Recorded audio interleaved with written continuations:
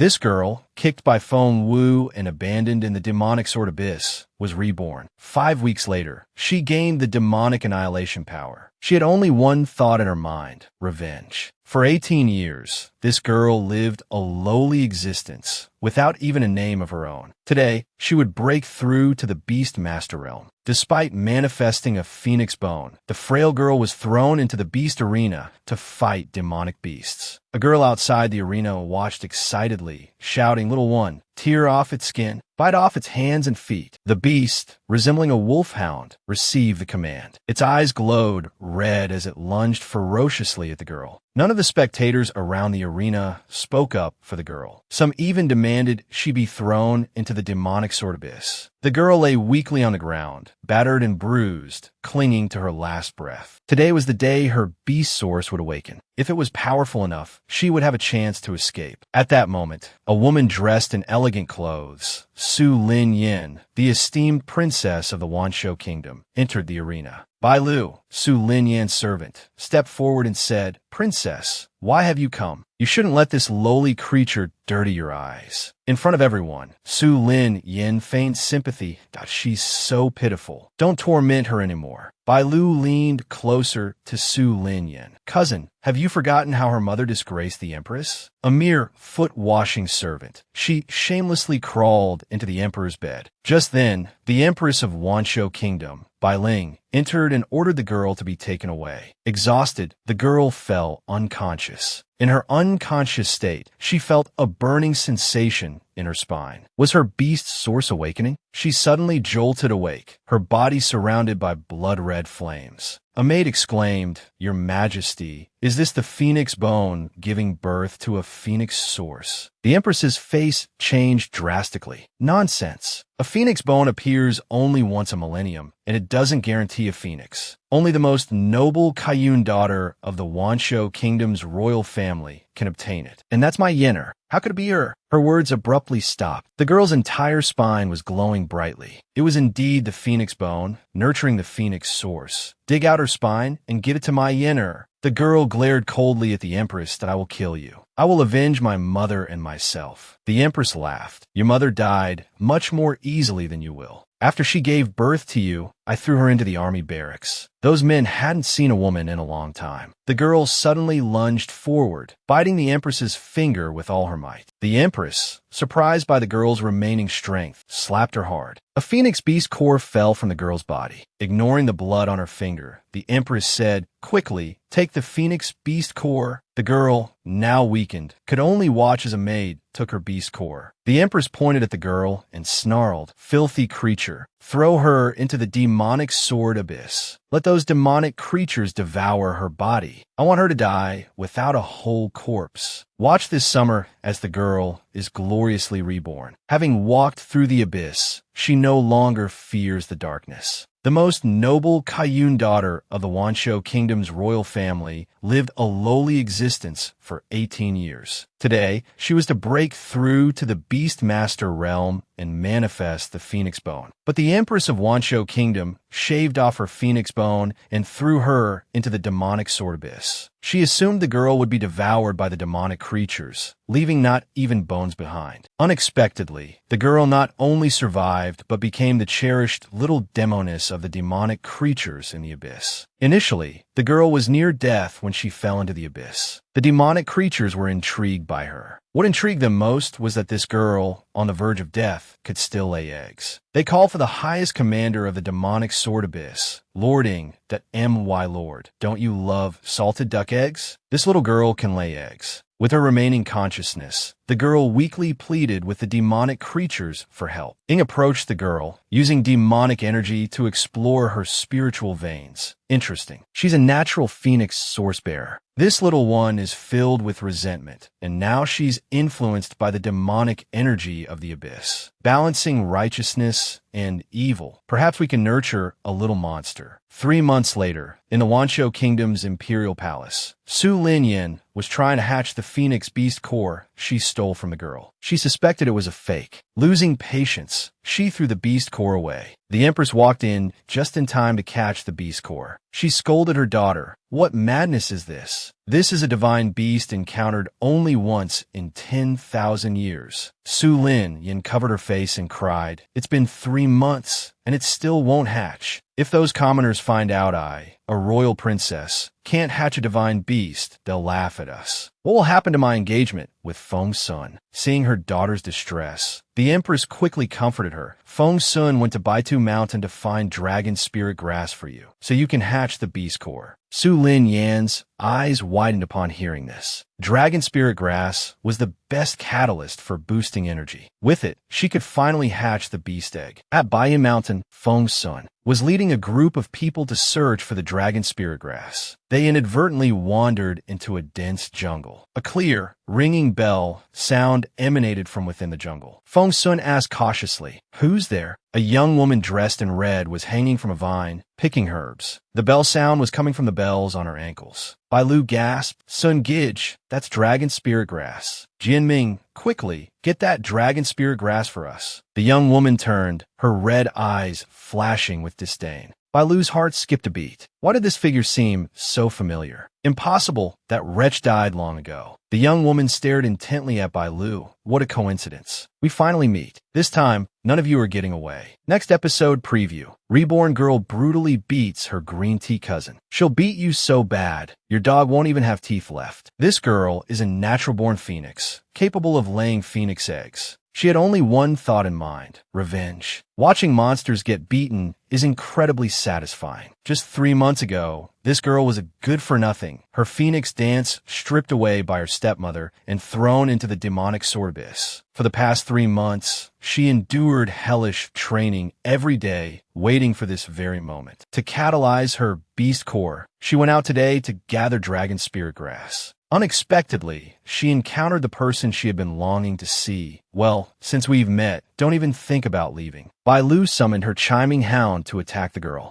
The girl pulled out a long whip, looking ready to beat the dog. The chiming hound, drooling, lunged at the girl. The whip in the girl's hand transformed into a black serpent, instantly constricting the chiming hound's neck. Bai Lu stared in disbelief. How is this possible? Her hound was already in a miserable state before it could even begin to fight, and that wretch was completely unharmed. The girl, light as a feather, stood with red lotuses blooming beneath her feet. Bai Lu would rather believe she was blind. She was a ninefold spiritual body. Mimicking Bai Lu's tone, the girl said, "Such a good doggy. Go on, pull out its teeth. I just happen to need a new necklace." Bai Lu clutched her chest, feeling her spirit beast's pain. The girl teleported to Bai Lu's side, gripping her throat. She looked at Bai Lu with amusement, slowly tightening her grip. From behind, Feng Sun suddenly pointed his sword at the girl that she's already lost. "Why are you being so relentless?" Sensing that this man's power was comparable to her own, and knowing revenge wasn't a matter of immediacy, the girl struck Bai Lu with a palm, sending her flying. Feng Sun lowered his sword. "Your weapon is quite unique, but if you kill Bai Lu's bonded spirit beast, you'll also be in grave danger." The girl looked at the crowd. Facing so many, her chances of winning were slim. Feng Sun asked the girl her name and invited her to return to the Wanshou Kingdom with them. The girl's name was Yin Yan. She was certainly happy to return to the Wanshou Kingdom. Her target was there. She extended her hand towards the black serpent, which transformed back into a whip and returned to her grasp. Bai Lu couldn't understand why Feng Sun would make such an absurd decision. Yin Yin patted Bai Lu's shoulder. "We have a long way to go together. Let's get along well," she said, while secretly whispering to Bai Lu. Next episode preview. The male lead is about to awaken. This girl, once stripped of her phoenix bone and thrown into the demonic sword abyss, had become the beloved little witch of the demonic sword monsters. Meeting her enemies again, how could she let them off easily? "She'll beat you so bad your dog won't even have teeth left." This man pleaded with the girl and invited her back to the Wanshou Kingdom. The girl's enemies and her target were all in the Wanshou Kingdom. She could cause trouble openly, or she could settle things quietly. Not long after they set off, Bai Lu began to feel itchy all over. She continued to travel back to the Wanshou Kingdom with Feng Sun and his group. They arrived at a clearing where a deep purple herb emitted strong spiritual energy fluctuations. Feng Sun reached out to pick it. Yin Yin's expression changed drastically. "Don't touch it," she shouted, although she didn't know what it was. The old witch had warned her never to touch this kind of plant. Feng Sun chuckled smugly. There's nothing in this world that Feng Sun can't touch. With that, he pulled out the herb. The next second, the entire mountain rumbled violently. Yin Yan's face paled. Damn it, she cursed inwardly. Idiot. At the same time, endless magma flowed from beneath Baiyun Mountain. A stone coffin drifted along with the magma. Inside the coffin lay a man, still. His finger twitched slightly, as if he were about to awaken. Rubble continued to fall from the summit of Baiyun Mountain. Everyone's heart was filled with panic. Yin Yan thought to herself, this stinky man. I told you not to move, but you just had to. 9 levels of cultivation, yet still no match for this power. Feng Sun took out a jade token and crushed it. A powerful force surged skyward. Feng Sun grabbed Yin Yan's wrist. This jade token won't last long. It can only take 2 people at most. Bai Lu cried out in fear, Sun Gij, take me with you. I don't want to die. Feng Sun turned to Yin Yan. Come with me. I promise you'll become my closest confidant. Yin Yan slapped his hand away.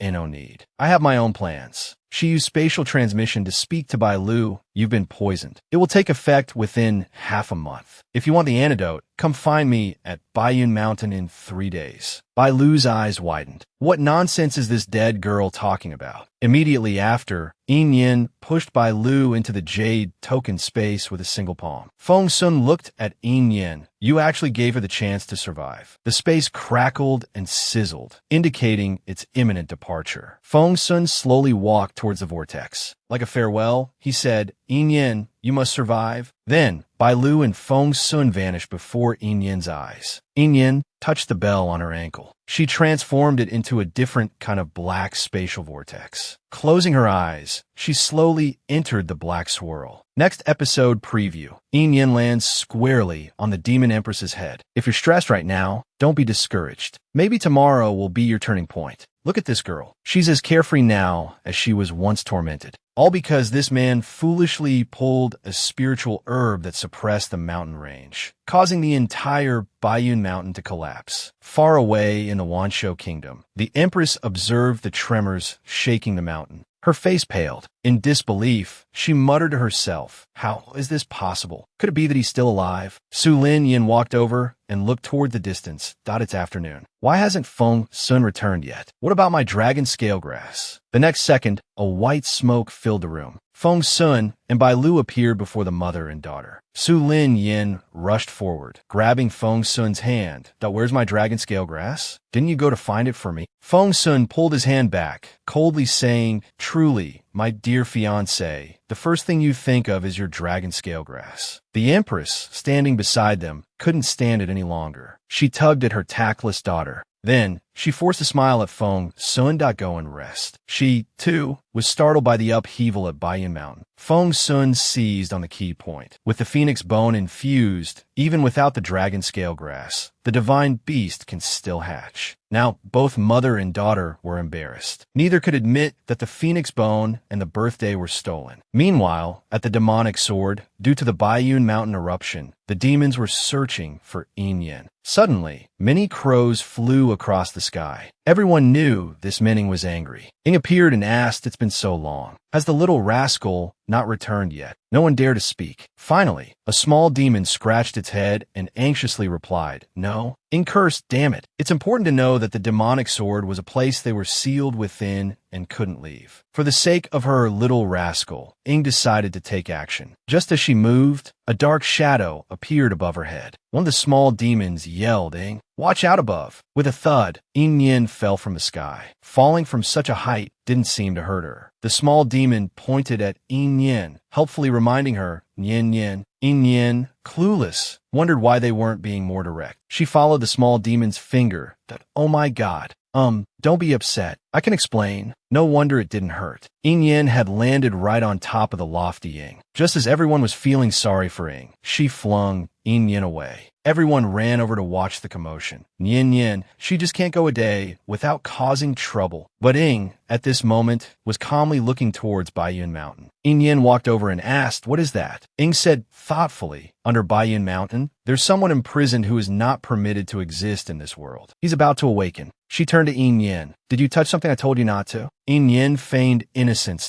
It was a stupid man named Feng Sun. Next episode preview. In Yin's egg hatches. It's a little Songchong. This is a woman who lays eggs. On her 18th birthday, she generated Phoenix Source and laid 2 eggs, 1 gold and 1 black. The golden egg was stolen by her enemies when she was at her most vulnerable. And today, this black egg is about to hatch. Although everyone knew this black egg probably wouldn't produce any divine beast, they didn't want to dampen In Yin's enthusiasm. Sure enough, the black egg didn't disappoint. A black, ugly, and cowardly insect beast. You know, of all retail products, insect beasts are the most hopeless and worthless. How could In Yin give birth to such a creepy little bug? A mother's own child is always the most perfect, no matter how ugly. While holding the insect baby, she comforted it. Good baby, don't cry, don't cry. Having received its master's comfort, the little flying insect exploded with a bang and immediately transformed into an adorably silly little cutie. Looking at the little pet in her arms, In Yin's heart nearly melted. The little monsters beside her were unhappy. How can it be a boy? Get off of In Yin. How can something so weak and fragile protect In Yin? The baby's eyes were brimming with tears as it said, I will protect Master. In Yin's heart immediately softened. It's okay. Even if your strength is lacking, Master will protect you. One moment, it was a picture of motherly love and filial piety. The next, the baby's expression changed. It seems this little one isn't simple. In Yin decided to give the little one a name. The little cutie tugged on In Yin's clothes and said adorably, I have a name. I'm called Bibian. Looking at the cute Bibian before her, In Yin couldn't help but think of the other golden egg that had been snatched by Su Lin Yin. She wondered if it had hatched yet, and if it was being mistreated. In Yin picked up Bibian and walked towards Ing. She had to move up her plans. Ing pointed at Bibian's chubby little face. Demon sword, it's been years since I've seen such a cute child. In Yin asked Ing, is the soul protection pill I mentioned last time ready? She had to retrieve the other longevity egg. It was time for revenge. Ing agreed to In Yin's request and asked her to bring back the wings that could break the demonic sword's seal, as well as the head of the Feng family's patriarch of the 5 continents. In Yin readily agreed. For saving my life, this is the least I can do. Summer highlights. The birth of the Phoenix's longevity eggs. This is a woman who lays eggs. On her 18th birthday, she gave birth to Song Yuan and laid 2 longevity eggs, 1 gold and 1 black. The golden egg was stolen by her enemy when she was at her most vulnerable. Just 3 months later, today, the black egg hatched. It turned out to be a dark and ugly insect beast. But don't underestimate this little insect beast. His name is Bibian. True to his name, he has 28 more transformations than even Sun Wukong. Meanwhile, in the imperial palace of the Wanshou Kingdom, the golden longevity egg was slowly cracking. It wouldn't be an exaggeration to call this mother and daughter duo robbers. The two were plotting how to use this divine beast to become the most noble women in the 5 continents. With cracking sounds, wings and claws slowly emerged from within the golden egg. Finally, a golden phoenix, flapping its wings, hatched from the shell. The Empress exclaimed excitedly, "It's a fire phoenix. It really is a fire phoenix." The phoenix chick cried out and transformed into a little girl with 2 pigtails. The child held something in her hand. Seeing the unfriendly expressions of the 2 women opposite her, she asked coldly, "Who are you 2?" The Empress pushed Su Lin Yin forward, forcing a smile she thought was kind. "I am your master," she said. Su Lin Yin approached the little phoenix and said with a smirk, "Let me give you a name." Without waiting for a response, the little phoenix said, "Call me Lala. I'm not a fire phoenix, and you're ugly. You're not my master." These straightforward words immediately changed Su Lin Yan's expression. She clenched her fists, and the phoenix source on her body suddenly lit up. Immediately, Lala was forced to her knees by a formation. Lala didn't understand. This ugly woman was clearly not her master, so why did she have the phoenix source and form a master-servant contract with her? Su Lin Yin said fiercely, "I am your master. If you dare disobey, I'll kill you." Lala was almost suffocating under the pressure of the formation. She obediently said, "You are Lala's master. Lala won't cause trouble anymore." Su Lin Yin smugly withdrew the formation, secretly delighted. "I can still handle this little phoenix." The next second, Lala transformed into a small fire phoenix. spewing flames in all directions. "I'm going to burn down your chicken coop and find my real master," she cried. Yin quickly hid behind the Empress. The Empress raised her hand and gently waved, and the flames dissipated. She restrained Lala with a rope and said to her daughter, "Yinner, remember, if a little pet doesn't obey, beat it until it does." This poor little phoenix, just born without her master by her side, suffered such a great injustice. Far away in the demonic sword, Yin, as if sensing the little phoenix's distress, felt a sharp pain in her chest. Finally, unable to bear the pain, she fainted. Summer highlights. Yin leaves the demonic sword and embarks on a path of revenge with her young one. This poor phoenix chick, just born without her true master by her side. The vicious stepmother master treated her cruelly, using a master-servant formation to control her. She used every method to tame the phoenix chick. Meanwhile, far away in the demonic sword, the phoenix chick's real mother sensed the little phoenix's pain. Suddenly, a sharp pain shot through her chest, causing her to faint. When she woke up again, Bai Bian looked at her with concern.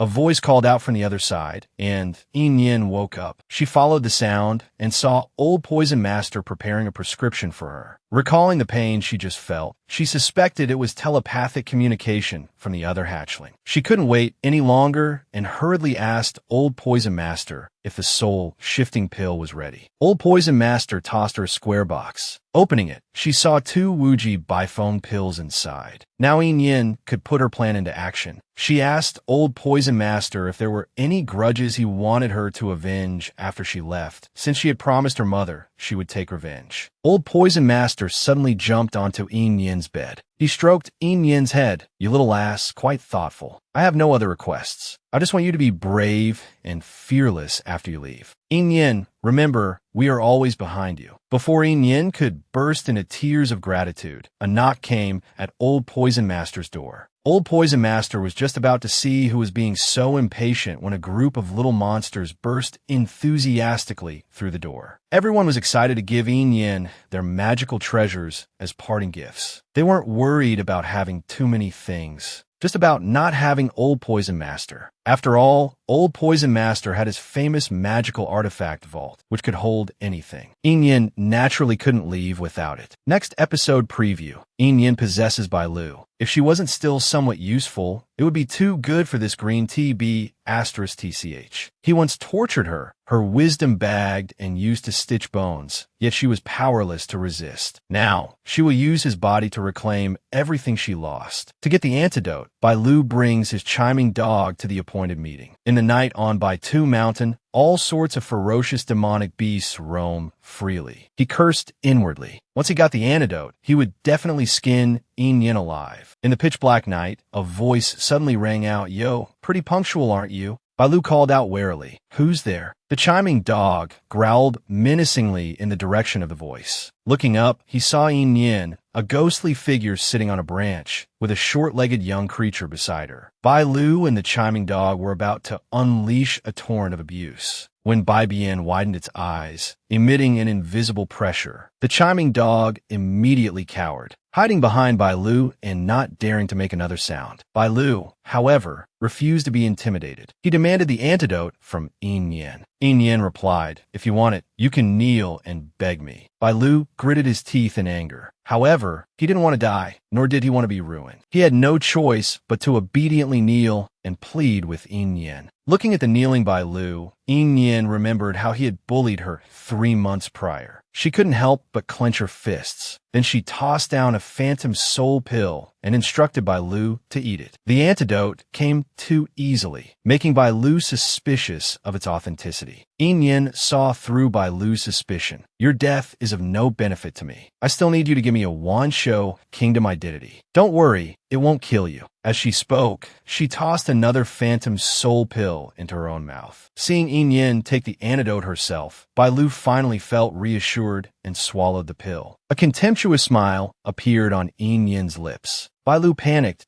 "He's smiling. Why is he smiling?" The next second, A searing pain ripped through his stomach. He spat out hatefully, "You tricked me." Yin Yin and Bai Bian jumped down together, slowly approaching Bai Lu. "Did you really think I would let you go? You're so stupid." In a wave of agonizing pain, Bai Lu gradually lost consciousness. Almost simultaneously, Yin Yin also collapsed. Bai Bian anxiously shook Yin Yin's body. "Master, what's wrong?" A moment later, Bai Lu's eyes opened, and he slowly sat up. Bai Bian tentatively whispered, "Master." Yin Yin, now possessing Bai Lu's body, was still a bit dizzy. She rubbed her head and replied, "It's me." She looked at Bai Lu's dying chiming dog and said, "Bai Lu's soul has dissipated. As his life-bound spirit beast, it couldn't escape its fate. But where are we going to find another chiming dog now? That's a problem." Bai Bian was ecstatic, finally a chance to show off. "Master, watch me." With a bang, the cute little creature transformed into a majestic chiming dog. Bai Bian rubbed against Yin Yin's leg. Yin Yin was overjoyed that,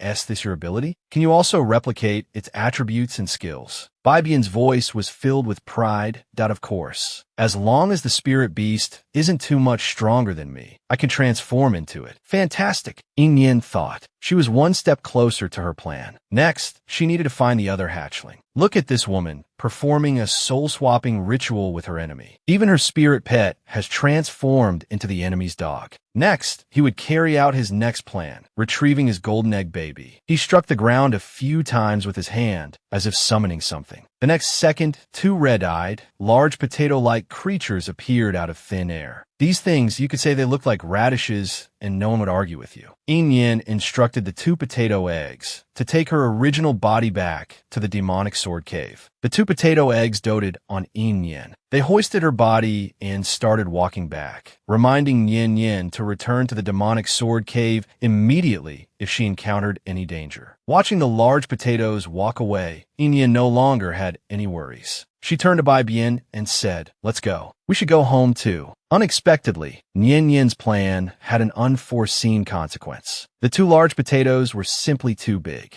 As they walked, they made a guandong guandong sound, shaking the entire Baitu mountain. This also disturbed the man sleeping beneath Baitu mountain. The man's eyelashes trembled slightly as a rumbling earthquake-like sound echoed through Baitu mountain. The potato eggs diligently carried Yin Yin's body. Nothing could interrupt the task Yin Yin had given them. The man underground suddenly opened his eyes. He frowned and grumbled, "I slept so stiffly. I need a pillow." He looked upwards, his gaze penetrating the layers of trees. He saw two figures above, carrying a woman.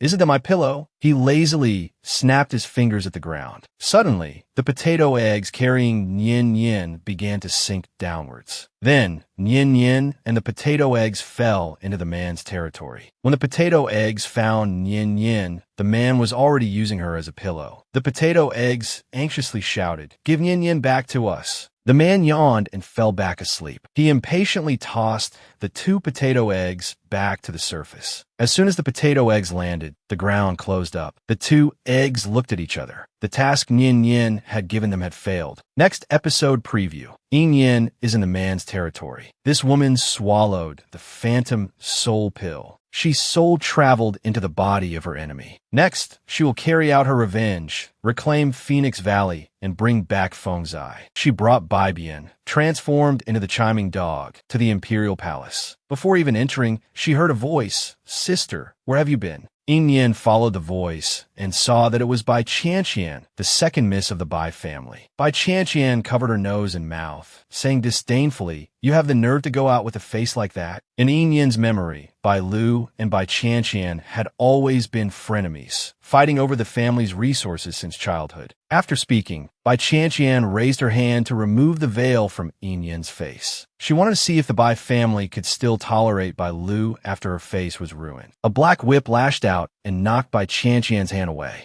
Bai Qianqian said incredulously, "Impossible. You clearly have no talent for cultivating spiritual power. How can you use it?" Yin Yin, holding the whip, replied, "Yes, after being poisoned by that strange poison, I've actually benefited from the misfortune." Yin Yin slowly approached Bai Qianqian. This woman had bullied her quite a bit since childhood. Today, she would start with her. Bai Qianqian broke out in a cold sweat. "If you dare hit me, I'll tell the Bai family elders." At this moment, Yin Yin heard a voice. What's all the commotion? The familiar voice made Yin Yin freeze. Hatred surged through Yin Yin's mind, and the killing intent in her eyes was unconcealable. Su Lingyan looked at Yin Yin and asked, Bai Lu, what's going on with the spiritual power fluctuations in your body? Her baby was still in his hands. She needed to stay calm. Yin Yin forced a smile and replied, it's probably because of that strange poison. I've actually benefited from the misfortune. Su Lingyan wouldn't allow a second person capable of dual cultivation to appear by his side. He held Yin Yin's hand with a hypocritical expression. Let me call Lin Yi to examine your body. Back in his own chambers, Su Lingyan was drinking tea and cultivating feelings with his fiancée, Feng Sun. Hearing the servant report that Bai Lu had awakened a spiritual body, Su Lingyan found it hard to accept. Feng Sun, beside him, was also puzzled. Wasn't Bai Lu poisoned? How could this happen? Known as the Gossip King, he couldn't miss out on this. So, he came to Bai Lu's room. I heard you awakened a spiritual body. You look much better this way. Yin Yin sneered. You don't look so good. Feng Sun flew into a rage. What do you mean? Yin Yin replied indifferently. Exactly what I said. Feng Sun flung his sleeves and left, throwing down the words. This spiritual body of yours came out of nowhere. Let's see how you handle tomorrow's birthday banquet. Yin Yin touched her face. This Feng family is so arrogant and rude. It's really hard to hold back. It truly is a case of one thing conquering another. The dignified future son-in-law of the Wanshou kingdom, always pampered, was just blown away by the female lead. The female lead, in order to find traces of Feng Zai, is preparing for a stunning move. This is definitely a treasure. It only requires a drop of the owner's blood for retail. Bai Bian can transform into her master's current appearance. With Bai Bian at home as a witness, Yin Yin can go out without worry. Bai Bian, looking at her master's attire, excitedly asked, Master, are you going out to fight? Bai Bian wants to go too. Yin Yin crouched down and patted Bai Bian's head. Bai Bian, be good. Your current task is to impersonate Bai Lu. Once I've rescued my big baby, we'll go out and have fun together. Bai Bian immediately looked toward Ed. Master, will you like big baby more and not like Bai Bian anymore? Looking at her pitiful expression, Yin Yin felt her heart ache. Yin Yin kissed the little creature. You are both my most beloved babies. Afterwards, Yin Yin, using her powers, moved swiftly across the rooftops and walls of the imperial palace. She searched the entire imperial palace, except for the emperor and empress's Qing palace and the imperial prison, but couldn't find her big baby. It seemed she could only wait for tomorrow's beast-fighting banquet. Just as she was about to return, a figure caught her attention. Feng Sun was walking out of the imperial palace alone. It seems he doesn't want me to return empty-handed. Then I'll collect some interest for that old hag today. Feng Sun looked at the crescent moon in the sky and couldn't help but think of Yin Yin on Bai Tu Mountain. Too much kindness is just stupidity. Suddenly, a sharp force attacked him from behind. Feng Sun instinctively dodged. Yin Yin, having just arrived, heard this man talking about her, even calling her stupid. You're the stupid one. Your whole family is stupid. Yin Yin unleashed her full power, attacking Feng Sun relentlessly, leaving him no chance to retaliate. Bruised and swollen, Feng Sun questioned who she was. In the entire Wanshou kingdom, only a handful of people were stronger than him. Yin Yin sneered. So this is the ninefold spiritual body? Nothing much. Feng Sun broke out in a cold sweat. He took out a magical artifact, preparing to attack Yin Yin. Yin Yin casually threw out 3 magical artifacts. You think you're the only one with magical artifacts? 3 loud booms echoed as the 3 artifacts exploded on Feng Sun. The battered Feng Sun yelled, Which enemy is this? Show yourself. Hiding like a gutter rat. Yin Yin scoffed, What a coincidence, I just crawled out of the gutter. The sounds of their fight alerted nearby soldiers. I've had enough fun for today. Yin Yin scattered a string of magical artifacts and prepared to leave. Seeing the artifacts flying towards them, Feng Sun warned everyone to dodge. The soldiers who couldn't dodge in time were blown away. That was a blast. Recalling the grievances she suffered in the imperial palace, Yin Yin found the current scene truly satisfying. Next episode preview. The Ice Lady bargains with the male lead to get Yin Yin's body back. Who would joke about their experiences if it wasn't true love? As Yin Yin, exhilarated from her explosive escapade, prepared to leave, a yellow, high-grade magical artifact, the Vajra ring, flew towards her. When it came to magical artifacts, Yin Yin had never lost. She casually threw out a cup-shaped demonic element in retaliation. With a crack, the Vajra ring was instantly destroyed. This scene caught the attention of the Empress in the palace. She couldn't believe it. How could it be demonic element? Clearly, those demonic creatures were sealed in the demonic sword, and the seal hasn't been broken. At this moment, the demonic creatures within the demonic sword also sensed the tremors in Wansho Kingdom. The demonic creatures boasted amongst themselves. Nian Nian just blew up a high-grade artifact. It's been so long since we've seen demonic element move in the outside world. Suddenly, a small monster became sad. If it weren't for those things outside draining our blood, we wouldn't be sealed here. We weren't originally called demonic creatures either. We had a beautiful name, the Divine Light Clan. We've been sealed here for so long that we've almost forgotten we are divine. Just as everyone was slowly falling into reminiscence, 2 large potato eggs ran over and shouted, "It's bad. Nian Yan's body has been taken by that guy from by 2 Mountain." Big Potato was worried. What should we do? It's all magma down there. What if Nian Yan, before Big Potato could finish, the old poison master stopped them? Don't jinx it. The Phantom Soul pill has a time limit. Once the time is up, Nian Yan won't be able to return her body. Then Nian Yan will be... The Ice Lady couldn't wait any longer. She shouted towards Lang Do-Shur, "Bring out the 1,000-mile gold." The only way to contact the man below was through the 1,000-mile gold. Using it would consume nearly 100 years of cultivation, but for Nian Yan, the Ice Lady didn't hesitate. The 1,000-mile gold functioned like a video call. The Ice Lady took the 1,000-mile gold and began casting the spell to connect. However, the other end kept showing online but unavailable. The Ice Lady shouted, "Open your eyes." Her voice shook the entire demonic sword and by 2 Mountain. Lien Shinsei, who was comfortably lying on Yin Yin's lap, opened his eyes, slowly sat up, and asked who. Then a voice came, "What you stole wasn't a corpse. It was the child of our demonic sword. Return the child to me." Only then did Lien Shinsei clearly see Yin Yin's face. Delicate features, smooth skin. He said indifferently, "No. I snatched him, so he's mine." The Ice Lady shattered a mountain range with an enraged palm strike. The demonic creatures were all terrified. This was the first time they had seen the Ice Lady truly angry. The Ice Lady roared toward the 1,000-mile gold. "He's mine." Her hand gripping the mirror trembled slightly. She reminded herself to stay calm.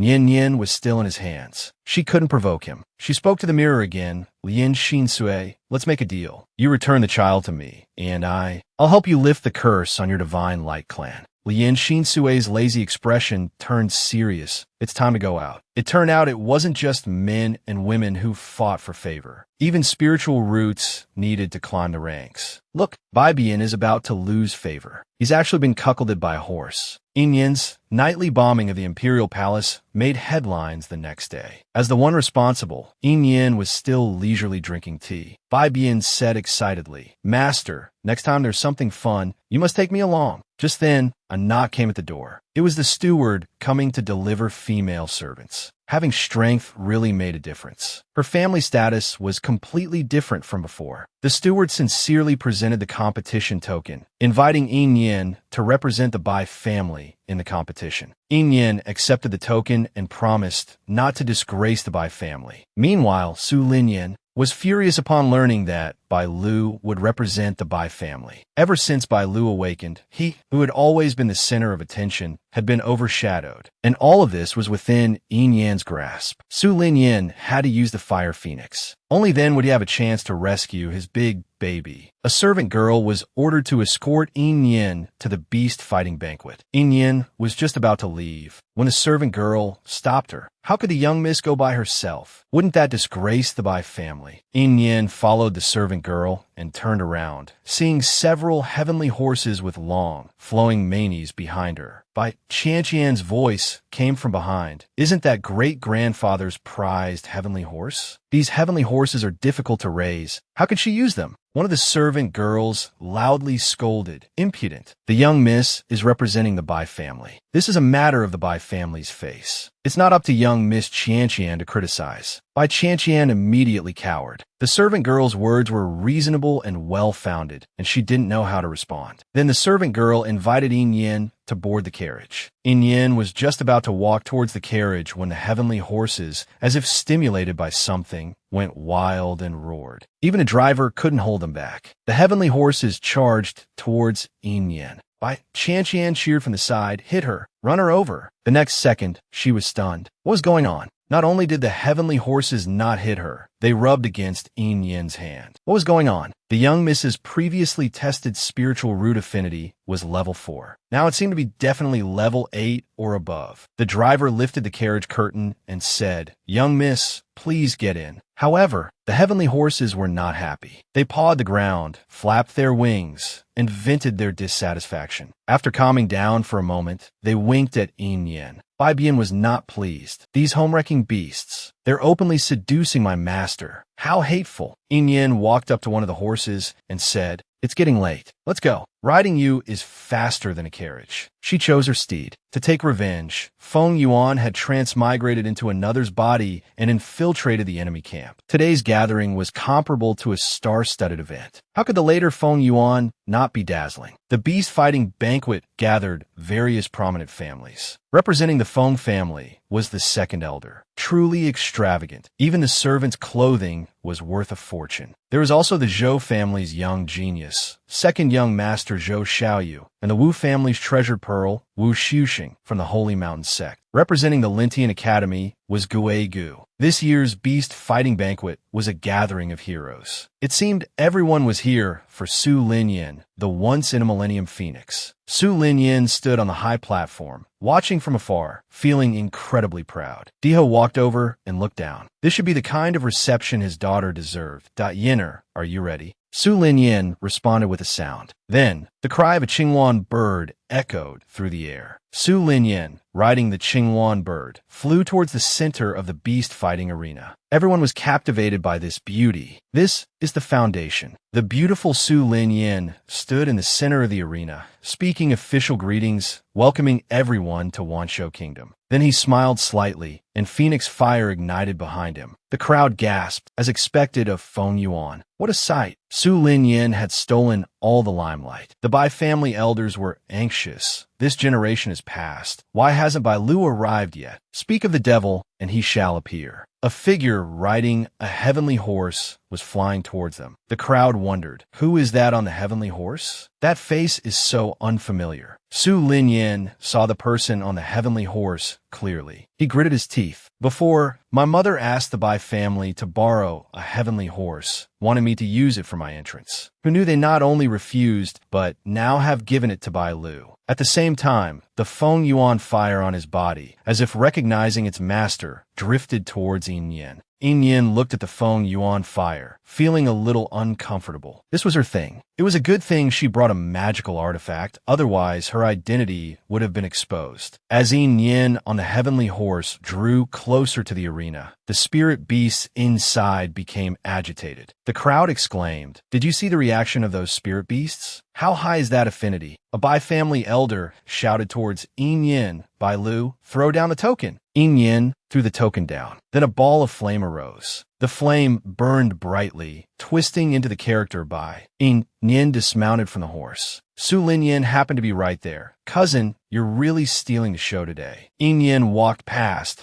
"I can't compare to the princess." This might be the most heartbreaking episode for the female lead. Seeing her own phoenix, Xiao Zai, forced to drip drops of blood, but being powerless. Yin Yin transmigrated into Bai Lu to participate in the beast fighting banquet. But she never imagined the empress and princess would do such a thing to attract attention. The Bai family elders, seeing Bai Lu displaying such astonishing talent, bringing honor to the Bai family, were incredibly kind and affectionate towards Bai Lu. On the surface, they were amiable and loving, but in private, they had repeatedly and endlessly bullied the mother and daughter. Thinking of this, Yin Yin's heart was filled with hatred. For the sake of her child, she had to hide her hatred. Yin Yin forced a smile and said obediently, "Grand Elder, I'm late." The heavenly horse was a bit disobedient at first. Just now, the heavenly horse had been quite obedient to Yin Yin. Their family had produced such a treasure, and the elders were all very pleased. One grand elder asked, "Has your affinity not been retested?" Yin Yin feigned embarrassment, shifting the blame to the Empress with one sentence,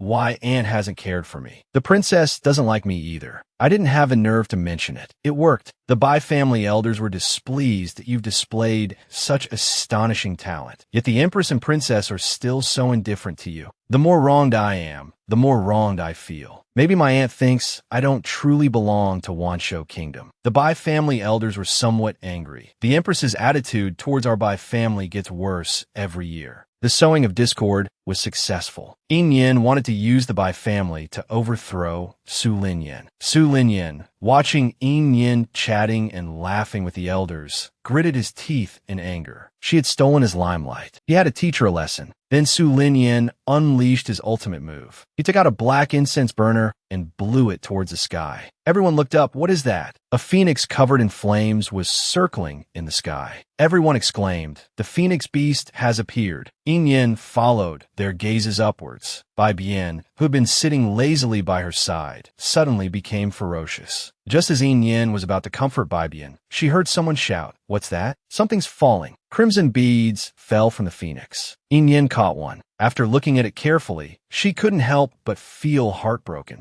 This is phoenix blood. So much blood. Yin Yin gritted her teeth. That Su Lin Yin will pay 1,000 times over. The Empress stood on the high platform and said, "Everyone has come from afar. This phoenix dew is a small token of our Wanshou Kingdom's appreciation." After a burst of cheers, the Empress announced the official start of the beast fighting banquet. Poor little Xiao Zai, after flying a circle, had lost most of his strength. He crashed heavily to the ground. This pain was nothing to him, because he had just sensed his master's aura. His master was definitely coming to save him. If there really is a phoenix, then who would be stronger, a phoenix or a wolf? In today's beast fighting competition, the phoenix only seeks its mother, while the wolf's presence seems somewhat superfluous. Seeing her beloved Zai tortured and battered, and countless phoenix blood deer used by the Empress and Princess for personal gain, Yin Yin, her eyes filled with hatred, vowed to make the Empress and Princess pay 1,000-fold. Meanwhile, the white-haired Bai family elder, despite his fury, presented the phoenix condensation dew he found to Yin Yin, hoping she would bring glory to the Bai family. Yin Yin accepted the phoenix condensation dew and asked, "So today's matches are drawn by lots, and tomorrow's are chosen by the contestants themselves, correct?" The Bai family elder nodded. Looking at Su Linyan outside the arena, Yin Yin declared, "If the draw doesn't work out today, tomorrow I'll make you, Lu Jin, suffer like Zai Zai." The beast fighting competition began. The referee announced the draw results. Yin Yin prayed, "That's my Zai Zai. Please let it be me." Meanwhile, Lala had already sensed his master's presence and was searching for her location. The referee announced the first match, Wanshou Kingdom's DG versus Ling Jiali. Knowing DG's formidable strength, the crowd breathed a sigh of relief. Yin Yin stroked Bai Bian's head, comforting him. "It's okay. Tomorrow, we choose our opponent." Su Lin Yin and Li Ku entered the arena with their spirit beasts. Look outside. Han Yuanlang, a powerful carnivorous spirit beast, could have defeated most of the contestants, but his luck was poor, being chosen by DG. Lala now sensed Yin Yin's location. Just then, Han Yuanlang approached, aggressively trying to intimidate Lala. Lala put her little hands on her hips. "Hey, you're blocking my view." Han Yuanlang extended his claws to attack. Lala, annoyed, summoned flames and, with a dismissive true love eyes, pushed her hands forward, sending the flames directly at Han Yuanlang.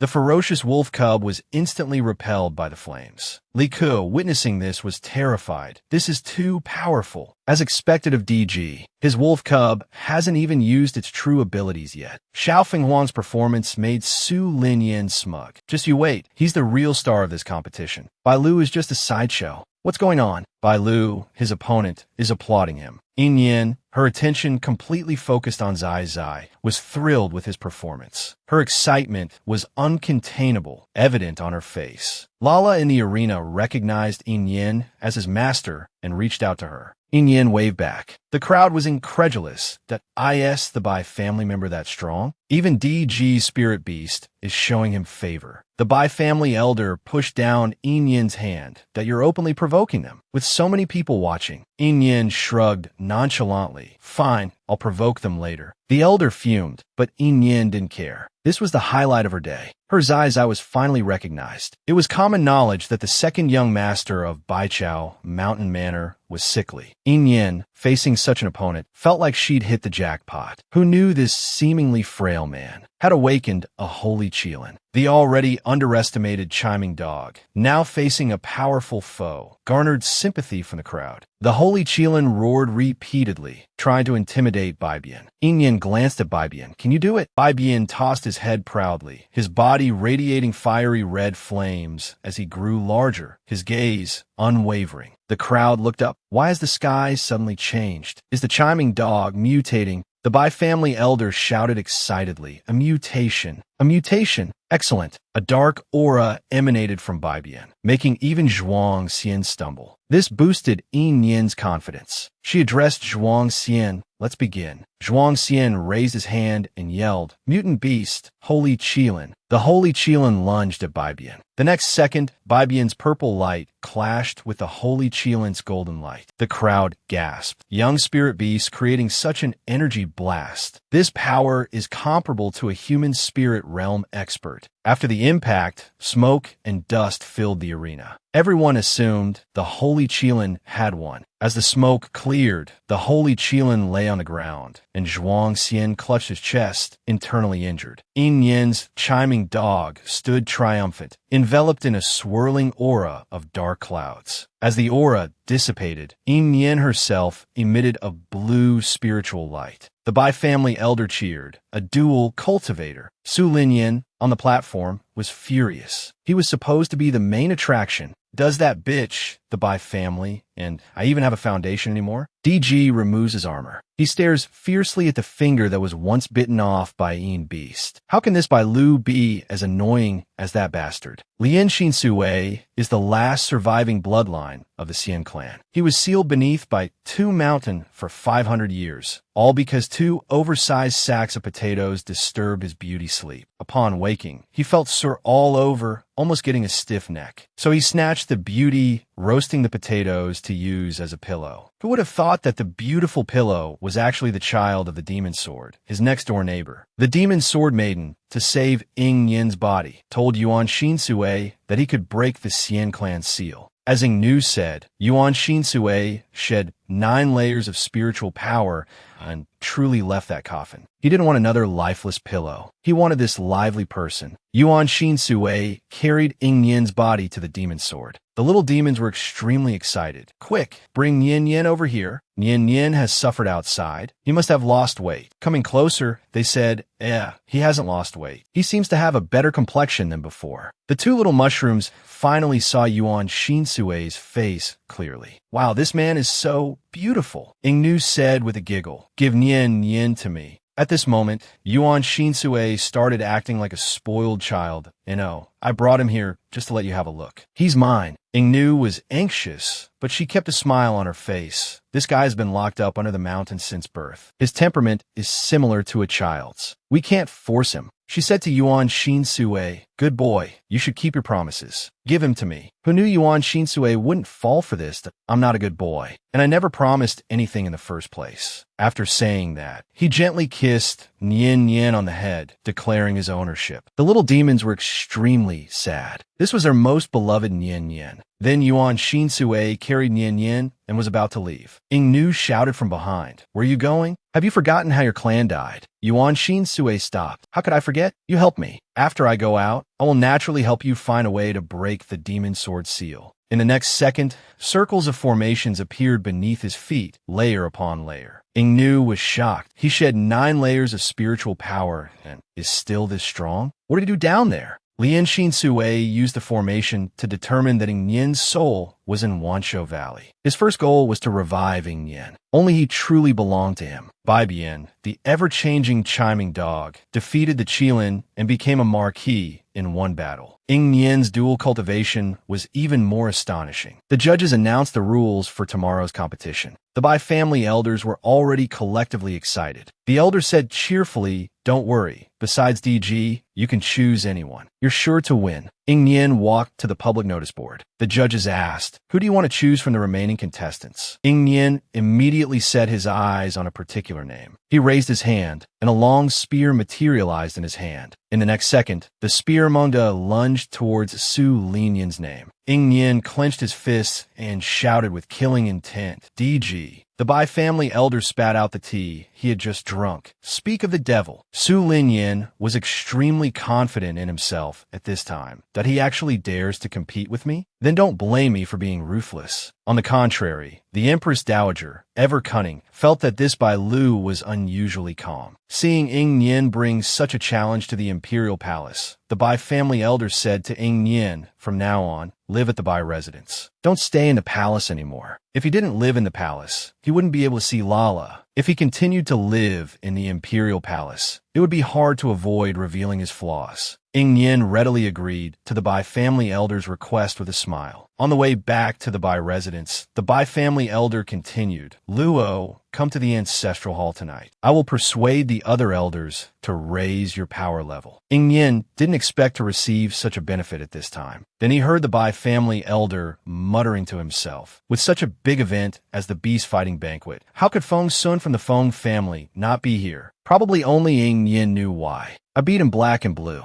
There's no way he'd come out. He's probably still lying in bed." The Bai family elder and Ing Yen had just gotten off the carriage when they heard a commotion coming from next door. Ing Yen looked towards the source of the noise and asked, "What's going on over there?" The servant girl replied, "Truthfully, the owner of Hongyan Tower has taken a fancy to a man." The Bai family elder was stubborn in his thinking and disdained such people. He told Ing Yen, "Don't mind them, lest you get yourself into trouble." Next episode, Yuan Shinsue stirs up trouble in search of Ing Yen. Someone needs to deal with this shamelessly thick-skinned couple. They flaunt around with stolen phoenix source, and now their downfall is imminent, yet they remain oblivious. Because of her face, she was able to enter the Bai family. What she's most interested in is the Bai family's ancient secret technique. It's precisely because of this technique that the Empress was able to transfer her phoenix bone to Su Linyan. Now, using Bai Lu's identity, she wants to obtain the ancient rejuvenation technique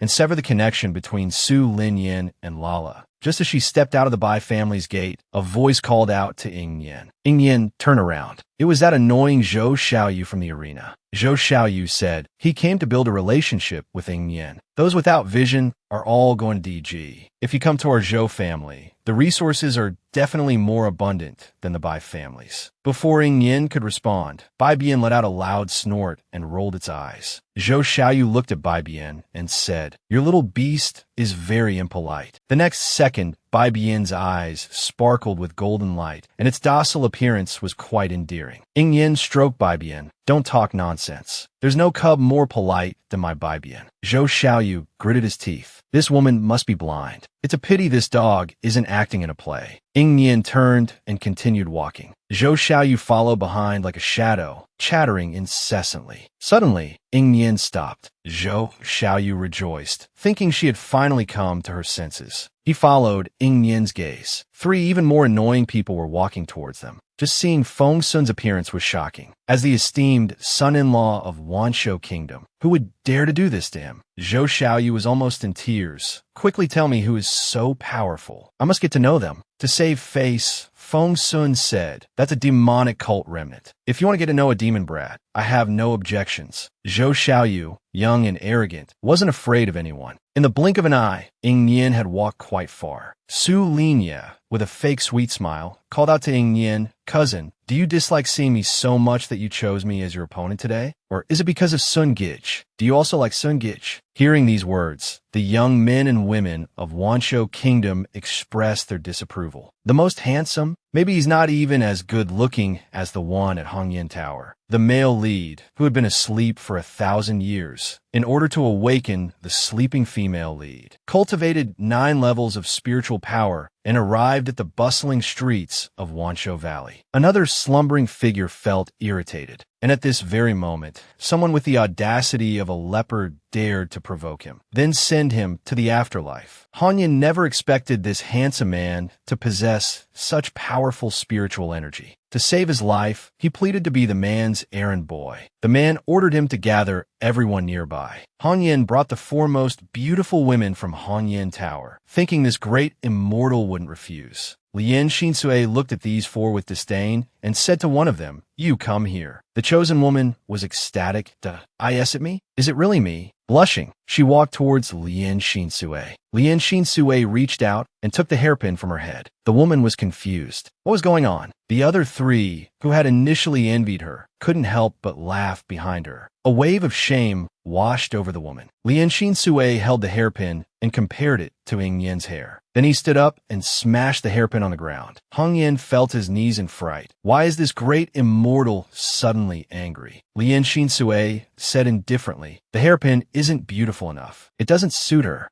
Hong Yin turned and glared at the women behind him. "Go find another one, quickly." For Lien Shinsui, this wasn't important. The priority was to awaken Ing Yen. He said to Hong Yin, "No need.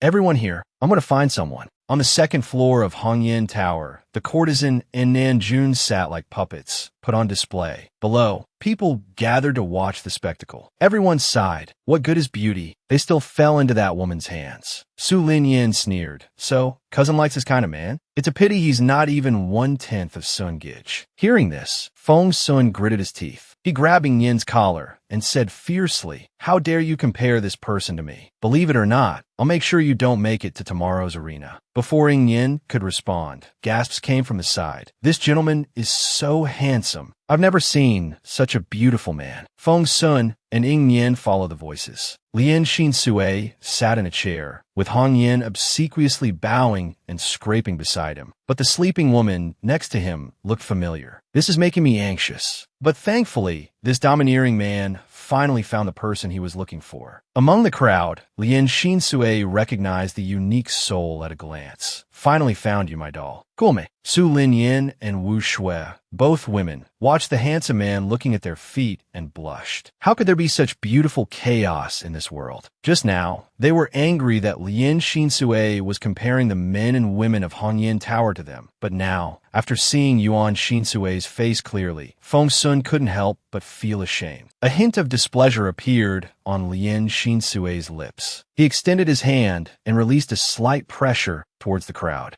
Everyone on the street involuntarily knelt down. Those who knew what was happening shouted, "It's the young deity's formation. Lower your heads and don't look him in the eye." Seeing that she couldn't use any of her strength, Su Lin Yin was nearly scared witless. She hugged herself, seeking support. "Brother Sun, what do we do?" But when she turned to look at Feng Sun, she panicked. Why is Brother Sun so pathetic? Even Bibian has been forced to shrink by half. "Master, this person is dangerous." Meanwhile, she wondered inwardly, is it really that serious? Are you guys just too weak? I'd better kneel down quickly, or I'll stand out too much. Before she could kneel, a purple force lifted her into the air. Ing Yen felt a little panicked. Does this person know I'm from the demon realm? I'm doomed. My magical tool can't even kill this young deity. The powerful Lien Shinsui snapped his fingers. In the next second, Ing Yen floated through the crowd towards Lien Shinsui. Lien Shinsui reached out, wrapped his arm around Ing Yen's waist, and pulled her into his embrace. Ing Yen was bewildered. Can good looks excuse any behavior? Is this man sick? What awaited her, however, was a gentle kiss on the forehead from the man. Lien Shinsui's action made Ing Yen relax her guard. It seems he doesn't want to kill me and hasn't discovered my identity. Ing Yen tested her body and dodged Lien Shinsui's outstretched hand. She voiced her question, "Do you know me?" Lien Shinsui pulled over the sleeping woman beside him and brushed aside her hair. Ing Yen's mind exploded. Holy crap, isn't that my body? This man really doesn't treat the female lead like a stranger. He's openly fondling the female lead's chest right in front of her. Just now, in the bustling street, Lien Shinsui had recognized Ing Yen's soul at a glance. Especially after getting closer and taking a whiff. Wow, this scent is truly irresistible. Ing Yin finally figured out Lien Xinsui's game.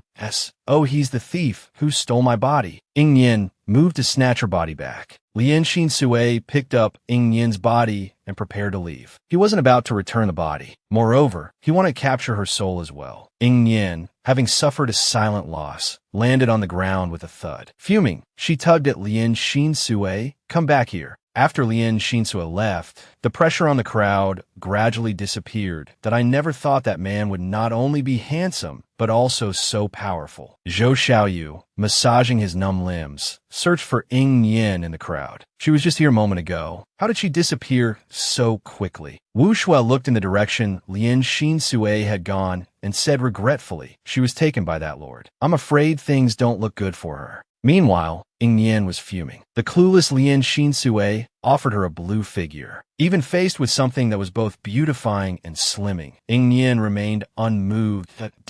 Oh, I look like I'm in the mood to eat. Lien Xinsui wore an expression of someone who couldn't understand women. Then what do you want? I want my body back. Lien Xinsui shielded Ing Yin's body in a way. I found you. Clearly, Ing Yin wasn't satisfied with this answer. There's a restriction on my body. It can't be separated from the demon's sword. Where did you find it? Lien Xinsui answered truthfully, Mount Baitu. Aijuna. So that's it, Ing Yin shouted. You're the one the old hag said was trapped on the mountaintop. He could both break the restriction and leave Mount Baitu, and he used the young deity's formation. How about you get her body back? Lien Xinsui said innocently, You're my doll. Why should I give you back? Look, the female lead is smiling. What do you mean, doll? Since reasoning wasn't working, she'd try a softer approach. Ing Yin changed the subject. What are you planning to do after leaving Mount Baitu? Lien Xinsui thought for a moment and replied, Kill people, I guess. This probably wasn't a question she should have asked. Curiosity killed the cat. Ing Yin continued, Kill who? Everyone I see. I want to kill them all. Then he said gently to Ing Yin, Don't worry, little doll. I like you. I won't kill you. Then he turned and pulled open the clothes on Ing Yin's body, saying, This pesky seal, I can erase it. Ing Yin said with surprise, Really? You can undo it. Then Lien Xinsui rubbed at the seal on Ing Yin. Ing Yin felt something was wrong. Hey, where are you putting your hands? Look, the man is actually taking advantage of his own doll, and he said he could undo the seal on the woman's body. The woman's attention, however, was on the man's hand. Hey, where are you touching? Sui Sui thought this was his doll and didn't care about these details. He continued, This seal mainly targets those of demon descent. You're not of demon blood, so the seal's power isn't that strong. With some effort, I can erase it. Yin Yin tilted her head, carefully scrutinizing the man before her. He had just spoken indifferently about killing everyone, yet he seemed quite serious about analyzing the seal. Seeing Yin Yin's silence, Sui Sui asked with some displeasure, What are you going back to your own body? You look really ugly right now. Yin Yin also wanted to return to her own body, but now wasn't the time. At this moment, the Bai family elder's voice sounded from outside. Unable to let the elder know his identity, he said to Sui Sui, Hide my body first. You understand what I'm saying? Just nod, okay. Seeing Sui Sui's displeasure, Yin Yin pleaded with a flattering look, please. Since my doll insists. Fine, I'll listen to you. After all, you are my doll. Yin Yin opened the door. The Bai family elder breathed a sigh of relief. He had heard that Bai Lu had been taken away by the young divine formation master. Tomorrow's competition depends on him. The elder asked, Are you all right? Yin Yin replied casually, I'm fine. I've caused you worry, elder. The Bai family elder guessed that the person behind Yin Yin must be the legendary true formation master. Yin Yin tugged on Sui Sui's clothes and introduced him. This is the young divine true formation master. He saw my talent in true formation and wants to take me as his disciple. That's why he called me up. The elder approached Sui Sui and asked again, Is this true? Does Bai Lu really have true formation talent? Sui Sui responded coldly with a grunt. The elder wanted to say more, but Yin Yin interrupted. Master is very tired today. Please, Master, come to our residence to rest. In order to keep an eye on his body, she had to keep the man by her side. The elder was inwardly delighted. The Bai family's reputation was about to soar. Returning to the Bai residence, the elder said he had something to say to Bai Lu and arranged for Sui Sui to stay in the guest room. Nian Yin had experienced Sui Sui's unpredictable moods. She winked at him forcefully. Please. Sui Sui looked at Nian Yin without saying anything and went to the guest room as arranged. Afterwards, the Bai family elder cautioned Nian Yin to avoid trouble. It's best not to publicize the discipleship. The discipleship was fake, so Nian Yin naturally wouldn't publicize it. Borrowing Bai Lu's body, she had to keep a low profile. Bai Lu followed the elder towards the Bai family ancestral hall. Just as they reached the entrance, Nian Yin noticed a black aura surrounding the hall. Faint sounds of a woman crying emanated from within. Nian Yin's spiritual power had increased just now. Nian Yin followed the Bai family elder into the ancestral hall. Unexpectedly, the seemingly ordinary ancestral hall was like a concert venue inside. Nian Yin couldn't help but exclaim, "It's so big. It could hold thousands of people." The Bai family elder stroked his beard proudly. Of course. This place is enhanced with a spatial spiritual treasure. It could hold tens of thousands. He then added, "By the way, I didn't get to ask you earlier, is that master really going to take you as his disciple?" Nian Yin replied without hesitation, "Yes." Inwardly, she was thinking, that old hag taught me demon formations before. Formations are universal. You won't be able to tell the difference. Meanwhile, the elder was already dreaming of the Bai family dominating the 5 continents. His expression suddenly turned serious. He told Nian Yin, "Sit cross-legged," then extended his hand towards the Buddha statue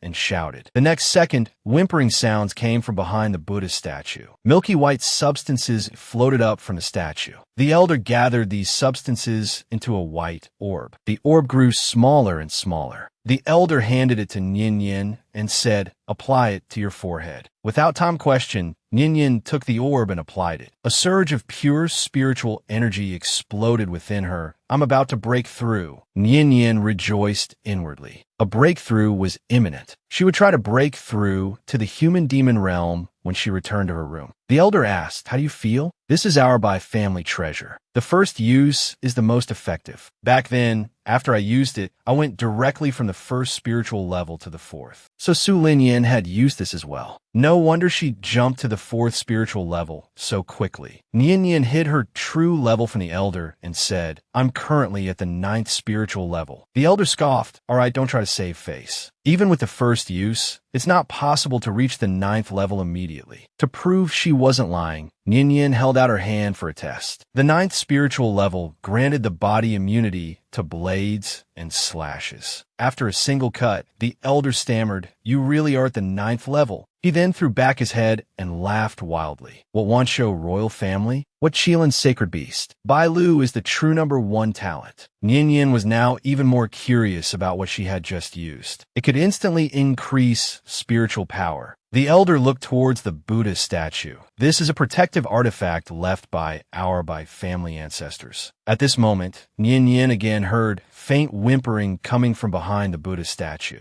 The Bai family elder said slowly, "Today, I've brought you to the ancestral hall ceremony for 2 reasons. First, to enhance your power. Second, to reveal the secret of our Bai family's enduring prosperity." Nian Yin thought, no wonder Bai Lu's spiritual power increased so rapidly. So this is the Bai family's secret. The Bai family elder generated a ball of spiritual energy in his hand and shouted, "Hi." Then the front half of the ancestral hall, like a door, slowly opened. Cries for help echoed from within, piercing Nian Yin's ears like needles. After Nian Yin peered inside, her eyes turned blood red. The Buddha statues were hollow, filled with living people. They were suppressed by a formation, and Nian Yin's increased spiritual power was extracted from them. Thinking of this, Nian Yin felt a wave of nausea. Nian Yin couldn't believe the respectable Bai family was so vile and unscrupulous. She asked the elder who these people were. He explained, "Some are from the Wanshou kingdom, and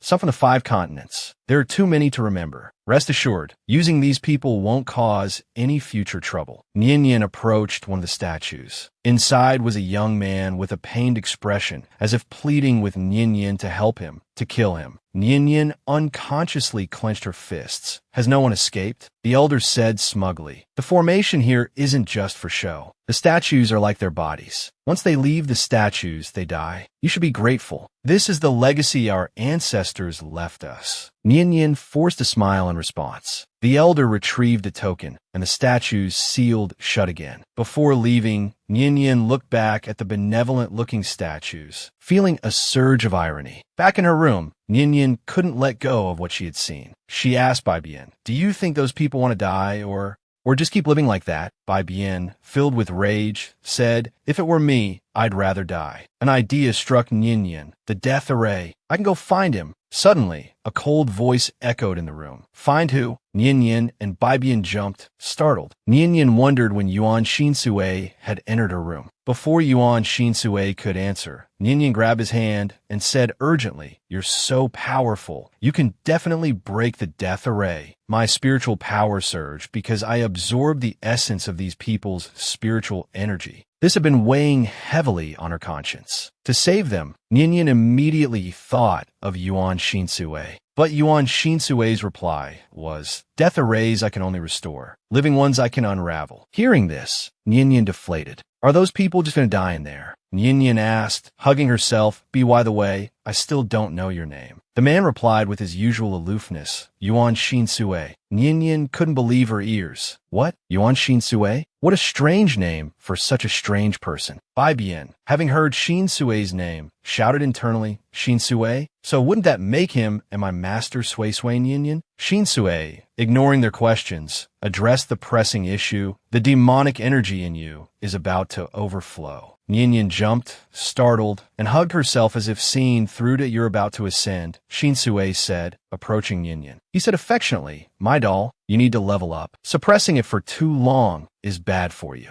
He then picked Nian up and continued, "Let's go to sleep. You'll level up while you sleep." Nian and Bai Bian were taken aback by Shinsue's actions. Nian quickly jumped down from Shinsue. She backed away several steps. "What are you doing? Haven't you heard of men and women shouldn't touch each other?" Shinsue explained, "I level up when I sleep. I just want my doll to level up quickly." Nian asked, "You level up by sleeping? Everyone else cultivates diligently, you know." Shinsue looked confused. "Why cultivate spiritual power? Doesn't it just enter your body on its own?" Nian was about to lose it. Was this guy even speaking human language? She knew how much effort she had put into cultivating to reach the 9th spiritual level. Shinsue set up a barrier in the room so that no one outside could sense the demonic energy. He didn't want his doll to suppress it any longer. It was bad for her health. Nian sat down cross-legged, a warmth spreading in her heart. She hadn't expected this. This man actually knew to conceal her demonic energy. Shinsue then said, "Those ugly things in your family." Nian was speechless. This guy was thoughtful in his actions, but his words were so venomous. "But considering he helped me set up the barrier, I'll let it slide for now." Nian truly couldn't control the demonic energy. Waves of it surged within her. Nian watched the demonic energy, amazed. Wow, this demonic energy outside the demon realm must haven't seen a demon in millennia. It's way too enthusiastic. Shinsue remained firm in his belief. See, it moves on its own. Streams of demonic energy surged into Nian's body. Moments later, the upgrade was complete. Nian looked at her hands and said happily, "One heart, one demon mirror." The next second, Nian remembered something, that MY breakthrough is entirely thanks to those people trapped in the Buddha statues. Yet I couldn't do anything for them. She looked at Sui Sui and asked, "Can you teach me how to break the death array?" Sui Sui refused without hesitation that you're too weak. You can't break the death array. But I can not only break it, I can also take you in and out of many places freely. Nian thought of something. Really? Then can you take me into the Imperial Palace, undetected? If so, I can rescue my little one now. And this array can also be resolved. Nian finally rescued her phoenix, Zai Zai. This episode made my blood boil. Nian's spiritual power surged, but she felt guilty about the people in the Buddha statues in the Bai family tomb. She wanted to break the Buddha statue formation. She unexpectedly learned that Sui Sui could freely enter and exit many places. Nian Yin was overjoyed. Could she now sneak into the imperial palace and rescue her little one? Sui Sui was puzzled. Just a moment ago, you wanted to break the death array, and now you want to enter the imperial palace? Nian Yin's voice suddenly turned sinister. Draw blood.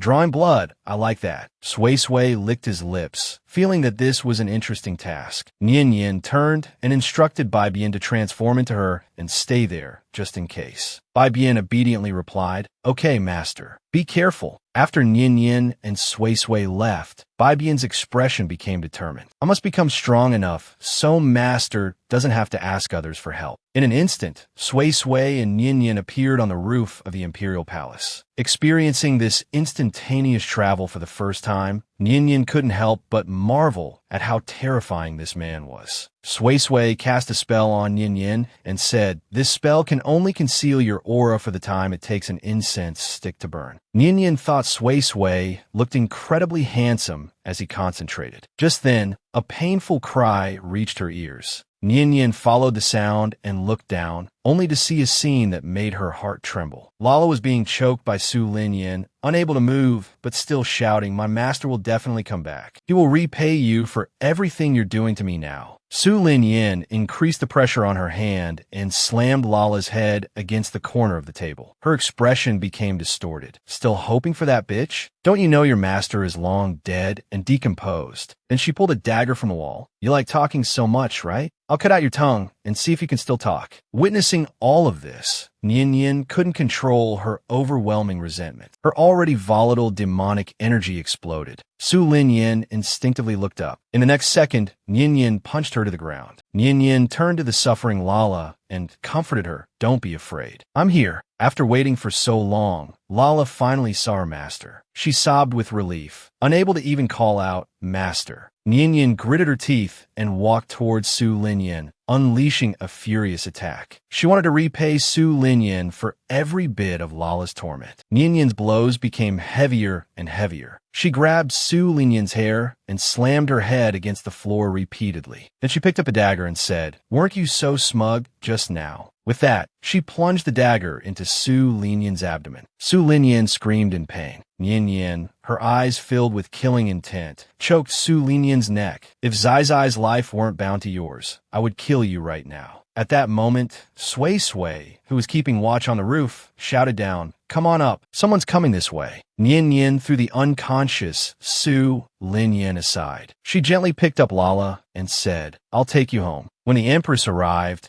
she saw Su Linyin lying in a pool of blood, the room filled with residual demonic energy. Her grief-stricken voice echoed throughout the imperial palace. "Demonic bastard, I will not rest until you are dead." Nian Yin carried the injured Lala through the forest, her heart filled with guilt and distress. Sui Sui said calmly, "Put her down." Away from Su Linyin, the bond on Lala's ankle tightened, causing her so much pain that she lost consciousness. Nian Yin, now helpless, placed Lala beside a large tree. Sui Sui gathered his spiritual power. With a crack, the bond on Lala's ankle shattered. Nian Yin picked up Lala again, heartbroken, thinking of the torture Lala had endured at Su Linyin's hands. Tears welled up in her eyes. With the bond broken, Lala was no longer in so much pain. She wiped Nian Yin's tears and comforted her. "Master, Lala doesn't hurt anymore. Don't cry." Nian Yin held Lala close, speaking with fierce determination. "Master will find a way to break the connection between you and Su Linyin and give you back your freedom." Then she took out a dragon scale herb she carried with her and offered it to Lala. "Eat this quickly. It will help your wounds heal faster." Seeing Lala wasn't in as much pain as before, Nian Yin pointed to Yuan Shinsui and told Nana, "Nana, quickly thank this gentleman. If it weren't for him, I wouldn't have been able to save you." Nana looked at Sui Sui and obediently said, "Thank you, older brother." Sui Sui, as always, remained aloof, appearing somewhat indifferent to everyone except Nian Yin. He asked Nian Yin, "Shall we go back?" Nian Yin picked up Lala and replied, "Let's go back." Their family was finally reunited. Meanwhile, the Bai family elder, having received news of Su Linyan being attacked, was shocked. Who could have such great ability to injure the imperial palace's foundations and steal blood? Panicked, he prepared to enter the palace to investigate and instructed them to bring Bai Lu, the Bai family's treasure. Bai Bian, disguised as Nian Yin, was quite bored. Hearing they were going to the palace, his eyes darted around. All right, let's go. He had already guessed that his master must have turned the palace upside down. He just wanted to see the excitement. After taking Lala back to her room to rest, Nian Yin noticed that she hadn't seen any of the Bai family along the way. They must have all gone to the palace to see what was happening. She pulled Sue's wrist. Let's just do it. I'll take you to the ancestral hall. Sui followed Nian Yin into the Bai family's ancestral hall. The Buddhist statues stood as usual. As soon as Sui entered, he smelled a strong scent of blood within the hall. This Bai family is truly not simple. Since having Sui,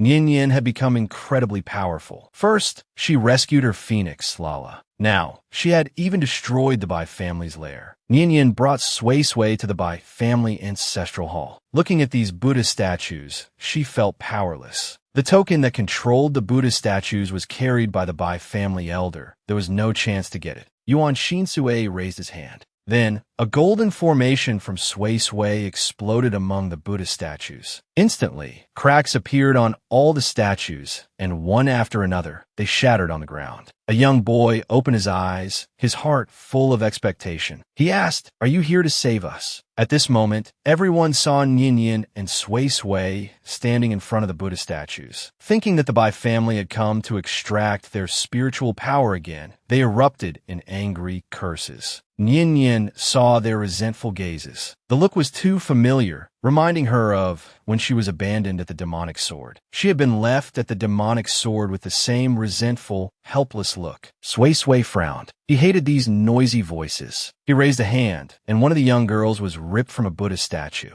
She knelt before Sui and Nian Yin, unable to believe she had been freed from the statue. Then, Sui raised his hand and waved again. Everyone fell from the Buddhist statues. The young girl approached Nian Yin and asked, "Aren't you from the Bai family?" She had seen Nian Yin absorb their spiritual power last time. Nian Yin shielded Sui, determined not to implicate him. She replied, "I'm not from the Bai family, and I can't save you." She braced herself for their accusations. A rare smile appeared on Sui's lips. "My doll is protecting me." Nian Yin continued, "Now you have two choices. Either die now, or return to the Buddhist statues and continue to suffer." A young boy suddenly knelt before Nian Yin. Then, one after another, everyone knelt before her. Nian Yin was so startled by this that she stumbled. Sui caught her just in time. My goodness, even with a mask on, those eyes can still captivate. Then, everyone shouted in unison, "Young lady, please help us find release. Please destroy this cursed place." Nian Yin was taken aback by the sight of 1,000 people kneeling before her. She stepped forward and helped up a girl near her. "There's no need to kneel. I am the one who is indebted to you."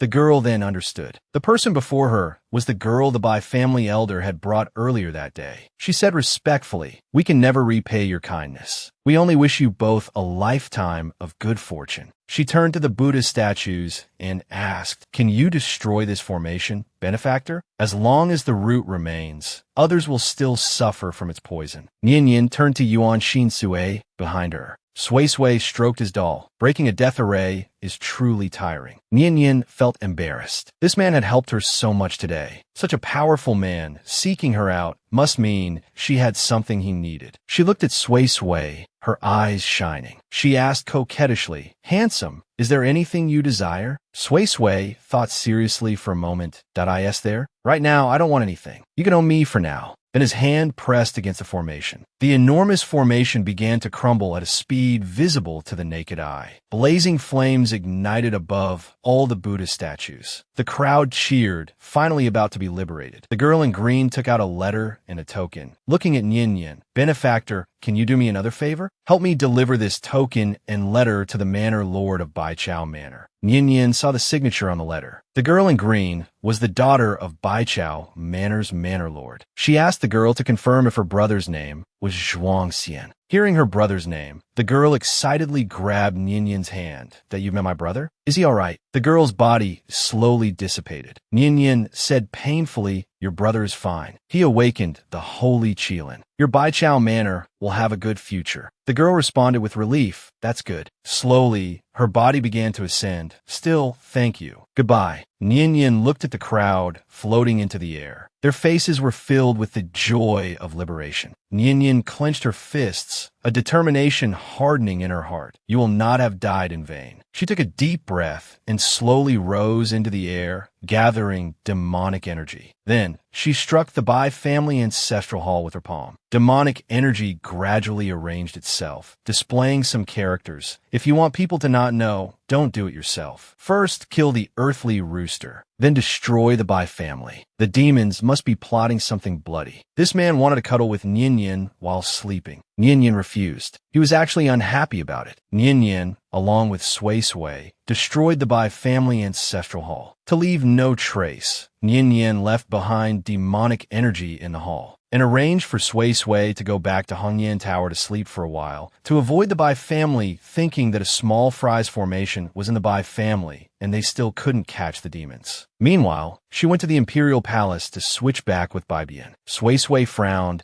and said unhappily, "You're not sleeping with me?" Nian blushed, her head full of question marks. Sleep? Why should I sleep with you? Sui leaned towards Nian, as if declaring ownership. You're my doll. Of course you have to sleep with me. Hasn't it always been this way? Nian was rendered somewhat speechless by Sui's train of thought. You also used to sleep with my body before. Sui replied with a matter-of-fact expression, of course. Nian hurriedly asked, or do you sleep? How else can you sleep? Close your eyes and sleep. Nian hugged herself and tentatively asked, what about me? Do you undress me when you sleep? Sui couldn't understand why Nian was making such a fuss. He pointed at Nian's forehead and said, what nonsense are you talking about? Why would you take off your clothes when you're sleeping properly? Nian breathed a sigh of relief. Thankfully, he didn't understand anything. What Sui understood even less was why this woman's face changed so quickly, like she was acting. He said to Nian, I'll go back to Hongyan Tower later. I'll help you take care of Lala. I'll take you to the Imperial Palace now. This overbearing CEO style was simply too cool. Sui just flicked his finger, and in the next second, Nian entered a spatial portal. In the blink of an eye, she arrived at the Imperial Palace. Who wouldn't love such a handsome and powerful CEO? At this moment, Nian saw Bai Bian, transformed into her likeness, strolling outside. She softly called out, Bai Bian. Bai Bian turned around and saw his master. Excited, he transformed into a Cheemin dog and rushed towards Nian. Such a large Cheemin dog,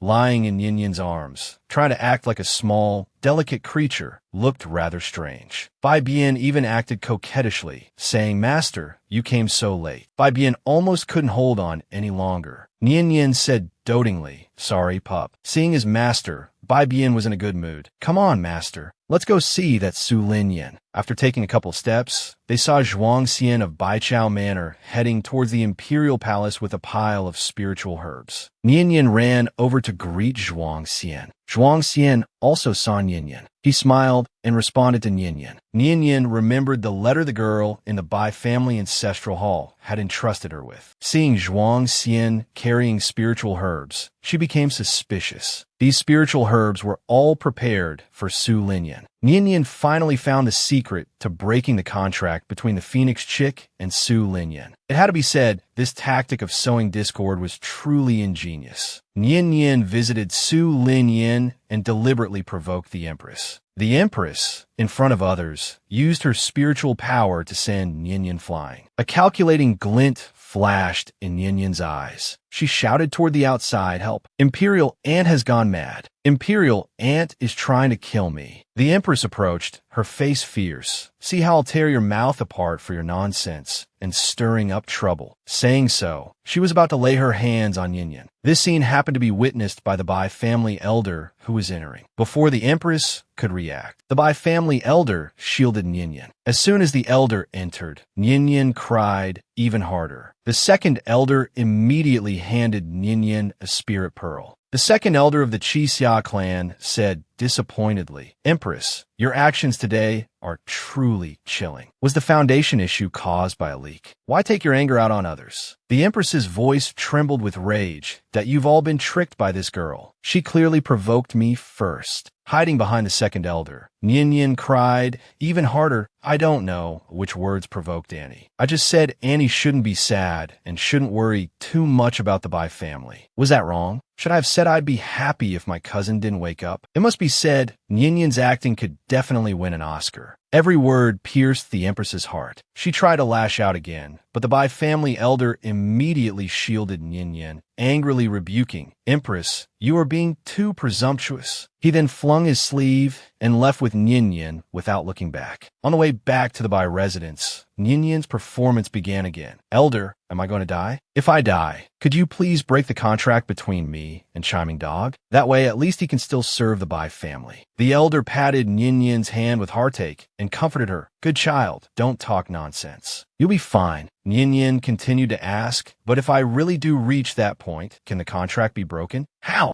Moved by Ninyin's sincerity, the elder sighed. Child, let me ask you, besides a life-bound spirit beast, what do we need to form a contract with other spirit beasts? This is common knowledge. Nyin understood that we need the longevity fruit, unique to our Wansho kingdom. The spirit beast, and I each eat one. Then the spirit beast merges a drop of its heart's blood into our longevity garden, and the contract is formed. The elder stroked his beard. The key is the longevity fruit. But what everyone doesn't know is that there's a 1 in 1,000 chance that the longevity fruit tree won't bear fruit and will only bloom a kind of cone-shaped black flower. Nyin hurriedly asked, do we eat the black flower? The elder shook his head and, oh no. We need the drop of condensed dew within the black flower. Does our Bai family have any? The elder smiled and replied, silly child, how could the Bai family possess such a precious item? A faint, almost imperceptible smile touched Ninyin's lips. That's great. This way, Nana can break the contract with Su Lin. Back at the Bai residence, the second elder suggested taking Nyin to the ancestral hall to extract the condensed dew and heal her injuries. Ninyin's face lit up with a joyful smile, other plans brewing in her mind. She really wanted to see the expressions on the Bai elders' faces when they saw the destroyed ancestral hall. The Nyin family was finally reunited. Outsmarting mischievous kids is Yuan Shinsue's specialty. Nyin deliberately provoked the Empress and pretended to be injured. The Bai family elder decided to take Nyin to the ancestral hall to extract the pure dew for healing. Nyin was ready to watch the show. Sure enough, the ancestral hall was shrouded in demonic energy. The characters formed by the demonic elements hung high in the air. The elder couldn't believe that the ancestral hall had been completely destroyed in such a short time. He roared, damn the demons. The foundation of my Bai family is completely gone. Oscar-worthy actress Ng Yin was back online. She covered her mouth and nose, her face filled with disbelief. The demonic remnants are too much to commit such a despicable and shameless act against my Bai family. As she spoke, her eyes rolled back, and she fainted from the shock. The Bai family elder, already trembling with anger, panicked even more when he saw Nyin. Quick, go and invite the young divine formation master. Meanwhile, Yuan Shinsue, as instructed by Nyin, was returning to Hongyan Tower. Hongyan had prepared countless exquisite hairpins for Sui. Sui picked them up one by one and compared them to Ninyin's body. They're not pretty. None of these vulgar things are worthy of my idol. Suddenly, he seemed to think of something. He turned to Hongyan and asked, do you take off your clothes when you sleep? Hongyan didn't expect such a question. He cautiously replied, if I sleep alone, I suppose I do. Sui continued, what if you sleep with someone else? Hongyan answered with some embarrassment. If it's in this tower and the man and woman are mutually consenting, then naturally, they take everything off. Sui looked at Nyin, lost in thought. Take everything off. At that moment, a Bai family maidservant rushed in and shouted, Master, our eldest miss has fainted. Could you please go back and take a look? Sui picked up Ninyin's body and walked out, ignoring the maidservant. The maidservant cried out in panic behind him, Master, wait for me. By the time she chased him out the door, Sui was nowhere to be seen. In an instant, Sui pushed open Ninyin's bedroom door. He had expected to see Nyin lying on the bed, weak and dying. Instead, he saw Nyin enjoying a feast with the two mischievous kids. Seeing Sui holding her body, Nyin hurried over and closed the door. The Bai family couldn't see her body. She pushed Sui Sui to the table. Come and try these. They're specialties I brought from the demon sword. I guarantee you've never had them before. The two little ones suddenly started fighting over the same meatball in the pot, neither willing to give way. Watching the scene unfold, Nian Yin sighed. Raising kids is truly exhausting. Sui Sui picked up a spoon beside him and tapped it lightly on the plate. A clinking sound immediately rang out from the plate. The two little ones' expressions became contorted after hearing it. They looked at each other and immediately quieted down. Sui Sui picked up a green meatball and said casually, "No, they're pretty well behaved." Nian Yin hadn't expected Yuan Xinsui's ability to be so powerful that she thought the man was bragging. After Bai Bian and Nana had eaten and drunk their fill and fallen asleep, Nian Yin and Sui Sui continued eating. Nian Yin looked for a topic of conversation. She asked Sui Sui how old he was. Sui Sui thought for a moment, but couldn't recall. He said, "I've forgotten. I used to carve marks on the wall to keep track of the days and time, but later the wall couldn't be carved anymore, so I stopped keeping track." Nian Yin became even more curious. Doesn't Changbai Mountain have a seal? How did you get out? Suddenly, she felt like she was asking too much. She hurriedly explained, "I didn't mean to pry." "You don't have to tell me if you don't want to." Sui Sui replied, "I drew out 90% of my power to create the seal, thinking that was my true body. It tricked me. It confused that 90% of my power." He stared at Nian Yin and said in a coquettish manner, "Next time you have any questions, you can ask me." Nian Yin, we should be close and intimate. Nian Yin was shaken by this sudden tenderness. Her chopsticks fell onto the table. For a moment, she didn't know how to respond. Asterisk, this man has been living in a coffin. How did he learn to speak such nonsense with a straight face? Asterisk, suddenly thinking of something, she stood up and prepared to leave. "That I'm going out for a bit. I'll leave Bai Bian and Nana to you." Sui Sui asked, "Where are you going?" "To deliver a message to the people of the 100 Herbs Villa," Nian Yin replied, and then left, leaving Sui Sui alone in the room. Suddenly, a sharp pain pierced Sui Sui's chest. He walked to the window and pushed it open. He looked towards the east, as if something important was happening. He murmured, "Eastward, thousands of miles away." Nian Yin, disguised as a late-night physician, arrived at the 100 Herbs Villa. It was so dilapidated that it didn't even have a proper gate. A voice came from inside. "Father, why do I have to go to the Holy Mountain sect? I don't want to go. I want to stay at the 100 Herbs Villa." Zhuang Tianwen, the villa master, roared, "If you don't go to the Holy Mountain sect, are you going to die of old age in this villa like me? The Holy Mountain sect promised me they would take you as their closed-door disciple. What they can give you is far more than I can." Zhuang Xian said sarcastically, "Closed-door disciple? They say they're taking me in, but they're actually forcing me." He looked at the courtyard full of spiritual herbs and continued, "They're just a bunch of robbers who have their eyes on our villa's spiritual herbs. They're just planning to steal them. Father, this is the lifelong work of our ancestors. Are you willing to hand it over to them?" What could the villa master do for his son? Moreover, he no longer had the ability to protect the villa. Zhuang Xian clenched his fists and said fiercely, "How many of our family have they killed for these spiritual herbs?" "And my sister," Nian Yin eavesdropped from outside. She hadn't expected the 100 Herbs Villa to be in such dire straits. She looked at the token in her hand, her heart aching. She heard Zhuang Xian continue, "If the villa is gone, my sister won't be able to find her way home. We can't wait for her any longer."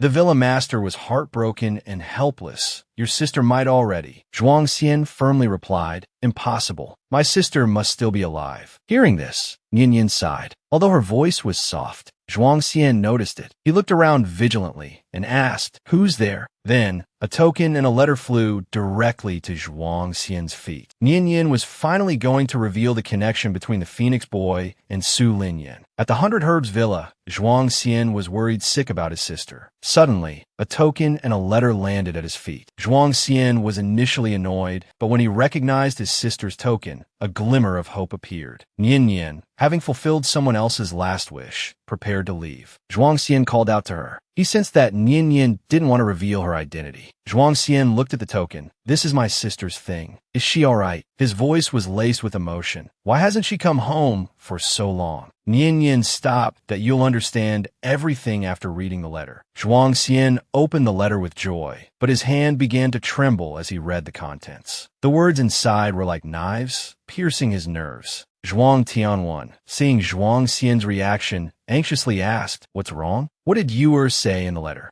After reading the contents of the letter, Zhuang Tianwen was overwhelmed with grief and anger, coughing up a mouthful of blood. He slowly accepted the reality. How dare the Bai family? Zhuang Xian walked towards Nian Yin and asked, "Miss, is what the letter says true?" Thinking of those innocent people, Nian Yin's heart ached. She replied, "You should recognize her handwriting." Zhuang Xian clenched his fists, the veins on his forehead bulging. "Bai family, I, Zhuang Xian, swear to be your enemy for life." Then he thought of something else. He looked at Nian Yin. "Miss, my little sister said you are a benefactor, someone she can never repay. Anything our 100 Herbs Villa has, you can have it." A thought struck Nian Yin. This place had numerous spiritual herbs. Perhaps she could ask Zhuang Xian to, "Do you have any dew of the divine fruit flower?" Zhuang Xian asked with a shocked expression, "How did you know our 100 Herbs Villa has this?" He felt a flicker of joy inside. She was just asking casually. If they really had it, Nana would be free. Nian Yin followed Zhuang Xian to the 100 Herbs Villa storehouse. A young man handed Nian Yin a wooden box containing the dew-covered flower. Afterwards, Zhuang Xian asked the young man for the 100 Herbs Villa special token. He turned and handed it to Nian Yin. "With this token,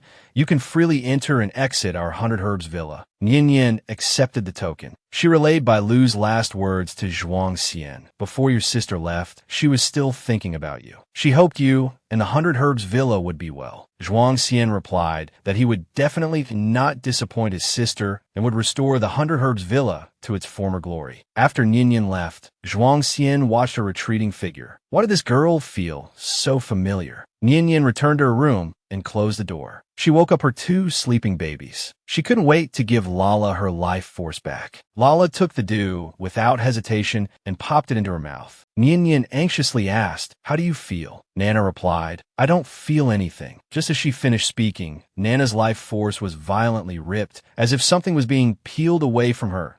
"It hurts, Master. It hurts so much." The stolen phoenix bone was finally retrieved. The hatred of having her phoenix bone stolen and her phoenix egg taken, bit by bit, Nian Yin would repay it 100-fold. Lala swallowed the dew that Nian Yin brought back. Instantly, Lala's life force was violently ripped, and her whole body convulsed. "It hurts, Master. It hurts so much." Nian Yin 心疼地抱起 Lala. A giant formation appeared beneath her and Lala. She comforted Lala, "Don't be afraid. Master is here." Meanwhile, in the imperial palace, the still unconscious Su Linyin suddenly jolted awake. She let out a shrill scream and tumbled out of bed. The empress, hearing the commotion, rushed over immediately. Su Linyin cried out in agony, "Mother, my back hurts so much. It feels like someone is digging out my bones." It felt as if the bones in her back were being ripped out. The empress held her daughter, Su Linyin, and set an alarm. "Mother, my divine beast is gone. I can feel the contract between me and my divine beast is broken. It must be that seed of the sword who has returned. I stole her phoenix, source, and lifespan. Now she's taking it back from me." The empress hugged her daughter tightly.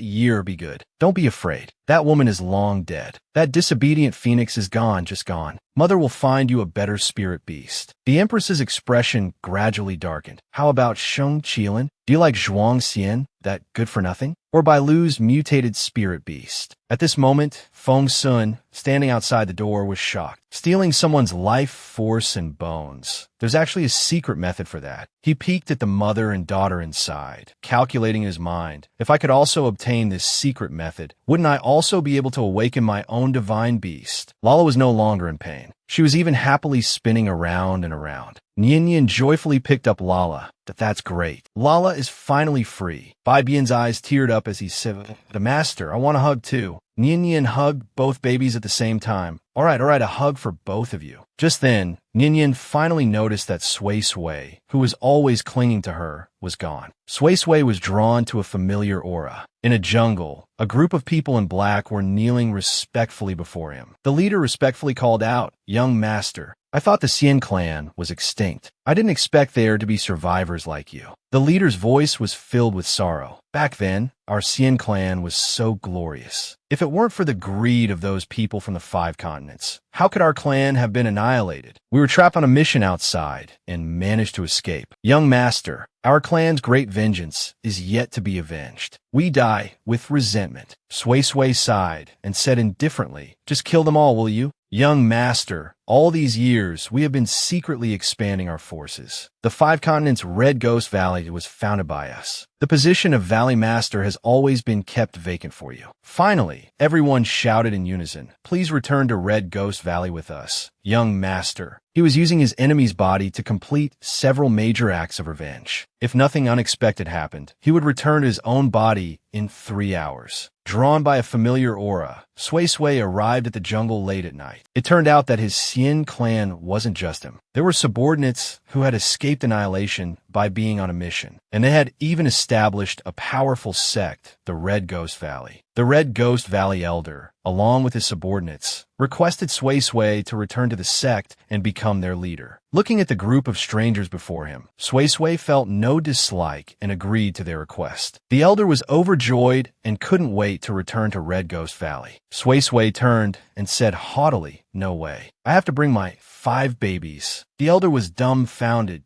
"My babies." This young master was truly childlike. "Young master can bring them along." Yuan Shinsui patiently explained, "He's got to take care of something. I have to wait for him to come back." Ancestor Zhu was even more puzzled. Asterisk, this child is so powerful. They can even handle matters. Asterisk, Yuan Shinsui looked up at the sky, calculating when Nian Nian would return. Just as he was about to leave, Ancestor Zhu of the Ghost Valley clan requested to accompany Yuan Shinsui, also to protect him. Sui Sui said indifferently, "Suit yourselves." Then, with a flash of a formation, he disappeared. Ancestor Zhu only then reacted. He was thoroughly embarrassed. He had forgotten to ask the young master where he was currently staying. In Nian Nian's room, the sound of a formation suddenly appeared. Nian Nian's first reaction was that Sui Sui had returned. Without a second thought, he addressed Yuan Shinsui as Sui Sui. Sui Sui frowned, patiently correcting him. Yuan Shinsui quickly changed his expression to a smile. Asterisk, it's just a name. He can call me whatever he wants. Asterisk. He asked Nian Nian, "Is Lala completely recovered?" Outside, the maids called loudly, "Eldest miss, someone from the palace is here. They've asked someone from the Bai family to go over." Everything was going according to Nian Nian's plan. He instructed the maids, "The ancestors are resting, so there's no need to disturb them. The emperor and empress just need someone questioned. I'll go." Yuan Shinsui looked at Nian Nian. He knew Nian Nian was organized. Nian Nian said to Yuan Shinsui, "I need to use this body to do one last thing." He then asked, "The seal on me has been broken, right? In less than 3 hours, I'll return to my own body." Bai Bian suddenly appeared. This time, he didn't cling to Nian Nian as he usually did. He grabbed the corner of Sui Sui's clothes and said, "Master, I want to go with Brother Sui Sui." Lala, as if realizing something, said, "I want to be with Brother Sui Sui too." Nian Nian stroked the heads of the 2 little ones, a fond expression on his face. "All right, this trip has some risks. I'll feel more at ease if you go with Brother Sui Sui." He stood up and looked at Sui Sui. "That I didn't realize you were so good with children." The emperor and empress wanted to seize Nian Nian and Zhuang Xian's spirit beasts. Nian Nian saw through their scheme. "Let's see how Nian Nian handles this." Just as Nian Nian was about to leave, the 2 little ones grabbed Sui Sui's clothes, acting coquettishly, wanting to follow Brother Sui Sui. Nian Nian was a little jealous. He hadn't expected Yuan Shinsui to be so popular with children. With Nian Nian gone, the atmosphere between the 3 became somewhat strange. The 2 little ones clenched their fists, looking ready to fight. Even though they knew they were no match for Yuan Shinsui, they were determined to protect their master's body. Yuan Shinsui stared coldly at the 2 little ones, a hint of annoyance in his expression. His fingers gathered spiritual energy. With a flick of his wrist, these 2 little things would be gone. Yuan Shinsui suppressed his killing intent. He turned and left. Asterisk, forget it. If I touch these 2 annoying things, Nian Nian will be angry. Asterisk, Nian Nian rode the heavenly horse carriage and quickly arrived outside the palace. A bang startled the resting Nian Nian awake. An apologetic voice came from outside. "I'm sorry, my carriage was going too fast." He opened the curtain to see what was happening. Upon seeing each other, both were surprised. They hadn't expected such a coincidence.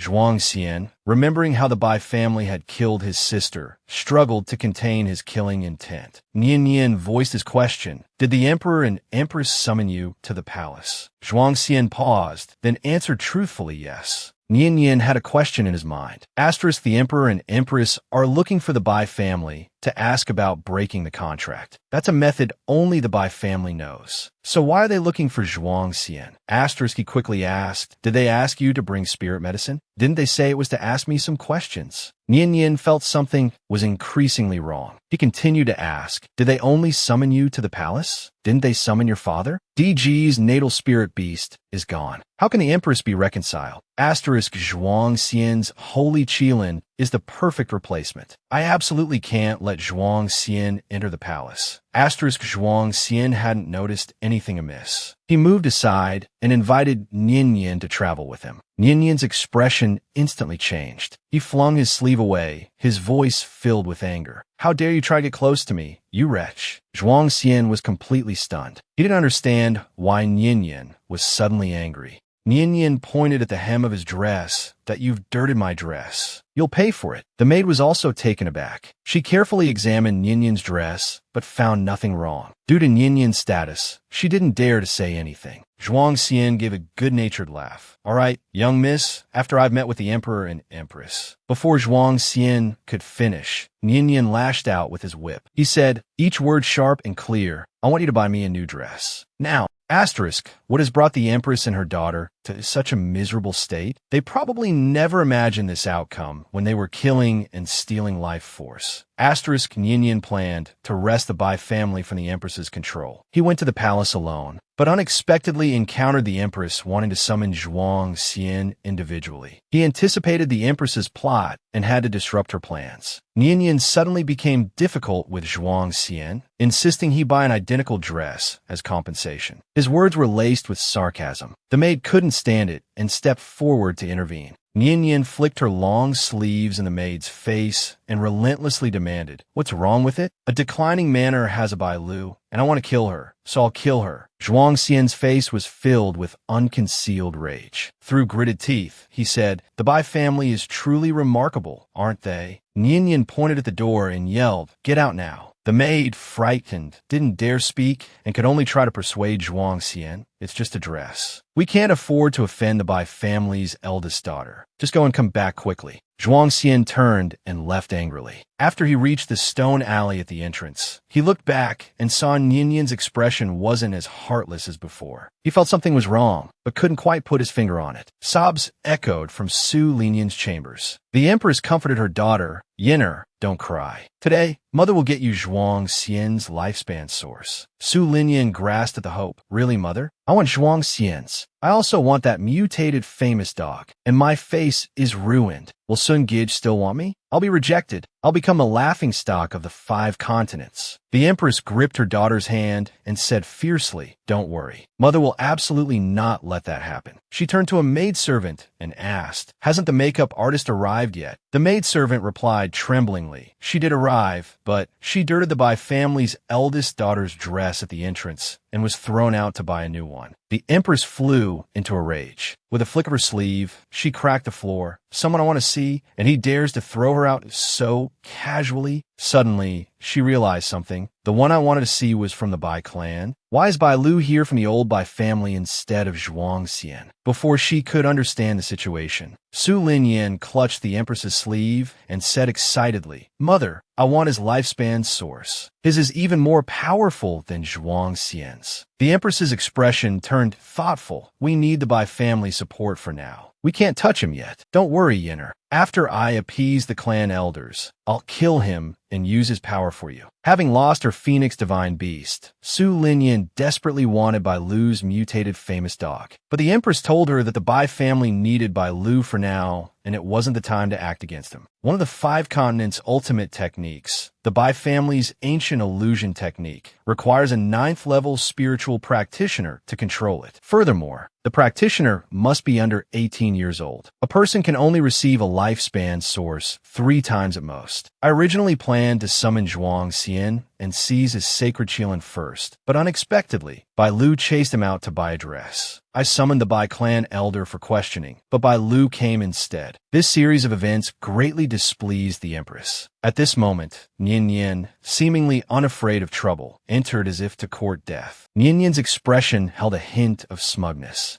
Seeing this, Su Linyan became extremely irritated. Trembling all over, she gritted her teeth and spat out Bai Lu. The Empress, not wanting her daughter to expend too much energy, pressed a point on the back of Su Linyan's neck, causing her to fall unconscious instantly. The Empress slowly rose, emitting a powerful aura. She spoke coldly. Bai Lu, do you think you're certain to gain control of the Bai family, that you dare to be so arrogant before me? The powerful aura pressed down on Ninian. At this moment, Ninian felt as if her bones were about to shatter. Asterisk let the storm rage even harder. The more pain now, the greater the reward later. Asterisk. The Empress looked down at Ninian with disdain. Not kneeling yet? You think you can provoke me like last time, get injured, and have the elders help you? Don't delude yourself, little girl. As long as I'm the Bai family's only 9th level spiritual practitioner, the Bai family will never split from me. They will be under my control. The same trick doesn't work twice. Kneel. The Empress increased her pressure. Ninian struggled to support herself. Kneeling before her was impossible. Even as blood trickled down her face, Ninian suddenly looked up and smiled. This smile unnerved the Empress. She asked Ninian, "Why are you smiling?" Ninian's smile widened. "Why don't you ask why Ancestor Way is better than? You only care about your daughter and don't even know what the Bai family has been through. What happened to the Bai family?" The Empress felt that even killing her wouldn't be enough. Why could this insignificant girl always manage to get the better of her, the one in power? She choked Ninian's neck. "Don't try any tricks. Speak." Ninian felt like she was suffocating, but the smile on her face remained radiant. She said clearly, word by word, "The Bai family ancestral hall." Ninian looked up at her. "You know better than I do what's in the Bai family ancestral hall." The Empress grabbed Ninian's body and roared. "Tell me what happened to the Bai family ancestral hall. That's the Bai family's lifeline." Ninian calmly replied, "It's gone." These few words were enough to shatter the walls around the Empress's heart. Ninian's plan was perfect. As long as the self-inflicted suffering escalated each time, the effect would be increasingly better. Ninian had demolished the fortress of the Empress's beliefs. The Empress stumbled back a few steps, unsteady on her feet. The legacy left by the Bai family ancestors, gone just like that? No, she had to go to the Bai family manor herself to see. Just as she reached the door, a chilling chuckle came from behind her. The Empress sensed something was amiss. As a member of the Bai family, how could she not know if such a large ancestral hall was gone? Why is this little wretch laughing? At this moment, a preposterous thought crossed his mind. He pointed at Ninian and said in disbelief, "You're not Bai Lu."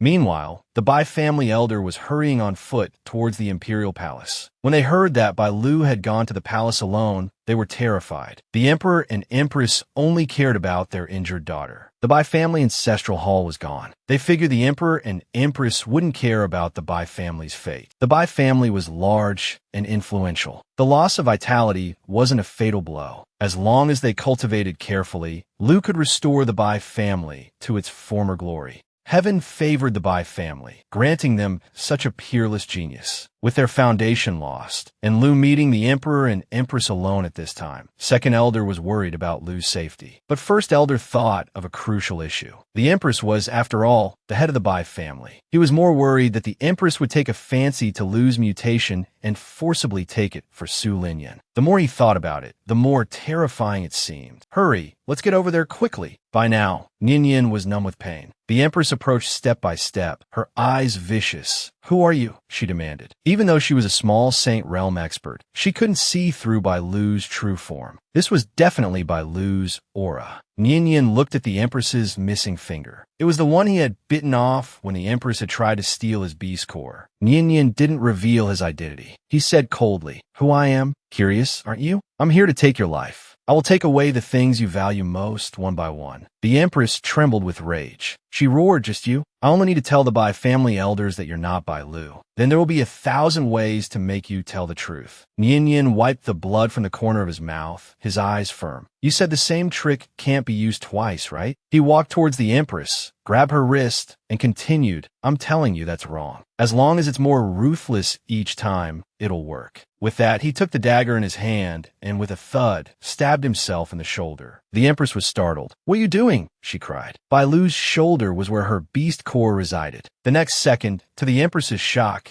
Nian stabbed himself in the heart with the dagger. The Empress was stunned. Had this girl gone mad? After saying a bunch of inexplicable things, she committed suicide. As Nian collapsed, he used his last bit of strength to say, "This time, I'm taking the Bai family from you." Then he fell to the ground. Just like that, Nian ended his charade as Bai Lu. Let's see what happens when he wakes up. More exciting things to come. Remember to like and subscribe. He actually committed suicide to overthrow the Empress. Little did they know, this was all part of his plan. After his suicide, his soul simply returned to his own body. Nian repeatedly provoked the Empress to enrage her. Unable to withstand the provocation, the Empress continuously pressured Nian. Finally, the tormented Nian grabbed the Empress's hand and used the dagger to fiercely stab through his beast core and heart. The next second, Nian's soul left his body. His soul passed through the walls and flew in another direction. Just then, the Bai family elder rushed in. Seeing Bai Lu lying on the ground covered in blood, he cried out in grief, "Lord!" First elder checked Nian. There was no breath. Everything was gone. At this moment, all his hope for Bai Lu, for the entire Bai family, was shattered. First elder couldn't bear it any longer. His power suddenly exploded. With a boom, the entire room was blown apart. The Empress quickly shielded Su Linyan. She roared at First Elder, "Are you crazy?" The elders saw the wounds on Bai Lu's body and were utterly devastated. They cursed the Empress. "You heartless monster. You even wanted to steal your own niece's lifespan." Second elder pointed at the Empress. "This was the most gifted child of our Bai family. What have you done, Bai Ling?" First elder's eyes suddenly turned dark. He stared at the Empress and said, "You are no longer fit to be the head of our Bai family. The Bai family doesn't need a venomous woman who only cares for her own daughter and never considers the family." The Empress shuddered. She finally understood what Bai Lu meant when she said, "Bai family? I'm taking it." It was all planned by Bai Lu. Zhuang Xian returned with a new dress and saw the commotion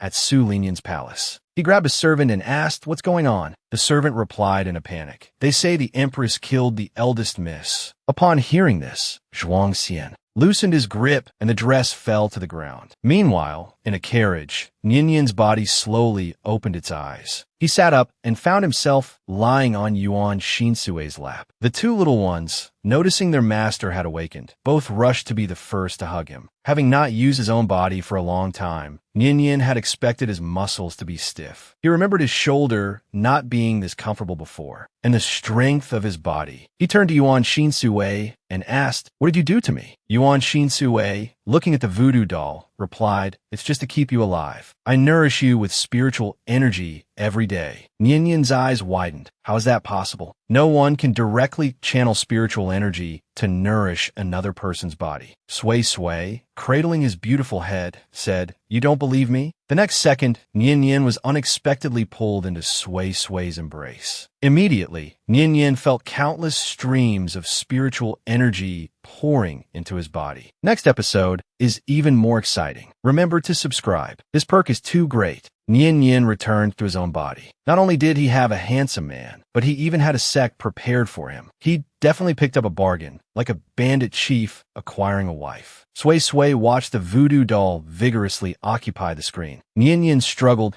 to push Sui away. If the embrace continued, the ceaseless influx of spiritual energy would cause him to explode. Nian slowly absorbed the spiritual energy that had just entered his body and asked Sui, "Is this an ability of your Xian clan?" Sui didn't answer him, but simply pressed Nian's thigh with his hand. Sui's action was extremely natural, but Nian's heart trembled. Had he just been molested? Before he could speak, Sui lay down on his leg and fell asleep. Since leaving Baitu Mountain, he hadn't had a good sleep. He was simply too tired. Bai Bian reported to the outside, "Master, the elder outside says he did that to remove your seal." Nian then realized he was in a carriage. The elder outside, Nian lifted the carriage curtain and looked out. A group of people were driving the carriage forward. It was the Chi Gue Valley elder. He turned and asked, "Miss Nian, how are you feeling?" Nian was startled. Where did all these people come from? He looked at his surroundings. The carriage was traveling through the center of Wanshou Kingdom. Because Nian had previously startled the imperial palace Wanshou Kingdom had decreed that no citizen could wear any masks. Nian was worried about being recognized. The Chigui Valley Elder offered a bottle of pills. Miss, this Erong pill can maintain its effect for 8 hours. A 9.9 veil wasn't allowed, and now there was an 8.8 Erong pill. Nian accepted the pill, but inwardly debated its reliability. After all, it was from a stranger. Seeing Nian's hesitation, the elder explained, "We serve the young master. Have you heard of the Chigui Valley of the 5 continents?" Nian was alarmed. Sui Sui was inwardly puzzled. Yuan Shui served the Chigui Valley? Wasn't he from the Xian clan? Or had these people discovered Yuan Sui's true identity? The elder, seeing Nian's cute reaction, smiled and said, "Don't worry, Mississippi. We all know the young master's identity as a Xian clan member. We, the Chigui Valley, have been waiting for the young master's appearance. Our loyalty has continued to this day." Nian finally relaxed. He asked, "Where are we going?" He still had unfinished business and couldn't leave Wanshou Kingdom yet. "Don't worry, Mississippi. The young master instructed us not to leave until you say so. We're now going to our Chigui Valley's temporary residence." As they spoke, the carriage arrived at its destination. The elder said respectfully, "Miss, please disembark." Nian wanted to get off, but there was a sleeping limpet attached to him. Nian patted the person on him. "Wake up, Yuan Shui." This pat distressed the elder. "Next, Nian will change his face. Let's look forward to it together." Nian returned to his own body and took the Erong pill, about to create another miracle. The Chigui Valley carriage had been parked on the road for too long, attracting a lot of attention. Curious young men and women came to see what the commotion was about. Wu Shui was unsurprised, but had more questions. The Chigui Valley Master had never shown his face. It was always the Grand Elder in charge. For the Grand Elder to be so subservient, could it be that the Chigui Valley Master was inside? The next second, a slender hand lifted the curtain, revealing crimson robes. After taking the 8.8 Erong pill, Nian had transformed into a girl next door with an oval face. Zhou Xiaoyu was incredulous. How can it be a woman? Wu Shui,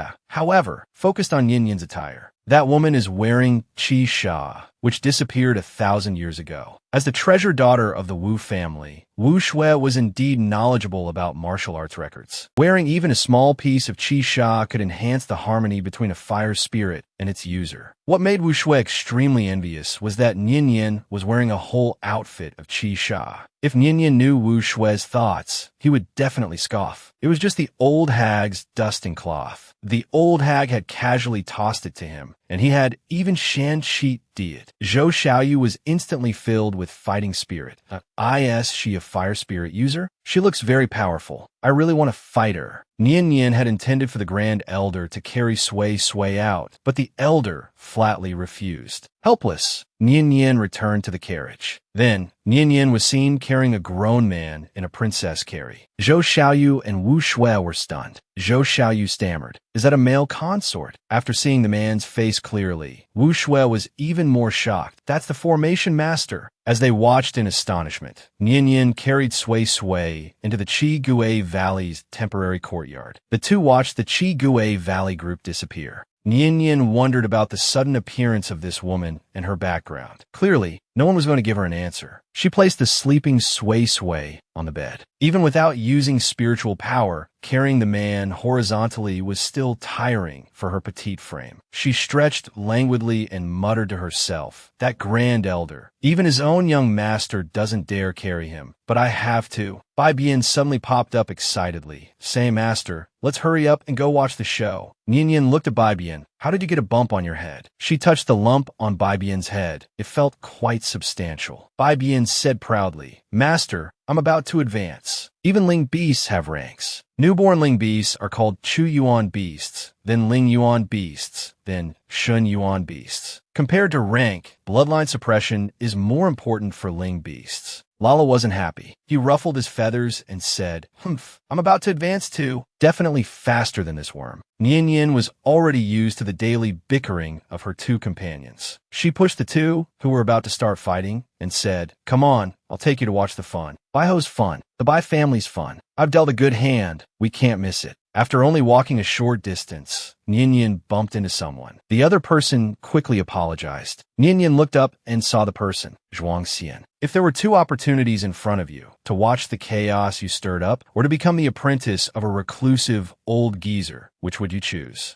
Nian had just stepped out the door when she ran into a wall of flesh. Looking up, she saw it was Zhuang Xian. Zhuang Xian looked at the woman in front of him. She was completely unfamiliar. He looked at Nian quizzically. Miss, do you know me? Nian then remembered that she wasn't using Bai Lu's body. Thinking quickly, she replied, young Master Zhuang Xian became famous in one battle at the Doshou banquet. Who among those who watched the competition that day wouldn't know you? Speaking of the Doshou banquet, Zhuang Xian thought of the deceased Bai Lu. He had originally thought Bai Lu was deliberately humiliating him by making a fuss over such a small matter and making him buy her a dress. But before leaving, he looked back at Bai Lu. The look in her eyes wasn't like someone who would deliberately humiliate others. The messenger that day had specifically stated that the Empress only summoned him. Could it be that Bai Lu had noticed something? Thinking back now, Bai Lu's eyes seemed more like a warning. But she was dead, killed by the Empress. Thinking of this, Zhuang Xian felt a chill run down his spine. He had to get back to the manor quickly. If the Empress really wanted to kill him, she would definitely try again. Bai Bian impatiently urged Nian in a low voice, Master, let's go to the Imperial Palace. Nian turned to leave with her two companions. Suddenly, numerous powerful auras appeared around them. These newcomers were hostile. The two companions immediately shielded Nian. Master, be careful. Immediately afterward, more than a dozen figures in black appeared, surrounding them. Shockingly, they were all Earth Spirit Realm experts. Nian's first reaction was, are you sent by the Empress? One of the figures in black replied, Kid, you're pretty smart. Since you know, come quietly with us back to the Imperial Palace and save yourself some pain. Zhuang Xian saw that he couldn't avoid it. He looked at Nian and said, I'll go with you. Don't hurt innocent people. A figure in black drew his blade. You saw us. You can't be considered innocent. Nian instinctively released her spiritual power to protect herself. Taking a loss without a fight wasn't her style. The figure in black was surprised. Such a young age, and already a second-star expert. In the next instant, blood spurted from his throat. His eyes wide, he fell straight down. The others were startled. One shouted, Boss. Zhuang Xian was also startled. He followed the voice and looked back. He saw an old man in ragged clothes walking towards them. The old man grumbled, Zhuang Tianwen really is something. His own son is surrounded and being attacked, and he doesn't even intervene. He even used his only favor to ask this old man to help him. Zhuang Xian was overjoyed. This must be his father's mysterious master. He stepped forward and asked, Are you sure Gong? The old man waved him away dismissively. You just stand aside and wait. He looked at Nian with a smile. Little girl, do you have a master? A pie falling from the sky isn't something everyone gets. Such an amazing old man wants to take you as his apprentice. Anyone would be a little apprehensive, right? The unpredictable old man took a liking to Nian and, without any hesitation, wanted to take her as his disciple. Nian stared at the old man warily. Bai Bian and Lala guarded her protectively, their faces full of vigilance. Looking at the two small creatures, the old man's expression changed instantly. He said impatiently, These... Before the old man could finish, his eyes widened in shock. These two little things are divine beasts. Nian saw the change in the old man's expression. She immediately pulled the two companions behind her, blocking the old man's view. The old man stared at Nian, his gaze burning and bright. They say that Wanshou Kingdom has produced a gifted genius.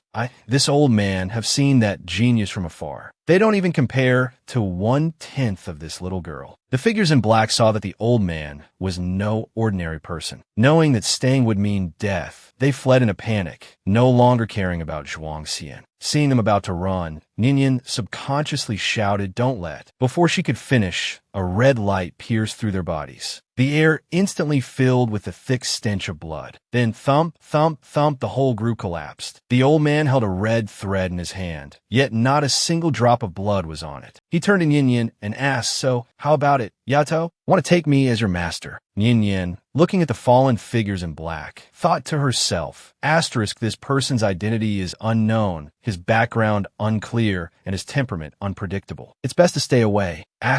She She politely began, "I'm sorry." The old man, having already guessed what Nian Yan was going to say, didn't wait for her to finish. He waved his hand, striking the back of Nian Yan's neck. Nian Yan's body went limp. The old man hoisted her onto his shoulder, still wearing that same grinning expression. Hee, if you don't say anything, then this old man will take it as you agreeing." Lala and Bibian, baring their fangs, lunged at the old man, roaring, "Release our master!" Then bang, bang, bang, with a few blows, the old man knocked them both senseless. He laughed triumphantly, worthy of being divine beasts. "Buy one, get two free. What a bargain." Look at this old man, disregarding Nian Yan's wishes. He was about to take her as his disciple without a second thought. What a bargain. He even snagged two little ones to boot. Zhuang Xian watched the old man's actions with alarm. Although he knew Shigong's carefree nature, he never imagined he would knock a girl unconscious. He said awkwardly, "Shigong, this girl is innocent." The old man's laughter grew even more unrestrained. "Innocent? Didn't you see her agree to be my disciple?"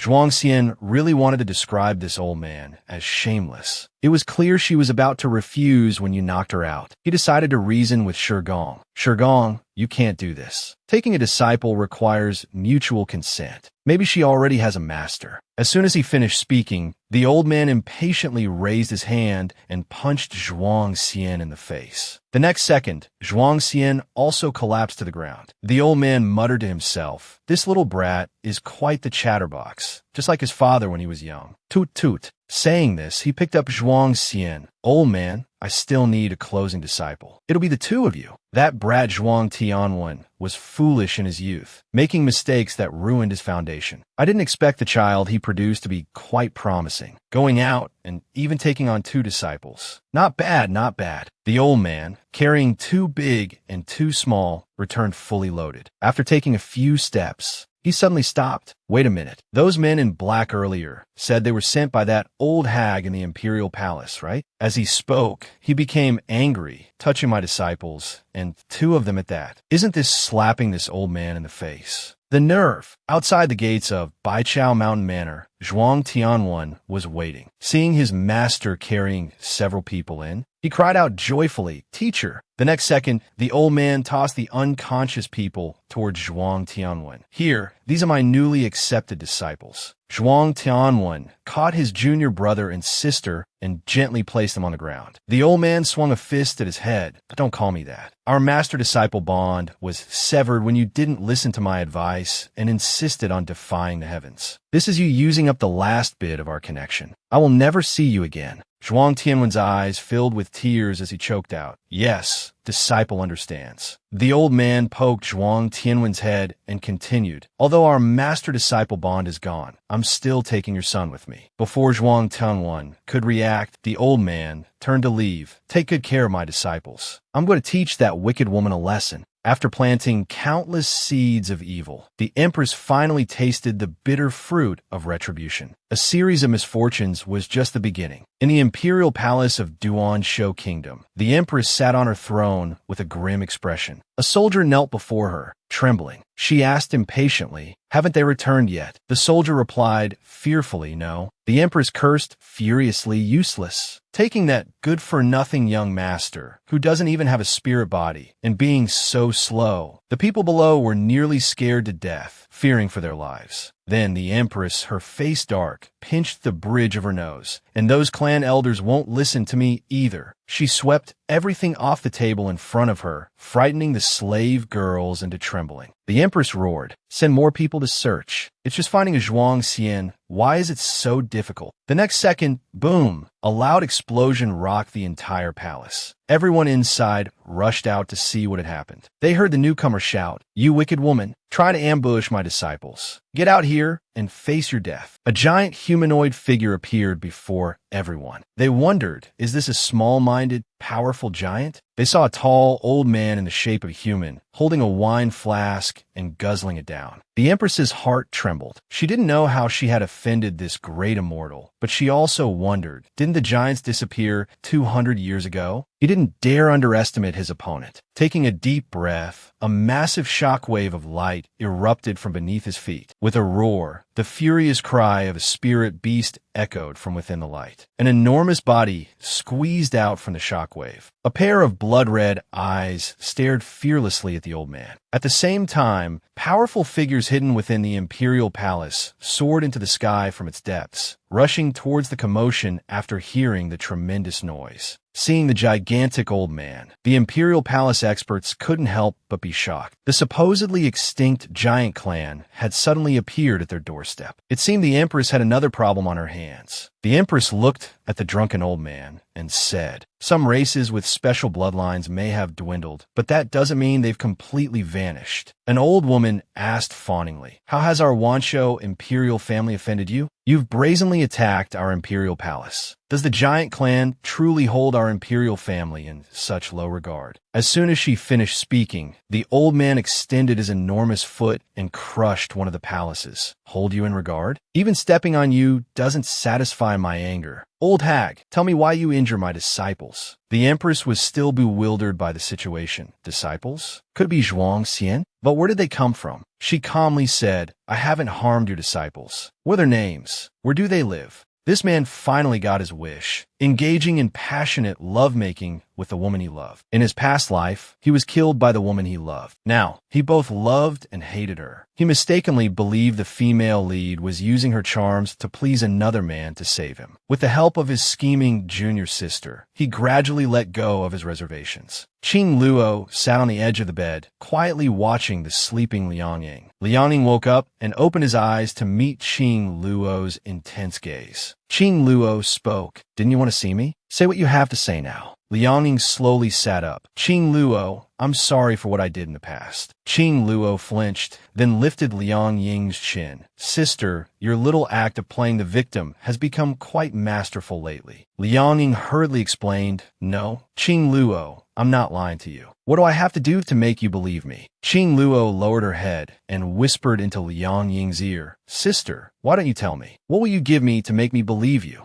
Liang Ying's eyes widened. She clearly understood what Qing Luo meant. "Sister, you shouldn't have deceived me again and again. You brought this on yourself." With that, she kissed Liang Ying's lips. Liang Ying tried to resist, struggling against her. The already angry Qing Luo ripped Liang Ying's clothes and took things to their ultimate conclusion. Meanwhile, outside the door, someone was eavesdropping, their fists clenched so tightly that they bled. "Liang Ying, why aren't you dead yet?" Inside the room, after their passionate encounter, Liang Ying curled up under the covers, her skin covered in bruises. "Qing Luo clearly hates me with a passion," she thought. "Why is she now like this?" Just then, the rogue cat appeared. "Excellent. Qing Luo's malice is decreasing." Liang Ying thought, "If I have to use this method every time to make Qing Luo reduce her malice, I'll probably be dead before long. After this, I seem to have different feelings for Qing Luo. I've decided to pursue her romantically." Just then, Qing Luo opened her eyes. Liang Ying turned to meet Qing Luo's gaze. "Sister, I didn't realize I was your first." A blush crept up Liang Ying's face. She reached out to push Qing Luo away, but Qing Luo grabbed her wrist, flipped her over, and pinned her down. "Sister, you're even more delicious than I imagined. Utterly irresistible." Liang Ying's mind went blank, her face flushing crimson. Qing Luo kissed her again, and another round of passionate lovemaking ensued. Liang Ying woke up again the next day at noon. Qing Luo was gone. She was just about to get dressed when her junior sister, Bai He, entered. "Senior sister, are you awake? I brought you some water. What's it like to have a rogue, old eccentric as a master?" Nian Yin was knocked unconscious by the old man and forcibly taken as his disciple. Even when Nian Yin was wronged, the old man would avenge her. The empress, consumed by hatred, had already lost count of her enemies. The old man didn't take the empress seriously at all. He tilted his head back and took a large gulp of wine. But he drank too quickly, and the strong liquor went down the wrong way, causing him to choke. With so many people watching, didn't he care about losing face? The old man flung the wine coup away, cursing, "What kind of wine is this? Utterly disrespectful." The emperor, his eyes bloodshot with rage, pointed at the old man and said to his spirit beast, "Zhanshin, this is outrageous. Kill him." The ferocious spirit beast, named Zhanshin, had a pair of antelope horns a rhinoceros nose, and a horse's brown mane on its back. Its massive size made it quite intimidating. However, in the old man's eyes, this beast was nothing more than a small grasshopper. The old man roared, "Ha, good," finally ready to fight. Jianshin, baring its fangs, lunged fiercely at the old man. The old man punched Jianshin in the neck. In the next second,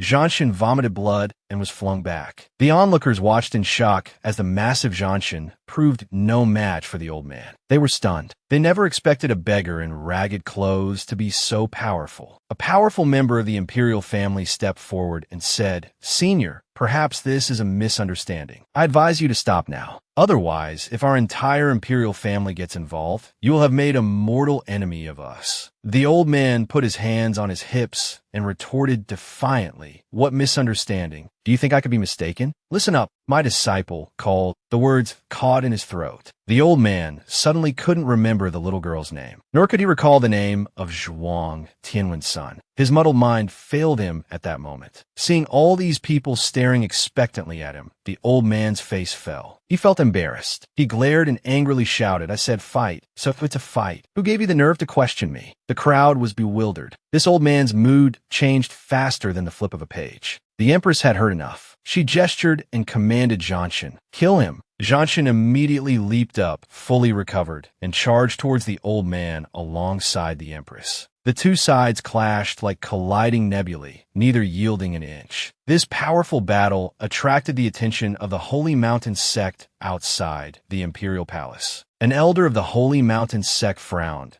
"What's happening?" "It's the imperial palace again." Someone beside him hesitantly said, "Elder, should we go and see?" After all, DG has been confirmed to join the Holy Mountain sect for cultivation. At the critical moment, we still have to rely on the old master. One move to subdue the enemy. Easily let everyone know the Empress is in trouble. This old master's battle with the Empress's champion has attracted the attention of many sects outside the imperial palace. Su Lingyin has confirmed that she will join the Holy Mountain sect for cultivation. The Holy Mountain sect needs to participate in this battle. DG's spirit beast being stolen is only temporary. The master pet contract isn't so easily broken. Besides, Feng Yuan is difficult to find. She can find a more powerful spirit beast later. Her potential remains. An elder from the Lin Tian Academy, watching with great interest, decided to take his disciples to see the spectacle. Zhou Xiaoyu, with his usual carefree young master attitude, called out to Wu Shui,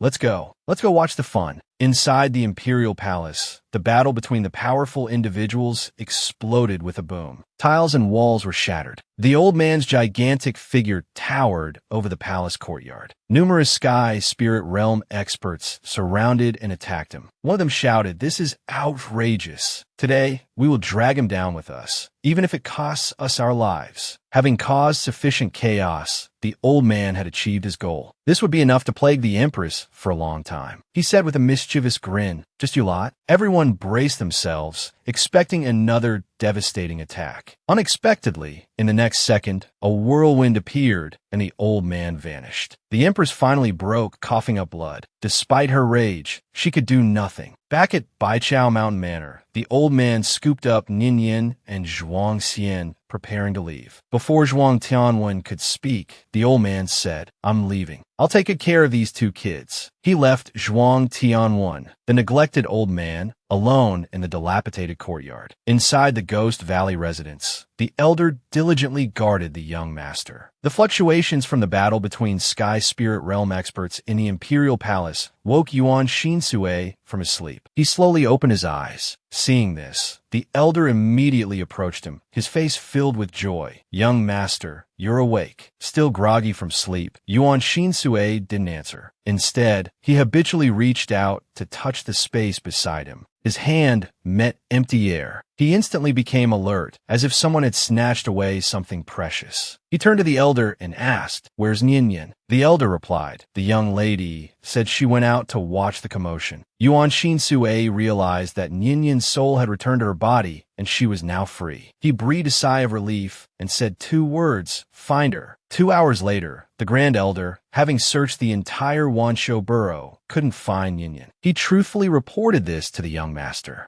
Yuan Shinsue's face remained calm, but the atmosphere around him was terrifying. Where did he say she went? The elder, drenched in cold sweat from the chilling aura, stammered to the imperial palace to watch the commotion. Yuan Shinsui abruptly stood up. I have a score to settle with that empress. He walked towards the exit as he spoke that I'll go ask the empress. She'll know. The elder, however, was filled with worry. Will the empress tell the truth? For Ninian, Yuan Shinsui said, I'll do whatever it takes. Beat her half to death, and she'll talk. This is truly exciting. When someone's luck is down, they can choke on even a sip of water. This perfectly describes the empress's current situation. Princess DG was heavily injured by a stolen spirit beast. The Bai family, misunderstanding the situation, believes Ninian killed Bai Lu and is on the verge of breaking ties with her. The giant old man, seeking retribution for his disciple, ravages the imperial palace. The important thing is the emperor doesn't understand what's happening. He can only watch as the palace is left in ruins. The empress's fingertips trembled, her face looking 30 years older. A bunch of armchair generals rushed in after the fact. The leading imperial guard couldn't help but ask, Your Majesty, why does the giant claim you injured his disciple? A young man from a branch of the royal family said angrily, Shouldn't you give us an explanation for this? The empress's face darkened. How would I know? He's just a drunkard acting up. Inwardly, she thought, I only captured Zhuang Xian. But for what the old man said, there's someone else. After a fierce battle, the empress's spirit beast, Zhanshan, was exhausted and suddenly went berserk. Seeing that she was losing control, the empress quickly recalled Zhanshan to its spirit beast space. At this time, several sects arrived one after another. The elder of the Holy Mountain sect asked, How is Princess DG? The empress turned to see everyone had arrived, her expression softening slightly. Yenner isn't here. I sent her to another palace to recuperate. Thank you all for coming. She looked at the Holy Mountain sect members with a smile, but inwardly thought, the Holy Mountain sect truly values Yenner. Although she initially favored the powerful and formation-skilled Red Ghost Valley, those people were too indifferent to Yenner. The Wanshou Kingdom's royal family couldn't lower themselves to grovel. Someone from the Spirit Mountain Academy suddenly interrupted her thoughts. The leading elder said impatiently, What exactly did you do to provoke someone to attack us so recklessly? Before the empress could speak,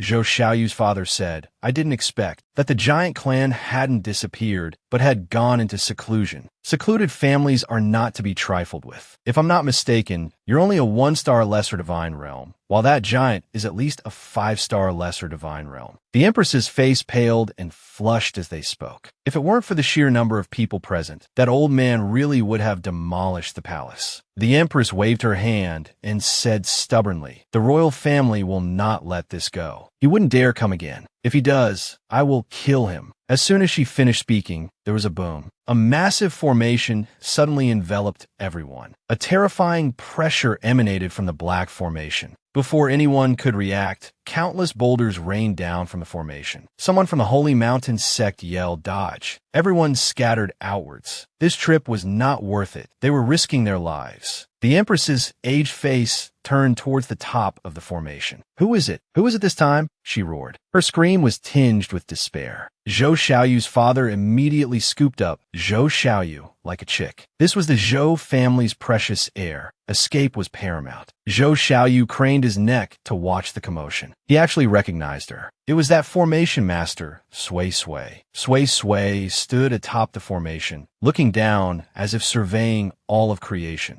Everyone was startled. They looked up and indeed saw Sui Sui, the formation master whose power rivaled the lesser divine realm, standing at the top. Today, each newcomer was stronger than the last. The young man from the royal branch finally snapped. He roared at the empress, What have you done? Why are all these people coming after you one after another? The empress was also bewildered. Why was everyone targeting her? A powerful figure's entrance never requires dialogue. A single gesture sent the Wuzhou's important figure scrambling. Sui Sui wreaked havoc in the imperial palace, searching for Ninian. The unfortunate empress suffered one disaster after another. At this critical moment, As everyone scrambled to escape, someone noticed something interesting. Are those twin old men? Zhou Xiaoyu's father said. This empress must have offended someone she shouldn't have. Now they're coming to collect. The people from Lin Tian Academy also retreated with their students, taunting, "Go on then. Isn't she just a lesser divine realm formation master? Your Holy Mountain sect can surely handle her in a few moves, right?" The Holy Mountain sect elder frowned in frustration. He shouted at the Spirit Mountain Academy, "Shut up." Inwardly, he thought, how can this empress cause so much trouble? For the sake of Princess DG, this potential asset, he had to fight. The Holy Mountain sect elder shouted, "Let's join forces with the Imperial family's Feng family. We're not afraid of her single-handed formation." But at this moment, Feng Sun, standing behind the empress, shouted at the Feng family, "Retreat." Coincidentally, not only did the empress hear this, but Sui did as well. Wasn't this the pretty boy who wet himself earlier? At this critical juncture, he was acting like a coward. Sui raised her hand, directing a formation at Feng Sun. In the next second, Feng Sun was in D-pods or D-man like a turtle. Feng Sun was confused. He struggled to look up at Sui.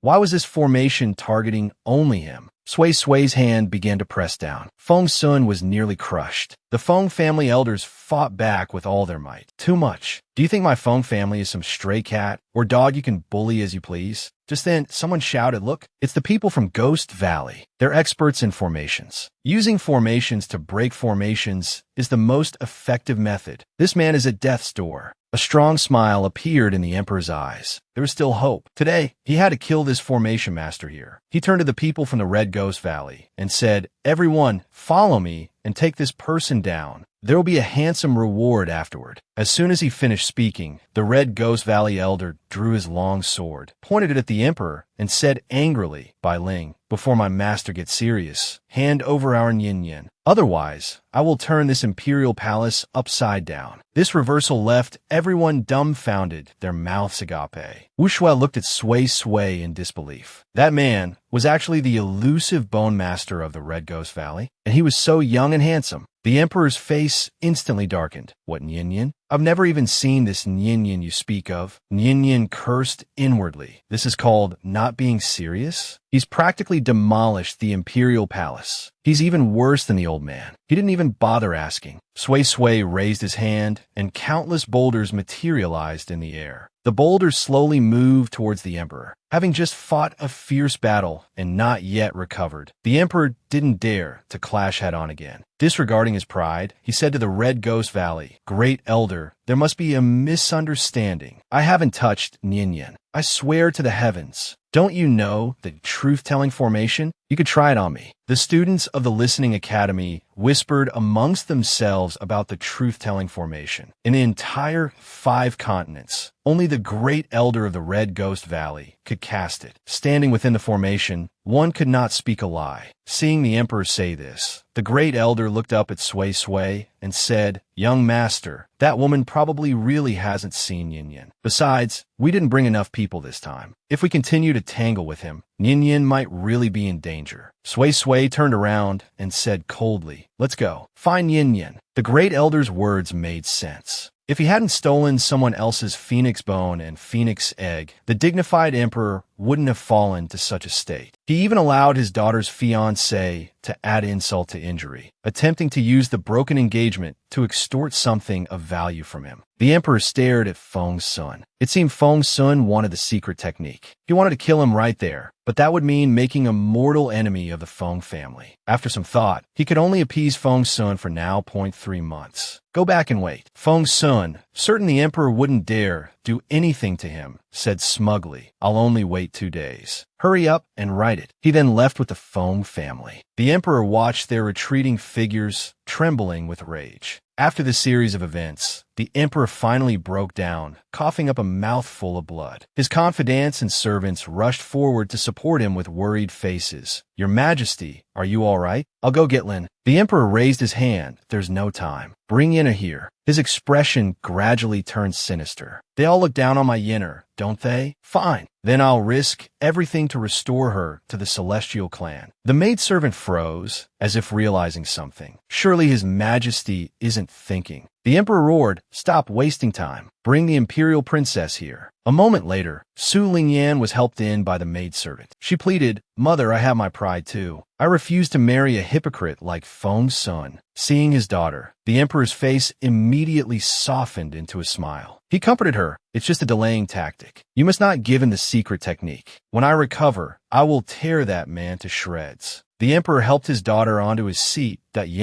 Zhuangxian is most likely the giant elder's disciple. We can't get our hands on his source spring for now. Hearing this, Su Lingyan felt anxious. Her hopes of advancement seemed dashed. She was about to speak, but the emperor continued, "Besides that bastard's phoenix source, you can actually awaken your own source spring a second time. But yours isn't very good. In fact, it's extremely poor. It's located on your heel." The original plan was to seal it temporarily and use it to nourish your phoenix source. But now that the divine beast is gone, the phoenix source connected to it is naturally greatly weakened. The chances of nurturing a good source spring are practically zero. However, if I use my lifeblood to cultivate it, I can move your source spring to your skull. You know how important the skull is. No matter how bad the emperor was, his love for Su Lingyan was undeniable. Su Lingyan's face was filled with conflict. "If you do this, mother, your cultivation will never advance. You'll forever be a one-star minor deity, and you might even regress to the heavenly spirit realm." For his daughter, the emperor felt it was all worth it. He had to send Yinner to the 5 continents, into the Holy Mountain sect, to become a renowned prodigy. Su Lingyan was so moved she didn't know what to say. The emperor stroked her head. "Yinner, let's begin." He had thought the old man was alone. But unexpectedly, he had a whole flock of disciples and grand-disciples. Nian and Zhuangxian were brought by the old man to an unfamiliar mountain. Nian, who had been knocked unconscious, finally slowly regained consciousness. Opening her eyes, the first thing she saw was the old man's beaming face. The old man looked at Nian with adoration, his satisfaction growing with each passing moment. But his wrinkled face frightened Nian and the 2 cubs so much that their fur stood on end. The 2 cubs accidentally bumped into each other, startled and in pain. The poor cubs reached out their paws, seeking their master. As a result, Mom, 1 person, and 2 cubs instantly tumbled into a heap. The old man looked at the children in front of him, his eyes crinkling with laughter. "Ha ha ha! My dear disciple, what are you doing? Are you trying to amuse your master?" Nian, realizing something was wrong, stopped. He shielded the 2 cubs behind him and cautiously asked, "Who are you?" The old man cupped his face in his hands, replying with what he considered his most amiable smile. "From today onwards, I am your master. What's your name?" Hearing the word master, Nian thought of the parrot from the demonic sword. Although it always had a sullen face, it had been both a teacher and a mother to him. Nian said, "I already have a master who teaches me cultivation techniques. I'll teach you how to be a person." The old man didn't care about any of that. "Humph, nonsense, nonsense. You'll definitely love it at my place. You won't want to leave even if I chase you away." Nian was furious. How could this old man be so unreasonable? "Who wants to go to your place? Stop talking to yourself." The old man spread his hands, speaking with an air of arrogance that you're already at my place. Nian only then noticed his surroundings. It was a huge basin surrounded by lush trees, looking like a place one could enter but not leave. Nian saw Zhuangxian lying on one side. He kicked him. "Why aren't you awake yet?" Zhuangxian slowly opened his eyes. Sitting up, he felt his whole body ache, subconsciously feeling like he'd been kicked. Zhuangxian was still in a daze. He asked, "Where is this?" Apparently, the old man didn't want to answer him. He took a deep breath and shouted toward the mountaintop, "You brats, come meet your new junior sister." The booming voice made the children behind him cover their ears. Immediately afterwards, the opposite mountaintop trembled violently. With a rumble like you gong moving a mountain, the entire mountain opened up. Then a group of people appeared. Nian was dumbfounded. The old man's disciples could fill the entire mountaintop. This was a psychological war caused by a kiwi. The girl had some backbone, but not much. It was said that the old man's disciples were all forcibly recruited. Today, it seemed there might be some truth to that. To be able to command such popularity, he definitely had some skills. Everyone was quite fond of the newly recruited junior sister. praising the master for his good eye this time, much better than the Urgu he brought back last time. The man called Urgu was unhappy. He retorted, "Who's Urgu? My name is Wang Urgu." The only girl inside giggled and said, "Sure, Urgu." This seemingly understanding reply elicited laughter from the crowd. The girl walked towards Nian, greeting her, "Junior sister, my name is Meng Xiaoqi. I'm the only female disciple on this whole mountain. It's great now. I'll have you to keep me company." Before Nian could speak, Wang Urgu picked up Zhuang Xian from the side. "Junior brother, you're too skinny. Look, aren't you envious?" he said, showing off his bulging muscles to Zhuang Xian. For Zhuang Xian, who had been pampered since childhood and had a refined temperament, he felt nothing but disgust inside. He turned to the old man and respectfully said, "Cons." Before he could finish, the old man's face immediately changed.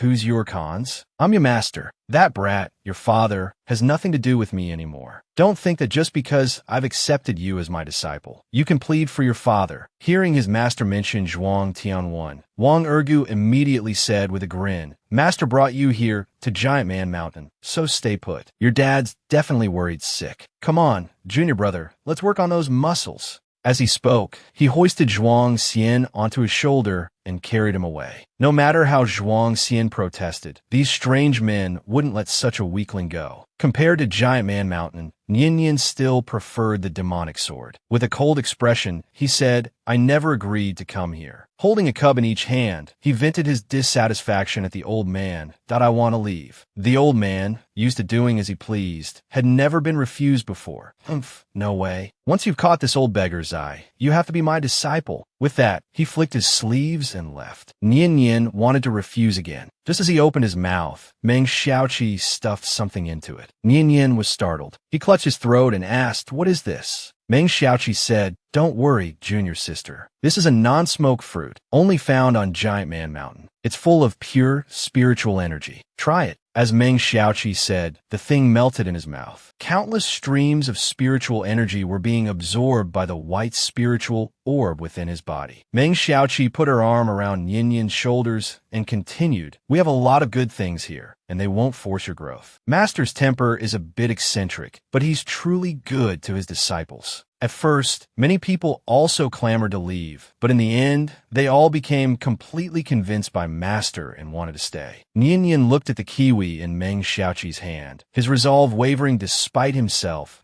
"I have things to do. I can't stay in this mountain forever." Meng Xiaoqi burst out laughing. "Who said we'd always be in the mountains? We're free to come and go. We just conceal our identities. Master said you're from the kingdom of eternal life, so you're not familiar with the 5 continents, right? Then stay for a while." As she spoke, she pulled Nian forward and ran. Nian was dumbfounded. How long had she been asleep? Shinran had already reached the 5 continents. The world was full of wonders. Arriving in the land of giants, Nian realized how much she had to learn. Nian, who just a second ago was adamant about not staying here, swallowed a non-smoke fruit known for increasing agility. She immediately felt as light as a feather. Looking at the countless non-smoke fruits in Meng Xiaoqi's hand, Nian's heart was filled with longing. Meng Xiaoqi pulled Nian to a vine-covered cave and told her that this would be her new home. Nian was stunned. Was this a return to her cave-dwelling days on the mountaintop? Meng Xiaoqi seemed to see what Nian was thinking. She said excitedly, "This is no ordinary cave. Look," she said, tickling the vines. Speaking a command, she said, "Tung tung, open the door." The next second, the vines emitted strange rustling sounds, then parted like an automatic sliding door. Inside the cave was a huge space. Countless fruits hung from the walls, emitting a bright light. The entire space looked magnificent and beautiful. Before Nian could adjust, Meng Xiaoqi continued, "Things like tables and chairs, senior brother can make for you. But the things we use for cultivation, we'll have to get from outside." "Yes, that's right. That was the doorkeeper, Tung Tung. You just need to give him a drop of your blood, and he'll recognize you. From now on, he'll only open the door for you. Anyone else who tries to intrude will have to get past him first. His strength is comparable to a 5-star near-emperor realm expert." Nian was learning a lot today. She asked, "Is the door-opening vine a type of Yao Chao beast? Can Yao Chao beast be tamed? I seem to see more than one type of Yao Chao beast when we came in. In the 5 continents, there are humans and other unique races like the giants and the Xian. Among beasts, there are animal-type spirit beasts and plant-type Yao Chao beasts. Spirit beasts are further divided into contract beasts, who serve humans, and untamable wild spirit beasts. The chance of successfully taming a Yao Chao beast is extremely slim, Meng Xiaoqi said proudly. This is the ability of our giant clan. As long as you are within Giant Man Mountain and are recognized as a friend of our giant clan, the Yao Chao beasts who live alongside us won't harm you. Meng Xiaoqi suddenly slapped her head.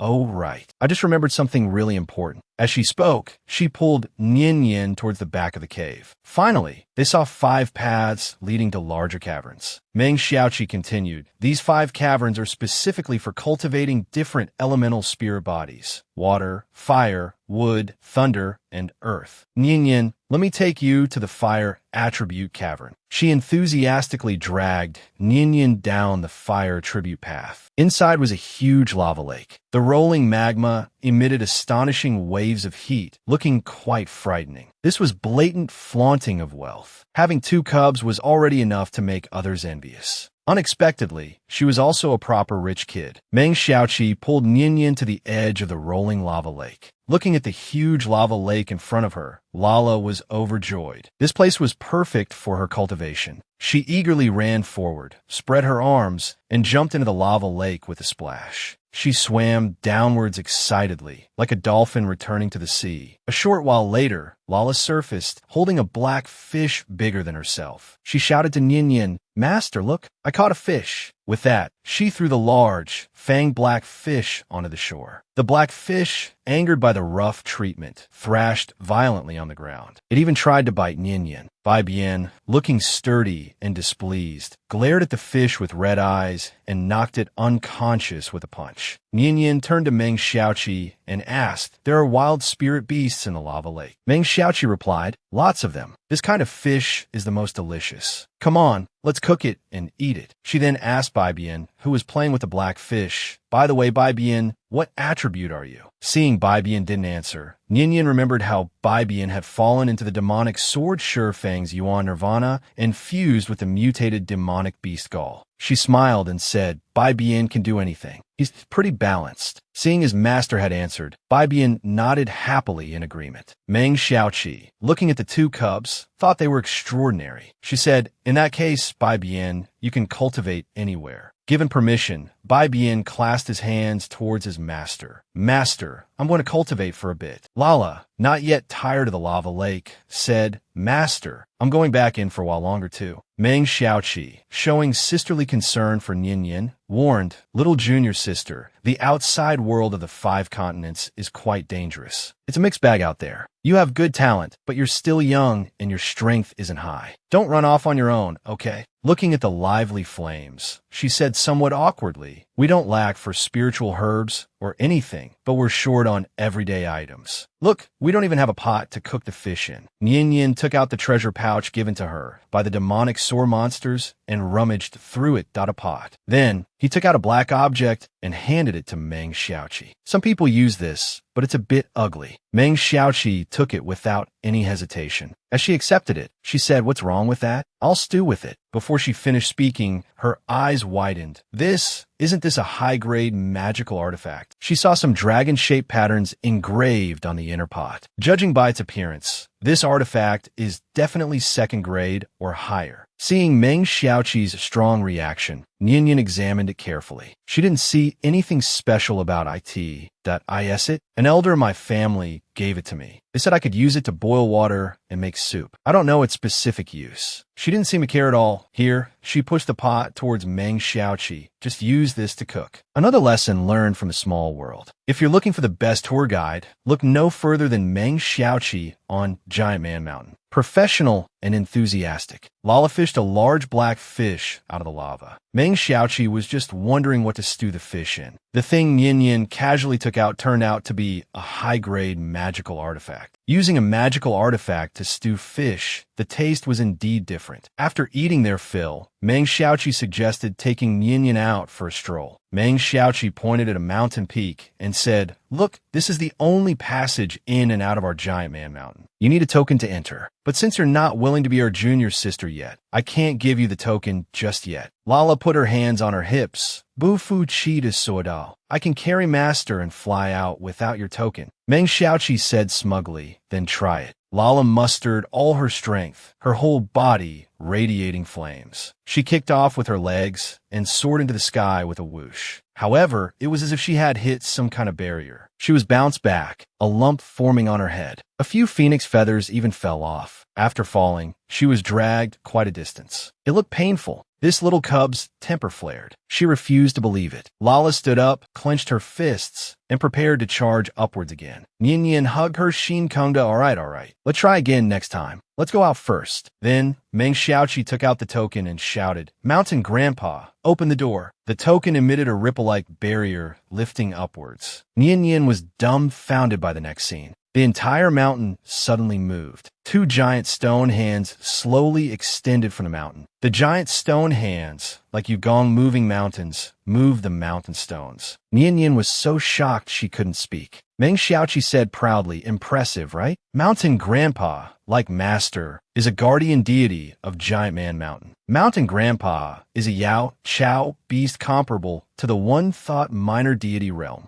Nian looked around. What about the other 3 mountains? Meng Xiaoqi puffed up with pride. Those are all Mountain Grandpa. She pointed to each mountain and introduced them. Grand Mountain Grandpa, Second Mountain Grandpa, Third Mountain Grandpa, and Fourth Mountain Grandpa. The mountains seemed to understand Meng Xiaoqi's introduction and extended their giant hands to give her a thumbs up. Now, remember to give Haha a thumbs up too. Meng Xiaoqi was very proud. Little junior sister, although we are a reclusive sect, we are very strong. Elsewhere, the Bai family of the Kingdom of Eternal Life. This group of heavenly horses was very bored. Although Bai Lu was dead, they could sense that the little girl, who was full of affinity, was still around. This group of heavenly horses decided to leave the Bai family and serve the little girl as their master. The lead heavenly horse, the eldest, neighed, little brothers, do you dare to leave? One would think the dragon and phoenix twins got along well. Unexpectedly, the undercurrent of tension between them was so strong. With those two around, Nian's life was already chaotic. Now, with a group of heavenly horses joining the mix, there was bound to be some excitement. The heavenly horses longed for Nian's affinity, and their leader decided to elope with them to find her. The heavenly horses exchanged glances as if they had made up their minds. In the next second, all the heavenly horses spread their wings and flew out of the Bai family. At this time, the Bai family was arguing with the Earth Empress over Bai Lu's death. No one paid attention to the heavenly horses. When the slave girls came to feed the heavenly horses, they discovered they were all gone. The slave girl was terrified. She dropped the plates, which shattered on the ground, and screamed, Ancestor, it's terrible. The heavenly horses have all run away. Meanwhile, Mountain Grandpa of Giant Man Mountain had already dug a passage. Meng Xiaoqi pulled Nian and was about to walk out. The passage is ready. Let's go. After passing through the passage, Nian asked about it. Before Nian could finish, Meng Xiaoqi explained, Grand Mountain Grandpa will bury the passage again. As soon as she finished speaking, the entire mountaintop moved again. The two giant stone hands filled the hollowed-out mountain again. Nian couldn't help but sigh softly. The 5 continents are full of capable people and hidden dangers. It seems I'll have to be careful and keep a low profile in the future. Meng Xiaoqi chuckled softly after hearing this. Little junior sister is so cute. Nian and Meng Xiaoqi chatted and laughed as they walked ahead. The 2 cubs behind them weren't idle either. Lala and Baibian glared at each other, fists clenched, sparring playfully. Lala swung a fist. You're closer to master than I am. She whispered angrily. Back up. We have to stay the same distance away. Baibian kicked back, and you sneakily try to grab master's clothes. Don't think I don't know. Nian and Meng Xiaoqi heard the noise behind them and turned around simultaneously. Though clearly at odds with each other just moments before, the 2 cubs immediately put on a show of affection when they saw their master turn around. Master, they said in unison, we weren't fighting. It wasn't the first time the cubs had quarreled, and Nian wasn't fooled. She sighed that I wish Shui Sui were here to watch the kids. Just then, a sound caught their attention. It sounded like a fight. A woman seemed to be Zhaoshin Ing, a group of burly men. Nian and Meng Xiaoqi had just left Giant Man Mountain when they heard the commotion. They ran over to see what was happening. Muffled groans reached them. From a distance, they saw several large men tied up, their mouths gagged, wriggling on the ground like disgruntled worms. The girl in red with the large sword was Zhou Xiaolong, Zhou Xiaoyu's younger sister. Clearly, she had subdued these men. She stepped on one of them and yelled, "What's your name? Want another beating?" Opposite Zhou Xiaolong stood a group of people who appeared to be from the same faction. Meng Xiaoqi told Nian, "Those people in green are from the Holy Mountain sect. See the woman at the front? That's Sheng Xianxian, the sect leader's daughter. She's also ranked first among the Holy Mountain sect's new disciples this year. She's the same age as you, little junior sister, but she's already a 9th level spirit body." Meng Xiaoqi looked Nian up and down. She had been with Nian for so long, but she still couldn't figure out her spirit power level. Hearing Meng Xiaoqi's voice, Zhou Xiaolong pointed at them. "Hey, what are you two whispering about? Are you with Shang Xianxian's lot, trying to steal my captives?" Nian hated being pointed at. With a calm expression, she said, "I'm not with anyone. If you point at me again, you'll lose that hand." Meng Xiaoqi was startled. "Little junior sister, didn't you say you want to keep a low profile? Isn't this a bit too domineering?" Zhou Xiaolong laughed. She liked a challenge. Shouldering her sword, she said, "Just you wait. After I'm done with Shang Xianxian, I'll fight you." One of Shang Xianxian's disciples couldn't stand Zhou Xiaolong's behavior. "Zhou Xiaolong, do you find it amusing to bully the helpless just because you're a member of the Zhou family?" He then turned to Nian and Meng Xiaoqi. "Hey, you two, come help. What are you standing around for?" Shang Xianxian glanced at Nian and Meng Xiaoqi. "Don't force them. Not everyone has a conscience." Meng Xiaoqi frowned that we haven't even said anything. What are these two going on about? The Holy Mountain sect people are really good at putting on airs. Shang Xianxian looked down at Zhou Xiaolong with disdain. "That you're no match for me. And today, with our numbers, you won't escape." Zhou Xiaolong wasn't intimidated. Kicking the man at her feet, she snarled, "These men deserve what they got. Stay out of my business." Shang Xianxian pointed at Zhou Xiaolong, ready to fight. "Then let's see how you get out of here today." Zhou Xiaolong charged forward, her sword raised. Meng Xiaoqi watched the unfolding fight, already predicting the outcome. That girl's an 8th level spirit body. She's going to get hurt. Don't mistake a quiet phoenix for a peacock. Nian and Meng Xiaoqi had been planning to go out, but they stumbled upon this fight. Lala tugged on Nian's sleeve. "Master," she whispered, "those tied-up men smell awful." Nian wrinkled her nose and sniffed the air. "Really? I don't smell anything." Lala, a pure-blooded spirit beast with a keen sense of smell, couldn't help but look at the men with disgust. "It's a really unpleasant smell," she insisted. Meng Xiaoqi had no interest in the fight and pulled Nian away. Suddenly, several Holy Mountain sect disciples blocked their path. "Don't go," they shouted aggressively. "Who knows if you're going to warn the Zhou family?" Meng Xiaoqi was furious and stepped forward, ready to fight. These people were asking for trouble. Just then, Shang Xianxian unleashed a powerful sword beam toward Zhou Xiaolong. Zhou Xiaolong dodged instinctively, but Shang Xianxian's attack veered off course, heading straight for Nian. Nian stood calmly. She lived by the principle, if someone doesn't offend me, I won't offend them. But if they do, they're asking for death. Seeing the incoming attack, Meng Xiaoqi ran towards Nian, her face filled with alarm. "Little junior sister, look out." Zhou Xiaoyu saw the sword light about to strike Nian. He shouted angrily, "Shang Xianxian, are you crazy? We're fighting, so come at me. Why are you attacking her?" Shang Xianxian's expression turned ugly. She definitely wouldn't admit her skills were so poor. She gritted her teeth and said, "Is that woman blind? Why is she just standing there? Serves her right if she dies." Zhou Xiaoyu anxiously shouted towards Nian, "Are you trying to get yourself killed? Dodge!" Lala, with small flames flickering beneath his feet, quickly shielded Nian. He said impatiently, "What's all the fuss? There's no need for my master to handle something this trivial." He put his hands on his hips and puffed out his belly. The sword light slammed into his stomach. The result was that Shang Xianxian's full-powered strike couldn't even break Lala's little belly. Lala abruptly straightened up, and the sword light was actually reflected straight back. Shang Xianxian dodged with the utmost speed, but still had a strand of hair severed. Shang Xianxian felt deeply humiliated. Pointing at Nian, she shouted angrily, "How dare you attack me?" Lala, however, laughed even harder. "Ha! Her hair got cut. She's bald." She had her phoenix bone shaved and her demonic sword discarded. I thought she was the most miserable person in the world. But now, it seems she's more like a girl kissed by the heavens. He watched the fight from the sidelines with Meng Xiaoqi. Unexpectedly, Shang Xianxian's sword energy slashed towards them. At the critical moment, Lala shielded Nian Yin, deflecting the sword energy back, and shaving off a patch of Shang Xianxian's hair. Shang Xianxian's expression crumbled. She shouted furiously, "You dare touch my hair? I'll kill you." She raged at the Holy Mountain sect disciples. "What are you standing around for? Seize that woman." Meng Xiaoqi asked Nian Yin, "Little junior sister, are you all right?" Nian Yin calmly shook her head. Then, Meng Xiaoqi pulled out a long chain and swung it forcefully. Boom! A large iron ball slammed into the ground, instantly creating a crater. Meng Xiaoqi declared, "Let's see who dares touch my little junior sister. Don't think I'll be scared just because you're from the Holy Mountain sect. If anyone dares touch a single hair on my little junior sister's head today, tomorrow I'll bring people to flatten your pathetic little mountain."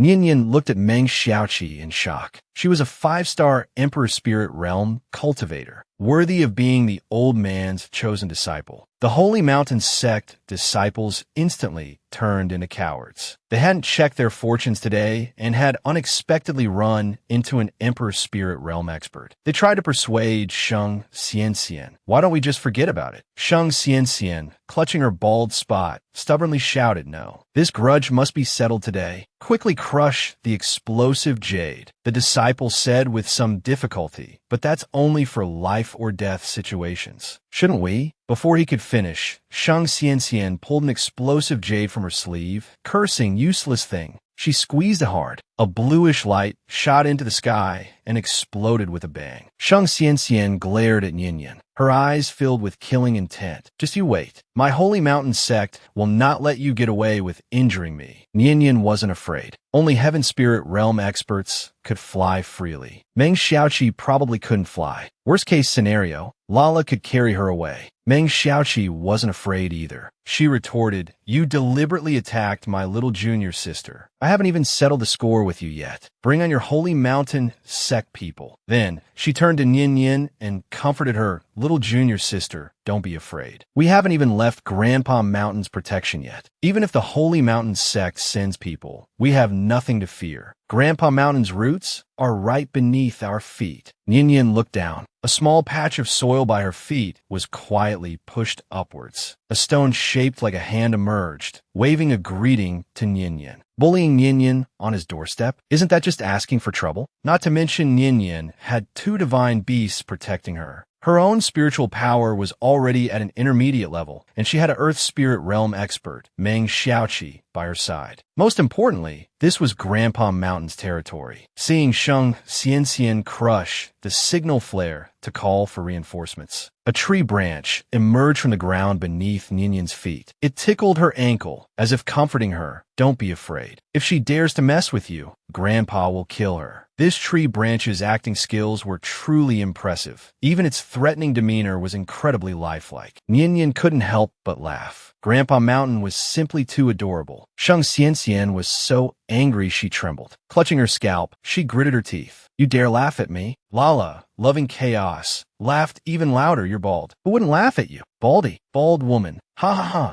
Shang Xianxian, fuming, was about to attack the little brat, but was held back. "Calm down, Xianxian. We can't beat her." Hearing this, Shang Xianxian became even angrier. Her face flushed crimson, seething with rage, but powerless to act. Zhou Xiaoyu, who had been fighting her, now became a spectator. He couldn't help but ask, "Hey, Shang Xianxian, what do you mean? Weren't you fighting me?" Shang Xianxian felt like her head was about to explode. The men beneath Zhou Xiaoyu's feet were still desperately begging for mercy. Annoyed, she grabbed a piece of gauze and covered her head. She then instructed someone nearby to release the men. Zhou Xiaoyu raised his broadsword defensively, declaring fiercely, "I said these men deserve to die. Don't you dare play the Good Samaritan." Just then, countless whooshing sounds came from the forest as startled birds and beasts scattered in all directions. The Holy Mountain sect disciples' faces lit up with joy. "Great, Xianxian, our sect members are here." A group of people in green robes flew towards them. Leading the group was the Holy Mountain sect's third senior brother, Yuan Shang. He asked Shang Xianxian with concern what happened. It was clear he was quite fond of Shang Xianxian. Seeing her third senior brother, Shang Xianxian immediately complained, "Third senior brother, they hurt me. They even shaved my head to humiliate me." This was the perfect moment for a heroic rescue. Yuan Shang naturally had to display his masculinity. "Don't be afraid, Xianxian. Your senior brother will get justice for you today." Yuan Shang turned angrily towards Nian Yin, about to speak, but his eyes suddenly widened in astonishment. Shang Xianxian, clinging to her senior brother, hoped he would avenge her. She looked at Yuan Shang with a check, then followed his gaze and saw Nian Yin's transformed face. Under their suspicious gazes, Nian Yin subconsciously touched her face. She suddenly remembered, "Oh no, I forgot to take the Rongdan. See how proud those two little cubs look, having such a stunningly beautiful master." Just now, Shang Xianxian had called for reinforcements to deal with Nian Yin, but third senior brother's eyes held only astonishment when he saw her. Nian Yin realized she had forgotten the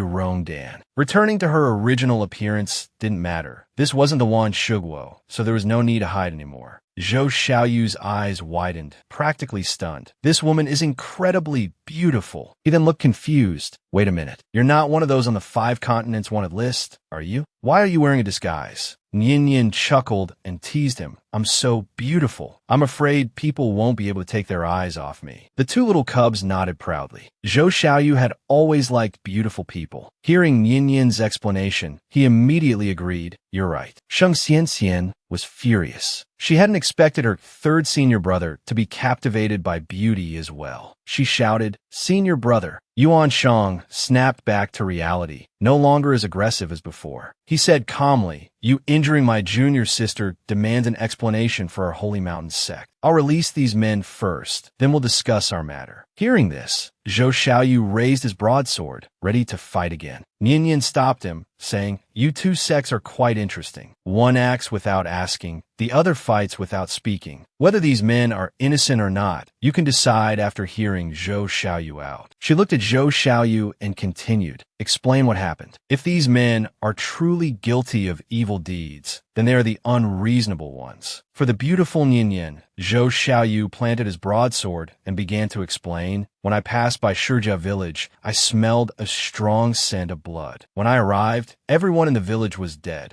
These men were killing people and taking their blood. There were also strange tremors in the ground." Shang Xianxian was shocked. Yuan Shang couldn't help but ask, "Are these men Xiexio?" Zhou Xiaoyu retorted, "What else did you think I was protecting them for? I'm taking them back to interrogate them and find out where their rat's nest is." "Clear." Shang Xianxian snapped back. "Why didn't you say so earlier?" Zhou Xiaoyu really didn't want to deal with these brainless people. "Did you give me a chance? You started pointing your finger at me and cursing the moment you saw me." Seeing the misunderstanding resolved, Nian Yin, figuring the two sides were just squabbling, prepared to leave. Shang Xianxian called out, "You can't leave. You did this to my hair. Where do you think you're going? Senior brother, help me hold him down. I don't care about the Xiexio anymore. Today, I'm going to pull out all of his hair. Absolutely gorgeous. Let that brat be arrogant. Watch my Grandpa Mountain's hammer." Just now, Shang Xianxian almost hurt Nian Yin. Lala instinctively defended Nian Yin, reflecting Shang Xianxian's attack back at her. But she still wasn't satisfied. Grandpa Mountain, already eager to act, couldn't hold back any longer. The small tree roots beneath Nian Yin's feet suddenly grew larger, glowing with a dazzling fiery red light. Shang Xianxian and her group were nearly suffocated by the subtle pressure. Her face paled as she cried out, "It's the little divine mirrored demon grass beast." The tree branches pointed towards Shang Xianxian and rapidly grew taller. In the next second, Shang Xianxian was lifted into the air. The separating branches forcefully slapped Shang Xianxian's face. It was clear Grandpa Mountain was very angry. Yuan Shang anxiously watched from the side. He pleaded, "Senior, we were wrong. Please spare my junior sister. My junior sister is young and ignorant. She offended this young lady. I'm willing to take her place." Before he could finish, a vine bound him and gagged him. "This kid talks too much. So loso." Shang Xianxian's face was swollen, bigger than a steam bun. She yelled, "Senior brother, save me." Not content with slapping her, the next second a vine wrapped around her hair. Shang Xianxian was terrified. She shrieked, "No, what are you going to do? If you dare do anything to me, my father won't let you off." Before she could finish, a painful scream echoed. A clump of black hair was ripped out, as if someone were plucking feathers from a dead chicken. Shang Xianxian's eyes widened, her whole body trembling. Petrified, didn't even begin to describe her state. Meng Xiaoqi covered her own hair and said, "Angry Grandpa Mountain is so scary. Just looking at it hurts. See, if we had just quietly left, nothing would have happened. Does she really think she's the only golden egg hatched from a golden nest in this world?" Just then, a familiar voice echoed coldly beside Nian Yan's ear. "Little brat, can you hear me?" The voice was too familiar. It was the old witch, Ingnu's voice. Could it be that the old witch was using that cultivation-consuming thousand-mile voice transmission? Nian Yan closed her eyes and used her spiritual sense to reply. "Old witch, why are you using the thousand-mile voice transmission? That thing wastes so much cultivation." Ingnu, receiving Nian Yan's signal, was stunned for a moment. Then, she reacted and cursed, "You little brat, calling me an old witch? You're looking for death." Nian Yan glanced at Grandpa Mountain, who was still disciplining the others, and Meng Xiaoqi, who was enjoying the show. Then she quietly replied, "I'm fine, don't worry. I got the cub back. I just haven't dealt with that mother-daughter pair yet. I'll take care of them later." The demonic beings inside the magic sword were holding their breath, listening intently to Nian Yan. When they heard this, they immediately cheered that I knew Nian Yan was the best. "Nian Yan, do you have enough talismans?" Nian Yan briefly answered, then continued, "I've been captured by an old man from the Giant Man tribe. He insists I become his disciple. But don't worry, I'd rather die than submit." This little darling, forced to become a disciple by an old eccentric, remained loyal, recognizing only one master. However, upon hearing the old man's origin, the demonic beings exchanged glances. "The Giant Man tribe," they exclaimed in unison, "become his disciple. Nian Yan, quickly become his disciple." Nian Yan didn't react immediately. Who pushes their disciple away? Ingnu sternly scolded the excited demonic beings. "Shut up," she said to Nian Yan. "Are you stupid? He wants to teach you his inherited skills. Why wouldn't you learn? Is that how I taught you?" Nian Yan was still puzzled. "But you can only have one master." Ingnu continued. "Who said you can only have one master? And how many times do I have to say it? I'm not your master. You're just a little trinket I picked up. Go learn." Before the demon tribe was sealed, the Giant Man tribe was a very powerful clan. The demonic beings continued to cheer excitedly. Nian Yan, not taking advantage of this wouldn't be in line with our demon tribe style. "Go and squeeze all the knowledge you can out of the Giant Man tribe." Hearing this, Nian Yan understood that I thought you'd be angry. "Don't worry, I'll study hard. I won't embarrass you. But I'm currently in the 5 continents, trying to find a way to break the seal on the magic sword. Where can I possibly find it?" The smiles on the demonic beings' faces instantly vanished. They had given up hope of ever getting out, but they couldn't crush Nian Yan's hope. One of the demons said there used to be a holy mountain sect in the 5 continents. That sect had a scripture pavilion. It said it contained many methods for breaking formations and seals. Ingnu, seeing that Nian Yan was safe, felt relieved that if you can sneak in, look for it. "All right, I'm ending this. It's wasting my cultivation." With a wave of her hand, she unilaterally cut off communication with Nian Yan. Nian Yan pondered how to enter the Holy Mountain sect. She looked at Grandpa Mountain, who was still disciplining the group. The Holy Mountain sect disciples trembled under Grandpa Mountain's pressure. The third senior brother wasn't faring much better. He couldn't lift his head or move his feet. Looking at Shang Xianxian, who was being swung back and forth by a vine wrapped around her ankle, Nian Yan felt a headache coming on. This was troublesome. Could she still enter the Holy Mountain sect? Seeing Grandpa Mountain enjoying himself, Nian Yan shouted, "Grandpa Mountain, please put her down. I have something to ask them." The vine stopped tormenting Shang Xianxian. Shang Xianxian, now still, looked dazed, no longer resembling a refined young lady. They say beautiful women are poisonous. The disciples of the Holy Mountain sect firmly believe this. This woman hadn't even lifted a finger, yet she had tormented them to the point of utter exhaustion. Now, Nian Yan actually had other plans. She decided to go to the Holy Mountain sect to search for a way to break the seal on the demonic sword. However, However, seeing Grandpa Mountain toy with the disciples so thoroughly, she wondered if she would even have a chance to enter the sect. Finally, in Yin Yin's urging, Grandpa Mountain stopped tormenting them. Overwhelmed by the ordeal, Sheng Xianxian rolled her eyes and fainted. Yuan Shang, catching Sheng Xianxian, was still terrified. Was this the same haughty, pampered young lady he had crush on? Suddenly, Sheng Xianxian woke up. Clutching her head, she cried out in pain, "My hair!" Zhou Sheiru, watching from the side, couldn't help but sympathetically touch her own hair. Serve her right, she thought. Unable to accept reality, Sheng Xianxian fainted again.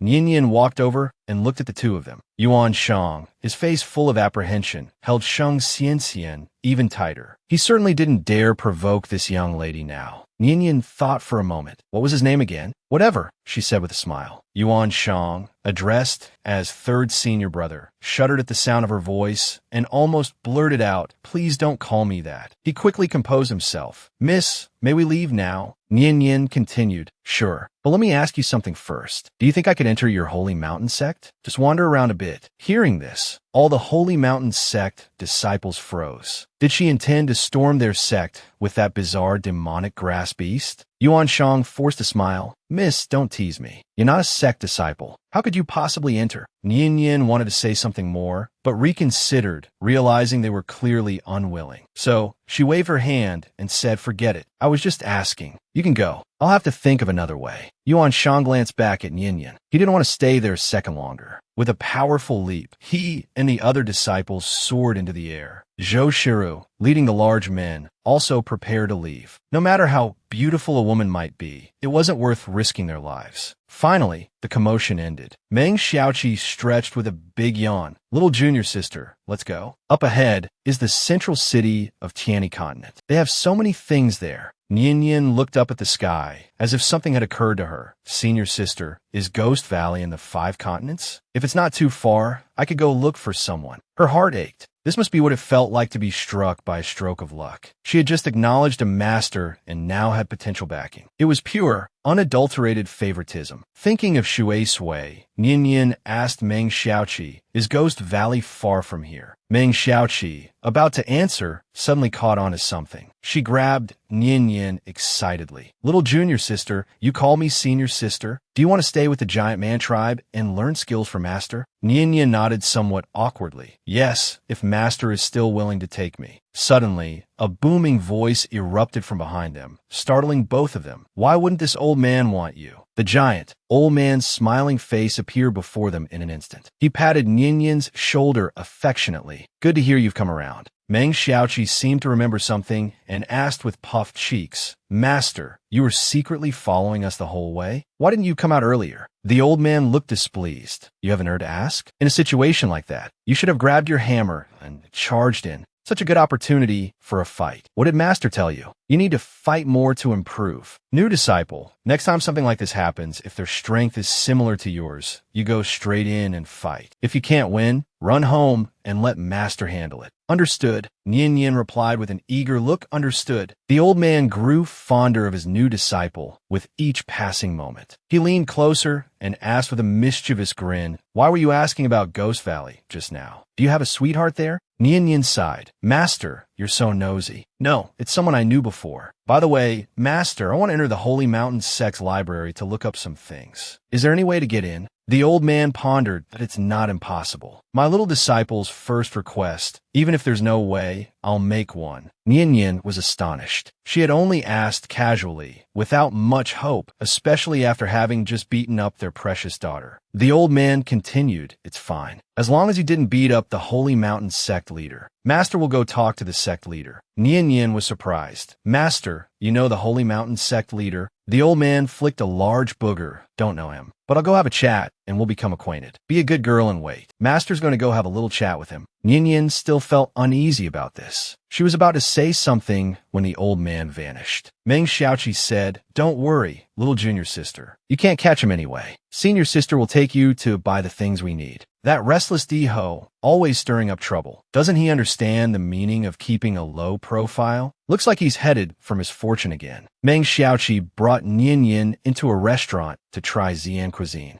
she enthusiastically explained. The food here is all made with the meat of wild spirit beasts. It's delicious. As soon as food was mentioned, the two little ones immediately popped out. Bai Bian, dragging his little cheeks, said with a smile, "Master, I want to eat fish." Lala also chimed in, "I want to eat fish too. Lots of chili peppers. Lala likes spicy food." Nian Yin chuckled indulgently. I didn't expect these two little guys to be such foodies. Looking at the two little ones, Meng Xiaoqi couldn't help but sigh. Who would have thought these two would be Yusu? She couldn't resist saying to Nian Yin, "Little junior sister, we giant man tribe haven't had a Yusum master before. I'm also fortunate to have met Bai Bian and Lala," Nian Yin said happily. Meng Xiaoqi continued to remind her, "However, I've heard that Yusum masters themselves are quite weak. You have to be more careful during battles, you know?" Nian Yin insisted, "Don't worry, my physical body isn't that weak." Meng Xiaoqi suddenly laughed. "Huh, little junior sister, don't try to act tough. Senior sister won't look down on you because of this." Just then, Nian Yin overheard the conversation at the next table. "Have you heard? That DG, born with the Phoenix essence, is going to join the Holy Mountain sect." Someone else questioned, "Didn't they say that DG's divine beast was stolen?" Hearing Su Linyin's name, a flash of coldness crossed Nian Yin's eyes. That, "Oh, Su Linyin is going to the Holy Mountain sect. That makes me want to go there even more." She listened as the conversation at the next table continued. "It was stolen, but you'll never guess that DG, besides having Fengbu, also awakened Tugu." The people at the table were incredulous. "What? Double gifts? There are such things in this world. I heard the most famous Yusa master in the 5 continents is Tugu." Hearing that Su Linian had awakened Tugu, Nian Yin wasn't surprised at all. If Su Linian really had that much ability, he wouldn't have stolen my phone yuan in the first place. He must have done something else afterwards. The food arrived, interrupting Nian Yin's thoughts. Meng Xiaoqi, unaware of the animosity between Nian Yin and Su Linian, said directly, "Don't worry about joining the Holy Mountain sect. Our master may seem unreliable, but he always keeps his word." Now, Nian Yin felt a glimmer of anticipation towards the Holy Mountain sect. Su Linian's comeuppance was coming. The long-awaited male lead finally appeared. However, having lost his beloved possession, he was in a foul mood. Yuan Shuai sat on high chair, his face gloomy. "Go find her. You must find her within 3 days. Draw a portrait of her after she changed her appearance. Post the portrait in every corner of the 5 continents." Watching the young master looking like a heartbroken boy, Grand Elder Man Quan consoled him. "Young master, we will definitely find Miss Nian Yin." Yuan Shuai didn't respond. His gaze was firm. Nian Yin was his most cherished possession, brought out from Baitu Mountain. But now he had lost her. Thinking of this, he clenched his fists. The other Qigui Valley members present felt suffocated by Yuan Shuai's aura. The Grand Elder glanced back. "Not good," he said as calmly as possible. "Young master, please rest. Let's all go out." At this time, Nian Yin was still unaware that her portrait was about to be plastered all over the 5 continents. She walked out of the restaurant with Meng Xiaoqi. Bai Bian and Lala, having eaten and drunk their fill, patted their round, bulging bellies with satisfaction. Nian Yin suddenly stopped and asked Meng Xiaoqi, "By the way, senior sister, I remember the Holy Mountain sect is in Tianizhou, right?" Meng Xiaoqi replied, "Yes, it is. Since master is already there, come on, senior sister will take you there to see the excitement and familiarize yourself with the place." Suddenly, she seemed to remember something and said with a serious expression, "Little junior sister, you won't forget about our giant man tribe after joining the Holy Mountain sect, will you?"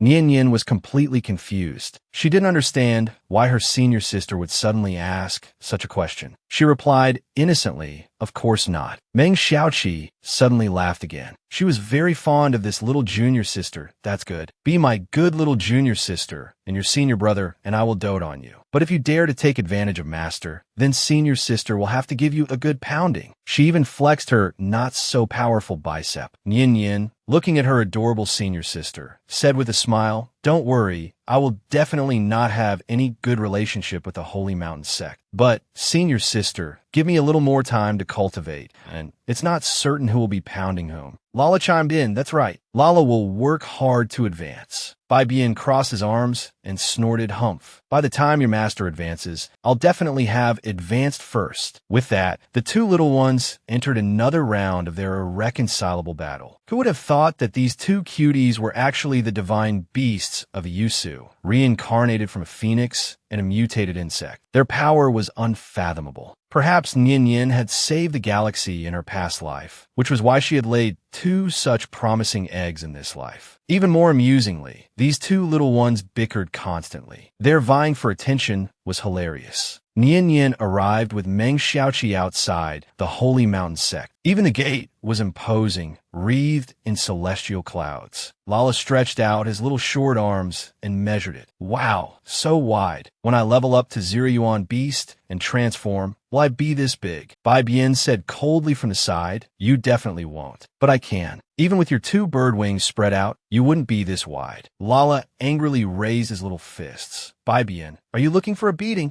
Looking at the two cute little ones, Meng Xiaoqi couldn't help but laugh.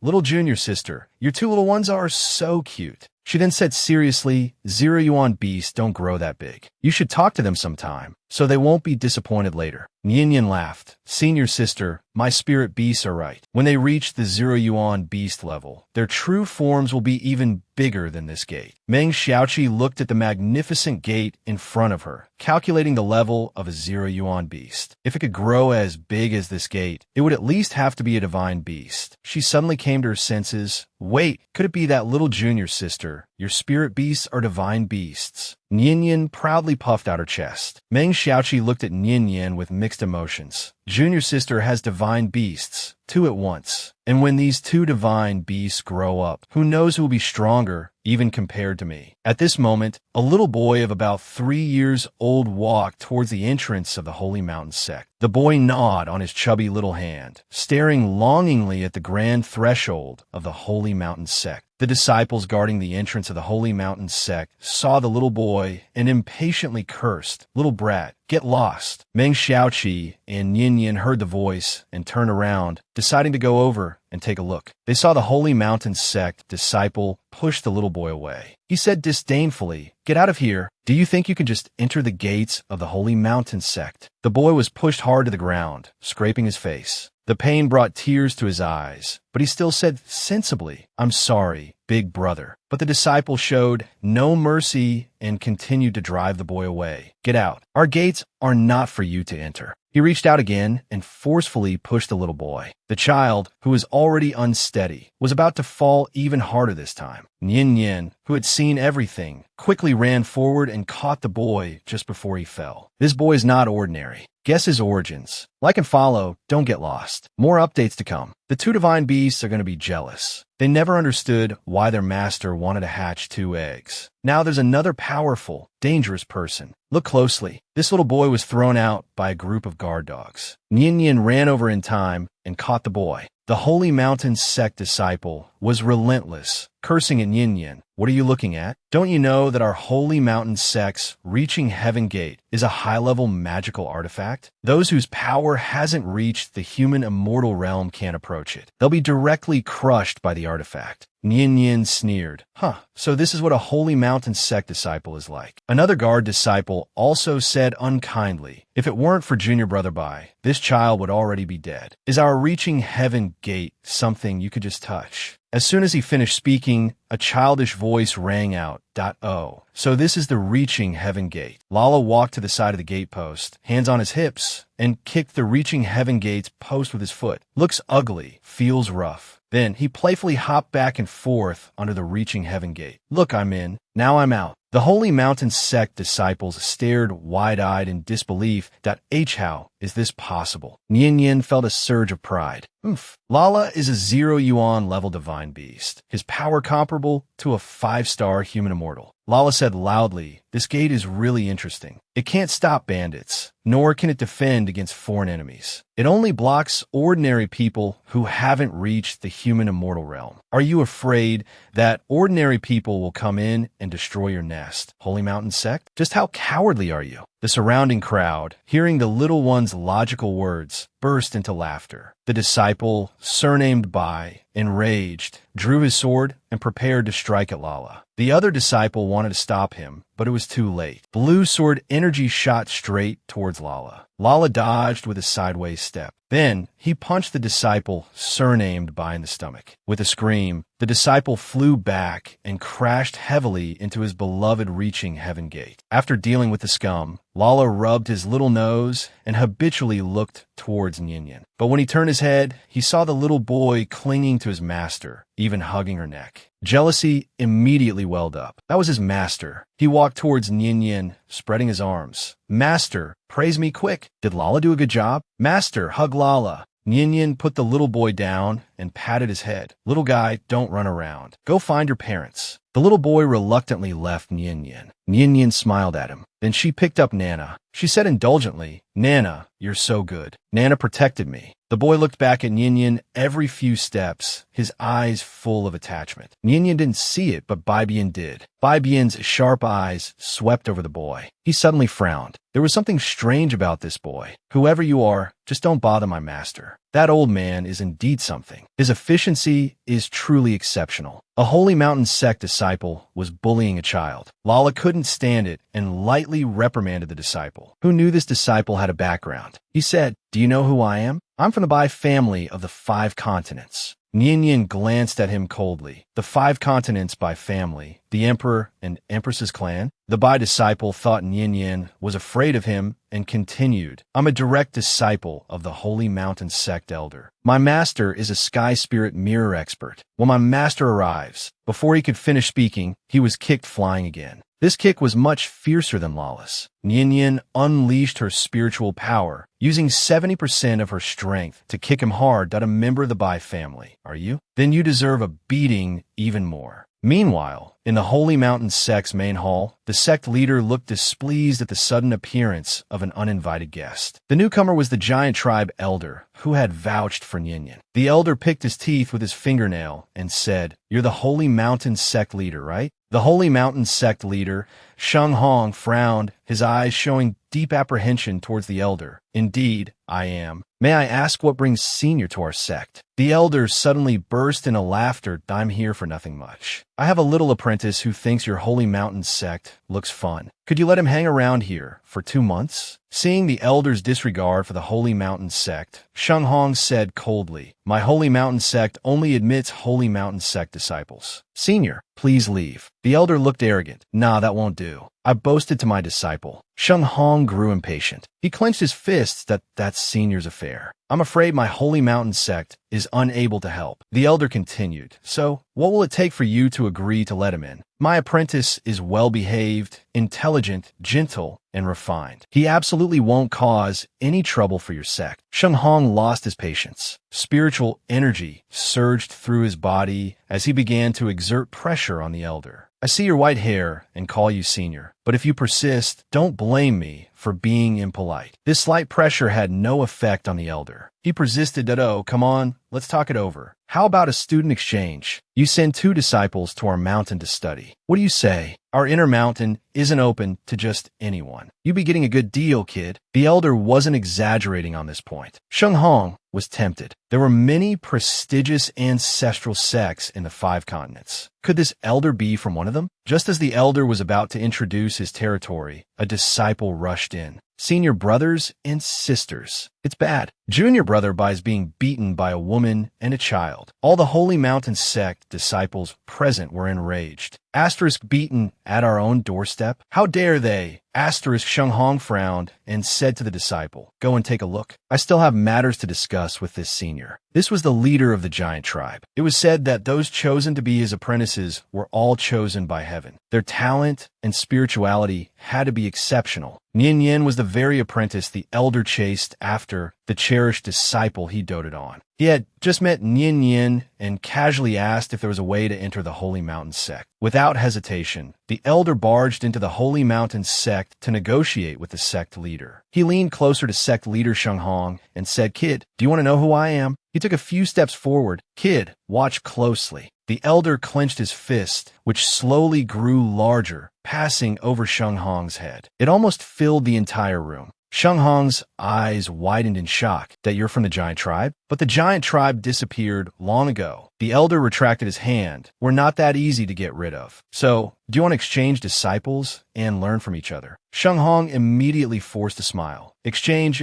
of course. He thought to himself, with such a cultivation opportunity, I must send Xianxian there for proper training. The elder rubbed his nose, satisfied. Ha, it's a deal. I'll bring my disciple tomorrow. You get ready too. He then pointed outside that let's go join the fun. Sheng Hong shamefully declined. As the sect leader, he couldn't bring himself to fight with juniors. The elder didn't care and headed straight for the door. Nian Yin and Meng Xiaoqi were about to leave when they heard the Bai disciples say angrily, "None of you are leaving. This isn't over yet." Meng Xiaoqi impatiently raised her fists, ready for a fight. At this moment, someone at the entrance shouted, "Senior brother Yuan Shang is here." Meng Xiaoqi rubbed her chin and whispered to Nian Yin, "Yuan Shang. That name sounds so familiar. Haven't we heard it somewhere before?" A knowing smile spread across Nian Yin's face. Don't worry, it's our old acquaintance. Yuan Shang stood on the high platform, looking down at them condescendingly. Who dares to cause trouble at the gate of my holy mountain sect? He didn't finish his sentence. When he saw who it was, the arrogance on his face instantly crumbled. Meng Xiaoqi greeted him warmly. It's you. Long time no see. Yuan Shang, remembering Sheng Xianxian's hair being pulled out, stammered incoherently. The disciples beside him were astonished. They seemed to know the senior brother well, yet the senior brother seemed terrified of them. A figure flew over the heads of the Holy Mountain Sect disciples. The old man had initially come to watch the commotion. Upon seeing who it was, he immediately became furious that what's all this fuss about? It's just you little brats ganging up on my two precious apprentices. What does it feel like to have a powerful and protective master? Just moments ago, outside the Holy Mountain Sect, a little boy had caused quite a stir. The old man and the sect leader had just finished their business and were about to come out for a look around. What they saw shocked them. A group of grown men were surrounding his two beloved female apprentices. The old man immediately rushed forward and asked, Nian Yin, Xiaoqi, are you two all right? Meng Xiaoqi, seeing her master, replied excitedly, Don't worry, master. We're fine. The old man looked at them with increasing fondness. That's good. Worthy of being my apprentices. He turned to Nian Yin, seeking praise. Little apprentice, master took care of things for you. Nian Yin was surprised. Really? They agreed, even after you pulled out all of her hair. The old man puffed out his chest proudly. When master steps in, nothing is impossible. He didn't tell Nian Yin that the Holy Mountain Sect had no idea their own disciple had been the one bullied. In any case, the sect leader had agreed, and if he dared to go back on his word, he'd have a reason to bring his apprentices back for some exercise. The old man waved his hand. All right. Since everything's settled, let's go home with master. Before leaving, Nian Yin looked back at the Holy Mountain Sect disciples with a meaningful smile. Everyone, see you tomorrow. The Holy Mountain Sect disciples were bewildered. What does she mean? Who wants to see her tomorrow?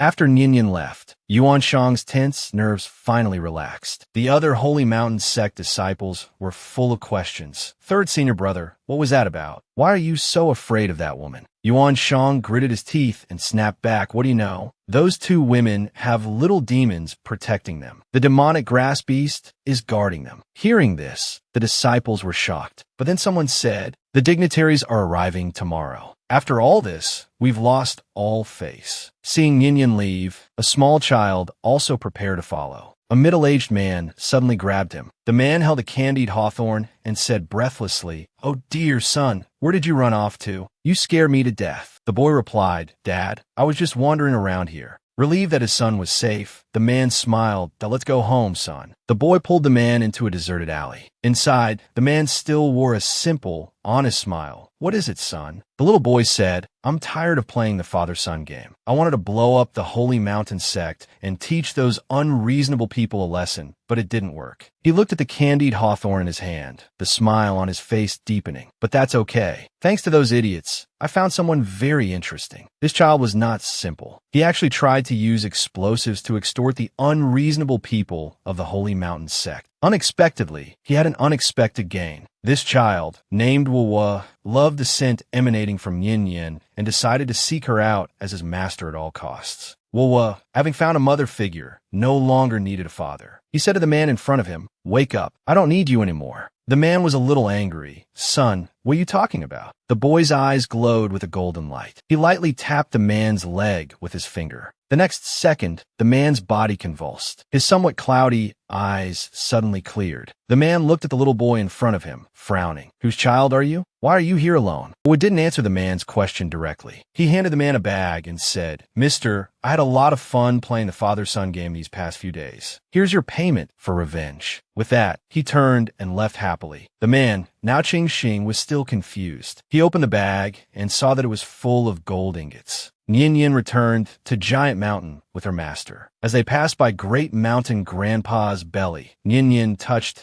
the hard mountain wall beside her. "Great Mountain Grandpa," she said, "thank you for helping me before." Great Mountain Grandpa sprouted 2 vine shoots and patted Nian Yin's feet, as if saying, "Whoever dares to bully Nian Yin, Old Mountain will fight them." The 2 vines grew longer and longer, and then patted Nian Yin's head. The old beggar saw this and said with a chuckle, all right, old friend, I know you like Nian Yin as much as I do." As soon as the old man said this, the vines became even more audacious, directly hugging Nian Yin tightly. The old man pulled at them. "Don't get too excited. Last time you wrapped your roots around a little disciple's child and wouldn't let go, scaring the kid to tears." Great Mountain Grandpa seemed to be angry. He raised his vines and pointed at the old man, gesturing this way and that. The old man's face lit up with excitement, and he went up to him. "Oh ho, a fight, is it? Come on, who's afraid of who?" The vines actually grew fangs and lunged at the old man. The old man grabbed a vine and, without hesitation, took a big, hard bite out of it. Meng Xiaoqi's eyes widened. Heavens, Master's going crazy. "Little junior sister, let's run. They're going to fight." The two had just run out of the cave when they heard a booming sound from inside Great Mountain Grandpa's belly, as if something had exploded. "That was close," Meng Xiaoqi said.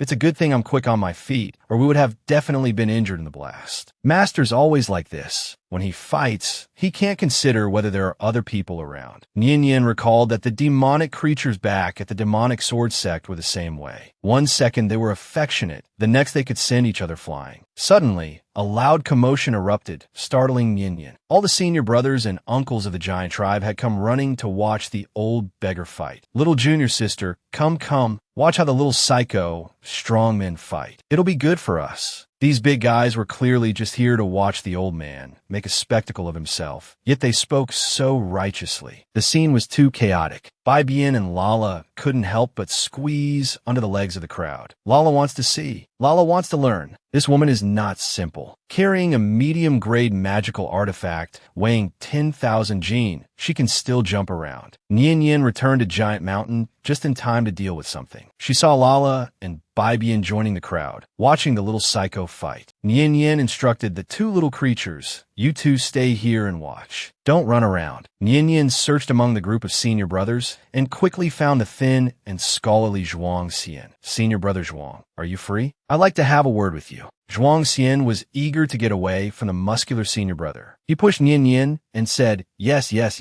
"Little junior sister, let's talk over there." The two walked to a corner, and Zhuang Xian squatted down and whispered, "Finally, I can take this thing off." "Little junior sister, you have no idea. This thing is really too heavy. I can barely move my legs." At this moment, Wang Ergu stood behind Zhuang Xian and said, "You stupid kid, what do you know? This Tianqian iron is a medium-grade magical artifact. Wearing it while cultivating our giant tribe's unique divine speed movement technique makes it twice as effective." Zhuang Xian shook his head helplessly. He asked in confusion, "But I'm a formation master. I don't want to practice these things." Wang Ergu was about to argue with Zhuang Xian when he saw Nian Yin click the Tianqian iron ankle cuffs on her own feet. Nian Yin took a few steps and said, "It really is heavy." She channeled her spiritual energy into her feet, and walking became much smoother. Zhuang Xian, seeing Nian Yin walking freely, found it unbelievable. He asked Wang Ergu, second dog senior brother, "Shouldn't someone without near-divine realm strength be unable to move with these Tianqian iron cuffs on?"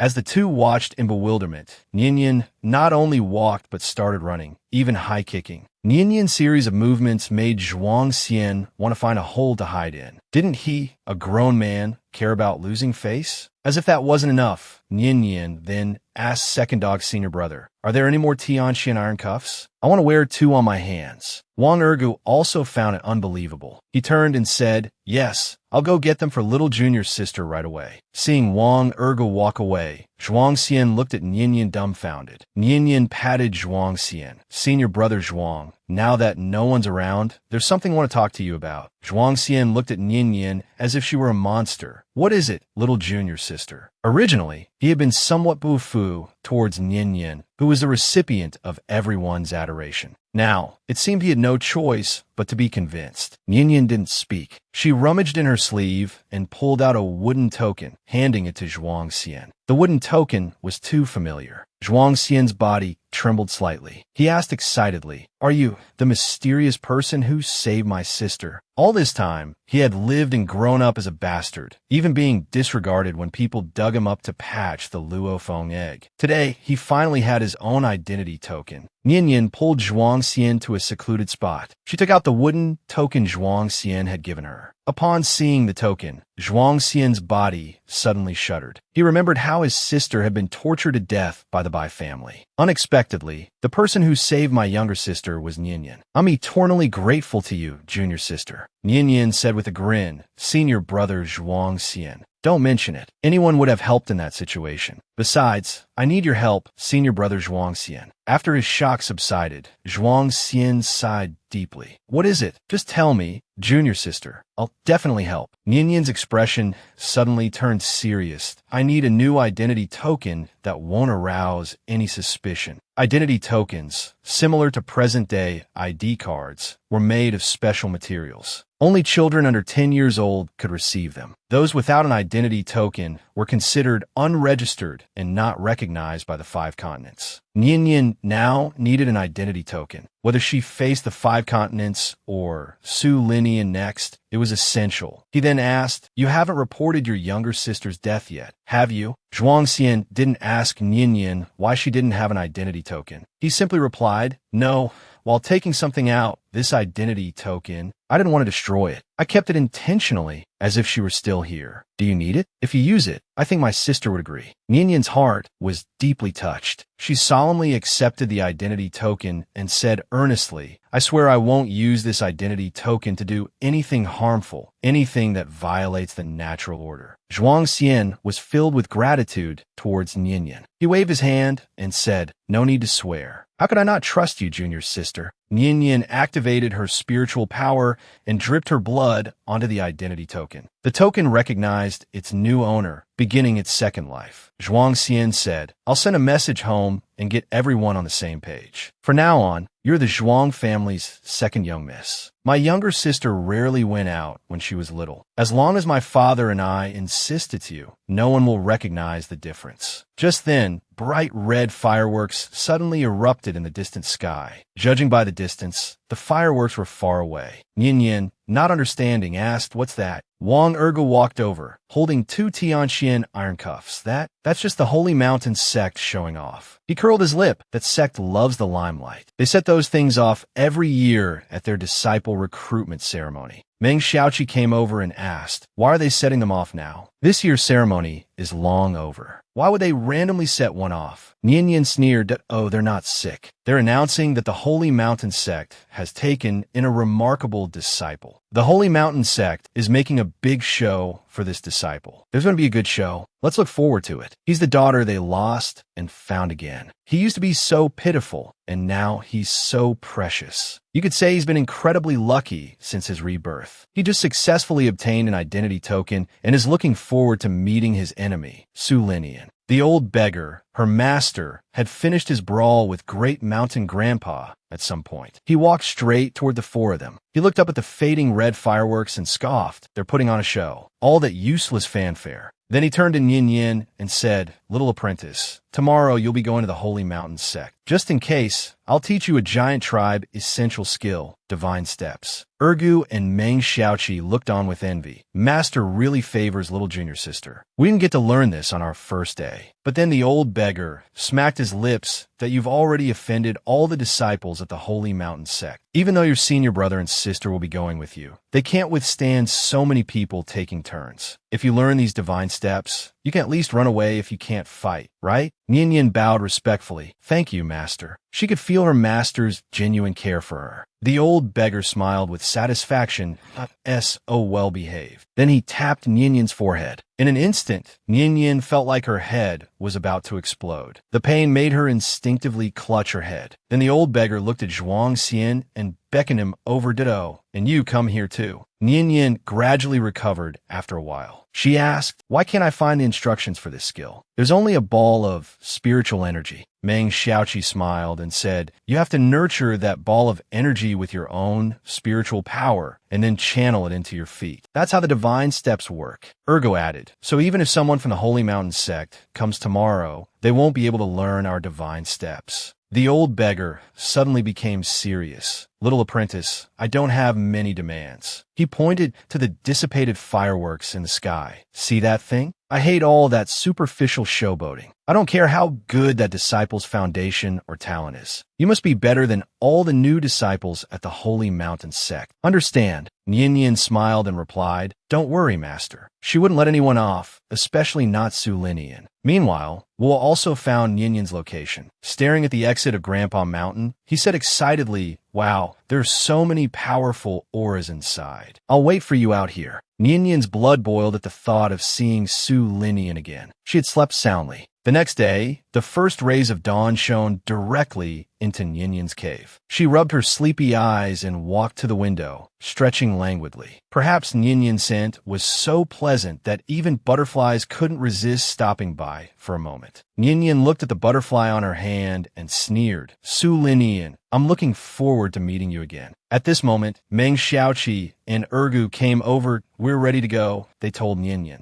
Nian didn't have much to bring. She only needed Lala and Baibian. As they were leaving, Lala was reluctant, saying with a bitter face, my cultivation cave, my little magma, I don't want to leave. Nian laughed. Let's go. It's not like we're not coming back. Nian led Baibian and Lala out of the cave. Everyone was already waiting. Ergu, her senior brother, took out a red suit and handed it over. Little junior sister, this is a magical tool that every new disciple uses in the human spirit realm. He then looked at Zhuang Xian and said, Zhuang Xian, this time, Nian is the real target, and you haven't reached the human spirit realm yet, so you can't use this thing. It's for Nian first. You don't mind to use Zhuang Xian? How could Zhuang Xian mind? Now he felt more gratitude towards Nian. He smiled and shook his head, and no problem. Meng Xiaoqi added, this suit is called Zhao Hu. It's one of the best among the medium-grade magical tools. This was personally crafted by our master. Erga chimed in. Keep it safe this time, and try to let this Zhao Hu demonstrate its true power in the Holy Mountain sect. Time's about up, the old beggar said, waving his hand that let's go. Master will come to see you when he has time. As they walked out of the mountain passage, Nian at the back of the group suddenly felt something wrap around her foot. Nian looked down. It was Grandpa Mountain's root. Before she could ask what was wrong, the root curled around something and handed it to her. Then the root made a hushing gesture, preventing Nian from asking questions.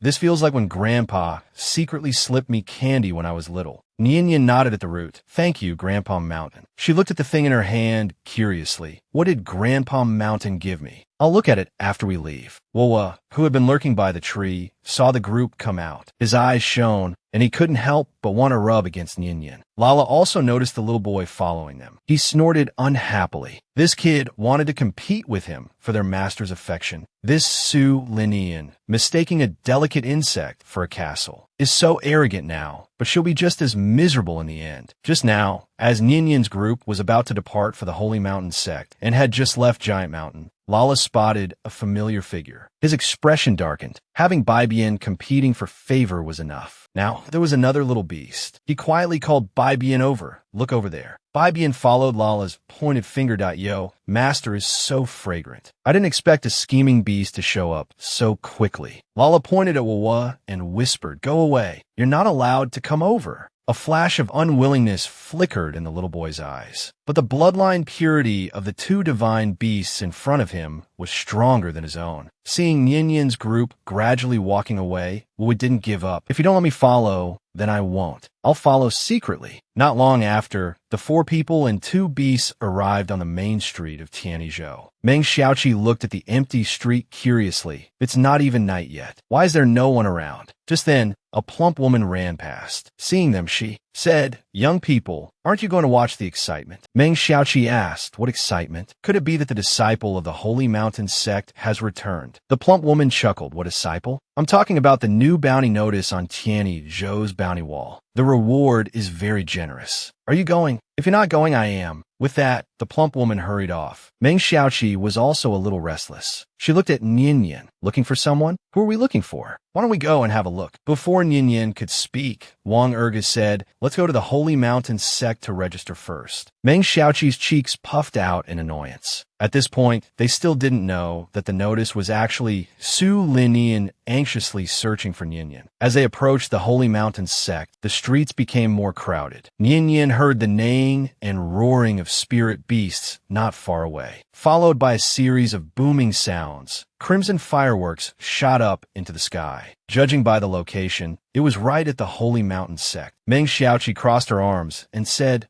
what a grand display. It seems that disciple has arrived. Living up to her title as Empress of the Kingdom of Eternal Life, Su Linian made a grand entrance. She dispatched an entire army. No, a retail army to clear the path, creating a massive and eye-catching spectacle. Su Linian sat atop the largest of the one-horned oxen beasts. A mask covered the scarred half of her face, leaving only the undamaged side visible. Look closely at her shoulder. Perched there was a golden, four-pointed thing. Someone in the crowd gasped, "It's a dragon." She actually hatched a dragon. No wonder she's making such a grand entrance. Another divine beast, a plump woman, followed by a group of people, charged fiercely in their direction. Su Linian, however, mistook them for admirers. Unfazed by the commotion, she wore a satisfied expression, basking in the feeling of superiority and praise. Inwardly, she scoffed, "A bunch of mortals." She thought this was her moment of glory. But when they passed her by to see Nian's face, she was devastated. Just a moment ago, Su Linian, riding in her retail procession, was preparing to enter Holy Mountain sect for cultivation. The grand spectacle attracted many onlookers. Especially noticeable was the 4 dragon-like spiritual beast perched on her shoulder. A plump woman, leading a group, charged fiercely towards her. Su Linian assumed they were coming to admire her. Just as she was reveling in the feeling of being admired and looked up to, the plump woman and her group rushed past her, completely ignoring her. Su Linian stared dumbfounded. How humiliating. She heard the plump woman exclaim excitedly, "Look, it's him. He bears at least a 50% resemblance to the person in the portrait. Maybe he's the one Red Ghost Valley is looking for." The plump woman approached Nian, her eyes gleaming like she was looking at gold coins. "Little girl," she began, bombarding Nian with questions. Nian, slightly bewildered, grasped the key information. "You said it was a notice from Red Ghost Valley in Tianzhou? They're looking for someone." The plump woman nodded vigorously. Yes. And I heard Red Ghost Valley releases a new notice every week. Is it you?" Nian's heart warmed. She hadn't expected Marshall to offer such a large reward and search for her so extensively. Having been robbed of her moment in the spotlight, Su Linian nearly fell off her ox in anger. But the crowd blocked her view, preventing her from seeing who this celebrity was. Annoyed, an elder of Holy Mountain sect said, "Who are these people blocking the way? Such a display. Utterly uncivilized." Su Linian masked her displeasure. Feigning obedience, she said, "They must be attention seekers, behaving so rudely at the entrance of our Holy Mountain sect. The elders should teach them a lesson." A disciple from Holy Mountain sect walked towards Nian's group and shouted, "What are you all doing blocking the entrance to Holy Mountain sect? Have you no shame or manners?" As the crowd parted, Nian looked up and met Su Linian's gaze. Nian's eyes held a hint of mockery. Remembering the torment she had endured, she resolved to repay Su Linian bit by bit. When Su Linian clearly saw Nian's face, she felt her blood run cold. As if she had seen a ghost, she let out a blood-curdling scream. "That it's a ghost." She covered her face in terror. "Are you a vengeful spirit here to claim my soul?" Lala, who had consumed the disguise pill, glared at Su Linian's so-called divine beast and scoffed. "This thing dares call itself a divine beast." This time, Su Linian actually fell off her ox. The Grand Elder helped her up. Lin Yin, what's wrong? Get a hold of yourself. Yanked roughly from the beast's back, the pain in her foot brought Su Lin Yin back to her senses. Slowly, she reacted, exclaiming excitedly, "You're not dead. You weren't thrown into the demonic sword." It all came flooding back to her. Pointing a trembling finger at Yin Yin, she shrieked, "It was you. You did all of this. You're not dead, and you stole my divine beast. You become a demon. You're a demonic enemy." Killing intent filled the air. Su Linyan, who had stolen Ninian's phoenix egg, now brazenly accused Ninian of stealing her divine beast. She further condemned Ninian as a demon. Her words frightened the surrounding crowd, who quickly dispersed. The Holy Mountain Sect elder was about to draw his sword at Linyan. "Is this true?" Su Linyan, unable to control her voice, sounded increasingly deranged at its true elder. "Kill her quickly." Meng Xiaoqi and Wang Ergu immediately shielded Ninian. "Don't you dare!" Meng Xiaoqi roared that, "If you harm my little junior sister today, I will declare war on Holy Mountain Sect." Just then, Zhuang Xian, who had remained silent, stepped forward, his sharp gaze fixed on Su Linyan. What a joke. This is preposterous. Just because you are the esteemed princess of the kingdom of eternal life doesn't give you the right to slander others with baseless accusations. My younger sister and I grew up together. We've been inseparable for over a decade. We are even twin siblings, born in the same year, the same month, and almost the same day. I believe you've lost your divine beast and are now grief-stricken and delirious, spouting nonsense and gibberish. Zhuang Xian's words cut like knives. The surrounding crowd erupted in laughter. Su Linyan's face flushed red with disgust. Pointing at Zhuang Xian, she berated him for his audacity. Zhuang Xian wasn't having any of it. Thinking of his sister who had been killed by the Bai family, his anger intensified. He scoffed, "Don't flaunt your kingdom of eternal life status here in the 5 continents. What do you think this is? You may be a high and mighty princess, but that doesn't make the rest of us peasants. You think you're so superior, looking down on everyone." Meng Xiaoqi and Wang Ergu were thoroughly enjoying the show. "This scholar sure knows how to curse," Meng Xiaoqi remarked. Even the bystanders couldn't help but chime in. "Yeah, that kind of attitude doesn't fly in Tianzhou. There's no such thing as royalty here."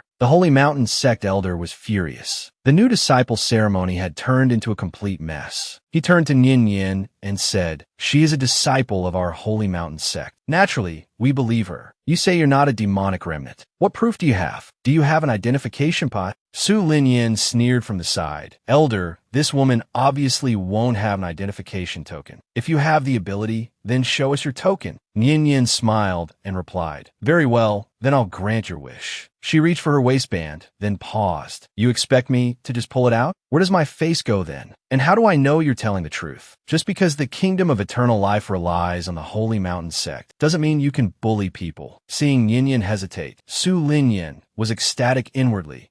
"I knew you were bluffing. If you can't produce it today, you are a demonic remnant, and everyone has the right to kill you. See how second brother protects his own." Seeing that Ninian couldn't produce the identification token, Su Linyan said triumphantly, "If you can't produce it today, you are a demonic remnant, and everyone has the right to kill you." Wang Ergu couldn't stand it any longer. He roared, "Shut up, you foul-mouthed, dirty-minded fool. The demons have been gone for years. Have you ever seen one? How do you know if they're good or bad? Even humans have good and bad. Are bad humans more noble than bad demons?" Meng Xiaoqi whispered, "Little junior sister, don't worry. Senior sister believes you're a good person. As long as your heart is good, it doesn't matter what you are, we'll accept you." Ninian's heart trembled. She hadn't expected her senior brother and sister to be so genuinely kind to her. Even if she were a demon, they still defended her. Although she couldn't tell them the truth yet, she vowed not to be a burden to the human race. Ninian smiled brightly and replied, "Don't worry, senior sister." As she spoke,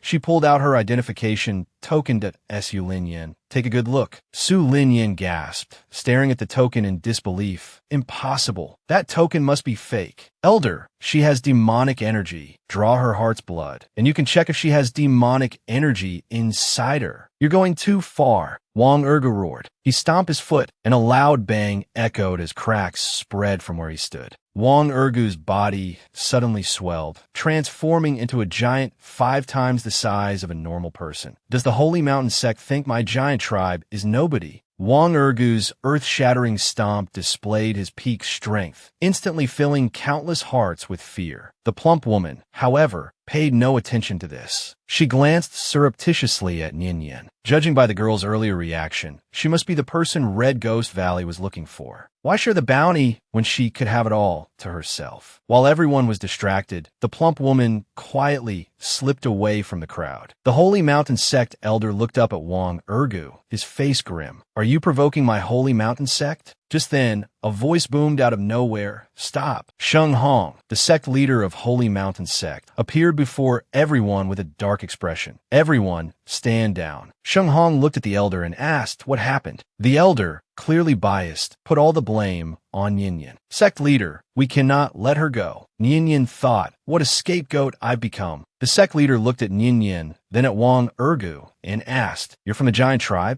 Standing protectively in front of his junior sister and brother, Wang Ergu replied in a resounding voice, "Indeed." This was Nian's moment of truth. Who would know that she could be both demon and spirit? Just moments ago, Su Linyan had been causing a scene, accusing Nian of being a demonic remnant. But Nian had been prepared. She had produced her identification token, yet Su Linyan still questioned her. In the 5 continents, demons were feared by all. Sheng Hong extended his hand. "Show me the identification token." Nian tossed the token to him without a trace of fear for the sect leader. She quipped, "Make sure you inspect it carefully, sect leader." Sheng Hong caught the token and scoffed disdainfully. This sect leader's actions are not for a little girl to question. He examined the identification token meticulously, but found nothing amiss. He looked up, scrutinizing Nian and Zhuang Xian. "You and your brother don't look alike." Nian replied calmly, "Men and women look different. Fraternal twins are naturally no exception. Why are you still saying, sect master, that you want my heart blood? If I give my heart blood, my talent will be ruined. Isn't this asking someone to ruin their entire life? Only an idiot like Su Linyan would say such a thing." Su Linyan, while everyone looked at him like he was an idiot, excitedly said, "Sect master, take his heart blood. This sword seed definitely." Sheng Hong interrupted angrily, "Impudent. I'm a sect master. The elders are here. Is it your place to speak?" A Holy Mountain Sect elder immediately said, "How dare you be so disrespectful?" Su Linyan's face instantly paled. With a lesser divine realm expert as backing and a giant tribe as support, wanting to take Nian's heart blood is simply a fool's dream. Sheng Hong slowly exhaled that I won't use your heart blood, but since everyone has doubts, it's better to clarify things, right? Just one drop of your blood, and I can determine whether you have demonic elements. Nian, facing Sheng Hong, a lesser divine realm expert, showed no fear that if I don't have demonic elements, will you make your precious disciple apologize to me? Sheng Hong, 不愧是个老狐狸, truly a sly old fox, always left himself an out. That naturally depends on him. You can also choose to leave now. I naturally won't make things difficult for you if you leave my Holy Mountain Sect. Before negotiating with others, first see if you have the corresponding strength. Understand? Wang Erga looked at Nian, "Little junior sister, if you're unwilling, we won't enter this Holy Mountain Sect." "No need, senior brother. What am I afraid of?" For the sake of the demonic sword seal, Nian had to enter the Holy Mountain Sect. When she closed her eyes, the spiritual and demonic pearls within her body rotated nimbly. Who could know that she was a dual spirit demon cultivator, able to switch between them at will? Nian bit her finger, and her blood condensed into a red bead. She offered the blood bead to Sheng Hong to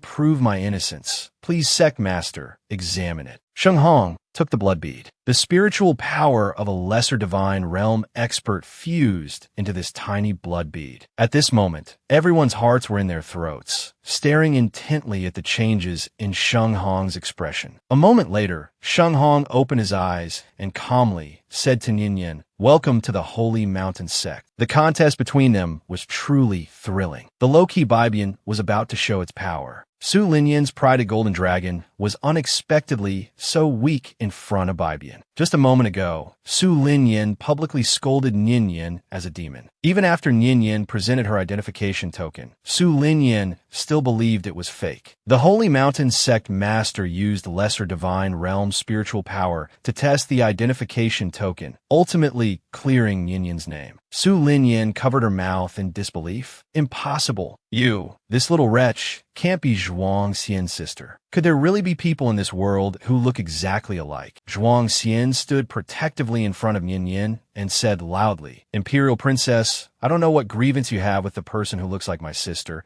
but you calling her a little wretch repeatedly. Is this the upbringing of a foreign imperial princess? The surrounding people began to murmur. That's right, simply vulgar. So much for an imperial princess. Su Linyin's face instantly turned pale. Since seeing Yin Yin, she had been so shocked that she forgot everything, including maintaining her usual aloof and ethereal demeanor. Meng Xiaoqi conjured a giant meteor hammer and said coldly, Shouldn't you apologize to our Yin Yin? Meng Xiaoqi absolutely loathed this imperial princess. Her little junior sister hadn't done anything, yet Su Linyin had been making things difficult for her from the start. Su Linyin turned her head away. How can I, a dignified imperial princess, apologize to her? Apologizing? Where'd she put her face? A group of Holy Mountain sect disciples beside her couldn't help but chime in. Who knows if your identification token is real? Besides, we were just verifying if you were a demon. Why be so aggressive? Su Linyin straightened her back. With the Holy Mountain sect backing her, what was she afraid of? She stared directly at Yin Yin and said, I will not apologize to you. Before Yin Yin could speak, Bai Bian stepped forward, pointing at the spirit beast on Su Linyin's shoulder, and said, Do you dare to have a spirit beast duel with me?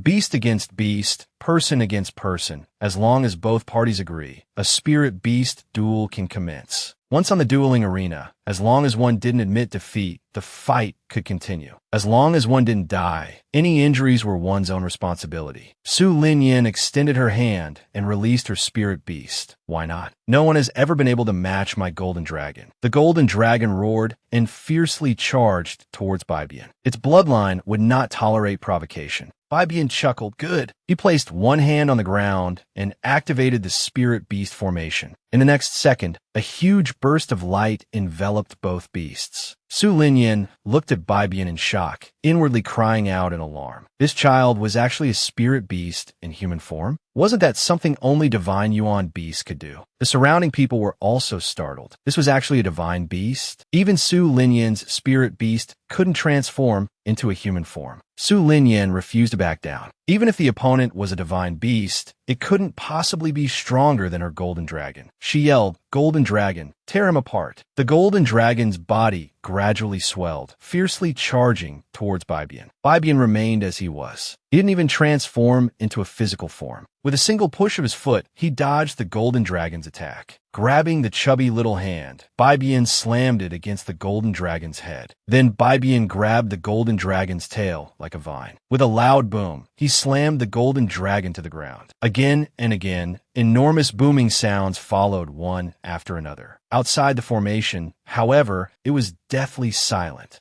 Su Linyin's pupils trembled. His prided divine beast was actually unable to fight back. It turned out his divine beast wasn't a golden dragon, but a weakling. The pride he felt before now turned into irony. Seeing his master being bullied, Bai Bian stepped forward to challenge the so-called divine beast golden dragon. Inside the divine beast formation, the golden dragon was being tossed around like a vine by Bai Bian. Only booming sounds could be heard, and the golden dragon had no power to retaliate. A moment later, the ground where the golden dragon had been slammed was a mess, filled with smoke. As the smoke slowly dissipated, Bai Bian was seen standing unharmed within the formation. Beside him, the golden dragon was convulsing, blood continuously oozing from its eyes. It was a Thombarendu sight. Everyone's eyes nearly popped out of their sockets. It was simply unbelievable. What was this child's true form? Wang Ergu slowly retracted his ears to their original shape. From the moment Bai Bian entered the formation, he had maintained a look of astonishment. Only now, seeing Bai Bian pinning the golden dragon to the ground and beating it, did he snap back to reality. He scratched his head and said, I thought these two children were little junior sisters. Meng Xiaoqi rolled her eyes. Are you stupid? How old is little junior sister? She said to Wang Ergu. Bai Bian shouted loudly. If Bai Bian Chongchong is upset, then upset methods must be used. Bai Bian looked at Su Linyin and slowly said, If you don't want me to cripple your spirit beast, apologize. apologized to his beloved master and his not-so-liked fellow disciple, Chun Yao. Su Linyin couldn't accept this. How could the divine beast he painstakingly hatched lose to a little boy? Impossible. The golden dragon wasn't limited to this level of strength. He pointed at Ninian, his expression and said, "You must have done something." Bai Bian's childish eyes revealed deep mockery. He sneered,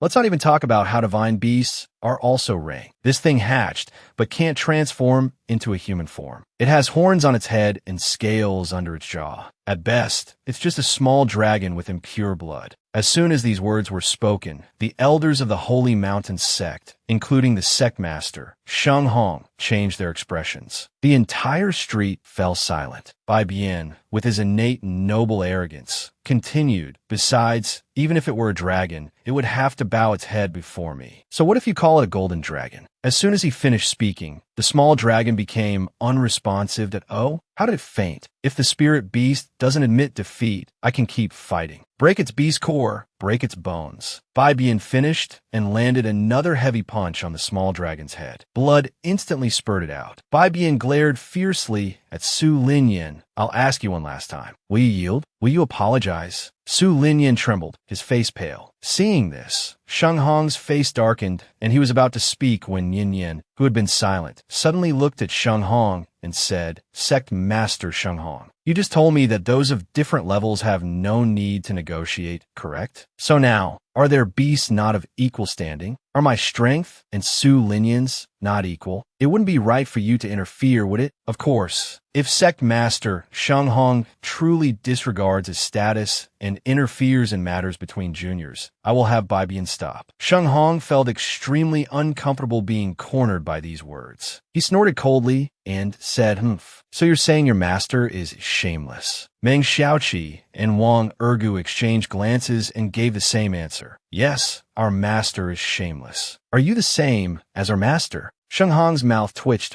He really cares about his face. The apple doesn't fall far from the tree. Finally, Su Linyin's apology came. The pain of humiliation, the hatred of having her egg stolen. Could a simple sorry erase it all? Just now, Bai Bian had fought for his master's honor. He had beaten Su Linyin's precious pet half to death. Without her spirit beast, Su Linyin no longer held any value. Sheng Hong, the Holy Mountain sect master, reminded Su Linyin, "If your spirit beast is gone, you are no longer a disciple of my Holy Mountain sect. Apologize." The surrounding people looked at him as if he were a joke. Su Linyin felt ashamed, angry, and humiliated. But if his precious dragon was truly crippled, then his and his mother's efforts would truly be wasted. Meng Xiaoqi said, unhappily, "Stop pretending to be pitiful. You were the one who wrongly accused our Ninian. Is apologizing so difficult?" Su Linyin turned her head away and squeezed out 3 words through gritted teeth. "I'm sorry." As soon as she finished speaking, a painful howl sounded from behind her. Bai Bian stepped on Jian Jiao's tail, breaking the bone. Looking coldly at Su Linyin, who was facing Ninian, Bai Bian said, "Is this your attitude when apologizing? No bowing, no lowering your head." Gathering a surge of spiritual energy, Bai Bian roared, "I'll give you one last chance. Apologize properly. If you continue to be perfunctory, I'll crush his spine and make him unable to stand for the rest of his life." Su Linyin looked at Bai Bian with fear in their eyes. They turned to look at the Holy Mountain sect disciples behind them for help. But those disciples were still stunned by Bai Bian's imposing manner. Having no other choice, Su Linyin struggled internally and mumbled an apology to Ninian. Ninian looked at Su Linyin expressionlessly. Could the pain of being crippled, the humiliation, and years of hatred be resolved with a simple sorry? After a long while, Ninian walked towards Su Linyin. Smiling, she helped them up that it's okay. Everyone makes mistakes. Meng Xiaoqi, thinking Ninian had truly forgiven them, sighed in relief. Yeah. We'll all be living in the Holy Mountain sect from now on. We'll be seeing each other constantly. We can't let things be too awkward." The Holy Mountain sect disciples all felt a shiver down their spines. Doesn't this mean things like this will happen every day from now on? Sheng Hong looked at Ninian and said, "Miss, Yinner has already apologized. Could you please have your spirit beast open the beast formation and release Jin Jiao?" Ninian beckoned to Bai Bian, who released Jin Jiao.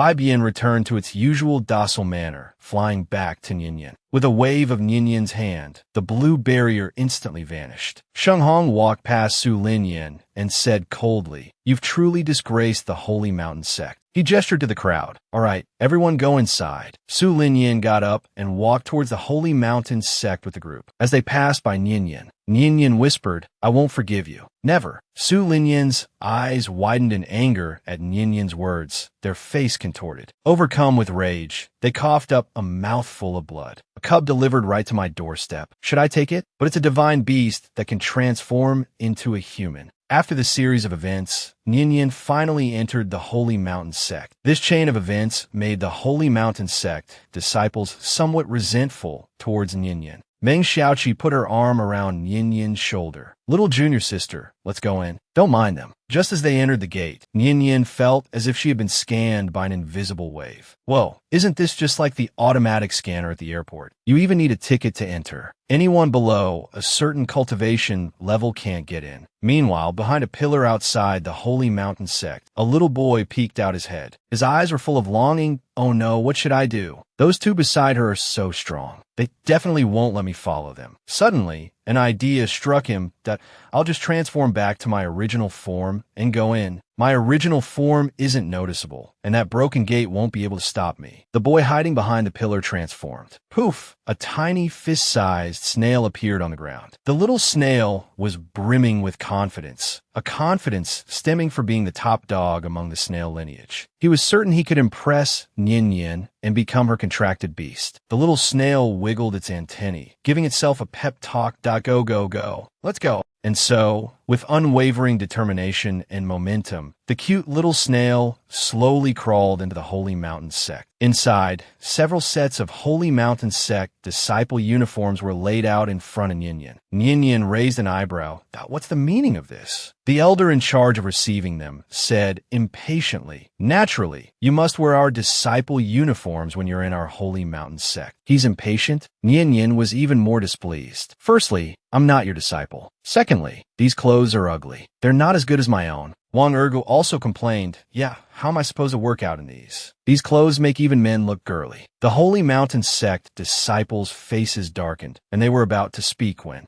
Sheng Hong frowned and said, "Fine, let them be. It's better if they don't wear them. That way, if they cause trouble, the Holy Mountain sect won't be held responsible." Meng Xiaoqi scoffed and muttered, "As if your Holy Mountain sect still has any good reputation left." The Holy Mountain sect disciples all kept a considerable distance from Yin Yin and her group with disdain. One of them whispered, "They're so arrogant. This is our Holy Mountain sect. Don't they know what it means to be under someone else's roof?" They then looked at La La and whispered, "That little girl is also a divine beast. I didn't expect that woman to be a beast tamer too. Beast tamers are inferior to us spirit cultivators. If their spirit beasts aren't around, we could crush them with one punch." As they spoke, their eyes lit up with excitement. "If we could duel that girl, her little spirit beast wouldn't be able to help her. Then we could capture her and teach her a lesson, avenging our earlier humiliation." After speaking, the disciple immediately raised his hand and shouted, "Elder, this person has spiritual power. That proves she's a cultivator with a spirit beast, right? Entering our Holy Mountain sect. How can we not test her strength?" Everyone clamored together. The elder also intended to deliberately make things difficult for Ninian. "You saw it too. These are the rules of our Holy Mountain sect. Never look down on anyone, or you might get a slap in the face very quickly. Everyone knows that Beastmasters themselves are very weak. During battles, they rely entirely on their spirit beasts to attack or defend." Ninian just entered the Holy Mountain sect, and the people of the Holy Mountain sect deliberately wanted to make things difficult for her. They insisted on testing Ninian's spiritual power to embarrass her. "Bring it on." Ninian wasn't afraid. "Anyway, it's you guys who will be embarrassed later." She just responded modestly, saying she had a little spiritual power. Those disciples who were clamoring for Ninian to test her spiritual power saw how calm she was and secretly rejoiced. Such an arrogant woman doesn't even dare to boast. She must be scared of the spiritual power test. The Holy Mountain sect elder took out the spirit measuring steel. "Come here. Use all your strength to strike this, and your spiritual power level will appear." Everyone was waiting to see Nyin Yin make a fool of herself. Lala hugged her little arms and sneered at a bunch of fools. How can my master be judged by common sense? Nyin Yin stepped forward. She clenched her fist, and spiritual power gathered on it. Bang! Her fist hit the steel. The next second, the steel shattered. The force of the punch sent the Holy Mountain Sect elder stumbling backward. His old face twitched violently. Fragments of the steel flew in all directions, landing at the disciples' feet. They were startled. Nyin Yin looked at the elder innocently and said, "Oh, I'm so sorry. I didn't control my strength well. It's my first time using a measuring steel. I didn't know how much force to use." Sheng Hong, standing to the side, was shocked. How is this possible? She's actually at the human spirit realm.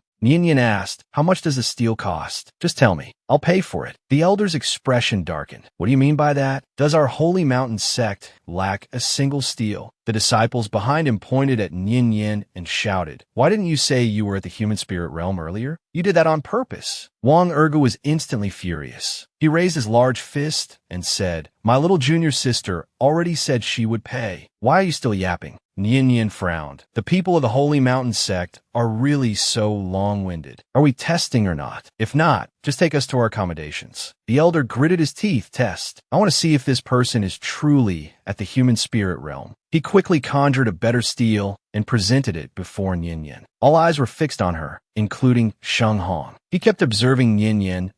Is it possible? A beast master with a divine beast, whose spiritual talent is even better than the children of those cultivator families in the 5 continents. Everyone's long-awaited Yuan Sui finally appeared. What was happening with Sui, who had lost Nyin Yin? In the Red Ghost Valley of the 5th continent, the Grand Elder rushed into Sui's cultivation room, excitedly shouting, "Young Master, we found her. She's in the 1st continent." It said she clashed with the Holy Mountain Sect. Sui opened his eyes and looked at the Grand Elder. Recently, he could ignore everything except for news about Nyin Yin. The Grand Elder, suppressed by Sui's bloodline, couldn't lift his head. He knelt before Sui and answered seriously, "Yes, young master. When shall we depart?" Before the Grand Elder could finish, Sui had already risen to his feet. He walked outward with extreme speed, saying, "Prepare the sky witness mirror. We'll go now." Meanwhile, within the Holy Mountain Sect, the disciples, wanting to embarrass Nyin Yin, urged her to test her spiritual power level. Unexpectedly, Nyin Yin shattered their testing steel with a single strike. Unable to accept the result, the Holy Mountain Sect elder insisted Nyin Yin test again. Nyin Yin used her spiritual power again, striking the steel with her palm. Wang Ergu was full of confidence. "Just wait. When little junior sister's spiritual power is measured, it'll scare them to death." Slowly, a star rose on the steel. The elder had to admit, it really is 1-star human spirit realm. Just as he finished speaking, one of the disciples shouted, "Wait, there's more." Sure enough, below the bright star, another star was slowly forming. The elder's eyes widened. 2-star human spirit realm. Sect leader Sheng Hong felt a pang of regret. He sighed, "What a pity. Such a talented person. How did she become that old beggar's disciple?" Nyin Yin turned to look at the people of the Holy Mountain Sect and chuckled. "Are you all satisfied now?" The expressions on the disciples' faces were quite a sight, each one gritting their teeth. The elder angrily turned his head away, not wanting to look at her. He waved his hand. "All right, take them to their resting quarters." A female disciple came over and said, "Follow me. I'll arrange disciple rooms for you." Wang Ergu, the big guy, was quite concerned about food. He asked the female disciple, "What about our meals?" The female disciple replied, unhappily, "Meals are eaten together in the main dining hall. Meals are free for the disciples." The sect leader said, "You all eat for free too." Meng Xiaoqi glanced at his expression. "Qing Qi," she said, "don't think we owe you anything. Aren't the people from your Holy Mountain Sect also going to our giant tribe?" The female disciple pursed her lips and didn't speak. Just then, a woman's voice came from the room, "That I won't go. I won't go to any giant tribe. As Heaven's goddaughter, I'll be tortured. So what will happen to this historian-turned-hero?" Nyin Yin and the others, who had entered the Holy Mountain Sect, were being led to their accommodations. Passing by a courtyard, they heard a frantic voice coming from inside a room, "That I won't go to the giant tribe." The voice sounded very familiar. They then heard the woman inside shout, "I'm going to catch that woman who bullied me. I must get revenge." Nyin Yin and the others looked at the room in front of them. Before Nyin Yin could react, the door was flung open. Sheng Xianxian, wearing a hat, ran out in large strides. What a small world! Nian Yin and Sheng Xianxian met again, completely unexpectedly. Nian Yin's expression was slightly awkward. She looked up and greeted Sheng Xianxian with a nervous laugh. "Oh, it's you." Sheng Xianxian's face changed from anger to shock, finally crumpling into a distorted bun-like shape. She instinctively clutched her head and stumbled backward. "Daddy, Daddy, he's here. He's the one who pulled my hair," she cried to Sheng Hong. Sheng Hong's expression turned grim. His gaze swept over Nian Yin. He thought to himself, why is it him again? He coldly asked Nian Yin, "Was it really you who pulled my daughter's hair?" Nian Yin replied fearlessly, "So what if it was?" Your daughter, without asking the reason, almost let a few cultivators escape. One of them almost hit me with a light beam. She angered my ancestral elders, so I taught her a lesson. Sheng Hong narrowed his eyes. Almost hit you? You're a 2-star human spirit realm cultivator. How could she hurt you? And you dared to retaliate and injure her. Nian Yin crossed her arms and sneered, "So, sect leader, according to you, I should just stand there and take a beating? Besides, your daughter was verbally abusive. Should I tolerate that? My ancestral elders could tolerate it." Meng Xiaoqi, who was also present at the time, was about to speak when Sheng Hong, who had been holding back his anger, glared. An immense pressure was released, directly bearing down on Meng Xiaoqi, Nian Yin, and the others. For the young cultivators, the pressure from a small Saint Realm expert was too powerful. They were crushed to the ground. Sheng Hong continued in a cold voice, "Little girl, I know you're talented, and your master and family are powerful, making you arrogant. But my holy mountain sect isn't afraid of you." Sheng Hong raised his hand and placed it on Yin Yin's head. "Don't worry, I won't take your life. You can still stay in my holy mountain sect to learn, but you have to suffer a little to appease my daughter's anger." Wang Ergu's eyes reddened with fury. He shouted, "You dare? My master will not let you off." Sheng Hong's expression remained unchanged, his voice resounding powerfully. "Then let your master fight me for 3 days and 3 nights. Do you really think my holy mountain sect is afraid?" Nian Yin stared at him, the desire for strength surging in her heart once more. She was too weak, so weak that others could bully her at will. With a cruel glint in his eyes, Sheng Hong sneered and continued, "Remember this lesson. You should know that there are some people you can't afford to offend." Just as he was about to exert force on Yin Yin's head, a loud explosion suddenly sounded from behind. A huge shockwave of light appeared above the holy mountain sect. Sheng Hong's face changed drastically. "So, everyone, guess who came to the rescue? Welcome to leave a message in the comment section. It is said there will be a reward." Sue's heart ached with worry. He never expected to see Nian Yin again under these circumstances. A man of few words but strong actions, he vented all his longing and worry onto this historian-turned-hero. Just a moment ago, Sheng Hong, without asking the reason, wanted to seek justice for his daughter, relying on his own powerful strength to bully Nian Yin and the others. Nian Yin felt resentful but helpless. At the critical moment, a shockwave of light appeared above the holy mountain sect with a loud bang. Sheng Hong's face changed drastically. A spatial tremor. It's the Ghost Valley's spatial tremor. How could it appear here? Nian Yin subconsciously looked up and saw a familiar figure gradually appearing within the shockwave of light. Nian Yin unconsciously called out his name, Sui. But she forgot that she was still suppressed by the small Saint Realm expert's pressure. After saying these 3 words, she couldn't withstand the surging blood and coughed up a large mouthful of blood. After coughing up the blood, Nian Yin felt much lighter. Something around her waist began to heat up. Nian Yin suddenly realized it was the effect of the gift from Grandpa Dashin. Sheng Hong cupped his hands towards Sui.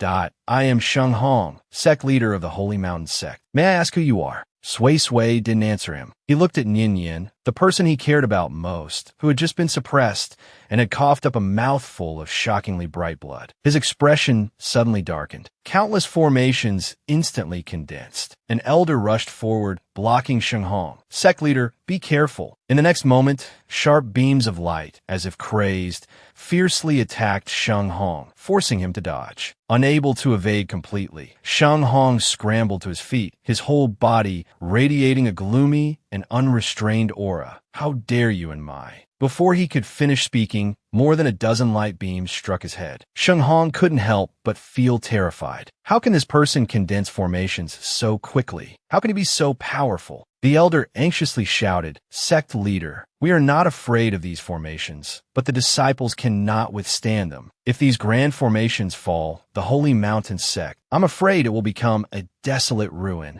Helpless, Sheng Hong could only suppress his rage. He shouted loudly, "I have no grievances with you. Why are you attacking my holy mountain sect?" Sui remained silent. He slowly descended to the ground. Sui walked towards Nian. With a wave of his hand, he released the suppression on Nian. Looking at the beloved doll he hadn't seen for many days, Sui's eyes were filled with tenderness, but his heart ached. He raised his hand, wiping the blood from the corner of Nian's mouth, and said softly, "Nian, you're bleeding." Nian felt an involuntary surge of virtue. He shook his head vigorously. He had been pinned to the ground, beaten and struck at will. Although he hadn't uttered a sound, refusing to admit defeat, he still cared. Sui immediately pulled Nian close, comforting him with infinite patience, his voice incredibly gentle. "Don't be afraid, Nian." He looked at Sheng Hong, his expression instantly changing, his voice icy. "You did this?" Seeing that this person had come for Nian, and with such doting affection, Sheng Hong's scalp went numb. He immediately explained, "Just now, it was all a misunderstanding. I didn't want to kill." Before he could finish speaking, Sui uttered a single sentence. Countless formations poised, ready to strike. Sui said coldly, "Who wants to hear your explanation?" In the next second, the grand formations launched simultaneously, all targeting Sheng Hong alone, fiercely attacking him. Comment section reply, dominating. It said that today you too can receive unique tenderness. This episode is simply a gathering of experts. The true expert turned out to be him. Just now, the Holy Mountain sect leader, under the pretext of seeking justice for his daughter, bullied Nian. Sui appeared in time, dominantly protecting his wife. He beat the Holy Mountain sect leader so relentlessly that he couldn't even dodge. The Holy Mountain sect elders stepped forward together to block Sui's formations. Seeing the elders struggling to hold on, Sheng Hong helplessly crushed a signal flare for help. "Elders, hold on. I'm summoning the 5 supreme elders." The Holy Mountain sect disciples had never seen such a scene before, each one inwardly trembling. Just then, the neighing of spirit beasts came from the distance. Bai Qian subconsciously looked up. He actually saw there Bai family's heavenly horses, having received their master's command, galloping towards them. He shouted ecstatically, "It's our Bai family's heavenly horses. My Bai family has come to aid the Holy Mountain sect." The heavenly horses slowly descended from the sky. Then one of them kicked Bai Qian in the face. A loud, odorous fart erupted directly onto Bai Qian's face. Clearly, the heavenly horses pampered in the Bai family had never taken Bai Qian seriously. At this moment, in their eyes, this kid was just in the way. Bai Qian's mouth was right in front of the heavenly horse's rear end. His face instantly turned green, and he bent over, vomiting. On the Holy Mountain sect's peaks, having received the signal flare,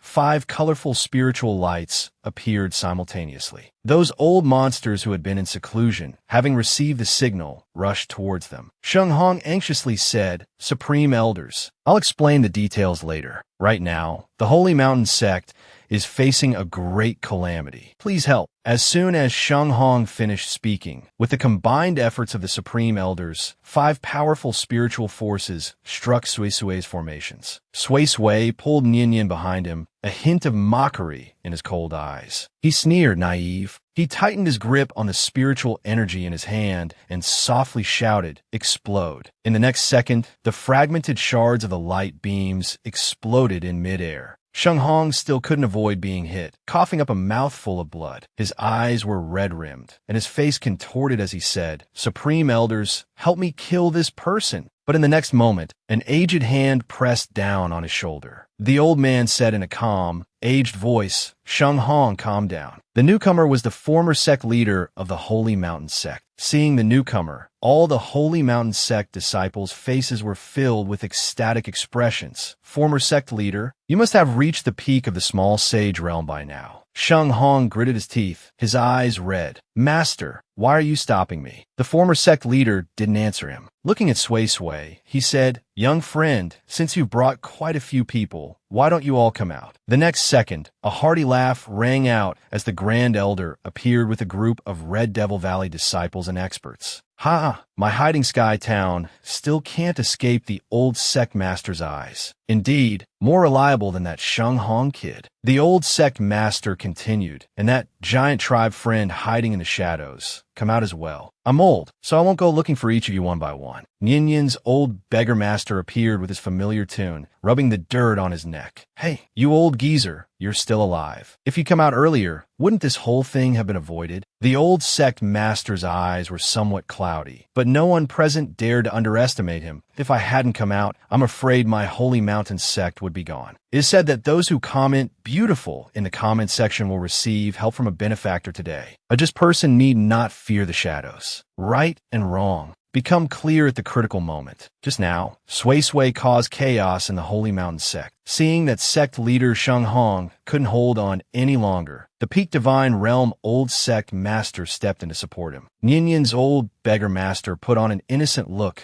that in times of peace, who would resort to fighting and killing. Seeing her master, Meng Xiaoqi's face lit up with joy. She happily called out, Master. The old man's face instantly broke into a wide smile, and why, good disciple, don't be afraid, don't be afraid. Master has been following you all along. Master will avenge you now. Smash them. The entire Holy Mountain sect rolled their eyes. The turnaround was too quick. The old man's previous words were like hot air. The old sect master glanced at him and turned to Sheng Hong, saying, I just woke up. Sheng Hong, tell me what happened. One giant tribe, one Red Devil Valley. Even the Holy Mountain sect couldn't handle it. Sheng Hong could only suppress his anger. He pushed his daughter forward. Xian, you tell the old sect master. He intended to let his daughter show her face in front of the old sect master. But Sheng Xian had never seen such a chaotic scene with Divine Realm experts. From the moment Sui Sui appeared, her legs had been trembling. Now, being stared at by the old sect master, the pressure was almost crushing her. Her face was pale, and she stammered,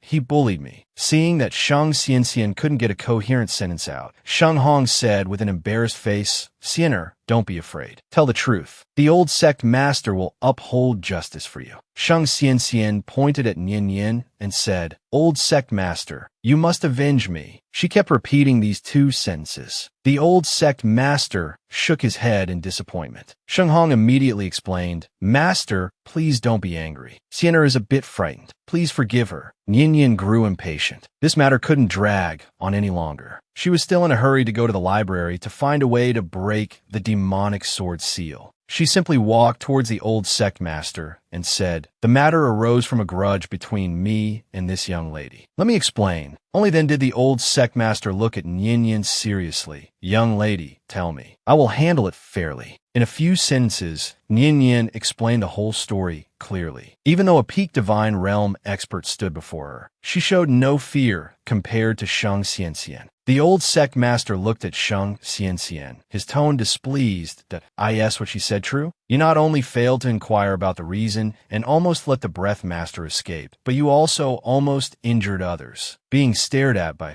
such a top expert, Sheng Xian couldn't hold back any longer. But they pulled out all my hair. She fought back. As soon as she finished speaking, Sheng Xian was suddenly sent flying, crashing heavily against the wall. Sheng Hong's face paled, and he rushed to his daughter. He helped Sheng Xian up, his face full of disbelief. Master, how could you side with an outsider? The old sect master slowly said, Sheng Xian caused trouble outside without distinguishing right from wrong, acting impulsively and recklessly. She is sentenced to 1 month of confinement within the sect. Sheng Xian trembled all over and shouted, No, old sect master, you're biased towards outsiders. Before she could finish, Sheng Hong covered her mouth. The old sect master looked down at Nian Yin and said, Young lady, are you satisfied with this? Nian Yin respectfully replied, I am satisfied. Senior was wise to distinguish right from wrong. How could I be dissatisfied? Seeing her like this, the old sect master nodded in satisfaction. Nyenyen's old beggar master laughed heartily. His precious disciple wasn't wronged, and that was all that mattered. A glint flickered in Sue's eyes. He seemed ready to start a fight at any moment. The old sect master's cloudy eyes swept over Lala and Baibian, suddenly becoming clear. In that instant, Lala and Baibian felt like they had been seen through. Baibian whispered, "Dummy, did that old guy see through us?" Lala responded, "I don't know. He's so powerful, but I don't sense any malice." Comment "beautiful" in the comment section. It is said that a lucky star will descend tonight. It turns out that one's beloved can also be called Xiao Qinglang. Are you also smiling like a proud ant in front of the screen? Just now, this old man stepped in and resolved the fundamental reason for the confrontation between these major forces. With his formidable strength, he saw at a glance the deep bond between Baibian and Lala. He couldn't help but feel a surge of fondness for Nyenyen. Such excellent talent. What a superb little star you are. If you weren't backed by two powerful forces, I would definitely resort to any means to snatch you away to my holy mountain sect. Hearing these words, the old beggar was instantly enraged. "You old scoundrel, do you want to fight?" Sue's face was full of displeasure, a murderous intent surging in his eyes. He looked ready to activate a grand formation. Nyenyen quickly grabbed his hand and said with a grin, "Don't fight. It won't end well if you do." Sui held Nyenyen's hand in return, his gaze softening as he replied, "Okay, whatever you say." Nyenyen looked up at the old sect master and said with certainty, "Old sect master, I appreciate the sentiment, but I have no fate with the Holy Mountain sect. I am not worthy." The old sect master raised an eyebrow, his heart sinking. It seemed the little girl still harbored some dissatisfaction. He closed his eyes and slowly said, "Very well. You may stay at the Holy Mountain sect with peace of mind. The agreement between the Holy Mountain sect and your giant tribe remains valid." Nyenyen nodded calmly. "Thank you, Senior." At the same time, the yearning for power in her heart intensified once more. If I had such strength, eliminating that mother and daughter wouldn't be a problem at all. The old sect master finished speaking and looked at Sheng Hong, a hint of displeasure in his voice. "Sheng Hong, I entrusted the Holy Mountain sect to you because I trust you. Don't let our Holy Mountain sect disciples be lacking in strength, only good for obstructing. Understand?" Sheng Hong replied dejectedly, "Disciple understands." The old sect master looked at the old beggar and the Red Devil Valley disciples. In the next moment, his expression suddenly changed and a peak-level pressure poured out, his voice resounding throughout the entire sect. Now that this matter has been resolved, the Holy Mountain sect is forbidden to outsiders. No entry or exit. The old beggar looked at Nyenyen with a smile and said, "Little disciple, master is going back now. If you're not comfortable staying here, come home." He then turned to look at Sui, his expression intriguing. "So this is your little sweetheart. His talent and looks are not bad, and he's willing to protect you. Master gives him a passing grade." The old beggar, hidden in the shadows, had witnessed Sui's domineering protection of Nyenyen and was quite satisfied with this quiet young man. Nyenyen, embarrassed, waved her hands in explanation, but that's not. Sui, full of curiosity, asked, "What's a little sweetheart?" The old beggar held up two fingers, touched them together, then bent them, patiently explaining, "It means lover." Sui blushed at the old beggar's explanation. Nyenyen helplessly emphasized again, Master, I already said we're not." Have you ever seen such a confession? It's making me blush. I've been smiling like a mother the whole time. The old beggar's matchmaking explanation made Sui blush as well. Nyenyen explained helplessly, "Master, we're not a couple. Don't teach him the wrong things. He's still a child and doesn't understand anything." The old man was unhappy. Am I teaching him wrong things? Isn't that what little sweethearts do? Chat and eat together during the day and warm the bed at night after lights out. Sui looked at Nyenyen, becoming more convinced that he was Nyenyen's little sweetheart. "That I warm your bed. I've done it many times. How can you say such things out loud? It's not the same." Nyenyen anxiously tried to cover Sui's mouth. Sui, with an innocent face, continued, "How is it different? I even took off my clothes when you asked me to." If this went on, even the old man would blush. He waved his hand and said, all right. Who wants to listen to you two lovebirds talk about this? Master is leaving now." With that, he vanished, leaving a golden halo in front of the two. Sui Sui looked at Nian tenderly and said, Nian, come with me. Nian's emotions flared, and oh, I want to stay here. Sui Sui was puzzled. Why? Won't you come with me? He then looked around, a murderous intent flashing in his eyes.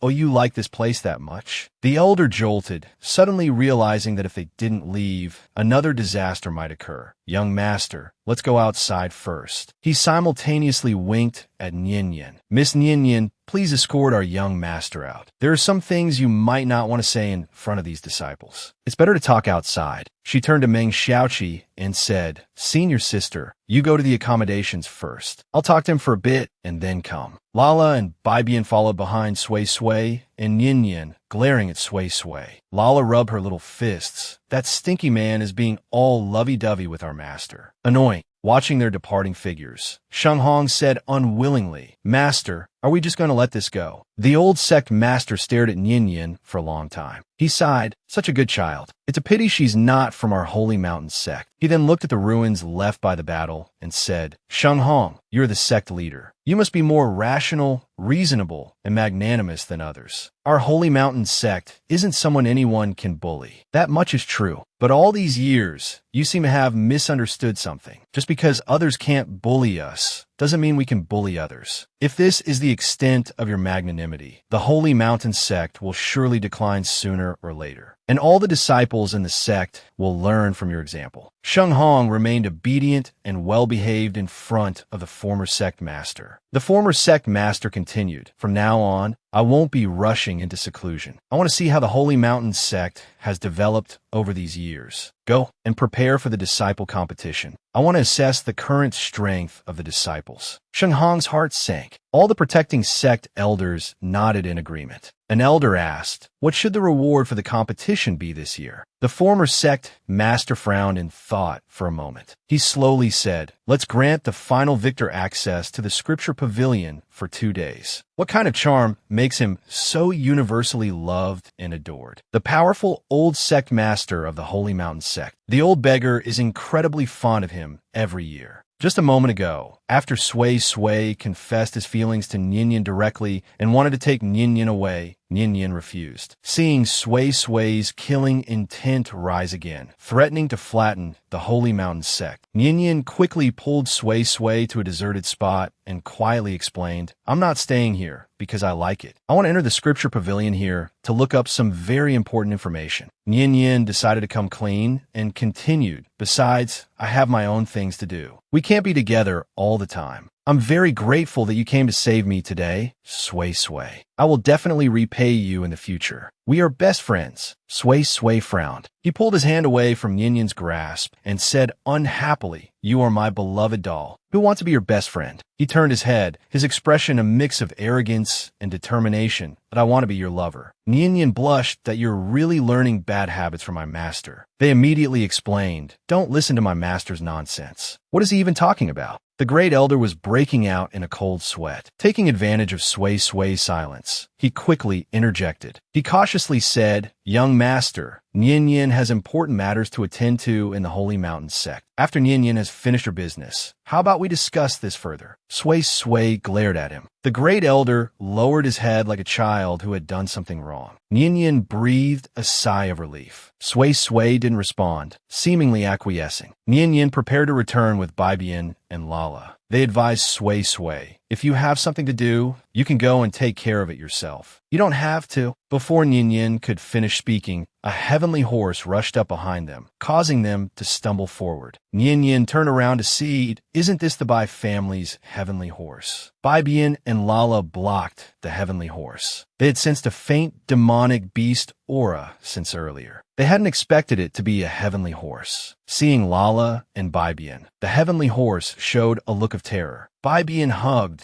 the heavenly horse's neck and Lala grabbed its hind legs. The two cubs shouted to Nian, Master, don't worry. We'll teach this little horse a lesson before letting it go. You can go have fun without worry, Master. The two continued to drag the heavenly horse away as they shouted. Ninian asked how the Bai family's heavenly horse get here. Bai Bian poked its head out, its voice full of jealousy. They want to form a pact with Master, but their aptitude is too poor. How can they possibly form a pact with Master? Bai Qian chased after the heavenly horse, running over with a look of bunky, weeping bitterly. Heavenly horse, what are you doing? Seeing Ninian, Bai Qian's expression changed dramatically. Ninian, you shameless villain, what have you done to my Bai family's heavenly horse? As soon as Bai Qian finished yelling, their face instantly swelled up like a steamed bun. It turned out that Lala and Bai Bian, hearing Bai Qian's voice, had released the heavenly horse and come over to teach this foul-mouthed person a lesson. Lala was furious. I see you haven't learned your lesson. Bai Bian said coldly, is it yours? Then quickly take it away. What's your intention? Constantly pestering our master. Bai Qian covered their face and shrieked, my Bai family's heavenly horses are naturally proud. How could they possibly fawn over your master? But when they turned around and saw what was happening, they were instantly speechless. The heavenly horses were nuzzling against Ninian. How could this be? These weren't their Bai family's heavenly horses. Lala put their hands on their hips and yelled fiercely, go away. Our master doesn't want you. Ninian raised their hands helplessly. They didn't even know they had such immense appeal. They said with a chuckle, I already have Lala and Bai Bian. That's enough. You all can go back. Leave a comment if you enjoyed today's episode. Affinity can increase by 10. When a proud man exerts his power, the ground trembles. This man, so childish and tender towards Ninian, is so decisive and ruthless when it comes to his work. Just a moment ago, Sui Sui's direct confession to Ninian failed. Ninian, to comfort Sui Sui, escorted him back. On the way, Ninian was surrounded by a group of heavenly horses who wanted to form a pact with them. Ninian had never known they possessed such charm. Lala and Bai Bian, of course, disagreed. They happily took on the task of dealing with the heavenly horses. Ninian repeatedly emphasized that they mustn't bully anyone, or else there would be no dinner. As for what constituted bullying, the two little ones couldn't quite say. The great elder, living up to his reputation for speed, quickly found a suitable place to live. It was a courtyard very close to the Holy Mountain sect. Ninian, as red as the red boy, said to Sui Sui, you on Sui Sui be good. Well, I'm free tomorrow. I'll come out and play with you. Sui Sui frowned, wanting to say something, but the great elder spoke first. Young master, we of the heavenly clan have our pride. There are some matters that require your attention. Ninian said with a smile, you on Sui Sui, you're the valley master now. Work hard. I'm going back. Sui Sui watched Ninian leave. It seemed that only when looking at Ninian could he see a trace of warmth in their eyes. After Ninian left, a chill settled around Sui Sui. His eyes filled with a desolate look as he said, bring them in. Several cowering men were brought before him. Kneeling down, they trembled. Great elder, we were truly blinded by greed. We didn't intend to betray the Ghost Eater Valley. It was those other powers with their sweet words. Before they could finish, several flashes of light streaked across the room. The scent of blood instantly filled the air. The great elder pleaded, young master, although these men contacted other powers, they're also elders who have followed me for many years. There's no need to kill them. Crippling their cultivation would suffice, considering their years of diligent service. Sui Sui stared at him coldly, his blood surging. The pressure of his bloodline bore down directly onto the great elder. If I didn't know they were elders, what would be lying on the ground now wouldn't be two intact corpses. Overwhelmed by the bloodline suppression, the great elder involuntarily fell to his knees. The blood vessels in his body visibly bulged, close to bursting. He was in agony. Sui Sui looked up at the great elder and said, do you know how my clan was destroyed? Although I was young at the time, I still remember. Traitors within colluded with those villains, breaking our clan's protective formation. Those people cruelly collected the blood of my clan members, not even sparing the infants. Do you know why they needed Xian clan blood? The great elder clutched his throat, answering in pain, because the Xian clan was uniquely blessed with exceptional spiritual energy. Back then, spiritual energy was scarce. Those devils wanted to activate a heaven-defying formation to break through the heavenly Tao and reintroduce spiritual energy. So they used the blood of our clan as a medium, slaughtering us en masse. Sway Sway gathered a surge of spiritual energy, his voice laced with bone-chilling meaning. Every bit of spiritual energy floating in these 5 continents is the flesh and blood of my clan, the cries of my people. And you still want to show mercy to these traitors? Just because I listened to your advice once doesn't mean you can make decisions for me. Understand, having always thought Sway Sway was kind, it was only at this moment that the great elder truly felt Yuan Sway Sway's coldness and ruthlessness. Young master, we have been searching for the masterminds behind this for many years. We have confirmed that the Feng family, Shangwan family, Shun Tu family, and Wu family of the 5 continents are among them. Sway Sway looked down at the great elder, as if seeing a path of blood. It's not just those families. The cute and scheming will finally crawl to Nian Yin. Nian Yin was still unaware that they were about to become an animal retailer. Having just found Nian Yin, Sway Sway finally decided to get serious about his plans. This domineering decisiveness, spoiling those he loves and ruthlessly killing those he hates, is truly imperial. The great elder, who had always believed Sway Sway to be kind and naive, now felt the young master's coldness and ruthlessness. For years, he had been searching for those responsible for the clan's destruction. Sui Sui told him why the Fortune God Tower was so revered in the 5 continents. It was because they had made great contributions during the 5 continents' time of crisis. The great elder's expression gradually darkened, his whole body trembling with rage.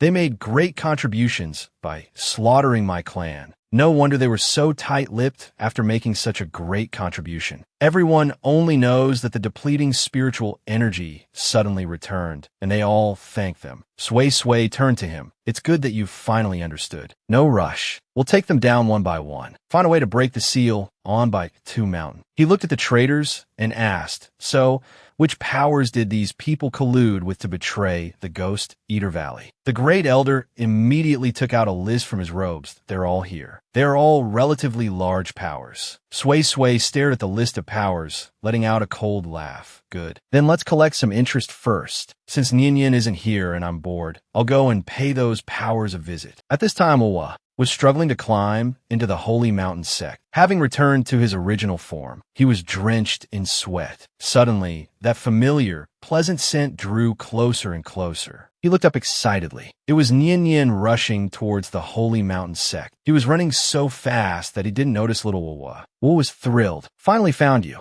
Would try to shrink his body. With a whoosh, only a purple snail shell remained. He rolled towards Nian Yin's feet, thump, thump, thump. Just as he was getting dizzy from rolling, he saw Nian Yin's robe. With a mighty leap, he stuck himself onto it. Of course, Nian Yin didn't know he'd been stuck to by such a small creature. He quickly ran back to the Holy Mountain sect. As a result, he thought those heavenly horses had already been trained and sent away by Lala and Bibian. How come there were several short, stubby, toy-like foals at the 2 children's feet? He asked in surprise, didn't you send them away? Lala puffed out her cheeks and said angrily, we told them to leave. But they said they could shrink themselves and wouldn't take up space. Master doesn't let them ride these horses, so we couldn't do anything. Seeing Nian Yin, the little heavenly horses all ran to his feet, excitedly flapping their wings. They were determined to stay. Bai Bian held Nian Yin's hand and said, Master, Lala and I have discussed it. You don't have to lead them when you go out, Master. They can pull you along. The little heavenly horses nodded their heads earnestly. Nian Yin sighed and said helplessly, fine. You can follow me for now. If I leave you outside, who knows what expert might forcibly take you. Things are getting lively. A bug, a phoenix, now a snail, plus a group of heavenly horses. A proper menagerie. The live comment section typed, Go Awa. It is said the little snail can become a regular soon. He's someone all the experts want to protect, yet now he's being bullied by these weak disciples. After a busy day, Nian Yin happily returned to his room with his little menagerie. Opening the door, the sight that greeted him made his face suddenly change. The room was a mess. The blankets and everything had been cut to shreds with scissors. Seeing this, Lala's temper flared. She said angrily, Who did this? I'm going to ask the people next door. With that, she angrily ran towards the door. Nian Yin stopped Lala in time. His eyes fell coldly on the ruined things all over the room that don't be impulsive. Asking won't help. There are none of our people around here.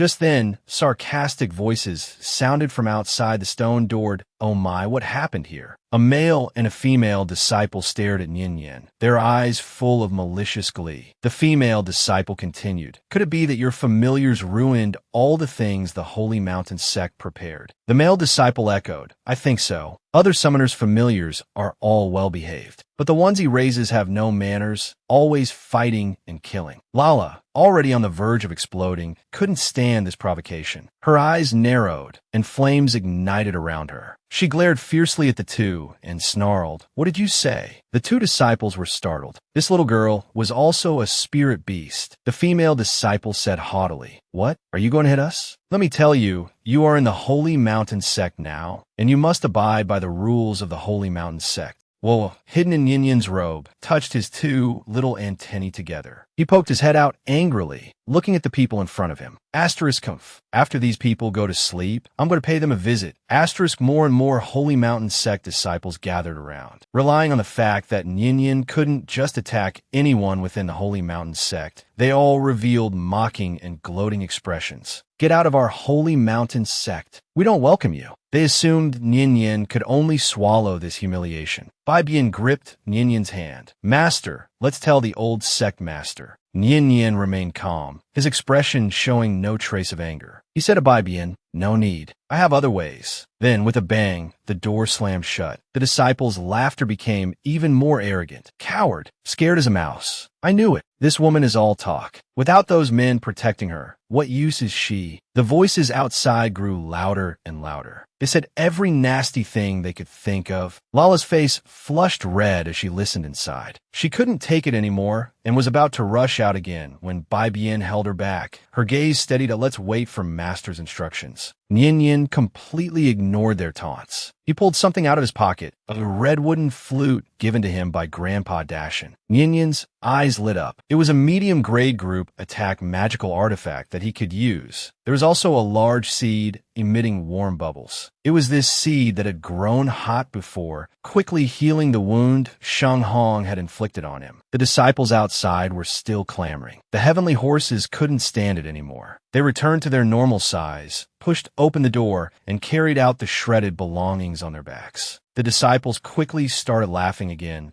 "Oh, look, she's coming out to throw things away." "Let me tell you, you're not allowed to throw them away. This is a gift from our Holy Mountain sect to you." "Got it. If you don't use this tattered blanket, then sleep naked." Ninian's gaze swept over everyone, a smile appearing on their face. "Are you all new disciples? I don't think a single one of you has surpassed the 9th level spirit body." The comment section replied, "Go Ninian. Let's watch how they strike back in style. They are a pure-blooded fire phoenix. The person they love most is their master." And this group of impolite, ill-mannered disciples dared to play dirty tricks on their master. Their short temper was flaring up with nowhere to vent, and they were about to burst. It turned out their master wanted them to deal with these weaklings legitimately. Just now, the Holy Mountain sect disciples cut up Ninian's blanket and mocked them for being a coward. Ninian could abide by the Holy Mountain sect's rules against fighting, but that didn't mean they could swallow this humiliation. Their eyes swept over the disciples who bullied them. These weaklings, not a single one surpassed the 9th level spirit body. The disciples who had instigated the prank wore arrogant expressions, their petty faces disgusting. They wanted to force Ninian to retaliate and get expelled from the Holy Mountain sect. Ninian's eyes were cold. Pulling Lala, they walked towards the disciple ranking board. The disciples were puzzled. What was this person doing going to the ranking board? The disciple ranking board clearly listed the rankings and standings of all disciples. Ninian's gaze scanned from bottom to top. When they reached the 2-star near-completion disciples, their eyes paused. Their fingertip landed on a group of names. A light tap him. The disciples who bullied Ninian followed them to the ranking board. They were completely confused, not understanding what Ninian meant. They only heard Ninian shout loudly, "Holy Mountain sect, 2-star near completion, disciple Zhangmang. I, Ninian, request a duel with you. Do you accept?" The disciples' expressions instantly became a sight to behold. This person was too bold. Now there would be a good show. With a flash of blue light, accompanied by the sound of wind breaking, a man quickly stood before Ninian. He shouted, "I am Zhangmang. You want to duel me?" Nian wanted to see if these senior disciples would protect those petty bullies. They waved their hand, and the heavenly horses threw all the shredded belongings in front of Zhang Mang. Zhang Mang glanced at these, his eyes widening in surprise. He quickly understood what had happened. With a mean expression, he said, "You need evidence to make accusations. Did you perhaps rip these yourself and frame them?" Clearly, they were all in cahoots. Nian drew out their most familiar long whip, the Panshi artifact. They chuckled lightly that I haven't even said anything yet. You're really protesting too much. Instantly, Panshi transformed into a black longsword. They simply said to Zhang Mang, "It doesn't matter if you don't admit it. Duel, do you dare?" Zhang Mang immediately puffed out his chest and said, "Bring it on." Almost the moment his voice fell, Nian raised a hand, forming a barrier of light that enveloped them both. Zhang Mang roared, and a giant axe appeared in his hand. Someone outside the barrier shouted, "That person is a beast tamer. Zhang Mang, be careful of that beast." As soon as the words were spoken,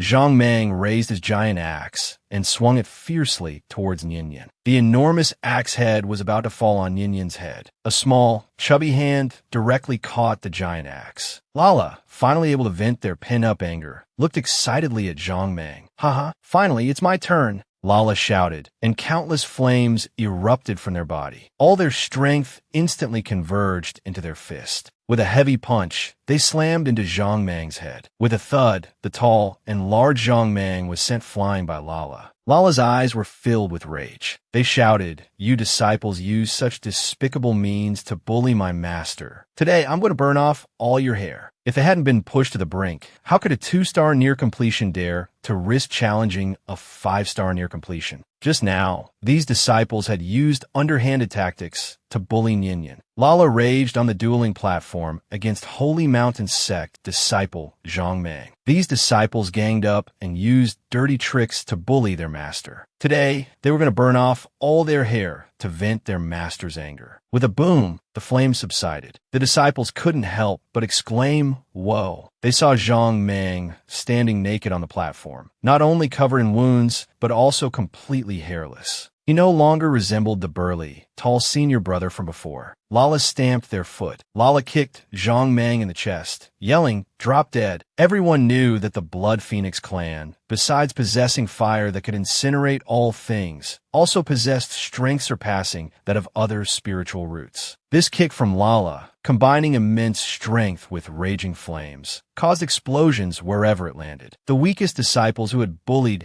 Nian gulped nervously, their voices trembling. This is going to kill him. Nian glared at these new disciples. "I'll ask you one more time. Who ripped my things?" Under this pressure, the disciples clenched their teeth, none daring to speak. Who would risk their life to confess? Nian sneered, "Fine. Dare to do it, but not own up to it. Cowards, get out of the Holy Mountain." Nian turned back to the disciple ranking board and randomly picked a name. "Xia Xian, second-class disciple of the Holy Mountain sect, I challenge you to a duel. Do you accept?" Nian's voice echoed throughout the entire Holy Mountain sect. She waited for a while, but there was no response. This Xia Xian didn't dare. Nian scoffed, truly overestimated the courage of the Holy Mountain sect disciples. "A bunch of cowards. I'm a 2-star, he's a 2-star. It would seem like I'm bullying him." Her gaze moved up the ranking board to the very top. 5-star near completion, Lin Jingli. The top disciple was named Wang Sheng. Having decided, Nian shouted towards the crowd, "Nian, without any spiritual beasts, challenges 5-star near completion Wang Sheng to a duel. Do you accept?" The disciples were in disbelief. No spiritual beasts? A 2-star challenging a 5-star? Was she crazy? The mockery in Nian's eyes deepened.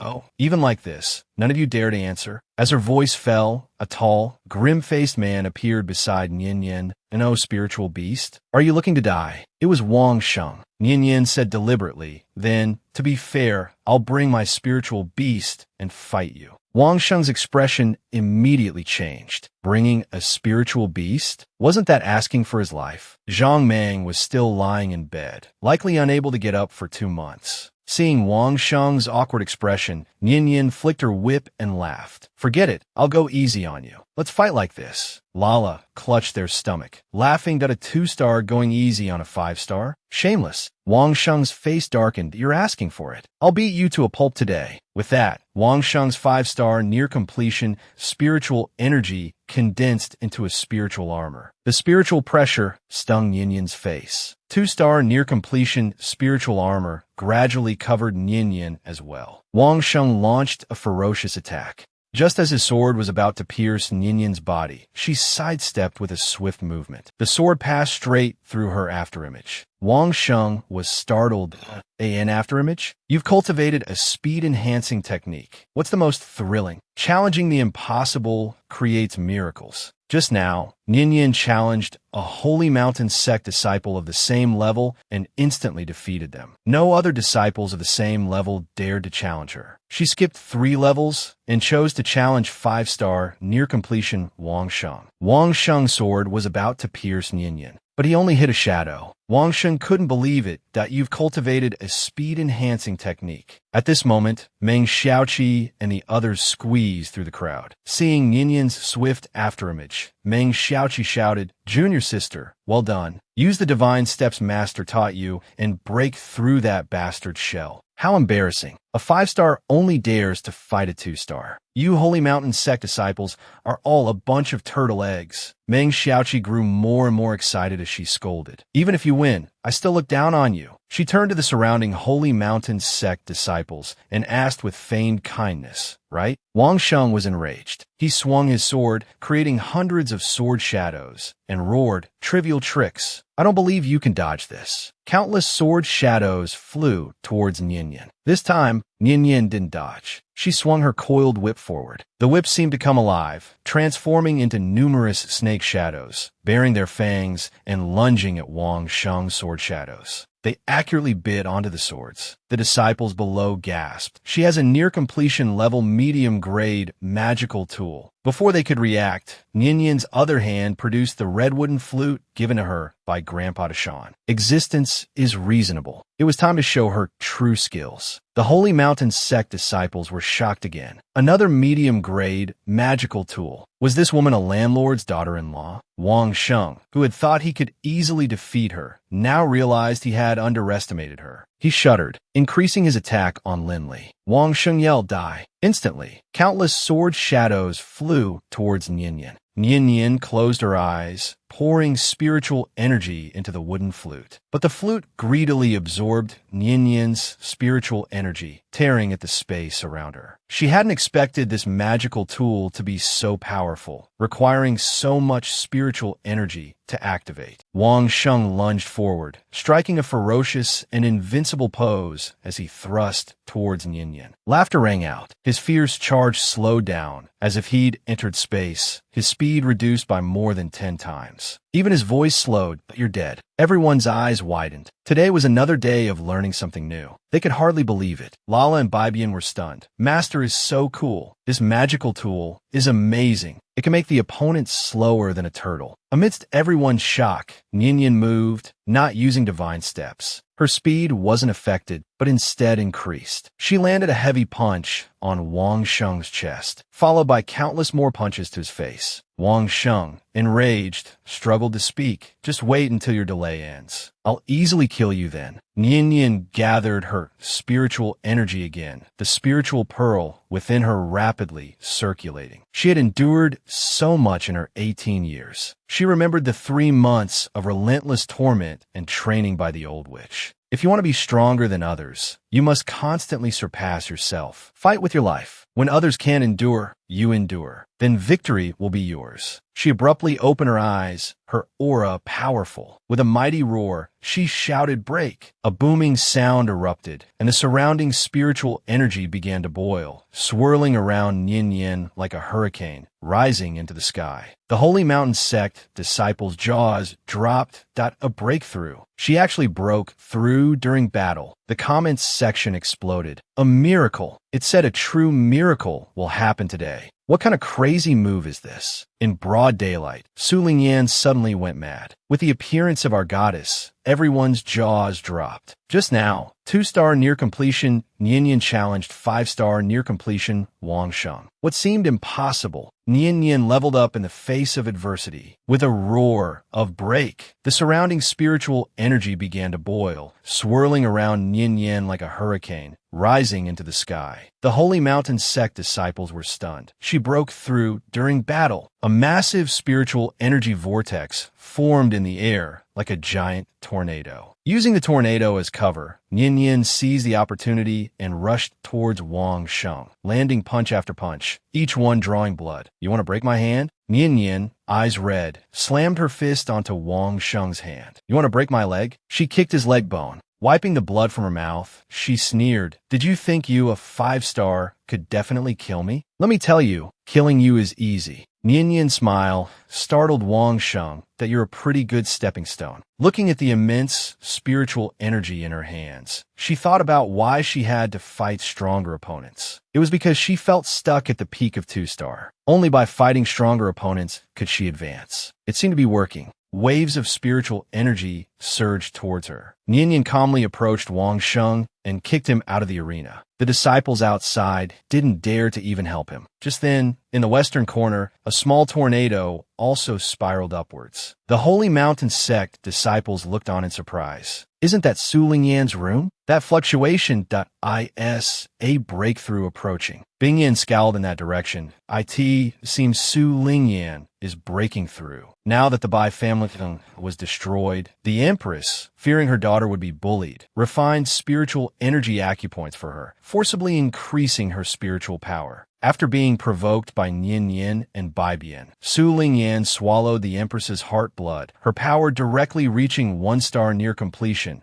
"I've succeeded." Looking at the small tornado, Su Lingyan felt a thrill of defying the heavens. "Ha ha!" She let out a maniacal laugh. "Nian Yin, I'm no worse than you. How could I, Su Lingyan, lose to you, you wretch?" Before she could finish, Su Lingyan's eyes widened. What she saw was a massive spiritual energy tornado, 3 times larger than her own, swirling above Nian Yin. Su Lingyan couldn't believe it. The owner of that tornado was Nian Yin. Su Lingyan's eyes turned blood red. She wanted to bask in the adoration of others. Why was this woman also breaking through, and with a tornado so much larger than hers? Su Lingyan declared, "You must have consumed some heavenly treasure to forcibly increase your power." Bing Yin looked at Su Lingyan as if she were looking at a huge joke. "Su Lingyan." Bing Yin chuckled softly and slowly said, "You're so pathetic." Su Lingyan trembled all over. She gripped the only mid-grade magical tool in her hand. A voice in her head screamed, "Kill her." She lunged at Ying Yin. The spiritual treasure in her hand suddenly emitted alarming fluctuations. It looked like it was about to explode. Su Lingyan yelled, "Die!" Just as Ying Yin was about to retaliate, Wawa,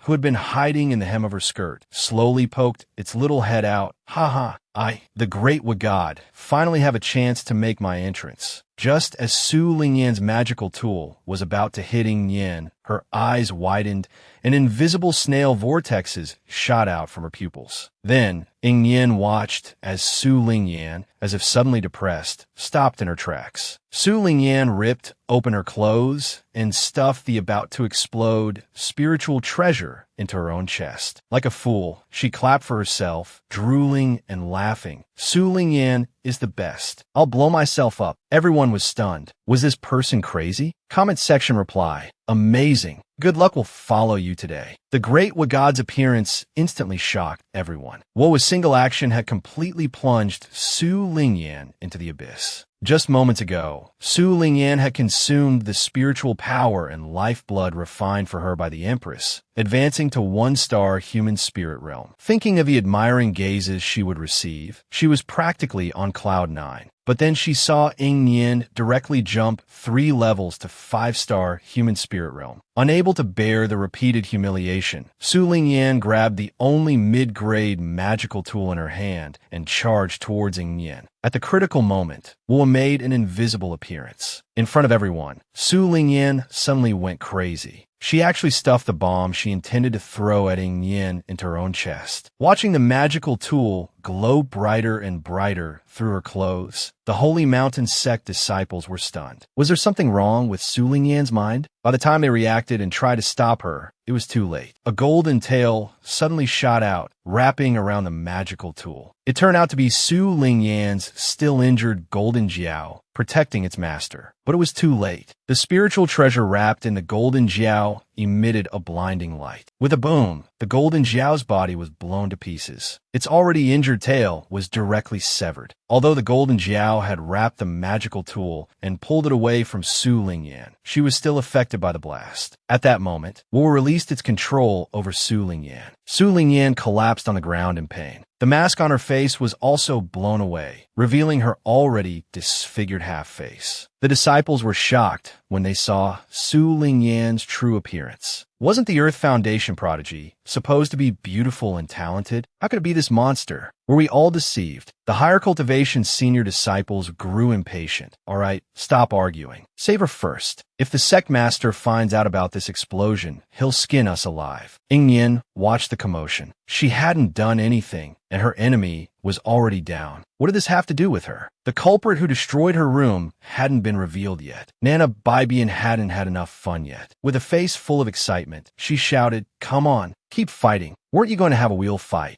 One of the second-ranked disciples gritted his teeth and said, "Can't we just let this go? You've beaten so many people. You've vented your anger. Do you have to make everyone lose face?" Yingyan whipped her whip fiercely. Not satisfied? You started this. You started it whenever you wanted. Now you want to end it whenever you want. Not without my consent. You want to forget about it? Dream on. If I don't suppress these Holy Mountain sect disciples this time, this kind of dirty business will happen again. Lala pressed her chubby little hands to her chubby little face, her face full of excitement. Who's next? Come on, we're waiting for your real fight. None of the Holy Mountain sect disciples dared to speak. This woman could actually make a comeback. Who would dare to be her stepping stone now? Especially since she had just jumped 3 levels. Yingyan said coldly, "If you don't speak up, I'll go see who's next." The second-ranked disciples who hadn't had their turn panicked. They kicked the new disciples in the backside. "You little brats. Whoever did it, own up to it. Do your senior brothers and sisters have to clean up your messes?" Those who had been so aggressive before now turned on each other. Chi-Chi roared, "Hurry up and say who did it." One of the senior sisters guessed. Could have been Sheng Xianxian. She's the sect master's daughter. But do so many of us have to suffer for her mistakes?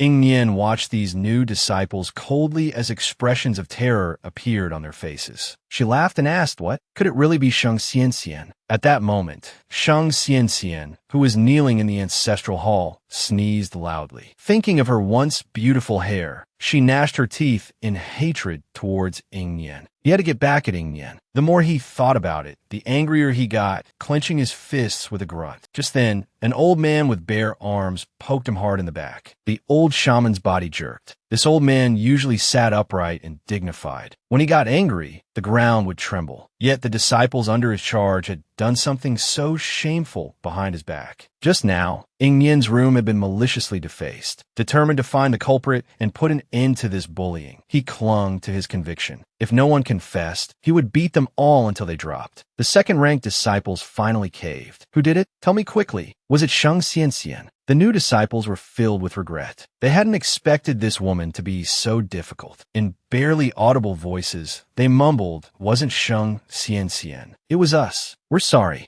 Yingyan rubbed his ear. "Louder. I can't hear you." Their faces flushed crimson. They apologized again, this time with more sincerity. Yingyan chuckled and sighed as, "Oh, all of you were involved." The new disciples remained silent. Meng Xiaoqi swung his meteor hammer and sneered. "Impressive. Truly impressive. Holy Mountain sect. You dare bully my junior sister like this?" Yingyan looked calmly at the remorseful new disciples, then turned towards the empty space behind him. "Old sect master, have you seen enough? It's time to come out. Shouldn't you teach your own disciples a lesson?" Everyone froze. The next moment, the old sect master, who hadn't been seen for ages, appeared, riding on a cloud. His gaze swept over each of the new disciples. "Excellent, excellent. I haven't been out of seclusion for so many years, and this is what my Holy Mountain sect disciples have become." He gave Yingyan a strained smile. "Your perception is keen, young lady. Don't worry, I'll arrange a new room for you. You can stay here without any concerns." He turned back to the new disciples, his expression calm. "You won't be sleeping tonight. Join this old man outside for a while, and we'll exercise those rotting bones of yours." Yingyan turned without hesitation. In that case, I'll leave this matter to you, old sect master. I'll take my leave." He addressed the others behind him, senior brother, senior sister. They had only taken a couple of steps when they heard the old sect master call out, "Yingyan, are you coming to our Holy Mountain sect's disciple competition?" The new disciples gasped in unison, that he's an outsider. How can he participate? As soon as the words left their mouths, the old sect master flicked his hand, sending them flying. His face darkened. Since when could disciples question the sect master's decisions? The second-ranked disciples cursed the new disciples inwardly. Foolish idiots! Who is the old sect master? Even Saint Hong bows before him. Ing Yin turned back with a mischievous smile. What's in it for me? I don't do things without benefits. Lala and Bibian cheered excitedly from the side. Another fight. They chimed in, no benefits, no deal. The old sect master raised an eyebrow at him. Ing Yin chuckled. The disciple competition isn't just about a 3-star difference. It means I have to fight against all the neighboring disciples, right? You want me to be a whetstone for your holy mountain sect disciples. But what do I get out of it? The old sect master replied seriously, our holy mountain sect's library. If you win, you can enter. Ing Yin's heart leaped. Finally, but his face remained impassive. Not enough. Reply in the comments section. Next episode, watch Lala, Bibian, and we'll meet and sparks fly. He's an ordinary second-generation manhwa. Through his own hard work, he's finally going to become a full member today. Just now, the old sect master of the Holy Mountain sect invited Ing Yin to participate in the disciple competition. The reward is access to the Holy Mountain sect's library for 2 days. Ing Yin's goal was achieved, but he showed no sign of it on his face, firmly saying, not enough. The old sect master narrowed his eyes, seemingly angered. But Ing Yin wasn't afraid. He continued, I'm currently the target of collective hostility from the Holy Mountain sect disciples. To defeat me, they'll definitely shake off their previous despondency and train hard. This will be greatly beneficial to your Holy Mountain sect. As for me, the library isn't actually that useful. A glint flashed in Ing Yin's eyes as he began to lie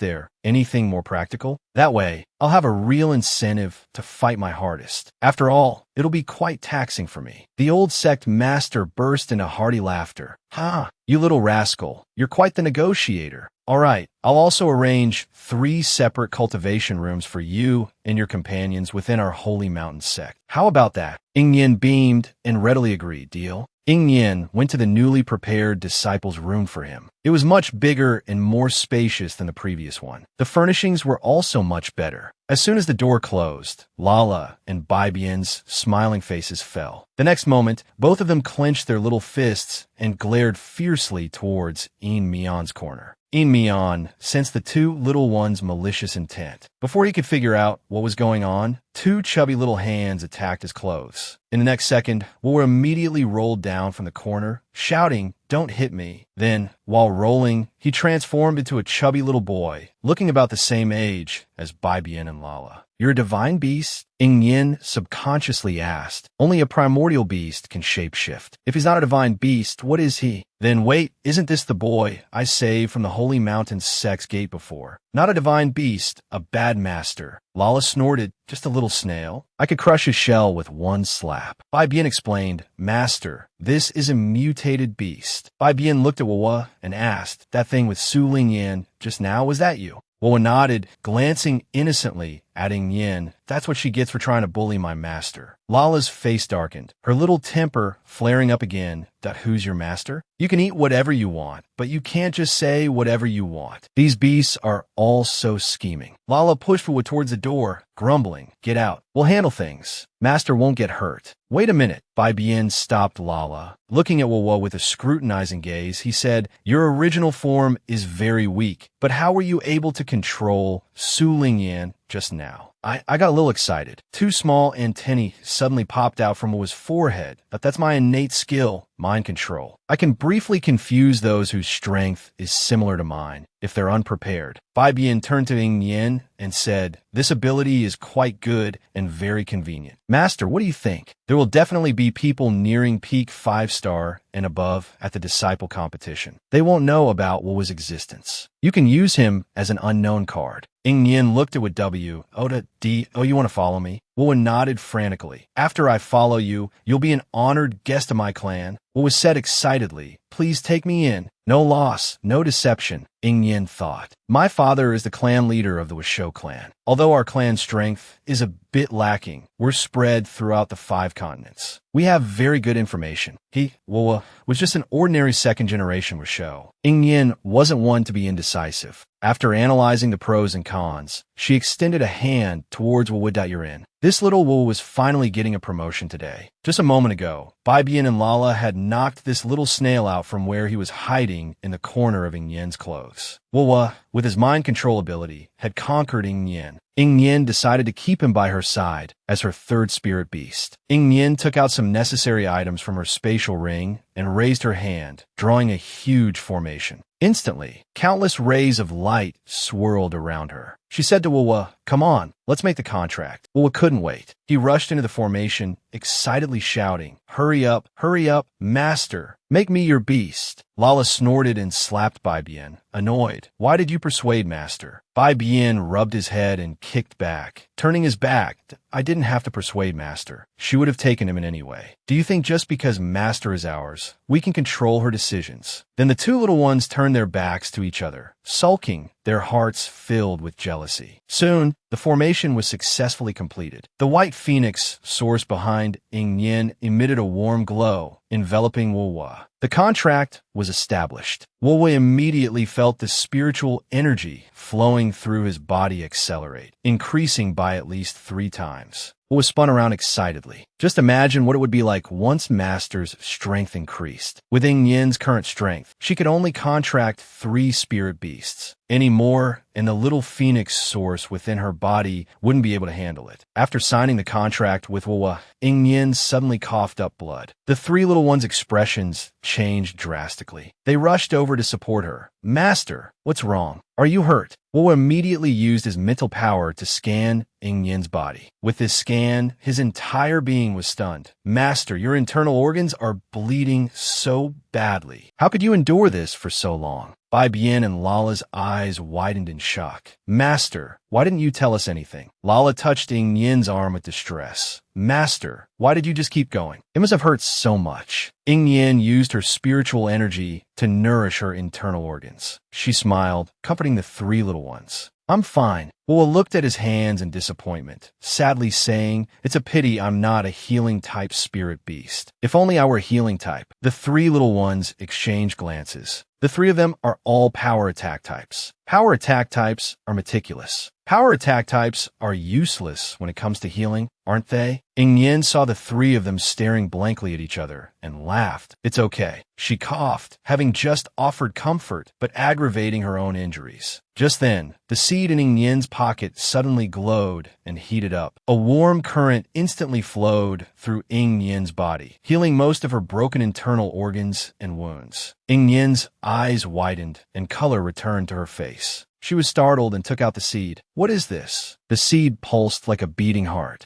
The 3 little beasts reacted as if they'd seen breaking news. "Master, it's cracked." She placed it on the ground. A small, emerald green leaf sprouted from the seed. The comment section replied, "For beasts. Let's see what little one appears tomorrow." Trouble comes to her even when she stays at home. She's the master of Lala and Bai Bian. She was relentlessly pursued by a group of heavenly horses. Now, Wuwa, through his own strength, has become one of her spirit beasts. Ing Yen was injured from her previous challenge at Holy Mountain Sect and couldn't stop coughing up blood. The 3 little beasts blamed themselves for not being healing-type spirit beasts. At that moment, the seed Grandpa Shan gave Ing Yen glowed brightly within her. A small, emerald green leaf sprouted from the seed and slowly unfurled. A small seedling with 2 large leaves on its head emerged from the seed. After taking 2 steps with its delicate roots, unsurprisingly, it fell with a plop in front of Ing Yen. "Ouch. That hurt little seedling." A childish female voice came from the seedling. Ing Yen was shocked. This a Yao Chow beast. The 3 little beasts were curious about the seedling. "This little thing can talk." The seedling pointed at Lala and Bai Bian and said in a cute but fierce tone, "You 2 stay away from me. I'm very fragile." It swayed its two large leaves. And I'm a Yao Huang Chao, not just an ordinary Yao Chao beast. Ying Yin thought the little thing sounded quite impressive. She poked it with her finger, knocking it over. The little thing tried to get up several times, but couldn't. Audacious little brat. How dare you treat the Yao Huang Chao with such disrespect? Just wait until I get up, I'll show you. Ying Yin thought, you should probably get up first. After a while, the little seedling finally got up, panting. It angrily raised a leaf and, thinking it was being very violent, slapped Ying Yin's hand. A warm, green flow entered Ying Yin's body, accelerating her healing. The seedling said proudly, how about that? Scared now, Lala squeezed out tears, pretending to cry. Ah, this seedling is so silly. Bai Bian grabbed it, saying coldly, grab it and let it heal, master. Then, feeling that its expression was too harsh, it turned and asked Ying Yin with a shy smile, Master, what do you think? Ying Yin's lips twitched. When Bai Bian first hatched, it was shy like this, softly clinging to her shoulder. But after Lala arrived, some of its true personality came out. Bai Bian, do you think I'll believe you if you try to act like that again? Ying Yin coughed. Put the little thing down for now. She asked the seedling, what is a Yao Huang Chao? The seedling puffed up, but it's the most powerful of the Yao Chao beasts. Ying Yin summarized, all right, so it's still a Yao Chao beast. What's your relationship with Grandpa Sean? He was my guardian, but he's old. He didn't know if I would sprout, so he found me a new guardian. The seedling declared, young lady, you should be honored to be chosen by me. I'll have you know, I need the first rays of morning sun, the night's dew, the cleanest soil, and pure spiritual energy every day to grow quickly. Then, if you serve me well, I might. Before it could finish, Ying Yin snapped her fingers. Throw this little thing out. Right away. Lala grinned his signature devilish smile. Lala now looked like a demon to the seedling, slowly approaching, and oh no, you can't do this to me. I'll die out there. Wah, it wasn't a battle-type Yao Chao beast. Tell the truth, Ying Yin said coldly, glaring at it. If you don't tell the truth, I'll send you back to Grandpa Sean. The seedling's two leaves drooped. Looking listless, it said, fine, I'll tell you. Actually, I've taken a liking to your potential. I told Grandpa Sean I wanted to follow you. I'm a healing type. I don't have any attack power myself. I have to follow someone strong to survive. Going out today, you'll encounter a lucky Yao Huang Chao. Seedling, when you're poor, just eat dirt. At least no one will fight you for it. This was an arrogant and boastful seed. In order to become Ying Yin's beast, it had paved the way for itself with an incredibly extravagant meal plan. Unexpectedly, Ying Yin saw right through it. She directly ordered Lala to throw it out. The cowardly seedling immediately said, I'm a healing type. I want to follow you. Grandpa Sean is very strong, but he's too old. He can't accompany me for that long. I saw that you've been hurt too much, so I wanted you to cherish me a little. Wow, I'm so hungry. I haven't eaten a single meal since I was born. The tiny thing huddled in the corner of the table. As it cried, white dew flowed from its leaves. It also pitter-pattered on its little roots, crying while picking up a nearby teacup to collect the dew. This is good stuff. Gotta save it. Ying Yin and the three cubs stared wide-eyed. What was this performance? As the seedling cried, its leaves gradually dried up. Ying Yin, fearing it would cry itself to death, poured it a cup of tea. The seedling grabbed the teacup and gulped it down. In no time, it had drained the cup, which was bigger than itself. What do you eat? Ying Yin thought to herself. After all, it had helped heal her. She had been a bit too harsh just now. The seedling hiccuped that I need to eat soil mixed with spiritual energy. Ying Yin took a small pot and a shovel from her space and said to Bai Bian, can you go dig up some soil outside? In no time, Bai Bian returned with a small pot full of soil. Holding the pot with both hands, Ying Yin mixed in her spiritual energy into the soil and asked, is this right? The seedling responded excitedly and eagerly buried itself in the soil, beginning to eat. Watching the seedling eat with gusto, Ying Yin took out her high-grade cauldron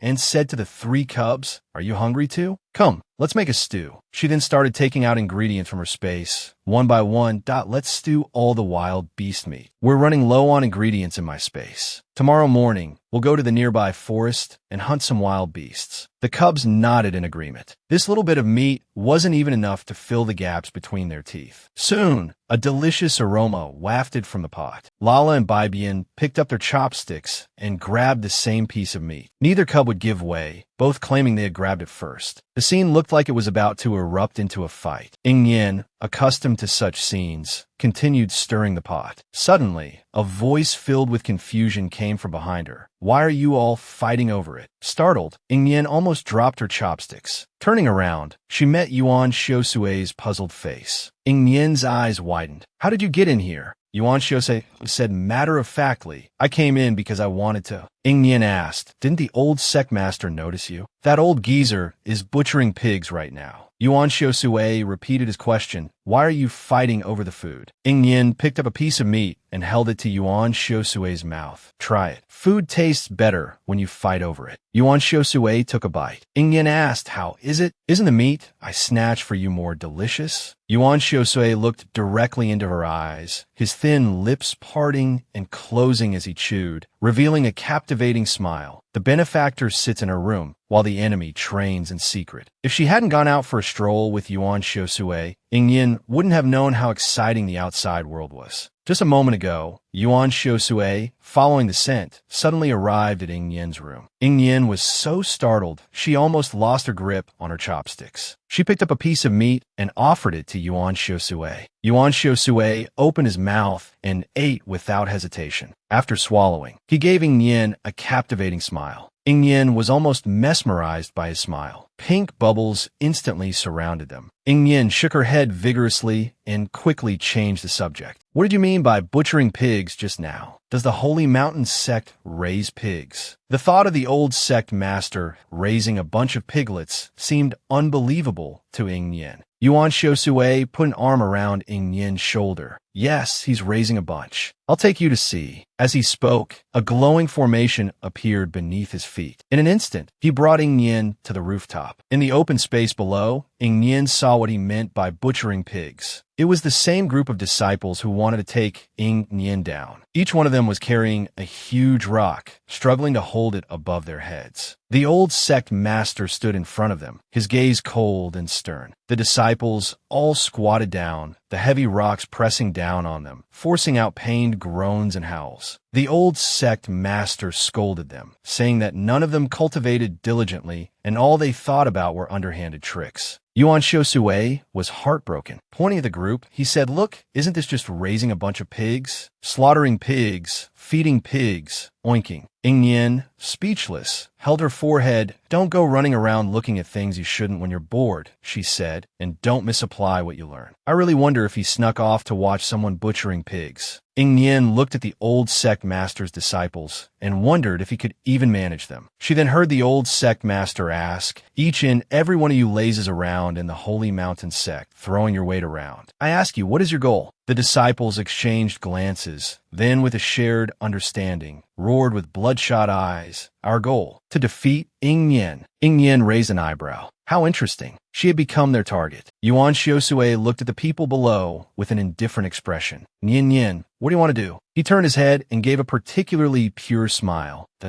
"Oh, you want me to help you?" Yin stared into his eyes. Subconsciously, she shivered. Marshall, surely he wasn't thinking of wiping them all out? She forced a smile and said, "No need. Let them chase." Isn't a goal meant to be chased? A burning fighting spirit ignited in Yin's eyes, that I will be their goal forever. Yuan Xiusui glanced at her, then back at the group below. What are they doing carrying those rocks so laboriously? Yin explained to the clueless Marshall, "They're training their physical strength. A strong body increases defense, and their spiritual energy absorption rate will also increase. Normally, you have to meditate for a long time to absorb spiritual energy faster and faster, right? But when the body is tense to a certain degree, it will spontaneously start absorbing spiritual energy." Before she could finish, several spiritual energy beads materialized in the air and enthusiastically surged towards Yuan Xiusui's body. Yuan Xiusui swatted them away with a look of disgust.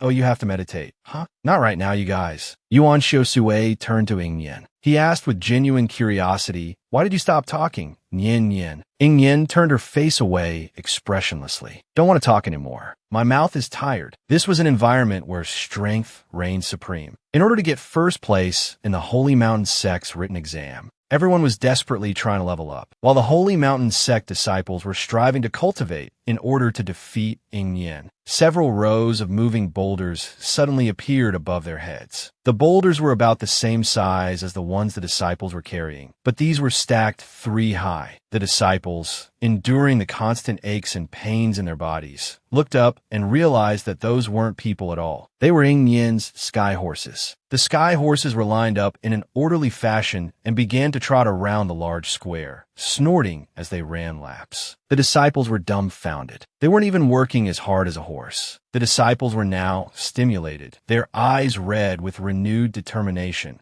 I'm going to train harder. I was actually looked down upon by a horse. This is unbearable. The old sect master pondered for a moment, then shrugged. Oh well. Having a goal is better than having no goal. Those brats are usually too idle anyway. When Sheng Hong emerged from his closed-door cultivation, he was stunned by the transformed Holy Mountain sect. Was this still his Holy Mountain sect? The old sect master said calmly, I asked them to do it first. Now they're doing it on their own. Sheng Hong's eyes widened. How is this possible? Sheng Hong, do you know why our Holy Mountain sect disciples have become so cowardly and bullying? The old sect master looked deeply at his disciple and said earnestly, it's because you spoil them too much. It's fine to love your disciples, to protect them, but you can't completely lose your principles. Fortunately, these disciples haven't completely lost their fighting spirit. As long as there are upright elders to guide them and restrain their bad behavior, they can still be saved. The Holy Mountain sect and its disciples are mutually dependent, sharing prosperity and decline. Do you understand what I mean?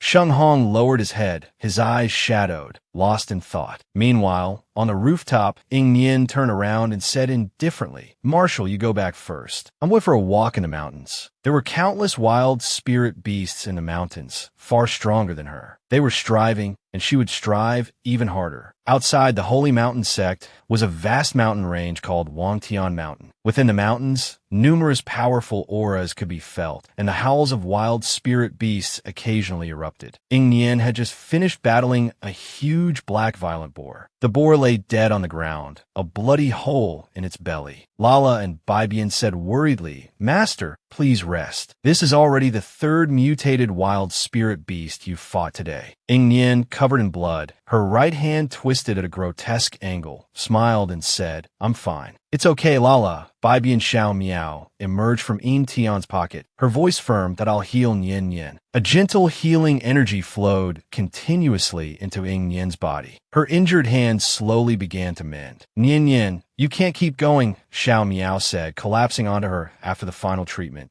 I'm completely drained today. You need a rest. Your right hand needs to recover properly, or you'll really be crippled if it gets injured again. Ying Yin softly replied, I know. She grabbed the Black Panther's tail and looked at her cubs. Let's go. We'll have a feast tonight. It seemed both she and Yuan Xiusui had the same happy problem. Just now, the Holy Mountain sect disciples, driven by the goal of surpassing Ying Yin, trained tirelessly. They realized Ying Yin wasn't someone they could easily catch up to. She ran to the formidable Wangtian Mountains and fought spirit beasts to improve her cultivation. After the battle, just as she was about to head back, she suddenly shuddered. The demonic energy in the air gradually coalesced, forming small, black, demonic beads that floated towards her. You're about to break through, Xiao Miao exclaimed, spinning excitedly. I knew it. Nian Yin has demonic energy within her. That's why I feel so close to you. The small demonic beads eagerly burrowed into Ying Yin's body. For a moment, she felt like she was about to explode. Xiao Miao said proudly, Wow, a divine demonic hybrid. I've really struck gold. If Yin Tian becomes stronger, he might not get the chance to be so attentive. We'll glance at Xiao Miao and ask curiously, Xiao Miao, what is pure demonic energy? Drawing on the unique inherited knowledge of the Yao Chao Beast clan, Xiao Miao explained, You don't know. Our Yao Chao Beast clan actually had a good relationship with the demon race in ancient times. But aren't the demons said to be cruel and tyrannical? Wu Wu asked in surprise. They say if they reappear, there will be widespread devastation. Slander. It's all slander. Xiao Miao exploded. Our inherited memories would never deceive us. Memories of her ancestors surfaced in Xiao Miao's mind. It's because the demon race was too powerful. The humans felt threatened, so they spread these lies to smear the demons. Xiao Miao said angrily, I hate those hypocrites. Stop chatting, Bai Bianshi reminded them. Master is about to break through. Be wary of sneak attacks. Everyone immediately became alert surrounding Ying Yan. Battle truly was the best way to improve one's strength. In a short while, Ying Yan's demonic power successfully broke through. The demonic energy outside eagerly tried to enter Ying Yan's body.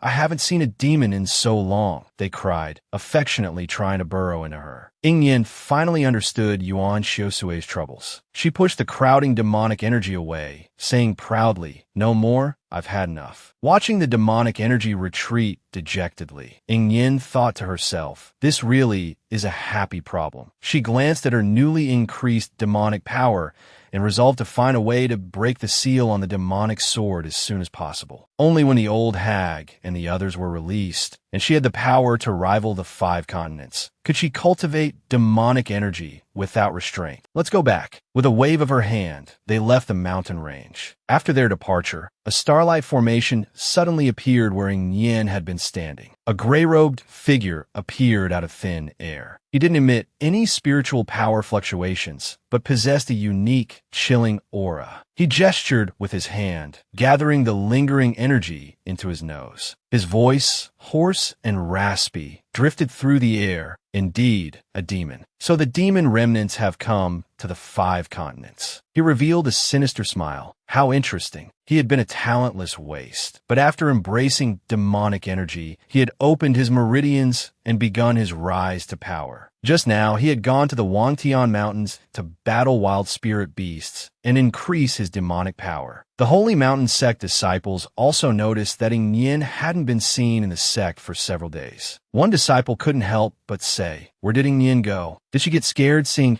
so many of us training so hard? Haha, we haven't even been serious yet. If we were, what chance would Ying Yan have?" The Holy Mountain sect disciples have been training excessively lately and were getting a bit overconfident. The next second, the smiles vanished from their faces. Ying Yan's clothes were soaked in blood, and she was dragging a massive black panther-like beast. Even though the beast was dead, the astonishing spiritual energy fluctuations were enough to prove its ferocity when alive. Ying Yan walked step by step towards her room, an intimidating presence. A female disciple couldn't help but ask, "Where have you been?" Ying Yan glanced at her. Her expression remained calm. "Nothing much. Just routine cultivation, like you all." Ying Yan's demeanor deeply shocked the Holy Mountain sect disciples. Only after she dragged the Black Panther out of sight did they recover from their shock.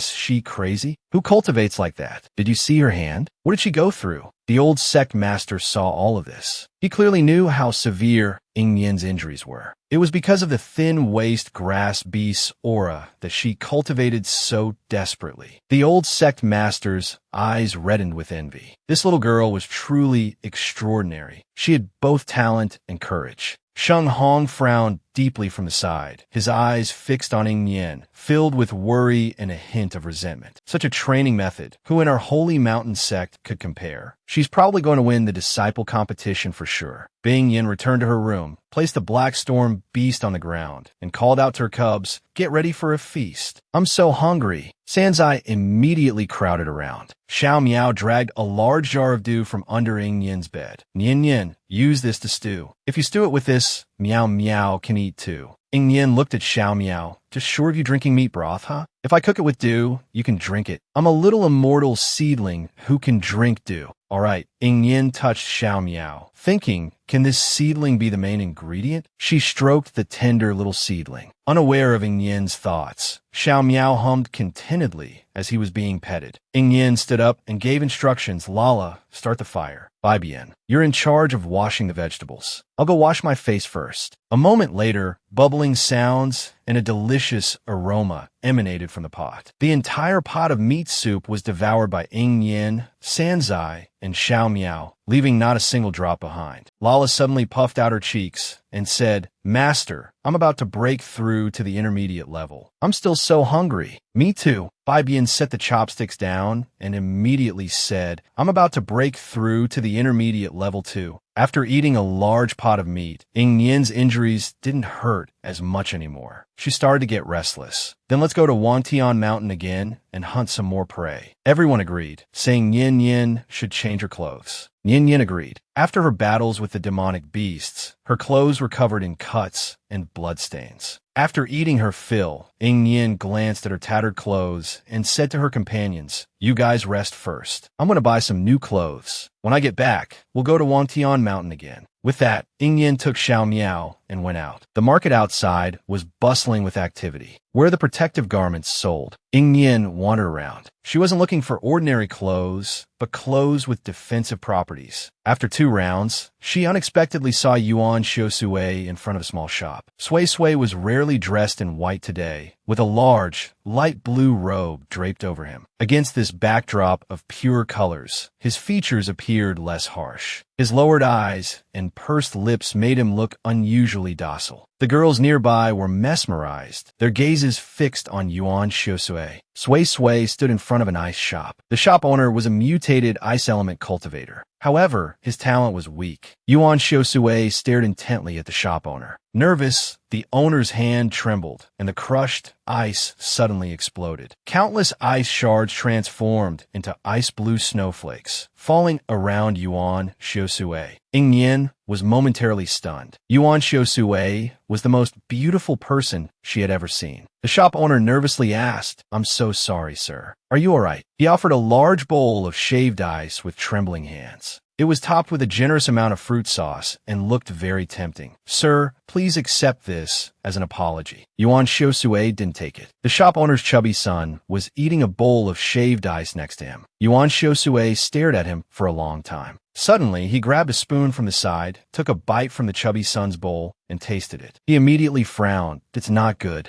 The chubby son was stunned, then burst into tears. "Wah, you're a bad brother. You stole my food." 2 large tears rolled down the chubby son's cheeks. Yuan Xiusui seriously repeated, "What you're eating isn't good." "Nonsense. Stolen food isn't good either." Yin Yin was bewildered by Yuan Xiusui's actions. What was he doing? "I'm so sorry, sir. Let me make you a new one." The shop owner was sweating anxiously. "No need." Yuan Xiusui frowned. "Stolen food isn't good. It definitely won't taste good if I hold it myself." He met the shop owner's apologetic gaze and added, "Yin Yin said so." Yuan Xiusui. Yin Yin couldn't help herself and strode over. When Yuan Xiusui heard her voice, he turned around and smiled. "Nian Nian." Yin Yin looked at the shop owner and said, "My friend has a bit of a quirky personality. Don't mind him." She took out a spirit stone and handed it to the little boy. "Here, little one. Be good, don't cry. This is for you." The shop owner quickly waved his hands. "That's too much. You don't need to give so much." But his chubby son knew it was something good. He snatched it up, wiped his tears, and smiled at Yin Yin. "Thank you, pretty sister." "Goodbye, sister." Sui Sui's every move was legendary. There's nothing anyone can think of that he can't do. One second, he's a naive boy stealing a little boy's shaved ice. The next, he transforms into a legendary figure, a silent killer. Just now, based on his understanding of Yin Yin, Sui Sui snatched this kid's shaved ice. After Bing Yin calmed the little boy down, he pulled Sui Sui to another street. With a serious expression, he said to Yuan Xiusui, "What I told you before wasn't like that. Snatching doesn't mean taking it from someone else's hands. It means it's more delicious when everyone eats together. Do you understand?" Yuan Xiusui understood, but it didn't matter. He didn't want to dwell on it anymore.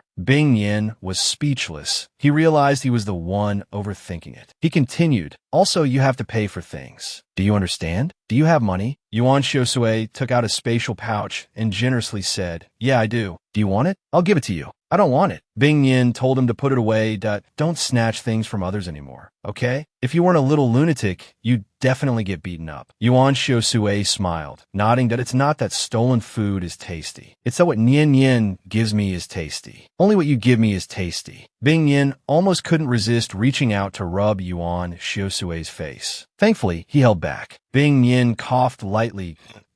"Oh, you know where they sell armor here." "Armor?" Yuan Xiusui frowned. He wandered around when he was bored, so he naturally knew where the best armor shop in Tianizhou was. He pulled Bing Yin and ran in another direction. "I'll take you." They arrived at a brightly lit area. The shop was closed. Yuan Xiusui said, "It's here." As soon as Bing Yin stepped inside, he saw a huge crowd. "Don't push." In front of the counter displaying armor, a man smiled as he watched the crowded scene. He announced loudly, "Human Spirit Realm armor is on the second floor, Earth Spirit Realm on the third, and Heaven Spirit Realm on the fourth." Bing Yin, with his back to the crowd, felt irritated. Yuan Xiusui obediently lined up, but suddenly heard a group of people chatting in the line next to them. "Have you heard? The leaders and elders of the Li family, the Jin family, and the Xiang Tian sect are all gone. So ruthless." Someone next to them leaned in, surprised. "Who did it?" "You'll never guess." It was the Chi Gue Valley, and the Chi Gue Valley master appeared. "What?" Those around them, eavesdropping, asked incredulously, "There really is a valley master?" The man nodded knowingly, as if he had seen it himself. "I heard they turned some Chi Gue Valley people against them, wanting to get some rare formations. And the most amazing thing is that Valley Master can summon countless spiritual power with a wave of his hand. He doesn't have to worry about depleting his own spiritual power. It's with this move that he rendered those sects powerless." Boasting, "Ha! How could anyone be that powerful?" Just as everyone started laughing, they saw several spirit orbs appear in front of them. These spirit orbs bounced around, disdainfully avoiding them, and then excitedly surged into a man's body. The surroundings instantly fell silent. Everyone looked at Yuan Xiusui. He was leaning against Bing Yin, rubbing his eyes. Suddenly, he turned and glanced at them. Yuan Xiusui's eyes were dark. These people were so noisy. Though born in the dust, he exuded a noble air. Even if he wore rags discarded by an old hag, he could still make people envious. Just now, Yuan Xiusui brought Bing Yin to the most luxurious prison in Tianzhou. A man completely shrouded in a gray robe quietly entered through the main gate. The gray-robed man concealed himself completely, making his face impossible to see. But he could clearly see the people inside the prison. This gray-robed man was the one who had captured the wisp of demonic energy left behind by Ying Yin on Wangtian Mountain. Fortunately, Ying Yin had left early, otherwise she would have been recognized. He usually looked down on these low-level spiritual trash, but his gaze stopped on Ying Yin and Yuan Xiusui, especially when he saw the spirit orbs continuously flowing into Yuan Xiusui's body. His pupils constricted sharply. The gray-robed man lowered his head and walked toward the corner. How unlucky to encounter a little lunatic powerhouse here. Bing Yin glanced at the armor on the counters. This armor was for Spirit Realm cultivators. He looked down on it. "We need to go to the second floor." Bing Yin said this to Yuan Xiusui. The originally bustling staircase instantly cleared. Bing Yin was stunned. Going out with Yuan Xiusui had the effect of borrowing another's power to intimidate. "Come on, since no one's here, let's go up." Bing Yin led Yuan Xiusui up to the second floor. To avoid Yuan Xiusui and Bing Yin, the gray-robed man went up to the second floor early. He just sat down in the corner seat when he saw them. What bad luck. Were they here to buy someone too? The armor vendor nearby. Just then, he remembered Chun Chun sitting on the ground. A burly, sweating man came upstairs carrying a heavy box. Everyone present unconsciously straightened up. Some regulars even started asking, "How many pieces of armor are there today?" The man slammed the box down on the table. "A few pieces." The man wiped the sweat from his forehead. "A few what?" "Just one." The room immediately erupted. Everyone started counting the coins in their pockets. Just one piece meant fierce competition. They weren't sure if they had enough money. "What grade is it?" someone cautiously asked. "What grade?" The man in charge of the auction suddenly smiled at the crowd. He slowly uttered two words that made everyone's hearts tremble. "Supreme grade." A young master from sect kicked his servant. "What are you standing around for? Go home and get more spirit stones for me." The man continued. "The forger of this supreme grade armor said, today for this one piece we're not talking spirit stones. We're only talking two words." Everyone pricked up their ears. The man slowly extended two fingers. Everyone was confused. What does that mean? The forger said, "This supreme grade armor has a spirit. It will choose its own master." The man pointed to the deep dent he'd just made. "If you don't get the armor's recognition,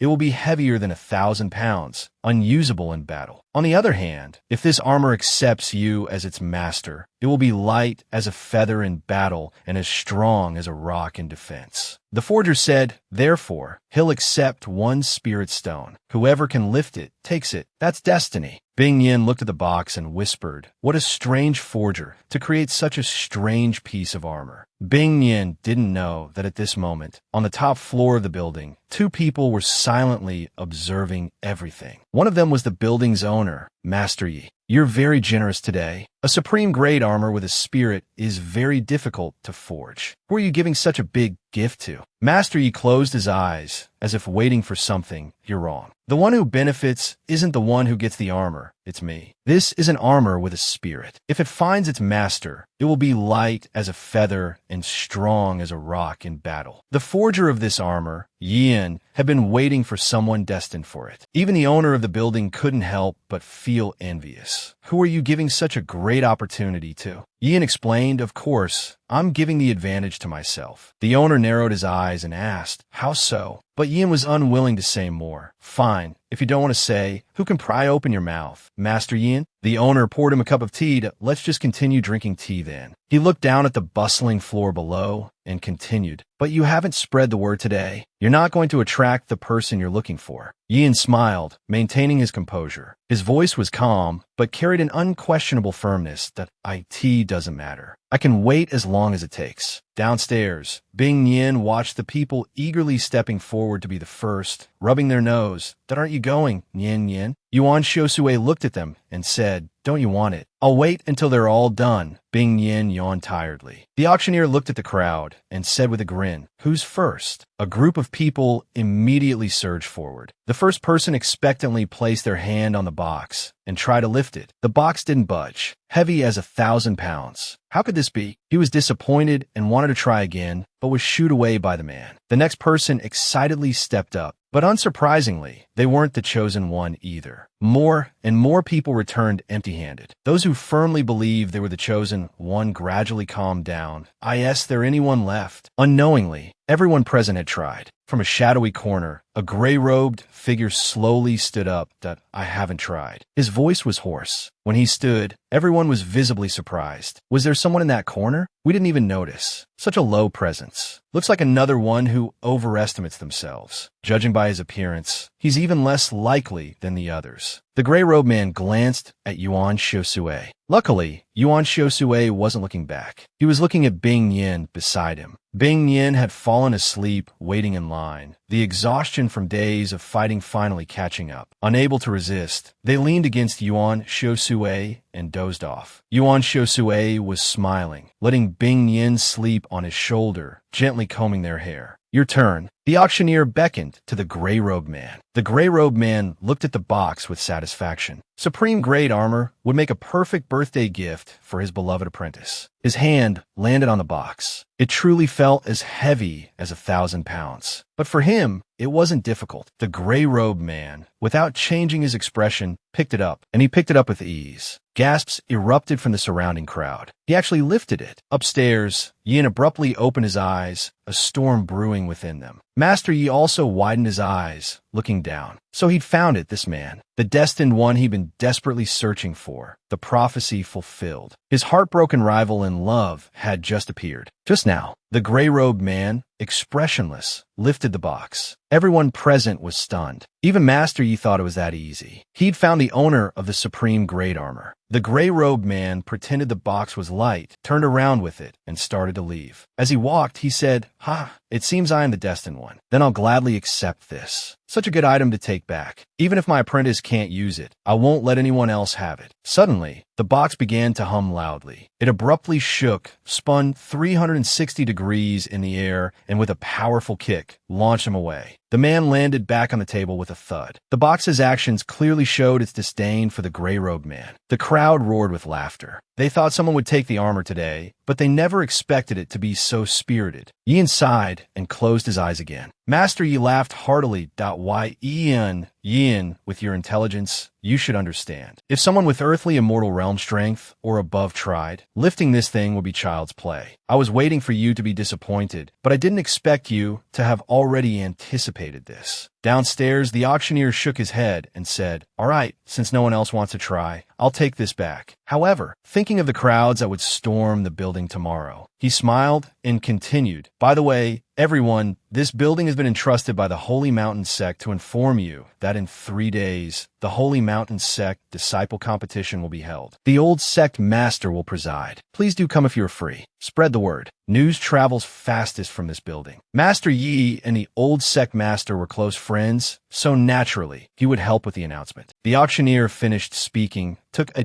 deep breath, and prepared to leave with the box. But the box started shaking wildly again. From the beginning, the box knew who it was looking for, but that person called it a strange box. The box was unhappy and decided to give him the cold shoulder. It waited and waited, but the person was still sleeping. The box's pride couldn't hold out any longer. It suddenly jerked and flew towards Ying Yan. Then bang! Yuan Xiu-Sui, frowning, slapped it away. The box landed on the ground, spinning Wei Chief Ly. Yuan Xiu-Sui scowled. If that thing hit Yin Yin's face, wouldn't she be woken up? The box felt wronged. It was having such a hard time. Everyone else fought over it, but now it was offering itself up and being rejected. Ying Yin was woken by the noise. She abruptly sat up. She saw the box nestled against her leg. Ying Yin was startled. What is this thing? Then she kicked the box away. It went flying with a thud, this time even further sticking to the wall. Everyone present was dumbfounded. Someone even asked, "You just kicked it away?" Yeah, what else was I supposed to do? Ying Yin finally realized what it was. Wasn't this the box containing the supreme grade armor? She looked up at the auctioneer. You said it was heavy? It's not heavy at all. Don't blame me if it's broken. Upstairs, Yin opened his eyes once more. His gaze pierced through the layers of barriers, landing directly on the scene below. Beside him, Master Yi stopped drinking his tea. See, old Yi, it's just a young girl. What are you so nervous about? Gorgeous clothes are only pleasing to the eye. Clothes that can withstand attacks are truly impressive. This man, in his painstaking search for a companion, poured all his secrets into this piece of armor. To everyone else, the armor weighed 1,000 pounds.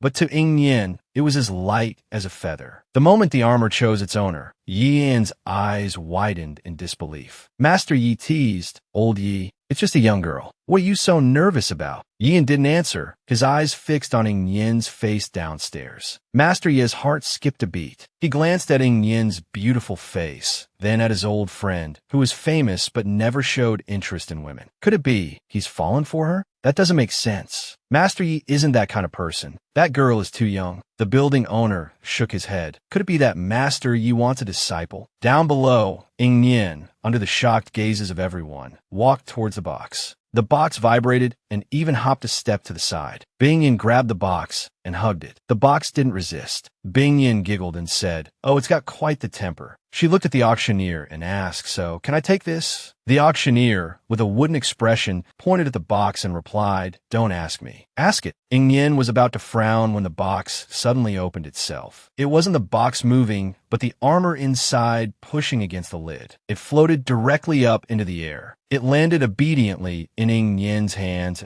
"S.O., this is the supreme grade armor, Nirvana." Ying Yin looked at the piece of cloth resting docilely in her hands, feeling surprised. "How do I even wear this?" As if understanding her words, the cloth floated up and adhered to Ying Yin's body. In the next moment, Ying Yin's clothes transformed. Her bright red dress became a jet black gown, trimmed with gold along the edges, giving her a more imposing air. The garment's durability increased tenfold. Yuan Xiu-Sui carefully examined Ying Yin and finally nodded, concluding, the clothes look good. Ying Yin was also pleased, even wondering if her luck was too good. Ling Xiu liked her because she had Ling Xiu affinity. Why did this armor choose her? This is mine now. I can take it. Ying Yin confirmed with the auctioneer again. The auctioneer looked up at the building owner, Yi Yan, and saw him nod in agreement. The auctioneer mechanically nodded at Ying Yin. Yes, you can take it. Ying Yin then asked, "What's the name of this armor?" Supreme grade armor should have a name, right? The auctioneer took a breath, gradually recovering. This was also the method Nirvana's creator preferred for choosing its owner. Use it well. Don't tarnish its reputation. Ying Yin raised an eyebrow. That it's called Nirvana? Could it be related to my phoenix? Can I meet Nirvana's creator? Ying Yin asked cautiously. The auctioneer waved his hand and said, Master Yi and never meets strangers. He is the last surviving member of the Xian clan, sealed beneath White Head Mountain for 500 years. In his eyes, all mortals are like ants. Only Nyen Yen is a shining star in his eyes. Today, he opened his heart to Nyen Yen and spoke of his past. Just now, Ing Yen's Nirvana had chosen her as its owner. She wanted to meet the blacksmith who forged Nirvana and thank him in person. Unexpectedly, the auctioneer refused outright. Master Yin never meets strangers. These words stunned everyone. This was actually Master Yi-En's work. It was common knowledge that Yi-En was proud and aloof. It was said that last time, even the Zhou family head of the 5 continents went to request a piece of armor from him, but Yi-En refused to even see him.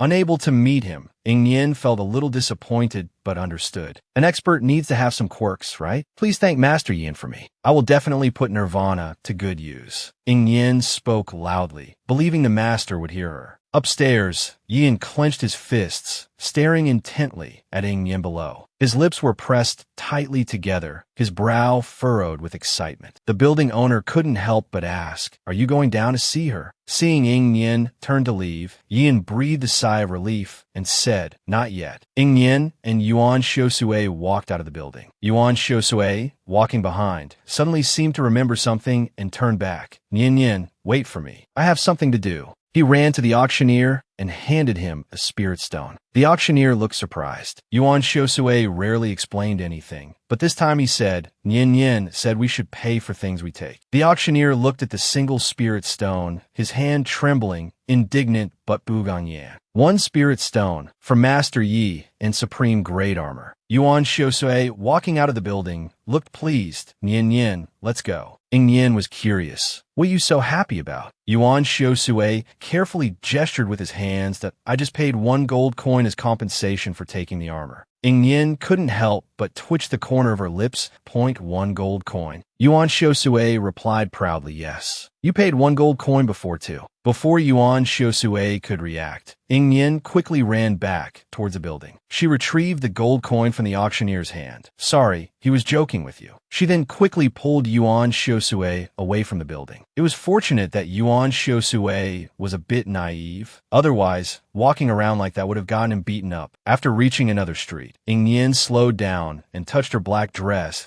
"I still can't believe this is real." She wasn't one to dwell on things. Turning to Yuan Xiusui, she said, "Forget it. I got the better end of the deal. Consider a favor I owe Yin." He ran forward happily. Then he realized, wow, look, Nirvana can even change to the color of my original clothes. The two of them slowly walked back. As they walked, Ing Yen suddenly looked at Yuan Xiusui and asked the question she had always wanted to ask. "Yuan Xiusui, who gave you that name?" Yuan Xiusui said with a blank expression, "My mother." Bing Yin nodded, unsure whether she should continue asking. Because, how should she put it? The name Xiusui sounded quite depressing. "Nyen Yen was given by that old hag." Yuan Xiusui continued. "She said Nyen is taken from constantly thinking of, and it's filled with blessings." She didn't know what meaning Yuan Xiusui's name held. Yuan Xiusui said calmly, "When I was born, I was weak and close to death. My father went to the EC realm and fought the demon dragon for days and nights. He took the demon dragon's dragon pearl to save me, but he was also bitten by the demon dragon. The demon dragon's poison was extremely potent. My father didn't survive. The name my father originally gave me was Yuan Sui, hoping I would thrive. After my father died, my mother added Xian to the middle of my name. I was very young at the time. My mother called me that, and I didn't ask why. Later, my mother died. I will never know why she named me that. Actually, it's fine. It doesn't matter what I'm called. They're all gone anyway." Yuan Xiusui's eyes reflected the surrounding lights, as if a warmth enveloped the coldness within. "Actually, I prefer you calling my name. Nyen Yen, call me more often." Hearing these words, Bing Yen felt a pang of heartache. After a moment of silence, she smiled and replied, "Xiusui, what exactly is the relationship between this man and Nyen Yen? Why did Nyen Yen feel a long-lost sense of familiarity upon their first meeting?" Just now, Xiusui was telling Nyen Yen stories of his childhood. As Nyen Yen listened completely captivated, she suddenly heard the sound of a child crying and laughter in the distance. Turn that kid's face around. Let him see what happens to those who don't repay their debts. Bing Yin pulled Yuan Xiusui along, following the sound. After walking a short distance, Bing Yin saw a horrifying scene. In the alleyway, the owner of the ice shop and another man were kicking someone repeatedly. The smell of blood hung in the air. On the other side, several men were holding a child, forcing him to watch. The man pointed at the child and laughed. "Come on, look how happily your dad is flying." The child cried his heart out, tears streaming down his face. Bing Yin recognized the child. It was the same child who had smiled and taken a spirit stone from her hand earlier, calling her sister. "This little thing's crying is annoying me." The man's eyes flashed with cruelty. Just as he was about to do something to the child, he noticed a shadow by his feet. The shadow stood darkly beside him, stretching towards him in the distorted moonlight. The man slowly raised his head and met Ing Yen's gaze. "Oh, Yuan Xiusei," the man said, immediately releasing the child. His gaze fell on Ing Yen's face. He grinned. Where did this little beauty come from? He reached out towards Ing Yen, simultaneously signaling to the others around him. Ing Yen was surrounded. "Don't be afraid," he said, a malicious glint in his eyes. "We're just playing a game. He owes us money. A life for a life. It's only right." His hand was about to touch Ing Yen's face, but in the next second, Ing Yen's face turned cold and her demonic energy erupted. She was so furious that she couldn't suppress her demonic energy for a moment. The demonic energy, enveloped in spiritual power, channeled through her weapon, unleashed a powerful blow. Its force doubled. The speed was so fast that the man only saw a flash of light before his outstretched hand was severed at the wrist by Ing Yen. With a thud, the severed hand fell heavily to the ground. Ing Yen's eyes were icy, her voice filled with killing intent. "A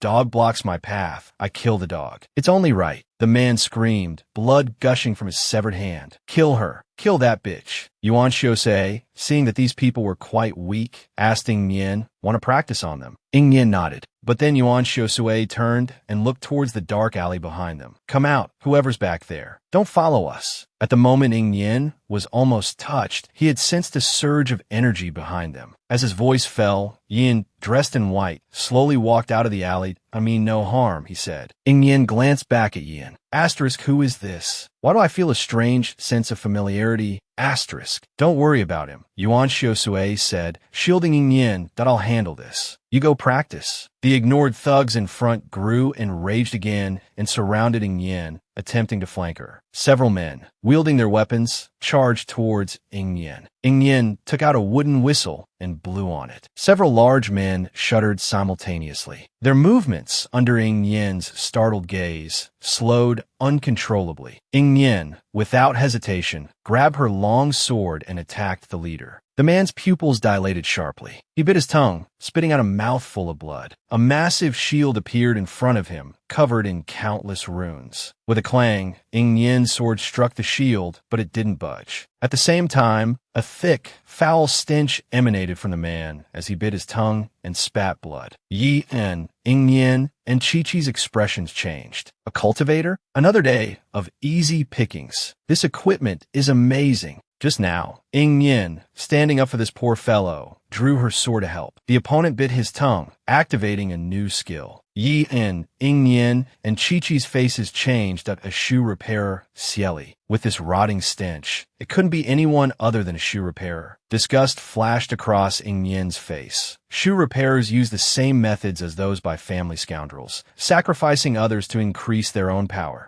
The man grinned wickedly. "Little girl, is this your trump card? I'll let you taste what it means to be worse than death." With that, Yin suddenly handed Ing Yen a red umbrella. The umbrella unfurled with a whoosh, revealing two small hands. Two large eyes on the bright red surface blinked at Ing Yen. Ing Yen's brow twitched. Another top-grade magical artifact. Sensing Ing Yen's wariness, Yin hurriedly said, "I'm Nirvana's master. Feel free to use my artifact. I mean you no harm. I know Ing knew. Don't worry, I won't hurt you." When he uttered the words, Ing knew, Ing Yen's heart lurched. That old hag. This person knew the demon races Ing knew, their former leader. The one-armed man's pupils trembled.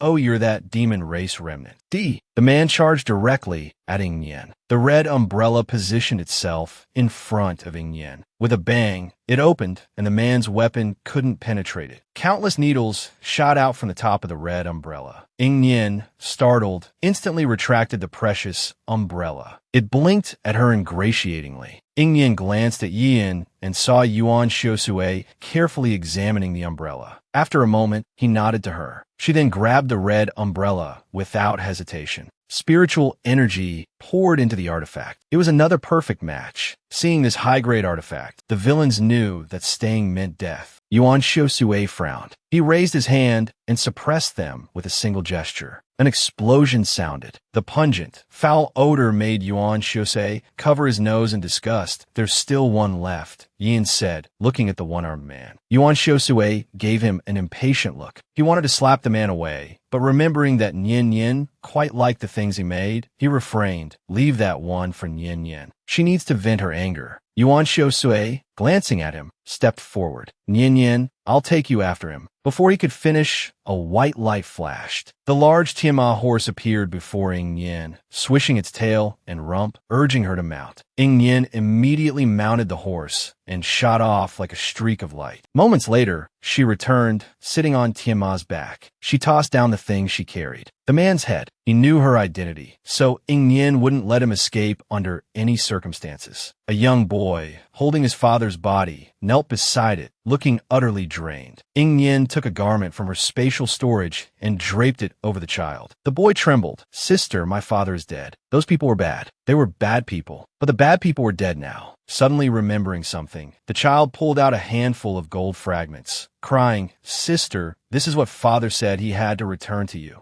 Yin never imagined that simply going out to buy clothes would lead to so much commotion. First, Sui stole someone's shaved ice. Then, by coincidence, she obtained a unique battle garment. Now, the shaved ice vendor had been murdered by a shoe repairer, and before dying, he'd instructed his son to return the gold fragments to Yin. Yin stared at the fragments, stunned. She had completely forgotten about them. Such a simple, honest man dead. It was such a pity. Yin asked sorrowfully, Why were they after your father? Do you know who those people were? The child bit his lip, tears streaming down his face, and why father owed them money. But I don't know where it came from. Yin frowned at Yuan Xiusue, wondering what to do with the child. She figured Yuan Xiusue wouldn't have a clue. Yin stepped forward and said, Tianizhou has a special facility for children whose parents have been killed by the relaxation room. I'll accompany you to take him there. Yin wanted to ask about the English matter, but Yin glanced at the child and said, Let's talk after we've taken him. Don't worry, I'll definitely answer all your questions. Yin was very patient with the child. He and Yin took the child to bury his father before leading him to the facility. Shortly after they left, a gray-robed figure hurried into the alley. Apprentice.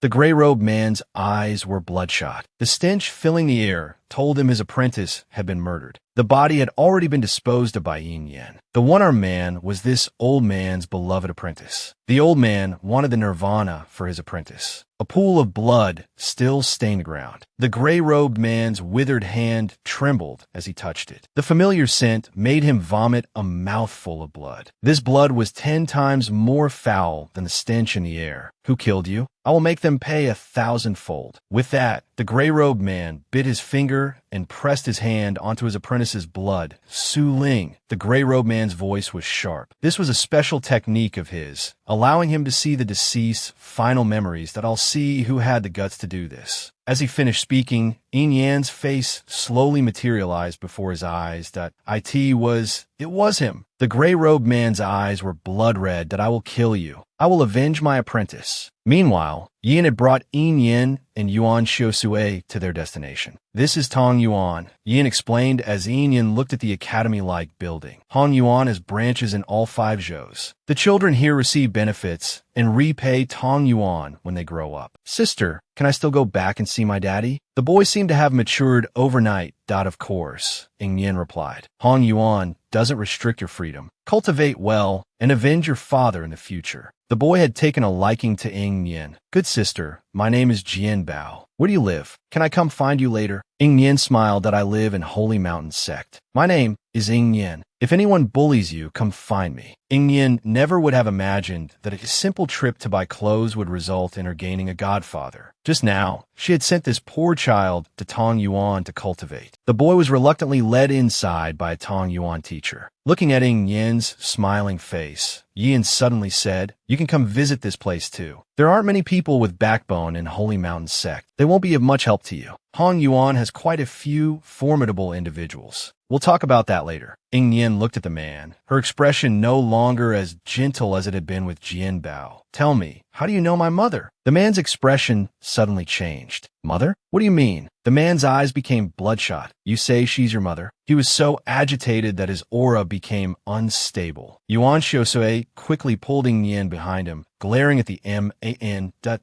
Oh, you want to die, he said coldly. The man's shoulders slumped. As Ying Yin watched in shock, he said, as if heartbroken, So he's already found someone else in the demonic sword sect? Ying Yin's lips twitched downwards. She felt like she understood. Looking slightly disgusted, she explained, Godmother. The man's eyes instantly lit up. He stared intensely at Ying Yin, excitedly saying, You recognize her? You're not her biological daughter. Ying Yin internally questioned the man's intelligence.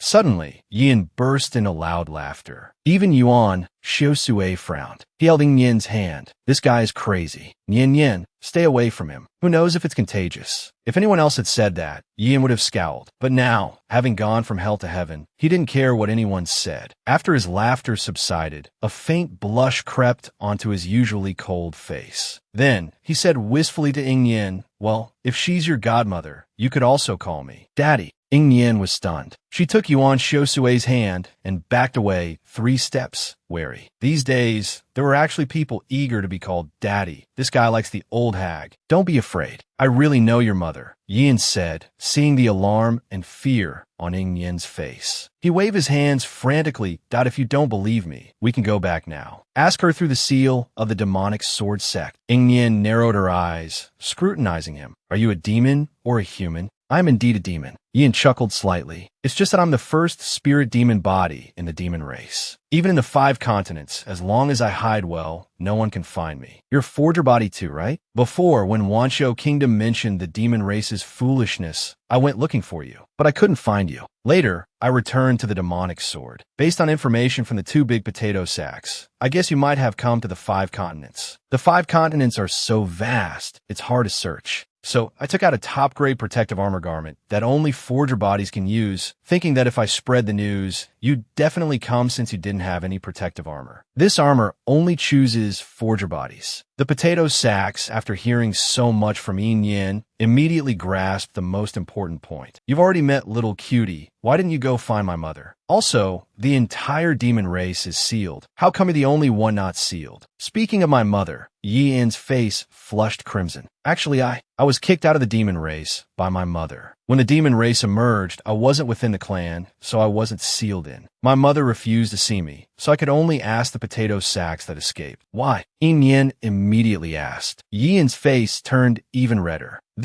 You're still a child, don't ask about this. Yin said frankly, if you don't trust me, you can go to the demonic sword and ask about me. Actually, after he said all this, Ying Yin already believed him somewhat. The rest, he'd confirm with the big guys at the demonic sword when he returned. Ying Yin was very cautious. He was just about to return the red umbrella and nirvana when, before he could speak, a white light flashed before him. Yin had actually dashed away. While running, he left these words, keep these and use them. I have plenty more. If you need anything, just ask me. I'll definitely come to watch you at the disciple competition. This scene made me grin like an ant. This is too adorable. Just now, when Ying Yin was about to cry, a godfather appeared. He made a move and gifted Ying Yin 2 pieces of supreme protective armor and nirvana. Ying Yin was still wary of this new daddy of unknown origin, thinking to confirm with the demonic sword before deciding whether to accept the gifts. Before Ying Yin could speak, Yin suddenly dashed off. Ying Yin stood awkwardly in midair, holding the red umbrella. The 2 large eyes on the red umbrella stared at Ying Yin. Ying Yin stared back, awkwardly but politely greeting it. The large eyes on the red umbrella blinked and curved towards Ying Yin, as if smiling ingratiatingly. As it smiled, the umbrella became even more vibrant red. In the night, it was like a glowing red lantern. Xiao Miao was furious. Even an umbrella was trying to flirt nowadays. Angrily, it jumped onto the umbrella's surface and slapped it with a leaf that don't smile. Who are you smiling at? The umbrella seemed to understand. The 2 eyes immediately took on a sorrowful expression. In a flash, the red umbrella's surface turned pitch black. Ying Yin was surprised. It can even change color. Ying Yin waved the umbrella, but lost control of her spiritual power for a moment. The attack hit Xiao Miao, Careful. Yin Yin immediately withdrew her spiritual power, but Xiao Miao was still grazed. It wasn't enough to injure it, though. Yin Yin breathed a sigh of relief. But the next moment, she saw Xiao Miao completely collapse in sadness. It curled up, the entire seedling listless.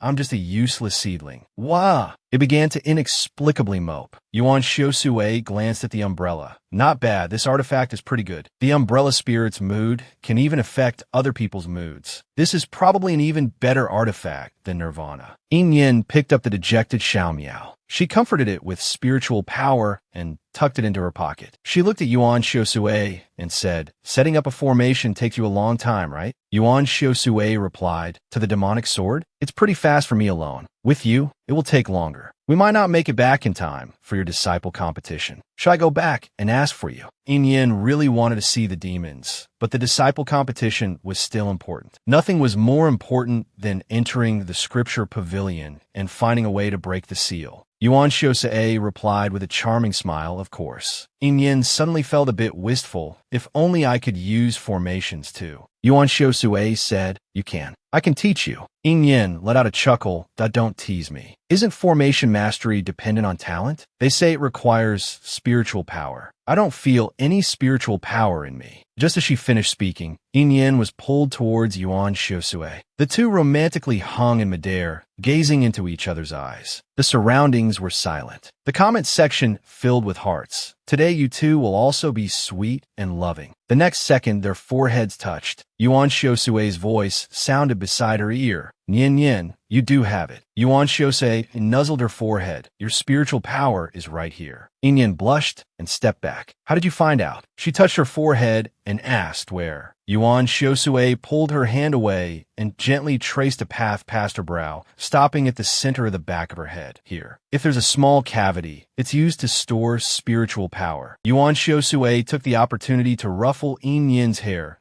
"I knew when I was combing your hair." "Then how do I use it?" Yin Yin asked eagerly. Yuan Xiusue frowned. His cultivation had always come naturally, as had his spiritual power. It had simply appeared after a night's sleep. Yuan Xiusue pondered for a moment, then said, "Why don't you try sleeping too? Everyone knows sleeping can make you taller." He continued at S.O. Tanging. "Have you ever considered that sleeping might also improve your cultivation?" Yuan Xiusue was just that lucky. Having grown up at the foot of Mount Baitu, his spiritual power had always increased while he slept. Now, with Yin Yin wanted to learn cultivation arrays, he suggested, "Why don't you try sleeping too?" Yuan Xiusue pulled a long stick of incense from his spatial storage artifact. "Light this while you sleep," he instructed. "It's that simple." Yin Yin accepted it happily, staring at the small item in disbelief. Yuan Xiusue nodded confidently. "That's right. It's that simple and straightforward. I'm going back to the demonic sword. Do you have any message you want me to relay to them?" Yuan Xiusue hadn't forgotten his promise to Yin Yin. Yin Yin put away the incense, her expression serious. "Just tell them I will definitely find a way to get them out." Yuan Xiusue nodded. Yin Yin took off towards Holy Mountain Sect.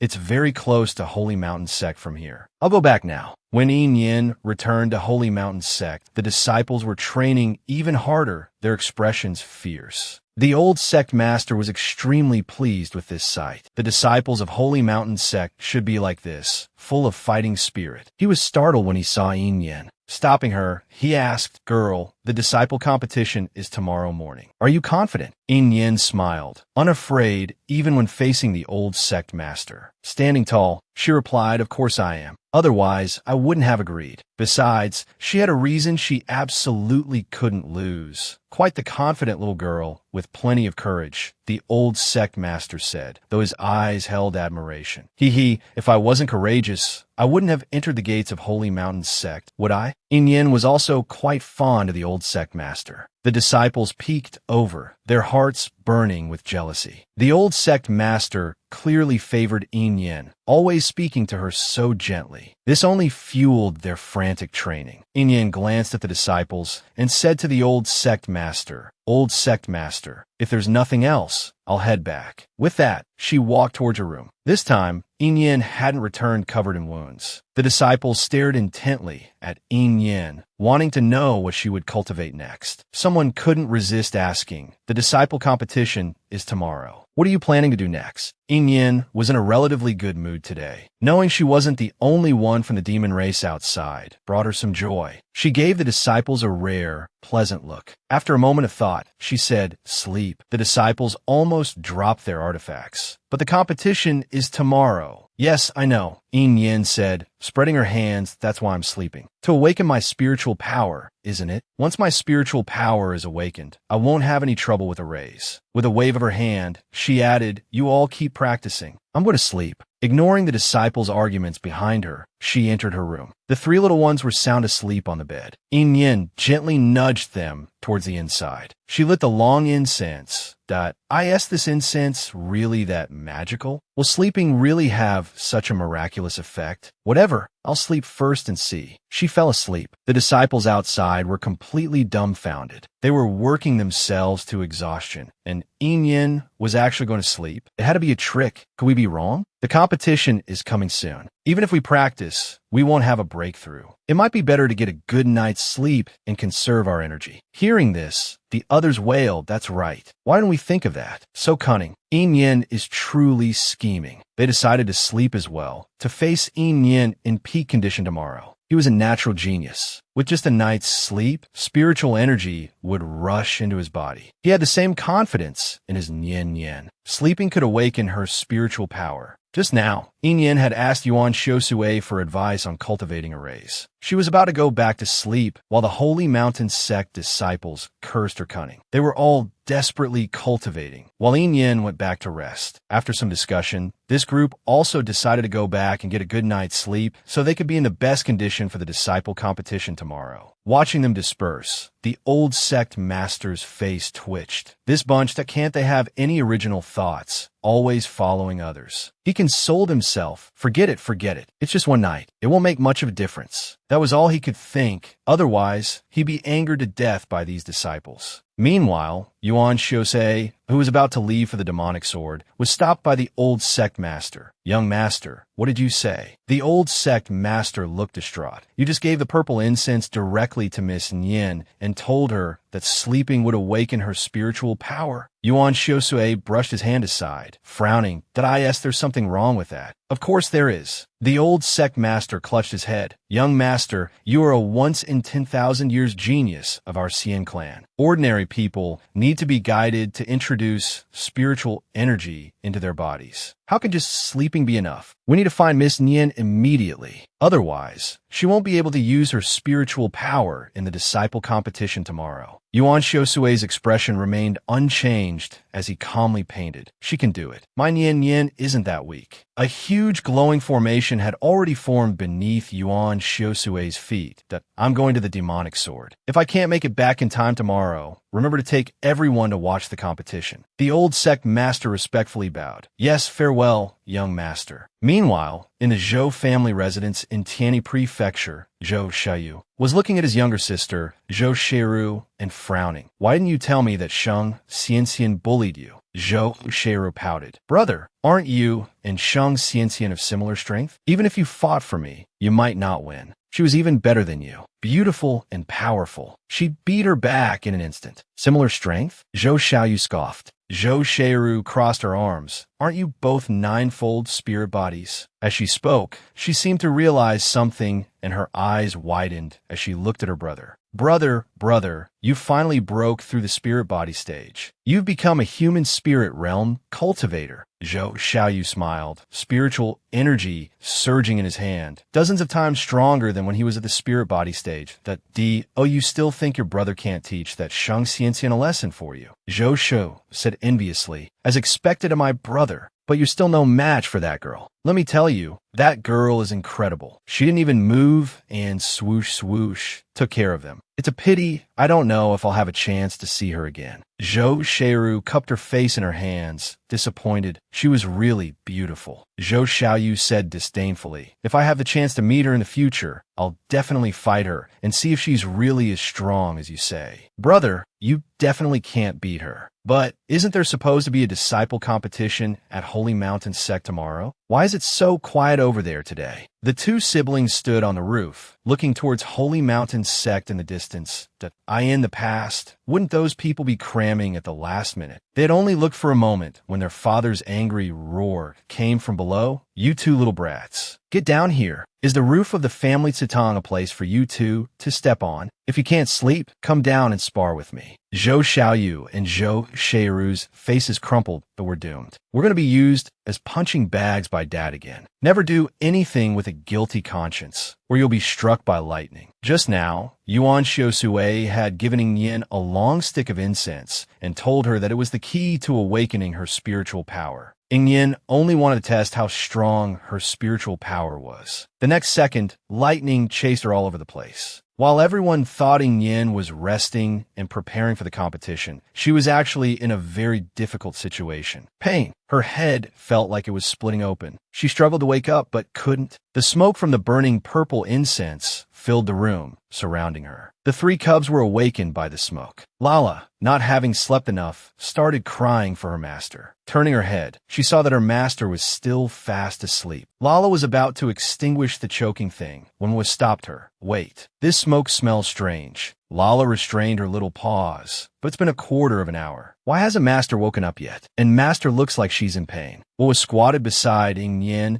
and inhaled a bit of the smoke to nourish his spirit. This really is beneficial. This stuff is good for spiritual power. Master must be trying to awaken her spiritual power. Let's wait patiently. Yin was drenched in sweat, struggling. Her eyes were closed, but the pitch-black darkness in her vision gradually cleared. She saw a small, condensed white vortex like a bottomless pit. Yin endured the pain, thinking this must be the tianxue of a spell master. The sound of splashing water began to chongji Yin's brain. Azure blue water started to slosh around in the milky white pit. Now, even without opening her eyes, Yin could see what was happening in the room. It transmitted clearly into her mind. She could see within a range of about 100 meters. Yin couldn't help but sigh. Spiritual power was so amazing. Smiling, she condensed her spiritual power and pushed Lala's back. The next second, Lala yelped ouch. She landed on her bottom with a thud. She looked around. There was no one there. The little guy stopped jumping instantly. Nana turned her head fiercely and glared at Bai Bian. Bai Bian retorted, "Why are you looking at me like that?" Nana's little temper flared. "Didn't you knock me over?" Yin couldn't help but open her eyes and laugh. Seeing their master wake up, the three cubs immediately gathered around excitedly. You woke up suddenly. A loud boom came from above. The lightning struck without warning, piercing through Yin's roof and heading straight for her. Nana jumped in fright. "Master, what's going on?" Yin's eyes widened.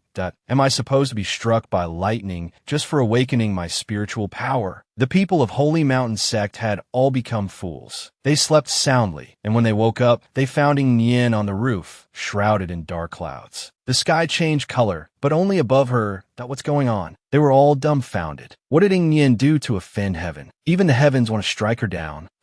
It must be that the heavens couldn't stand it anymore and decided to wake her up with a jolt. She's a girl touched by the heavens. With a powerful family background, an invincible sect, and a super handsome boyfriend to support. Now the lightning is even joking with her, chasing her all over the world. A group of newly awakened disciples of Holy Mountain sect, their hair still unkempt, started wave after wave of schadenfreude. What did Yin do to offend heaven? Even the heavens want to strike her down. But among these people, only one disciple had a gloomy face. This disciple was one of the few in Holy Mountain sect who had awakened their spiritual power. He said anxiously, "Stop laughing, everyone." The disciples' hands were trembling. Oh, you know what that is? Purple lightning. That's heavenly tribulation brought on by awakening spiritual power. What do you know? Another disciple frowned and said, "But awakening spiritual power doesn't cause the sky to change color. That's for ordinary people with average talent. Those with superior talent naturally won't attract lightning, unless their talent is so extraordinary that it incites heavenly jealousy." The disciple's face grew paler as he spoke, a mixture of envy and jealousy. Streaks of purple lightning followed one after another, chasing after Yin. Before Yin could even rejoice, she ran out of the room in a panic. Looking back as she ran, Lala, Stay inside. This lightning is only targeting me. She began to run east and west with all her might. With a boom, the purple lightning ripped off the roof of the dining hall. The disciples' faces turned pale. This time, they really couldn't laugh. What's going on with that lightning? Why does it always strike right next to Ying Yin and always hit our holy mountain sect buildings? Could it be just trying to scare her? Ying Yin didn't know any of this, only that she was extremely unlucky. It was at this moment that the representatives of the various powers came to participate in the disciple competition. The prison tower master was the first to arrive. He smiled when he saw Ying Yin. This little one is here too. The people from the other powers stared at the purple lightning with envious eyes, almost popping out of their sockets. They said to the old sect master, full of envy, "Old sect master, this is incredible. This is a disciple of your holy mountain sect, right?" The old sect master's heart skipped a beat. This wasn't their disciple. Those houses that were struck by lightning, however, were part of Holy Mountain sect. But he still gritted his teeth and said, "She's not from our Holy Mountain sect." Just then, everyone heard a commotion. A figure instantly landed in front of them. Everyone was startled. Isn't that Master Yin? Yin quickly saw Ying Yin being chased by lightning. He shouted with a worried face, "Yin Yin, come here. Daddy will block the lightning for you." Ying Yin almost slipped and fell flat on her face. Whose daddy is he? Don't talk nonsense and ruin my mother's reputation. She was nominally still part of the Zhuang family. When the world was going on, everyone's faces immediately crumpled. This was pure Five Continents gossip. But soon Ying Yin's furious roar came. "Whose daddy are you? Don't spout nonsense and ruin my mother's reputation." She was nominally still a member of the Zhuang family. When the world was all this, everyone's faces immediately scrunched up. This was a juicy piece of Five Continents gossip. At this moment, Old Man Zhou also arrived at Holy Mountain sect with his son and daughter. Zhou Xiaoyu quickly spotted the beautiful girl. Heavens, isn't that the pretty girl? He pushed his way through the crowd and waved at Ying Yin. "Hey, pretty sister, look at me." She had a powerful family background, an invincible sect, and an ageless boyfriend who had lived for 1,000 years. As support, just as everyone was wondering whose family this girl being struck by lightning belonged to, a huge beam of light appeared above everyone's heads. When the Grand Elder arrived at Holy Mountain sect, he saw Ying Yin being chased by lightning. Yuan Xiusui's heartbroken face immediately appeared in his mind. That what's so difficult about this? It's just a matter of sleeping. The Grand Elder was taken aback, like father, like daughter, just as monstrous as the young master. He immediately yelled to the people of Qigui Valley, "Hurry, form a lightning formation." Everyone then saw those formations, usually held in such high regard, eagerly surrounding Yin. Like an umbrella, they spread out above Ying Yin's head. One after another, the falling lightning bolts were absorbed by the large formation. Everyone suddenly realized, so Ying Yin cultivates using Qigui Valley's techniques. No wonder she's so proficient in spiritual power. Just then, the old beggar's signature laughter echoed. "Ha ha! My dear disciple, Master is here." Ying Yin looked joyfully at the old beggar and shouted, "Master." The old sect master's lips twitched. As expected, Ying Yin's scruffy master couldn't miss such a grand occasion. Everyone murmured amongst themselves, "So, which family is this Ying Yin from after all?"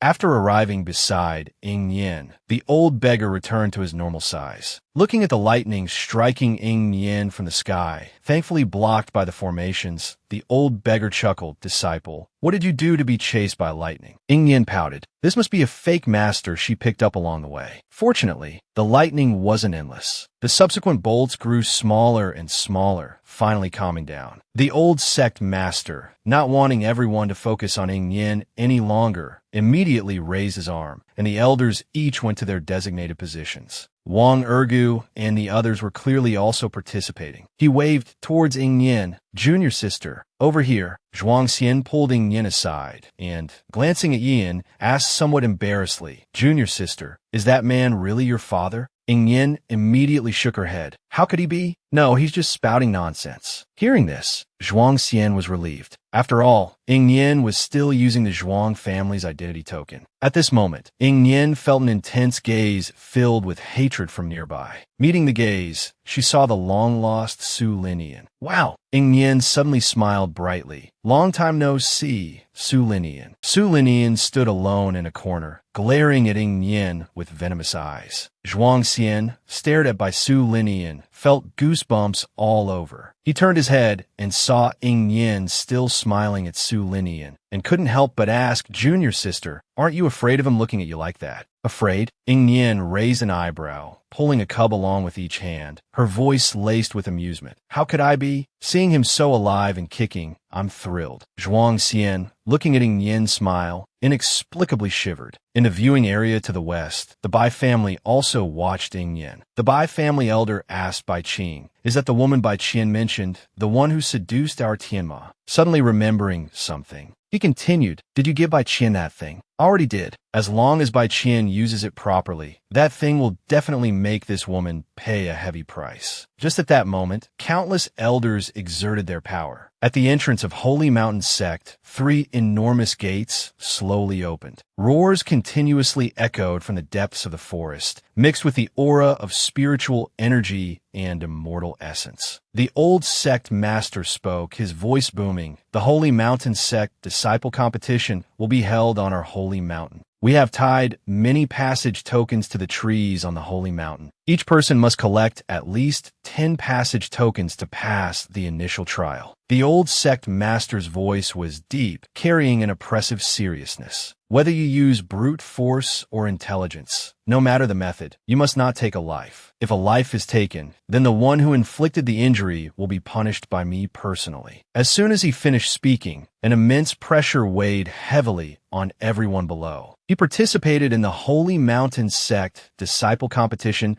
to break the seal on the demonic sword. Just now, he awakened his spiritual power. Confident, he had made all the preparations. The old sect master announced the rules of the competition. An immense pressure weighed heavily on everyone below. Countless new disciples, those with insufficient strength, immediately fell to their knees. However, Ing Yin appeared relaxed. Zhou Xiaoyu excitedly clenched his fists and said, See, I told you she was strong." Zhou Xiaoyu looked at Ing Yin, at that face about the same age as his own, his eyes burning with fighting spirit. "Indeed, very strong. I really want to fight her." Ing Yin was unaware of his thoughts. At this moment, she herself was surprised. When the pressure descended, she could feel the spiritual power in her sea of consciousness instantly forming a protective layer around her, neutralizing the pressure. Ing Yin smiled. Spiritual power was truly amazing. Even the old sect master's pressure couldn't penetrate this spiritual barrier. Now, she wasn't someone whose head could be forced down by just any expert's pressure. The old sect master sighed inwardly. Ing Yin is indeed different now. He raised his head and said, "The 3 gates correspond to the 3 peaks of our holy mountain. Spiritual bodies enter the first gate, human spirits enter the second gate, and earth spirits enter the third gate." Hearing this, Wang Ergu and the others frowned. They abruptly turned to look at Zhuang Xian. "Zhuang Xian, are you sure about entering the first gate alone? Ergu and Meng Xiaoqi are both going through the third gate, so they can look out for each other. But you'll be on your own." "Zhuang Xian, you're bound to be targeted. I'll be fine. Senior brother and senior sister, just look after yourselves." Zhuang Xian said seriously that I'll play by ear. All the disciples were getting ready. The second-ranked disciples immediately surrounded Ing Yin. Bai Qian stood in front of Ing Yin and said, "Ing Yin, don't even think about getting a head start on us. Even if we don't pass, we'll make sure to keep an eye on you.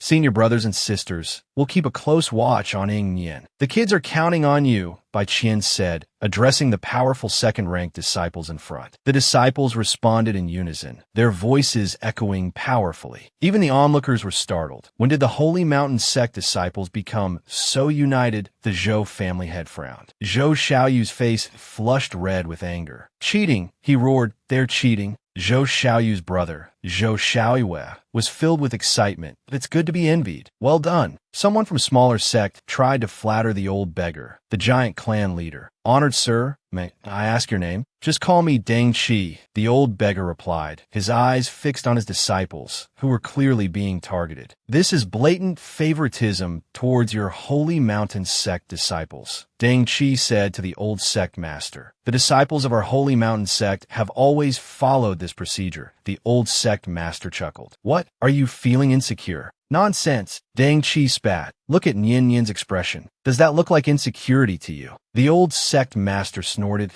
if that's the case, then why argue with me? Master Lala, I'm so excited. Hold on tight to me later. Ing Yin reached out to Lala. Okay, Lala, it's up to you now. Those little things think they can break through our defenses? The nearby Holy Mountain sect disciples sneered that they're dreaming. Just then, all the elders were in place. The old sect master's voice boomed. The Holy Mountain sect disciple competition officially begins. Bai Qian shouted and blocked Ing Yin. The disciples unleashed their spiritual power. Countless streams of energy surged forth, intertwining and transforming into a giant net that descended upon Ing Yin. At that moment, a pair of enormous blood-red wings suddenly unfolded from Lala's back. The flames on each feather turned gold. Lala, holding Ing Yin's hand, scoffed. A measly net like this want to stop me. The second-ranked disciple's expressions crumbled. Not good. He has a flying spirit beast. These two adorable little ones are actually divine beasts. What are their true forms? Ing Yin's spirit was awakened. The display of power astonished everyone. Now, the two divine beasts were about to unleash their full power. The Holy Mountain sect disciple competition had begun. Everyone surrounded Ing Yin. A pair of enormous blood-red wings suddenly unfolded from Lala's back. The flames on each feather turned gold. Weaving through the gaps in the giant spiritual net, they soared into the sky. Lala laughed disdainfully. Ha ha, a measly net like this wants to stop me. Transforming into a streak of light, he charged towards the second gate. Su Linian trembled as he watched the wings. Was that his blood phoenix? Was it Lala? He then charged towards the second gate as well. Go Shenxi's body suddenly swelled. Ha! Having a little junior sister is amazing. Xiaoqi, let's go.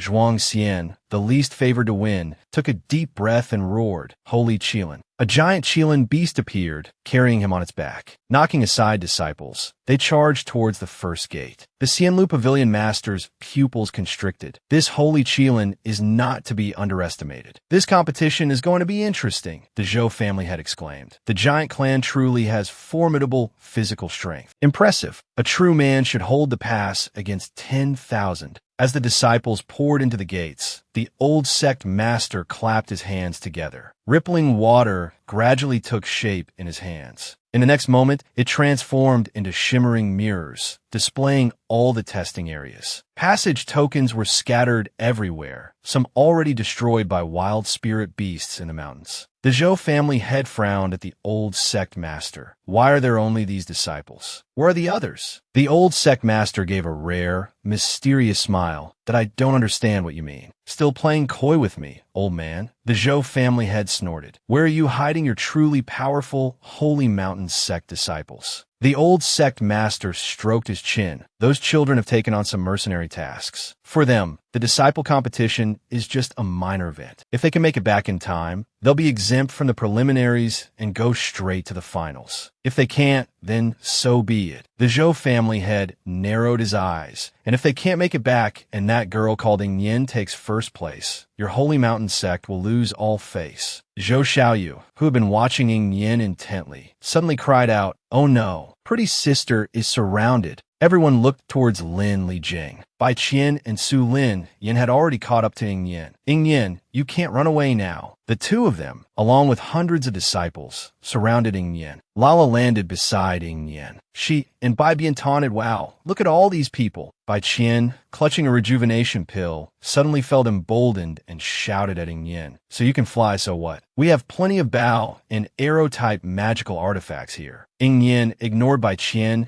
and looked at Su Lin Yin. "Lala, Bai Bian, didn't you say you were just a little shy of a breakthrough? Today, you can fight to your heart's content." He took out the red umbrella. Lin Li continuously flowed into the umbrella. "Buy me half an hour. I want to experience firsthand just how amazing a natural-born phoenix origin is." Lala and Bai Bian excitedly replied, "No problem, Master." Su Lin Yin involuntarily took a step back. "That you're delusional if you think two spirit beasts can stop everyone." He felt his scalp tingle under Ing Yin's gaze, but he still stubbornly retorted, "You're dreaming." Bai Bian didn't bother with further talk. He yelled, "Lala, I'll take the left, you take the right." As his voice fell, Lala's wings suddenly spread wide, instantly blocking everyone trying to flank them from the right. What's going on? The disciples who had been trying to flank them couldn't avoid Lala at all. Outside, the various family heads frowned. That little girl really is a spirit beast, not a divine beast. Only a divine beast can take human form during the growth stage. And that little boy, the Zhou family head's eyes flashed with golden light, point two divine beasts. That child actually has two divine beasts. There's never been a case of dual divine beasts in the entire history of the 5 continents. Were their true forms. The Watchtower Master heard shouts of pride. Yin squinted his eyes and boasted, "That's my daughter." The old beggar wiped his nose and chuckled. "That's my apprentice." Bibian's true form revealed. Facing the Jingjiao worm once again, Su Lin, Yin was really in trouble this time. Every encounter with Ying Yin brought Su Lin Yin misfortune. Even if Ying Yin didn't act, the Thunder God would take care of Su Lin Yin's disciples. During the competition, Su Lin Yin blocked Ying Yin's path and accused Ying Yin of being a demonic remnant who stole his divine beast. Ying Yin decided to deal with this imposter, claiming to be a natural-born phoenix origin. Su Lin Yin, Ying Yin shouted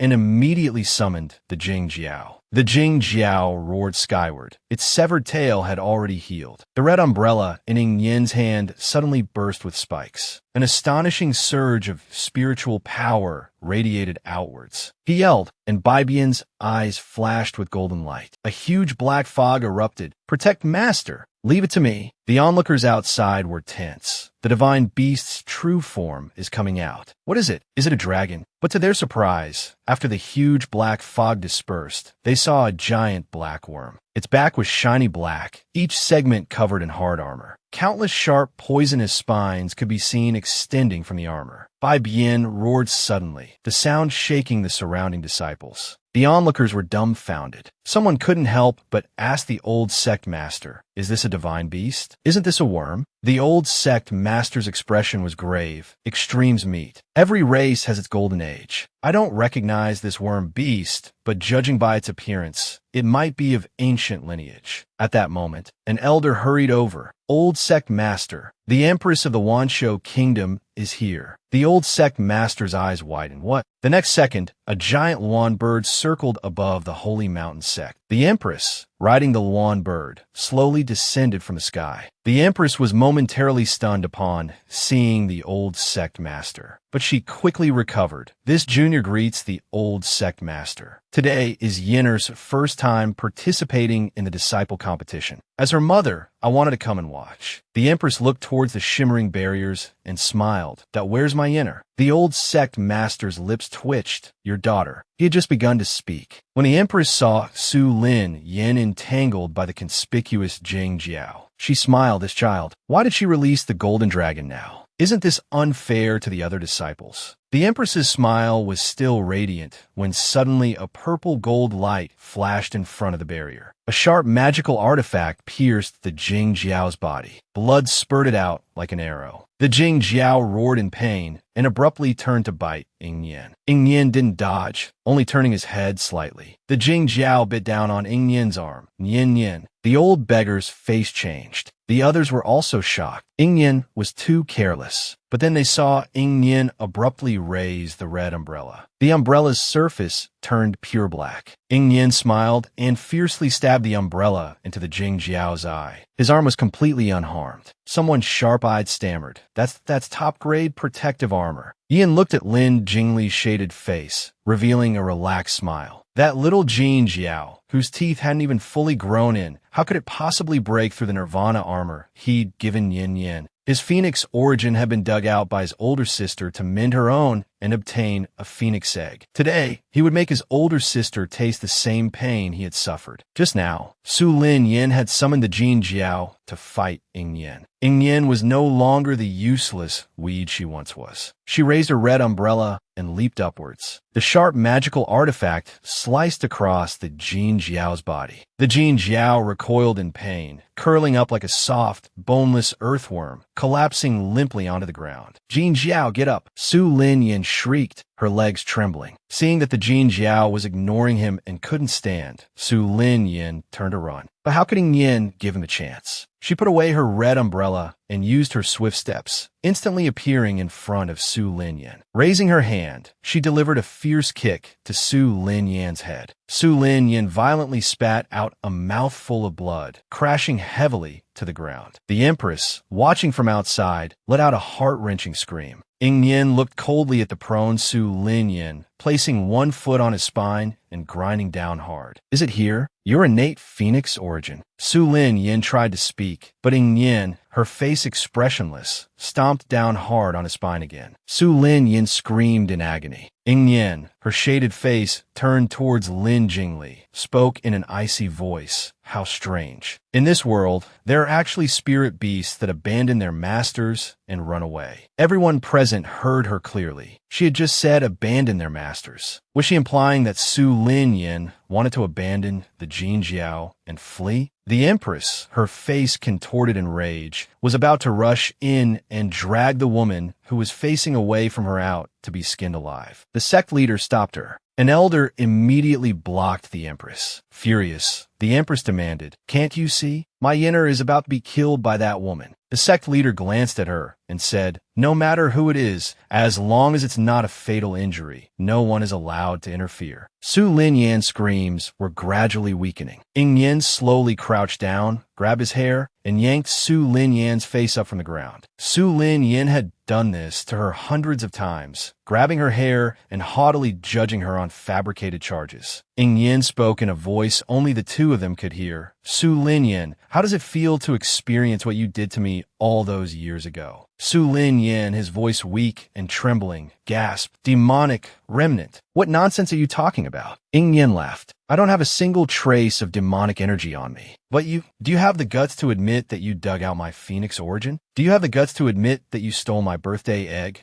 You said that when you saw me, you should have run far, far away." "That's right," Yin said, laughing, but her eyes were cold. "So how could you still have the audacity to rush towards me?" Watching Yin mercilessly tormenting her daughter, the Empress trembled with rage. She vowed to tear this woman to pieces. Just then, as if aware of someone staring at her, Yin slowly turned around, her gaze seemingly fixed on empty space. It looked as if she was staring at the Empress in front of Lin Jingli. She curved her lips into a smile. She was smiling at the Empress. The Empress's voice suddenly sharpened. Her aura poured out uncontrollably. "Seed? That's seed." As soon as her aura was released, several people present changed their expressions. The Grand Elder of Chigue Valley, who had remained silent, opened his eyes upon hearing this title. An aura far more powerful than the Empress's pressed down on her. "Ignorant fool, what did you call our Nyan girl?" The Empress's knees buckled. She met the Grand Elder's murderous gaze. Ian also looked at her impassively. The old beggar was contemplating whether he should beat her up first and shut the old woman up. Seeing this, the sect leader warned the Empress, "Settle your grievances after the competition. If you cause trouble now, get out of Holy Mountain's sect with your daughter." He was truly fed up with this mother and daughter pair. The Empress, watching everyone defend Yin, felt a chill run down her spine. At the same time, unease gnawed at her heart. Wasn't that the seed? She was still alive. What had happened?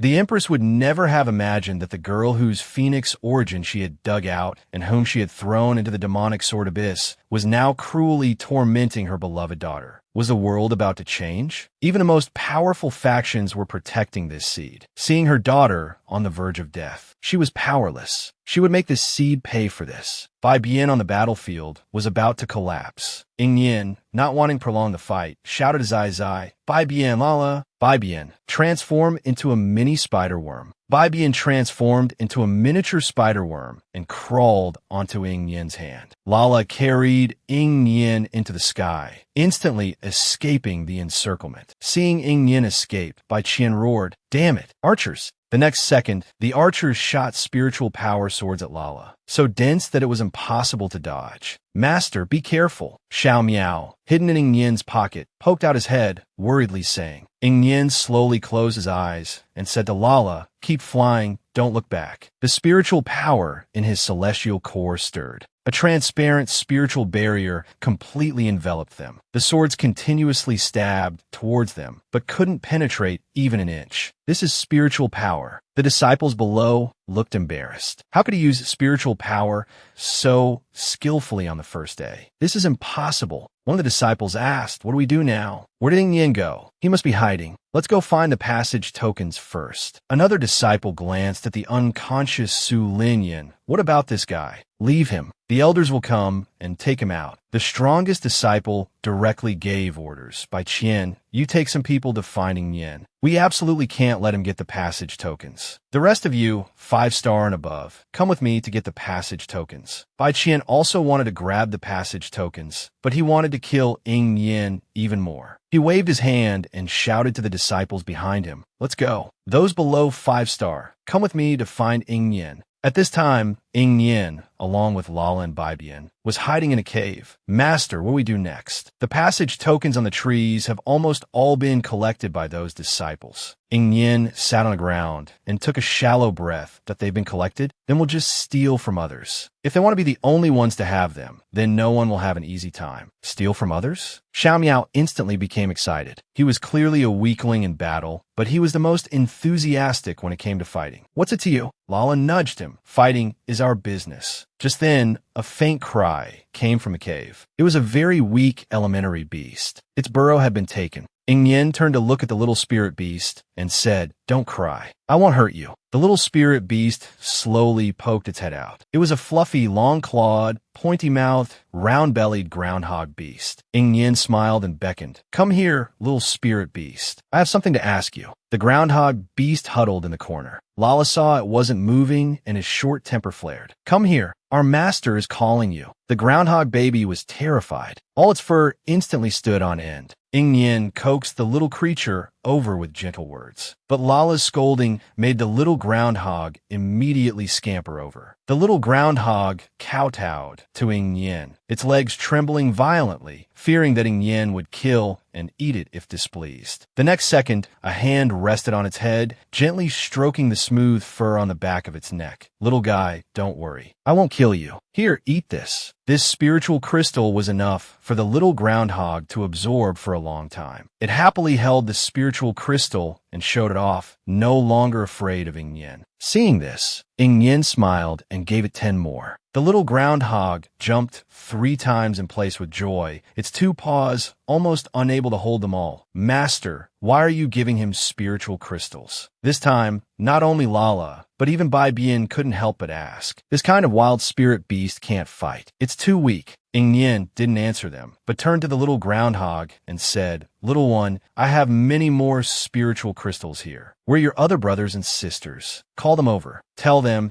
they can get many little spiritual crystals if they help me. A whole mountain of spiritual crystals." Remember the holy Qilin who fought against Bai Bian? Even though he was defeated then, he amazed many people. At this moment, he and his master were surrounded by disciples from Holy Mountain sect. Zhuang Xian was covered in blood. The disciples' faces showed traces of cruelty that don't blame us. "It's your fault for being Ying Yin's brother. We'll settle Ying Yin's score with you." The holy Qilin hid Zhuang Xian under his belly. Zhuang Xian had already obtained 9 passage tokens. One more, and he could pass the trial. He was unwilling to stop here. Although the holy Qilin was a holy beast, it wasn't a combat type. The holy Qilin's specialty was healing. Blood continuously flowed down Zhuang Xian's body. His hand touched the Qilin's belly. The Qilin, covered in wounds, continued to emit holy light to heal him. Zhuang Xian activated a formation, forcibly recalling the holy beast. The Qilin roared. It didn't want to leave its master. Outside the arena, the Watchtower Master first noticed Zhuang Xian. "Patriarch Deng Qi, isn't that your giant clan's child? He's being surrounded. No wonder. After all, the Holy Qilin isn't a combat type." The old beggar was worried. He wasn't only concerned about Ying Yin. Rather, of the 4 children, he was most concerned about Zhuang Xian today. That child Ying Yin has many tricks up his sleeve. Others can't bully him. Meanwhile, outside the demonic sword, Yuan Shinsue was being pestered by the Demang. "Yuan Shinsue, tell us more about what Yin Yin did. That Yin is quite lucky. isn't he? I'll pass on the message. Light shone beneath Yuan Shinsue's feet. Want to know what he did? Wouldn't it be better for you to see for yourselves after the seal is broken? The great demons were taken aback. Yuan Shinsue smiled. He's fighting with all his might to save you. During the disciple competition, everyone, whether it was Lin Jingning or those outside the arena, had the same question in their minds. Where did Ing Yin go? They decided to give up on Ing Yin for now and look for the passage tokens first. Will Su Mu give us the passage tokens? Su Mu is a near-peak expert, and he has 3 others just like him with him. What's the rush for near-peak experts? Naturally, after dealing with Ing Yin, the rest will be up to each individual's ability. We've been searching for a long time, but haven't found Ing Yin. Su Mu continued, then let's split into small groups. Each group should have 2 archers. Spread out and search the area thoroughly. Outside the arena, Zhou Sheiru practically glued herself to the mirror. Where did that pretty sister hide? At this time, Ing Yin, the target of everyone's search, was hiding in a cave, feeding a groundhog. The little groundhog's eyes slowly widened and brightened. Even the children couldn't stand it anymore. This groundhog has no attack power. Isn't this a waste of these spirit crystals? Ing Yin gave the groundhog more spirit crystals and told it to bring more baby groundhogs to share them. The little groundhog puffed out its chest and nodded at Ing Yin, indicating for him to wait there. In the next second, the little groundhog's claws suddenly sharpened. It began digging furiously, then burrowed into another tunnel and ran outside. Bai Qian asked in confusion, "Master, what are you trying to do? What if it runs away and doesn't come back? I don't need their fighting power. Even if it doesn't come back, it's no loss." As soon as he finished speaking, the ground beside them suddenly cracked open. Countless little groundhogs jumped out of the hole. The little groundhogs stared with wide eyes, looking longingly at Ing Yin and extending their tiny paws. Just how absurd were the actions of the Holy Mountain sect's leader? Even this young man couldn't stand it. Just because Ing Yin was powerful and lucky, he ordered his disciples to gang up on and surround him. Even Zhuang Xian, who was with Ing Yin, was also being attacked. Seeing that the Holy Qilin was about to collapse, Zhuang Xian prepared to recall it. However, the Holy Qilin refused to abandon its master. Those disciples sneered, "How touching." But behind their hands, they whispered, "Find a way to shut Zhuang Xian up later. Don't let him admit defeat because he can't hold on." As their words fell, countless attacks rained down on the Holy Qilin like raindrops. The Holy Qilin didn't make a sound, protecting Zhuang Xian tightly beneath it. Everyone outside the arena fell silent, their feelings complex. They could only watch Zhuang Xian with sympathy. The old beggar's face was grim. He had anticipated this outcome, but Zhuang Xian was more resilient than he had imagined. The Watchtower Master couldn't help but say, "This child is quite tenacious. He's a good seedling." The old sect leader didn't even want to look, his face livid as he wanted to storm off. Sheng Hong immediately followed his master that we're about to win. "Why are you unhappy? The disciples have worked hard. This is called working hard." The old sect leader's heart ached with anger. He turned and asked Zhou Xiaoyu of the Zhou family, "Zhou Xiaoyu, let me ask you, if your Zhou family were up against Ing Yin and you couldn't beat him, what would you do?" Zhou Xiaoyu, engrossed in the spectacle, subconsciously replied, "Even if I couldn't beat him, I'd still have to try. No arrogance in victory, no shame in defeat." Would you bring your entire Zhou family to attack a weaker opponent? If it were a life or death enemy, naturally, winning and surviving would be the most important. But in a competition like this, honestly, I wouldn't. What's the point of winning like that? If you can't beat them, cultivate. Cultivate well, and fight again next time. The old sect leader looked at Sheng Hong. "Listen, do you understand now why I'm angry? The disciples did nothing wrong." Sheng Hong blushed that if Ing Yin actually wins, what will become of our Holy Mountain sect's face? Their choice was the right choice. The old sect leader narrowed his eyes and asked in a low voice, "I found it strange from the beginning. So many disciples, so spontaneously organized and planned in targeting Ing Yin. Sheng Hong, did you give them the idea?" The old sect leader stared intently at Sheng Hong. Sheng Hong clenched his fist that I did it for the Holy Mountain sect. The old sect leader trembled with rage Good. Very good. The competition has already begun. Master, if you want to hold me accountable, wait until after the competition. I'll accept any punishment. Can integrity fill your stomach? We need to win. Winners are kings, losers are bandits. The victors make the rules. My holy mountain sect disciples absolutely cannot. The old sect leader's face was red with anger. Just then, he heard another cry of surprise from the distant viewing platform. How did those people get down there? The old sect leader looked towards the spirit mirror. He happened to see several members of the Holy Mountain sect. A spirit mirror peak expert was suddenly yanked downwards. Sumu's face paled in shock. What was going on? The ground only caved in for a moment before returning to normal. Not far away, his junior brothers cried out shrilly, "Senior brother, save me!" The next moment, Sumu felt the ground disappear beneath his feet, and he began to fall. Sumu subconsciously rubbed his eyes. What appeared before him was Ing Yin, standing behind a massive army of groundhogs. Ing Yin, you're behind this. Ing Yin greeted him with a grin that, don't panic, don't panic. Then he grabbed a handful of spirit crystals and scattered them towards the groundhog army. The little groundhogs, incredibly fervent, scrambled for them, squeaking excitedly. Sumu's eyes widened in disbelief. You could do that? Hee big brother. A chubby little hand pointed at Sumu's back. Lala and Bibian appear behind him, smiling sweetly. Come play with us. When it came to going crazy, who could compare to Ing Yin? When he was ruthless, he probably even scared himself. They were ganging up on him in the disciple competition, right?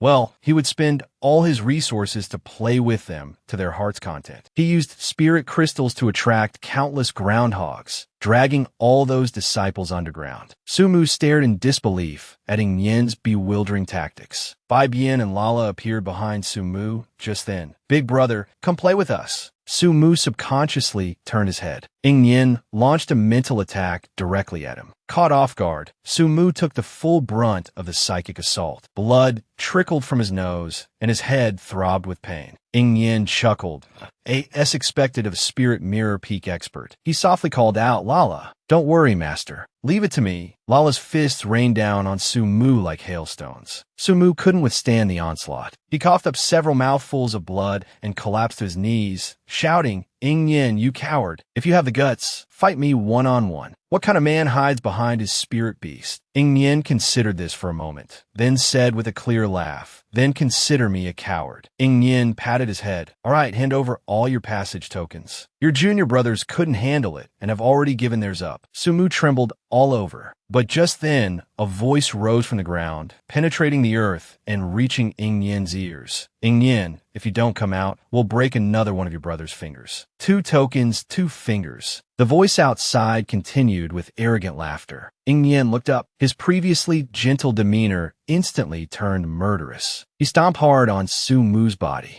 Crimson flickered in his eyes. Threatening me, are you? Since you want to play this way, I won't be so gentle either, right? Tell me, if I kill you here, will those elders be able to save you in time? Can they even see you? Ing Yin's voice was soft, but it sent chills down Sumu's spine. He looked into Ing Yin's eyes and realized that this person was seriously considering killing him. He was truly terrified. But you can't kill me. Ing Yin's crimson umbrella pressed gently against his throat. Can't kill you? You just don't want to die. Hand over all your passage tokens. Meanwhile, on the neighboring hilltop, Zhuang Xian's mouth was gagged, and he was strung up, bound tightly. Sheng Qilin had been forcibly withdrawn. Don't worry, we won't kill you, the disciples said to him with a sneer. You can blame your sister. Acting so arrogant on someone else's territory. Zhuang Xian looked at them with an indifferent gaze, his eyes filled with disdain. One of them laughed and punched him hard in the stomach. You still glare at us even in this state? Who gave you the guts? Zhuang Xian hung his head, his mind reeling. Blood streamed down his face. The leaders noticed he was about to faint and were instantly alarmed. If he lost consciousness, it would be considered forfeiting. Quickly break one of his fingers to wake him up. Some of the surrounding disciples hesitated. Shouldn't we just try to force Ing Yin out? Do we really have to go this far? The one who spoke was immediately kicked away. This disciple was relatively weak and had little say. The lead disciple smirked and approached Zhuang Xian. Don't try to act tough if you don't have the strength to back it up. He pressed down hard on Zhuang Xian's finger. Today, I'll teach you a lesson for free. Zhuang Xian, though gagged, showed no fear in his eyes. He believed Ing Yin would avenge everything he was suffering now. He was simply still too weak. Just then, An explosion rang out. The disciple, about to break his finger, paused. He heard the shocked cries from beside him. "Look, what's that?" On the neighboring hilltop, countless passage tokens floated in the air. Lala carried Ing Yin into the sky. His psychic power controlled the tokens, suspending them high above. "Listen up, holy mountain sect." Ing Yin's voice reverberated across the 3 mountain peaks. Even Meng Xiaoqi and Ergu, who were in the midst of a heated battle, couldn't help but look up. "Little junior sister," the two exclaimed in shock. "What is that?" "All the passage tokens." Ing Yin's power move stunned everyone. He wouldn't have resorted to such a ruthless display if he hadn't been pushed to the edge. He only wanted to win the disciple competition and find a way to break the demonic sword seal. Now, those disciples were not only betting against him, but they were also using Zhuang Xian to threaten him. So, he could also disregard everything. Just as a Holy Mountain sect disciple was about to break Zhuang Xian's fingers, Lala carried Ing Yin high into the air. "Listen up, Holy Mountain sect." Ing Yin's voice, thick with malice, grew harsher with each word. "If you dare touch a single hair on Zhuang Xian's head, I will make your Holy Mountain sect disciples pay 10-fold, 100-fold. As his words fell, Lala spewed countless flames, instantly burning half of the passage tokens. Panic spread across the faces of the disciples below. "Ing Yin, you dare!" "Without these passage tokens," someone started to say, approaching Ing Yin, who immediately shouted at the disciples, "Archers, prepare." Lala roared, its childish voice now chilling. "Let's see if your swords are faster or my fire." Lala's flames, arrogant and unrestrained, burned away another half of the passage tokens. The archers immediately froze. Ing Yin chuckled, looking down at the crowd. "What's stopping you? I'm still within the rules, aren't I? Which rule says I can't destroy these tokens?" "Ha ha, good." The old beggar watching from the sidelines burst into laughter. "Well said, worthy of being my disciple." The elders of the Holy Mountain sect paled with anger, yet they were helpless. Yi Anqing laughed, turning to the nearby surveillance tower master with pride. "Resolute, responsible, worthy of being my Yin Yin." The surveillance tower master couldn't help but twitch the corner of his mouth. "He's not even acknowledging you. What are you so proud of?" The disciples holding Zhuang Xian hostage instantly panicked. Their leader, a new disciple, shouted at Ing Yin, "We'll release Zhuang Xian. Just give those passage tokens back to our senior brothers and sisters." Ing Yin sneered. With a wave of his hand, Lala manipulated the flames, consuming the remaining 10th of the passage tokens. Seeing this, the disciple's eyes turned bloodshot. He drew his sword, pointing it at Zhuang Xian's hand. "Ing Yin, do you believe I'll cut off his hand right in front of you?" Ing Yin's expression remained unchanged, his voice icy. "Cut off his hand? I think you haven't grasped the current situation at all." The disciple was taken aback. "Ing Yin, are you insane? I think you're the insane ones. Who gave you the confidence to think I was using these tokens to bargain with you?" As his words fell, Ing Yin whistled. In the next second, a rhythmic, unified sound rang out. Sizzle, sizzle, sizzle. Countless groundhogs erupted from the earth. They surged upwards, and the largest of them, the groundhog kings, dragged hundreds of disciples, previously captured and bound by Ing Yin, out of the ground. The groundhogs swarmed over their bodies, their mouths open, aimed at their hands, feet, and shoulders. All Ing Yin needed to do was give the order, and the groundhogs would bite down. "See these senior brothers and sisters?" Ing Yin looked coldly at the disciple. "You cut off one of Zhuang Xian's fingers, and I'll cut off 100 of theirs. You cut off Zhuang Xian's hand, and I'll make sure all 100 of them lose their hands. As you said, it's all within the rules, isn't it? Don't think I'm negotiating with you. I order you to release Zhuang Xian." The disciple asked unwillingly, "What about the passage tokens? Is now the time to worry about passage tokens?" Ing Yin said with a smile, "I have hundreds of people here. Besides, as long as Zhuang Xian's holy Qilin isn't dead, it can heal him. Can your senior brothers and sisters say the same? You dare. My Holy Mountain sect will definitely not let this go." The disciple, finding himself with no way out, his expression crumbling. "What's there to not dare?" Ing Yin and the old beggar outside shouted simultaneously. The old beggar's expression was Jidong. "We're following the Holy Mountain sect's rules. If the Holy Mountain sect insists on protecting its disciples, then my giant clan will go to war with you." Ying Yin easily secured first place in the disciple competition with a single move. Sheng Hong had foolishly instigated the disciples to bet against Ying Yin, even using Zhuang Xian's life as a threat. Fine, no one will have it easy. Groundhog babies, dinner time. Countless groundhogs on the ground opened their mouths wide, ready to feast. The disciples were terrified. Ying Yin, you dare. The old beggar roared excitedly. What's it to not dare? Come on, let's fight. We're following the Holy Mountain Sect's rules. If the Holy Mountain Sect insists on protecting its disciples, then my giant clan will go to war with you. Sheng Hong's face twitched. The elders beside him looked even worse. Just then, a voice suddenly appeared behind everyone. If the giant clan starts a war, I, Red Ghost Valley, will join. Everyone turned to see Yuan Shinsui had returned. Yuan Shinsui looked at the arena where Ying Yin was, then at Sheng Hong. Compared to the old beggar, his expression was even calmer. But the calmer he was, the more terrifying he became. Holy Mountain Sect, you want to start a war with me? The great elder's face was full of surprise. Valley Master, you're back. Yin also smiled opportunely. If war breaks out, my Yi family can provide Red Ghost Valley and the giant clan with all the magical artifacts. A faint concern. Yin also had his own forces. Although not combat-oriented, no one dared to underestimate him. He was a walking armory. At this moment, Sheng Hong's face was extremely unsightly, and the disciples on the mountaintop weren't faring much better. Su Mu watched the Groundhog King's drool drip onto his face and yelled, "Quickly release Zhuang Xian." He was truly afraid. If he lost his limbs, if he became crippled, then there would be no future. Release Zhuang Xian. The leading new disciple dejectedly waved his hand. Ying Yin also waved his hand. This the food. The people captured by the little groundhogs were thrown directly onto the ground. The little groundhogs had had too much fun this time. They had never been so excited. Ying Yin raised his hand and scattered countless spirit stones, like a shower of light rain. He instructed the groundhogs, take the spirit stones. Quickly leave Holy Mountain Sect. The groundhogs scurried around madly, scrambling for the spirit stones. Jinyu, seeing the scene, couldn't help but narrow his eyes. I've truly learned something new today. Groundhogs can be bribed like this. And in the sky, Ying Mian unhesitatingly burned all the remaining passage tokens, leaving only his own stone. The disciples were dumbfounded. He actually really burned them. Not a single one left. Ying Mian slowly landed.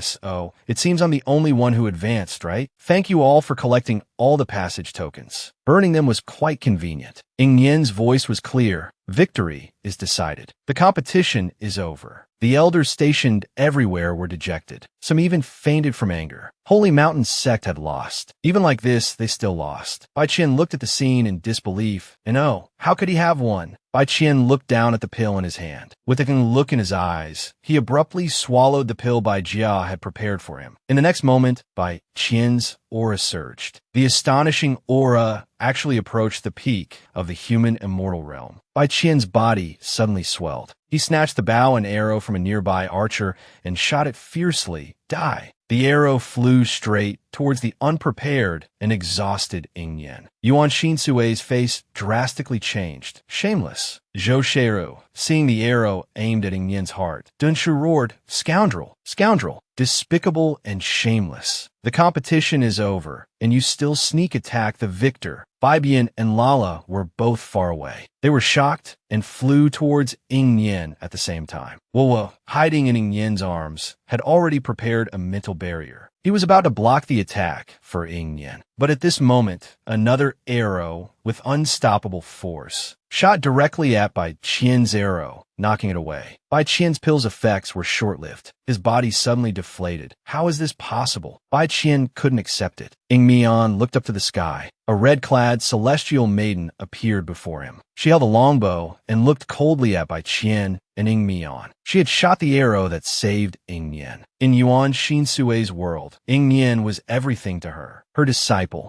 During the competition, when Ying Yin collapsed, unable to continue, Yuan Shinsui broke through the barrier and rushed into the arena to hold him. Just now, Bai Qian swallowed a power-enhancing pill, preparing to kill Ying Yin with an arrow. At the critical moment, a celestial maiden with a longbow appeared in the sky and blocked Bai Qian's arrow. Overjoyed, Su Mu's face lit up. They're back. The inner sect disciples are back. Thousands of origin mirror realm spirit beasts appeared in everyone's sight. The celestial maiden who saved Ying Nian slowly descended from a spirit beast. Su Mu cried to the celestial maiden, "Senior sister Yuan Jie, this Ying Nian is arrogant and has bullied our holy mountain sect." Su Mu's voice sounded pathetic. Yuan Jie's face, however, remained expressionless. "Senior sister, you must severely punish this ignorant woman." As soon as Su Mu finished speaking, he screamed miserably. Yuan Jie slapped him across the face. Su Mu spun in the air 3 times before crashing to the ground like a dead dog, his head covered in bumps. Su Mu sat up in disbelief. "Senior sister, your name is Su Mu, is it?" Yuan Jie shook her wrist, looking coldly at Su Mu, who resembled a dead dog that don't speak anymore. "I feel like you've completely disgraced Holy Mountain Sect." She kicked Su Mu away. He looked at the outer sect disciples, his eyes icy. "That you're all so impressive. Us inner sect senior brothers and sisters go out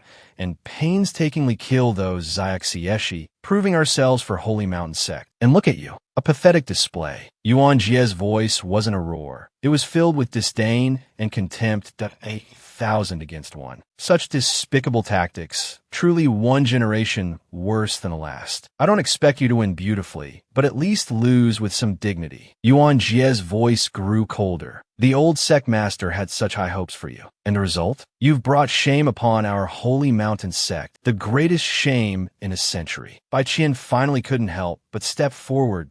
"That's because Ying Nian." Yuan Jie's eyes flashed with fury. He directly used his spiritual power, slamming a palm into Bai Qian's stomach. "That I'm speaking." "When was it your turn to interrupt?" Bai Qian coughed up blood, thrown back several meters. Yuan Jie looked at him coldly, his voice chilling. "Incompetent as you are, who allowed you to attack after the match? And who gave you the audacity to consume forbidden drugs that boost your strength during the competition?" "What? Bai Qian took forbidden drugs? That explains why that arrow was so powerful. Why you're talking nonsense. I didn't take any forbidden drugs." Bai Qian panicked. "Don't think you can slander me just because you're an inner sect disciple. Whether it's slander or not, we'll find out after the elders investigate." Yuan Jie waved his hand dismissively. "Take him away. If it's true, he'll be dealt with according to the rules." Bai Qian panicked. "You can't do this to me. I'm from the Bai family." As soon as he finished speaking, another inner sect disciple punched Bai Qian, knocking him unconscious. The disciple sneered. "Save your breath. Wouldn't it have been better to kill a couple more Xiaxieshi? All this whining is annoying." Yuan Jie looked up at Ying Nian, asking with a smile, "You're Ying Nian, right?" He seemed very interested in Ying Nian. "Show me your best skills and fight me. If I like what I see, you'll be my friend." Ying Nian had been forcing himself to stay conscious. The mental strain from the heavenly snow technique had completely drained him, and his spiritual power was exhausted. He couldn't hear what Yuan Jie was saying. His vision went black, and he collapsed. "Master, your disciple is yours." They spoke in unison, but one voice was the loudest. Yuan Shinsui raised a hand, and a light array appeared beneath her feet. In an instant, she arrived beside Ying Nian, catching him just in time. "Nian Nian," she whispered, touching Ying Nian's forehead. In the next second,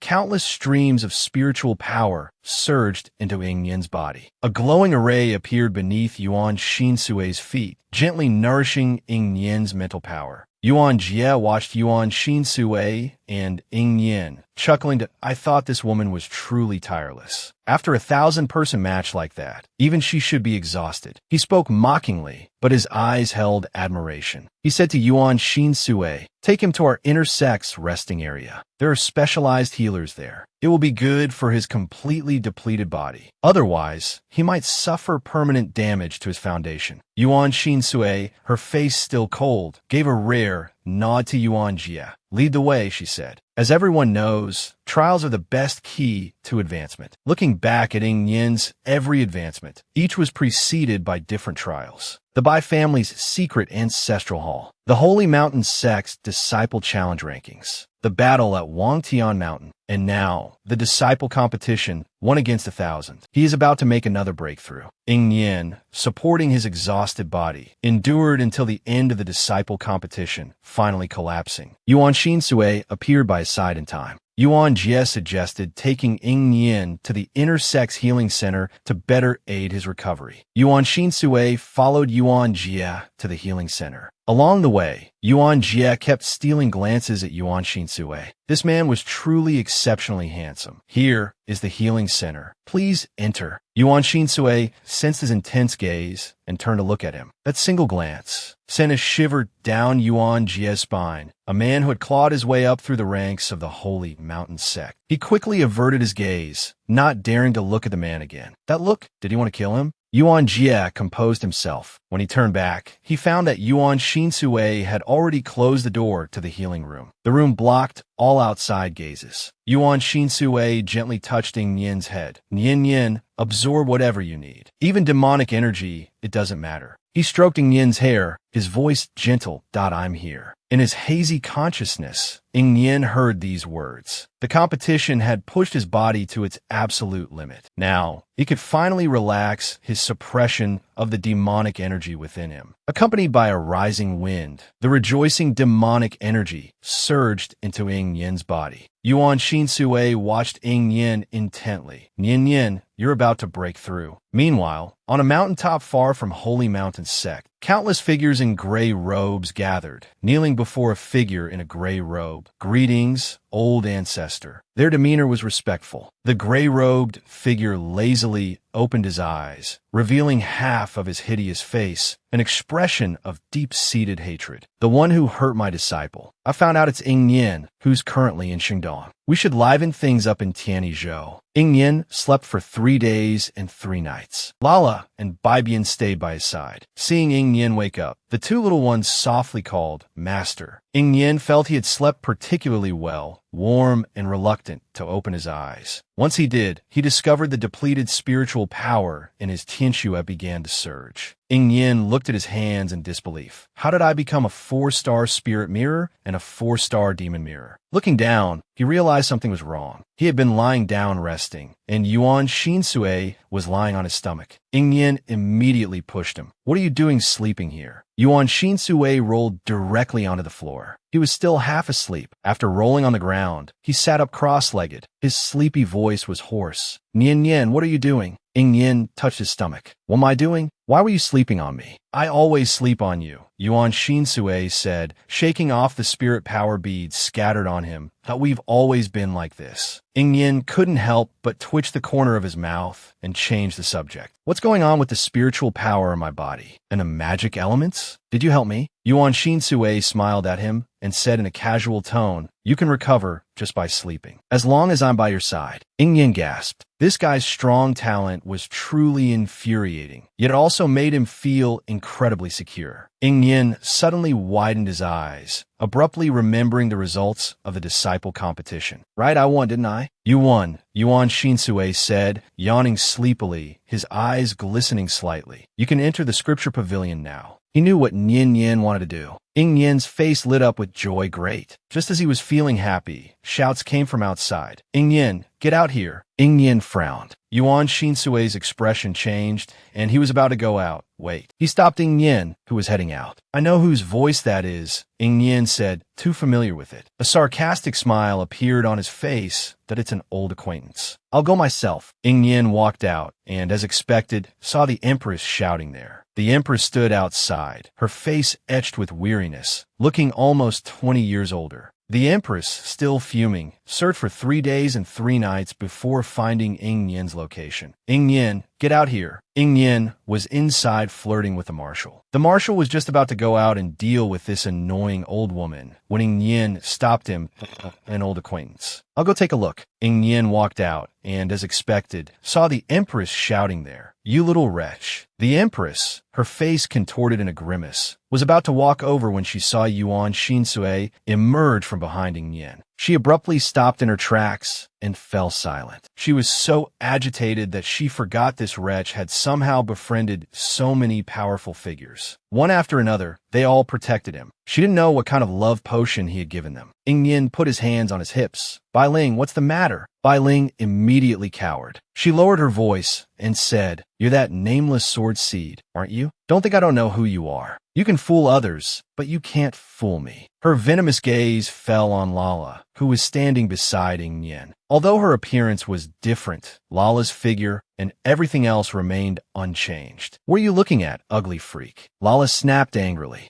This is my daughter's wife, Bai Ling said, reaching out to grab Lala. Just as she lunged forward, Yuan Shui slapped her away. She flew back 100 meters before stopping, blood churning her chest. Bai Ling gritted her teeth. Just a lowly brat born from a low-class woman, climbing up to the Ghost Valley Master and now acting so arrogant. Ying Nian sneered. This is my spirit beast. Even if we check the contractual relationship, this is still my spirit beast. Are you trying to steal someone else's spirit beast now? Ying Nian approached Bai Ling, his eyes cold. And that lowly brat comment, who are you talking about? Just then, Yin walked out from behind. He looked coldly at the Empress. What are you trying to do? The old beggar followed Yi in and also arrived. Bai Ling immediately felt immense pressure. She nearly ground her teeth to dust.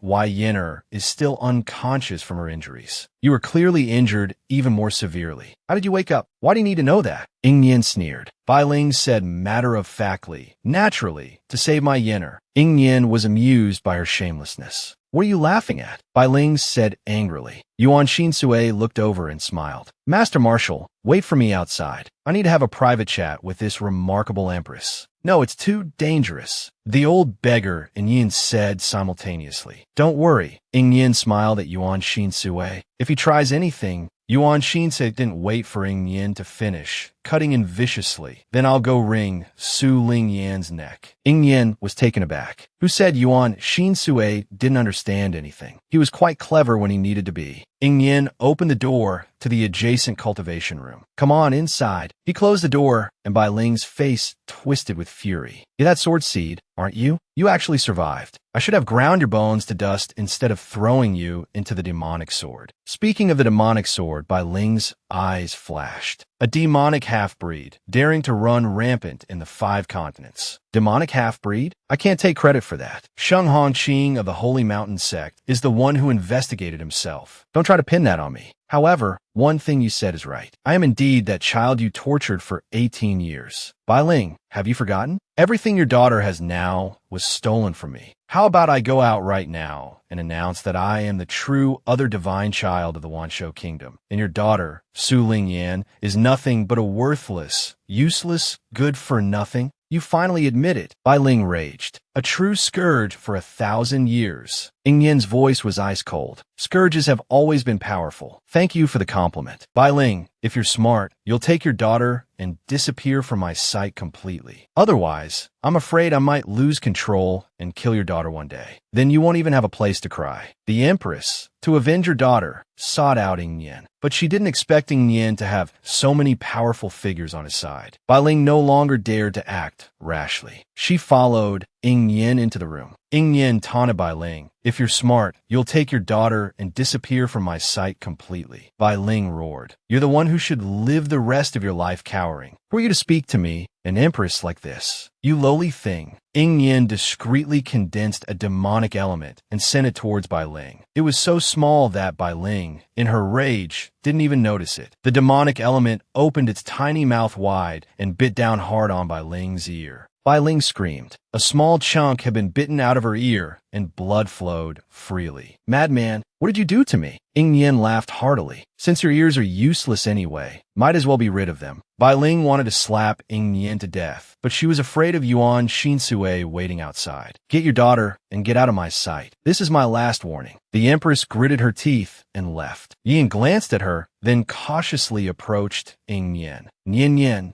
It wouldn't be difficult to deal with her, not at all, but it would expose the fact that I was in the demonic sword. If she were to die, she definitely wouldn't let me live in peace, Ying Yin said softly. But as soon as I find a method to break the cocoon seal in the scripture pavilion, the balance will be broken, and I'll kick her into the abyss. Speaking of the scripture pavilion, Ying Yin suddenly clapped his hands. Right, the scripture pavilion. He rushed towards the door. Lala, Bai Bian, let's go to the scripture pavilion. You guys go ahead and do your thing. I'm fine here. Ying Yin waved to the 3 as he ran out. Yuan Shui and Yin exchanged glances. Yuan Shui's eyes were icy. Yin also snorted coldly. That brat, taking his daughter's side. Tisk, the old beggar chuckled. Once a master, always a father. He and Yin have a strongest bond. He's not afraid. After Yin rushed out of the room, he discovered that the Holy Mountain sect had drastically changed. Judging by their attire, everyone walking around the Holy Mountain sect now were inner disciples. Yo, you're awake. A voice called out. Yuan Jie walked over to Yin and chuckled. I thought you'd be lying down for much longer. No, I recover quickly. Yin asked, when can I go to the scripture pavilion? Anytime. Yuan Jie pulled out a cloth and wiped the blood off himself, as casually as if he were wiping away sweat. Go now. There's no time to lose. This was the reason he had come to the Holy Mountain sect. Great, let's go. Yuan Jie immediately led the way. Along the way, they encountered several outer disciples diligently practicing under the supervision of inner disciples. 2 inner disciples, holding long staffs, yelled, faster. You don't want to be eliminated and kicked out of the Holy Mountain sect. Do you pathetic excuses for disciples? You're an embarrassment. You lot going up to fight in the leisure rooms are just asking to be trampled on. Seeing Yin staring, Yuan Jie smiled and said, our inner disciples have returned from outside on the old sect master's orders. We're preparing to help the old sect master reorganize the entire sect. Sheng Hong has already been punished by the old sect master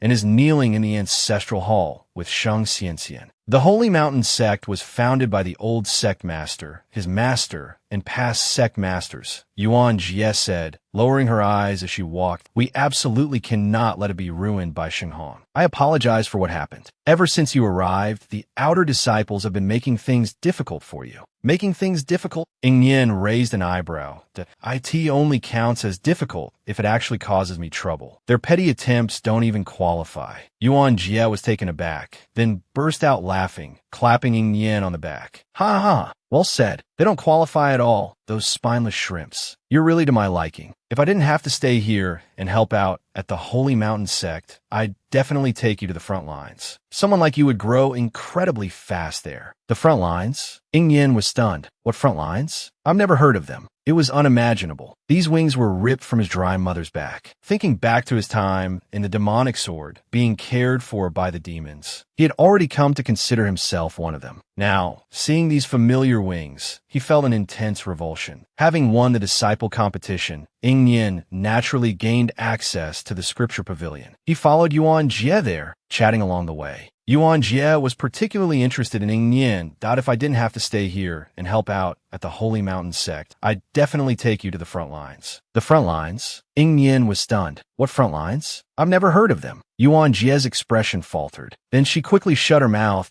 In nothing. You misheard. Yin narrowed his eyes. He couldn't have misheard. Just then, Yuan Jie stopped. Here's the scripture pavilion. Yin looked up. The next moment, he froze. The scripture pavilion was magnificent, but it was enveloped in a huge, luminous barrier. But that wasn't the most striking thing. The most striking thing was the pair of black, demonic wings hanging in the center of the scripture pavilion's plaque. The wings were identical to the ones on Yin's back. He pressed his lips together tightly. He looked at Yuan Jie and asked, what's the deal with those wings? What? Yuan Jie followed his gaze and looked up. She immediately laughed. Those? Those were left behind by our very first sect master. Yin's voice hitched. Those are spirit beast wings, not demon wings. Yuan Jie looked at the wings. I don't know the specifics. I heard they're the wings of the first demon king. As for how they ended up in our Holy Mountain sect, the elders haven't said. They were there after the first sect master established the scripture pavilion. No one is allowed to touch them, Yuan Jie said casually. Perhaps that first demon king lost them to our sect master. The first demon king. That meant they weren't the old hags. Yin felt a wave of relief. If they were the old hags, he couldn't imagine how they were ripped from her back. But even if they belonged to the first demon king, Yin still felt a strong aversion. He now considered himself a demon. The wings of his own kind, hanging there like a trophy, filled him with rage. But he kept his head down, concealing his emotions well. It doesn't matter that they're hanging there. The demons are sealed anyway, Yuan Jie said, beckoning to Yin. You can stay inside for 2 days. Learn as much as you can. But remember, don't bite off more than you can chew. Yin forced himself to look away from the wings and frowned at Yuan Jia. Why are you reminding me? Didn't I say? I dislike you. I choose my friends based on character, not whether they're from the Holy Mountain sect or not. Yuan Jia said, clapping Yin on the shoulder. As long as you're not a scumbag like Sheng Hong, I'm happy to be friend with you. Thanks for the reminder. Yin didn't want to waste any time and went straight inside. As he stepped through the transparent barrier, neither of them noticed. The black wings hanging above trembled slightly. The movement was so subtle that it would be impossible to see unless you were staring directly at them. But as Yin walked in, the trembling quickly stopped, returning to stillness. Inside the scripture pavilion, Yin saw 2 old men who appeared to be dozing. They didn't exude any aura, but Yin desperately suppressed his own demonic energy. These 2 were no weaker than Sheng Hong. You're Yin. One of the elders opened his eyes and glanced at him. He waved a hand. Go on in. Yin nodded at them and walked between them. Left protector, right protector, Yuan Jia said, bowing respectfully to the 2.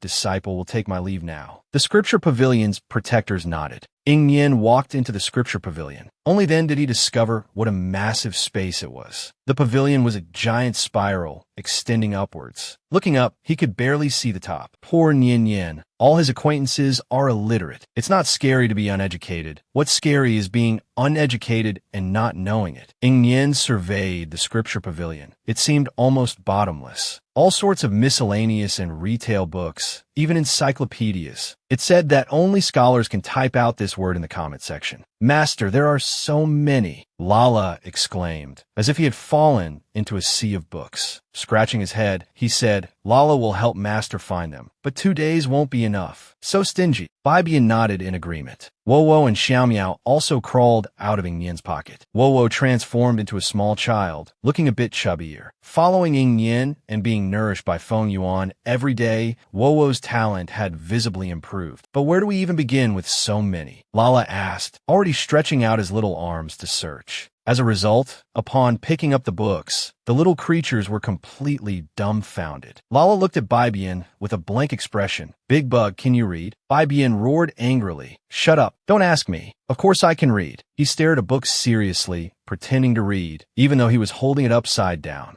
Wowo's eyes had already spiraled into snail lines. Yin was completely immersed in the sea of books. Meanwhile, the 2 guardians standing outside opened their eyes and began to chat. That young girl just now, she's the girl for the giant clan. I wonder what spirit technique she'll choose. In our scripture pavilion, it seems there's never been a disciple who could obtain the first sect master's ultimate skill. The right guardian scoffed. That thing? Do you think our first sect master would leave it to an outsider? Don't be silly. I think you're getting senile. The left guardian pondered calmly. That's true. As their voices fell, a woman's sharp, quarrelsome voice came from outside. What's going on? The right guardian frowned. They think our holy mountain sect is a vegetable market. These past 2 days, the old sect master has started implementing an elimination system. Those who can't endure hardship and those with bad character are all being kicked out. The ones causing the commotion were Empress Bai Ling and the Bai family elders. Because today, the old sect master officially announced that Bai Qian and Princess Su Lingyan would be expelled. Bai Ling, whose partially severed ear hadn't stopped bleeding, heard this terrible news as soon as she came out. She gritted her teeth, refusing to let her daughter be expelled from the Holy Mountain sect. Why should my daughter leave? If anyone should leave, it should be Yin and those outsiders. Are you people in the Holy Mountain sect blind to who's in and who's out? Besides, my daughter is so talented, and she even has a divine beast. Do you know how many factions are vying for her? How will this affect my daughter's reputation in the future? And what about Bai Qian? The Bai family members scowled, looking at Sheng Hong beside the old sect master. Sheng Hong had received no small amount of benefits and tributes from the Bai family over the years. Master, you can't let Su Lingyan go. She's quite talented. With proper training, she'll definitely... Before he could finish, the old sect master interrupted him, and more needs to be said. The old sect master closed his eyes. He looked at Sheng Hong with disappointment. You only see her talent, but not her character. Character? The old sect master was utterly disgusted with this mother-daughter pair. This is my sect now. I only asked you to manage it for me. How dare you try to overrule me? Sheng Hong, covered in cold sweat, thought of the tributes from the Bai family and stubbornly said, "This disciple wouldn't dare, but these two children are talented." Silence. The old sect master sent him flying with a single palm strike. Bai Qian took forbidden drugs after the competition and tried to launch a sneak attack. That alone is enough for me to expel him 1,000 times over. As for Su Lingyan, the old sect master looked at Bai Ling. He was old and a good judge of character. Bai Ling was a woman with ambition and no scruples, while her daughter was spoiled and unreasonable. Keeping such people in his sect would only bring disaster. Bai Ling, I'm giving you face because of the Wanshou kingdom. Take Su Lingyan away quietly. From now on, she has nothing to do with my holy mountain sect. My Yinner is the fiancé of Feng Sun from the 5 continents Feng family. The empress blurted out in anger, even though the engagement had already been broken off. Are you challenging the Feng family? If the Feng family is willing to stand up for you, let them come to me. The old sect master was domineering and had lost his patience. But in my holy mountain sect, your woman has no right to yell at me. His aura surged, and Bai Ling stumbled backward. Taking a deep breath, she glared at the old sect master through gritted teeth. That you'll regret this. Bai Ling gripped her daughter's hand tightly.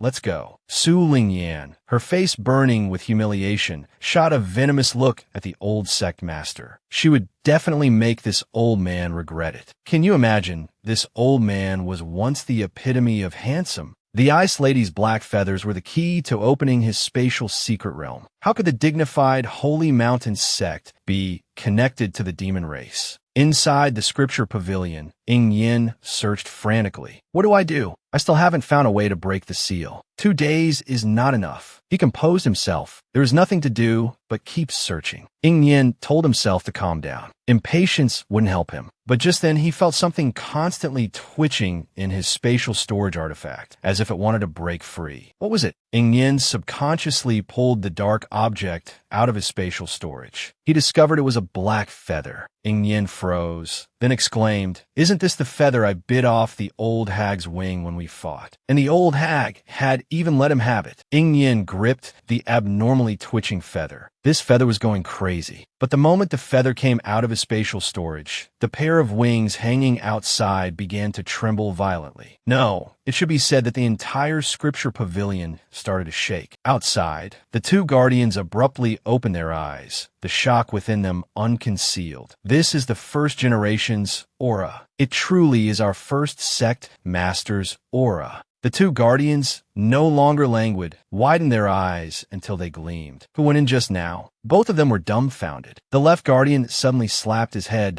It was Ying Yin. Their hands trembling, the left guardian rushed outside. You stay guard. I'll go inform the old sect master. The old sect master sensed the commotion immediately. He strode towards them. No need. Someone went in just now, the old sect master said seriously, but his eyes held a glimmer of hope. Which disciple was it? He was agitated, his eyes red with excitement. He didn't know what the trigger was for the opportunity left by the first generation. The old sect master smiled. What do you think our first generation will give that disciple? Seeing the old sect master's foolish grin, the left and right guardians helpfully reminded him, "Sect master, only one person went in today." The old sect master nodded excitedly. You're saying he's ready to receive it? The left guardian said, his finger trembling. That person is Ying Yin. The old sect master's expression morphed from confusion to horror, and finally to ashen gray. He asked incredulously, "Who did you say?" as if confirming, hoping the answer would change. "It's Ying Yin." The old sect master choked, the shock almost making him keel over. "Sect master, please calm down." The right guardian's next words pulled the despairing old sect master back from the brink. Perhaps the first generation, upon seeing Ying Yin, might not give him anything. After all, he's not a disciple of our holy mountain sect. These words injected the old sect master with renewed vigor. He declared firmly, right, the first generation wouldn't be so careless. He was full of trust in the first sect master. Meanwhile, Ying Yin was caught in an indescribable dizziness. The scene before him twisted and distorted. Only the feather radiated a scorching heat. Finally, a blinding white light erupted, and a vast, empty space appeared. The pair of black wings wings hanging outside now floated above in this empty space. The black wings were beautiful, a pure obsidian black. The soft feathers shimmered like a perfect work of art. Just as Ing Yen was mesmerized, a laugh came from behind him. Beautiful, aren't they? Ing Yen, filled with vigilance, spun around. Before him stood a haughty, handsome middle-aged man. The man had a pair of almond-shaped eyes with a hint of fierceness. With a wave of his hand, the black wings landed in his grasp. He caressed the wings tenderly, the affection in his eyes giving Ing Yen goosebumps. Who are you? This is the scripture pavilion of the Holy Mountain Sect. Ing Yen narrowed his eyes, staring at the wings. And what is your relationship with the demon clan? Without looking up, the man said indifferently, What demon clan? Aren't you a demon clansman yourself? Ing Yen was startled. This was his biggest secret, that don't be so nervous. Take out what you're hiding in your hand. If you didn't possess the Demon King's token, you wouldn't be able to enter this space, nor see the last sliver of my remaining soul. Having finished speaking, the man finally looked up, staring at Ing Yen with a faint smile, a demon clan girl, yet without the demon clan's aura. A good seedling, mimicking a human. Ing Yen pursed her lips. After a moment's thought, she bowed to him as a junior. Senior, I don't know what your relationship with the demon clan is. Speaking of this, the man's eyes revealed a proud and eager desire to confide that me and him, the Demon King, we were intimately close. So, you could say my relationship with the demon clan is also intimately close. Seeing his expression, Ing Yen couldn't help but twitch her lips. Trying to fool me. What, you don't believe me? The man's eyes narrowed dangerously, and his gaze towards Ing Yen turned hostile. Do you think I'm speaking empty words? Ing Yen felt the void beneath her feet churn. She steadied her breath and looked directly at the man. I truly don't believe you. If you were truly intimately close, why would you cut off the Demon King's wings, keep them by your side, and display them as trophies in the scripture pavilion? It turned out this man and Ing Yen had such a complicated relationship. Another tragic love story. Just now, Ing Yen was still pointing at the man's nose, scolding him that if you love someone, how could you cut off his wings and hang them in the scripture pavilion? As soon as these words were spoken, the man gritted his teeth in anger. His fierce eyes instantly filled with Kaltan Nusa. Who said I cut them off? This is a token of love he gave me. You little demon brat, don't you know that your demon king sheds his wings every 100 years? He looked exasperated. How could I possibly cut off his wings? These were shed. Shed, you understand? Just like how you shed hair. Every 100 years. Ing Yen couldn't help but twitch her cheek. How embarrassing. But she still solemnly addressed this first-generation Demon King's lover, seriously arguing, Senior, I don't shed hair. People your age shed hair. The man was stunned. Listen to this nonsense. Looking into Ing Yen's clear and innocent eyes, the man retorted, You're the one who sheds hair. I was the most beautiful person in the 5 continents back then. Ing Yen narrowed her eyes. Out of respect for her senior and the status of the first-generation Demon King's lover, she didn't voice her inner thoughts. However, her face expressed them clearly. Only Yuan Shuai is the most beautiful person in the 5 continents. Although this man was handsome, he was far inferior to Yuan Shuai. Seeing her staring at his face full of wrinkles, even though he was just a wisp of a soul, he felt as if his heart was clenching in anger. You damn girl. The man couldn't help but curse that you're really unpleasant. Senior, since you've left a remnant soul, you must have something to do, right? Ing Yen widened her bright eyes and asked, Do you have something to give me? She even eagerly held out her hands. The man, exasperated and haughty, said no. The stars in Ing Yen's eyes instantly disappeared, returning to her initial deadpan expression. Oh, can you dissipate into the world now? I can only stay here for 2 days. I still have things to find. I'm quite busy. As Ing Yen spoke, she turned around to break through this empty space and walk outside. After taking a few steps, she was hit on the head by 2 objects, causing her to stumble forward. The 2 objects lay at her feet. Are you giving these to me? You might not know, but I'm not a disciple of the Holy Mountain Sect. Do I look stupid? Do you think I don't know you're not a Holy Mountain Sect disciple? Ing Yen thought, You don't just look stupid, you are stupid. These 2 spiritual techniques are my 2 most famous masterpieces. This is my promise to him. One day, if a descendant of the demon race visits my Holy Mountain Sect and is the first to obtain the token, They can come in and take my ultimate techniques. Ing Yen was still puzzled. Oh, I need to take these out and share them with the disciples of the Holy Mountain sect. The man erupted in a tirade. Are you an idiot? I already said these are ultimate techniques. Of course, I left something for the Holy Mountain sect. This is just my personal promise. Seeing Ing Yen's confused expression, the man didn't want to explain further. He hugged his beloved wings and sat down cross-legged, looking at Ing Yen and asking, "Little girl, what's your name?" Having received 2 ultimate techniques, Ing Yen couldn't remain indifferent. She smiled warmly and gently replied, "Ing Yen." The man froze. "Ing Yen." He abruptly looked at Ing Yen and asked, "Who is your mother?" "What's her name?" "My deceased mother, who gave me my name, is called Ing Nu. She is the current demon king." Ing Yen took out the feather she had been hiding in her hand. "This is the feather I plucked from my mother. She cherishes me and gave it to me. I was able to enter because of this." The man pursed his lips, his eyes trembling intensely. He impatiently raised his hand and beckoned, and the feather landed in his hand. It was identical to the feathers of the wings he was holding. The man's face slowly contorted, his expression rapidly paling. His mind suddenly became dizzy. During their most passionate moments, he had once asked with a smile, "Do you like children?" He had always been carefree and unrestrained. He had replied with a light laugh, "I don't like children. They're too noisy. But if you like them, I wouldn't mind having one." He was still young at the time, so he had said without hesitation, "If it's a son, he'll take my surname and be called Ing Nan. If it's a daughter, she'll be called Ing Nu." He still remembered his exasperated yet lively expression at the time. He had scolded, "Imai, can you read some books?" Ing Nu, Ing Nan actually came up with those names. The first-generation sect master of the Holy Mountain sect, Ing Man, suddenly clutched his chest. "I didn't even know we had a daughter." Ing Yen not only collects younglings, but now seems to be adding an old man to her collection. She had entered the first-generation sect master's space within the scripture pavilion, and it turned out this person had a special relationship with her. Seeing the familiar feather, the man trembled, his voice thick with sobs. "I didn't even know we had a daughter." He cried and laughed at the same time. Ing Yen hesitated for a moment and asked, "Are you all right?" The man abruptly lifted his head. "I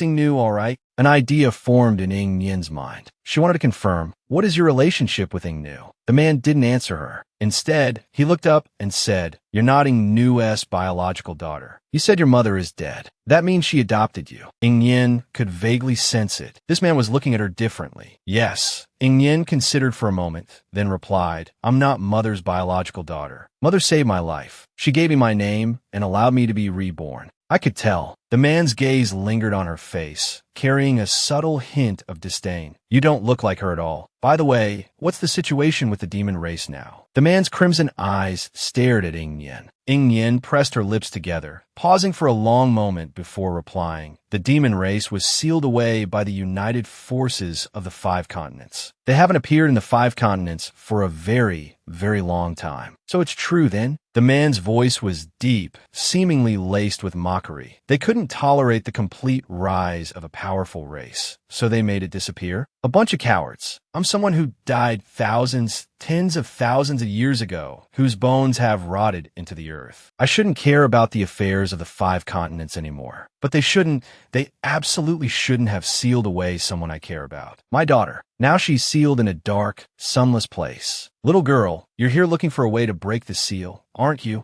Ing Yen's eyes widened, a hint of urgency in her voice as she asked, "Senior, do you know how to break it?" The man's lips curved into a smile, but his eyes remained filled with sorrow. He casually pointed at Ing Yen. Watching the illusory space shatter around her, she returned to the scripture pavilion. Lala and the others rushed towards her. Lala was nearly in tears. "Master, where did you go?" "Wah." Lala was so worried. Bai Bian eyed the suddenly appearing wisp of a remnant soul with suspicion. "Who are you?" The man glanced at the small creatures, scoffing, a bunch of fledglings still wet behind the ears. Bai Bian's expression darkened. Before Bai Bian could speak, the man gestured upwards. A golden book materialized. It floated down to Ing Yen.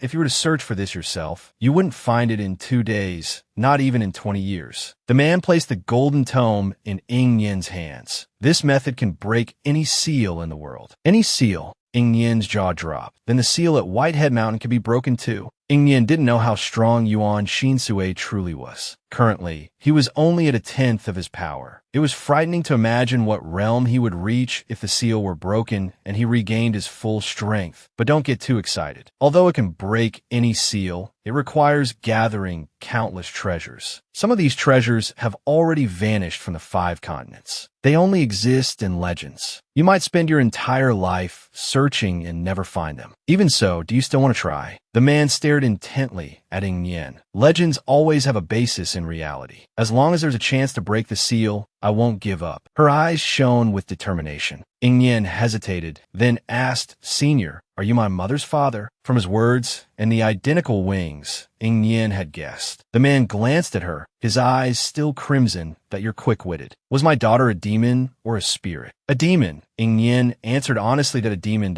as I suspected. She must have been very powerful. Since that's the case, learn these 2 spiritual techniques now. Hurry, I'm about to dissipate. I could still guide you a little before I vanish. Ing Yen thought that Ing Nu probably didn't know about her father. She couldn't help but ask, "Can't you not dissipate?" "I'm a remnant soul, not a complete one," the man said, a hint of exasperation in his voice. "Unless you have the demon race's soul-nourishing jade. That's the demon race's most treasured artifact. Like a little girl like you could have that." His words abruptly stopped. Ing Yen pulled a green crescent-shaped jade from her pocket. The jade seemed dull and lusterless, but the man's eyes widened. The soul-nourishing jade? Ing Yen had picked up a worthless old man. Was he a treasure or a weed? This old man, dead for thousands of years, was about to dissipate. After confirming that the old man was her mother's father, Ing Yen wanted to take him to see her mother. Right now, only the soul-nourishing jade could preserve his soul. Ing Yen pulled a green jade from her pocket. Ing Man's eyes widened. "This is the soul-nourishing jade. It really is, huh?" Ing Yen looked down at the jade, frowning, and "Oh wonder the great demon said if I lost my body, my soul could hide in here to recover." Ing Yen shook the soul-nourishing jade. "So, come on in. I'll take you to see old Yao. My mother." Ing Yen almost used her affectionate nickname for Ing Nu. The crimson in the man's eyes slowly faded. A remnant soul, without the support of the soul-nourishing jade, would dissipate into the world. But if it could enter the jade, although powerless, his vast knowledge could guide Ing Yen, this little sprout. The man's body transformed into a wisp of smoke and entered the jade. "Senior?" Ing Yen called tentatively. "What senior?" The voice from a jade was suddenly full of vigor. A hand reached out from the soul-nourishing jade and flicked her forehead. "Call me grandfather." Ing Yen grinned. She had picked up a bargain. "Grandfather, I'll take you to see mother." Ing Yen rubbed her forehead, which didn't really hurt. "Don't rush." Ing Man's voice unexpectedly deepened. I don't have the face to see her now. She doesn't even know about this child. When the child was suffering, I couldn't be by her side." He was filled with shame and fear of meeting her. Before Ing Yen could react, Ing Man's awkward scolding rang out. "What are you doing? What are you doing? Anyway, I can't dissipate for a while. My granddaughter will see you sooner or later. Hurry up and cultivate the spiritual techniques I gave you. Trying to slack off? Both of you learn together. These 2 spiritual techniques are cast together." Ing Yen spread the 2 books open in surprise. Ing Man chose this moment to speak. It's a set of auxiliary spiritual techniques. You can use your own spiritual power to transform into a unique spiritual domain. Within the domain, your speed and strength will be amplified, while your opponent's speed and strength will be weakened. At first, this domain might only be 1 meter, but as your strength increases, the domain will expand. The second is an offensive spiritual technique. It has very high requirements for your spiritual power, but its attack power will be very strong. You can use wind,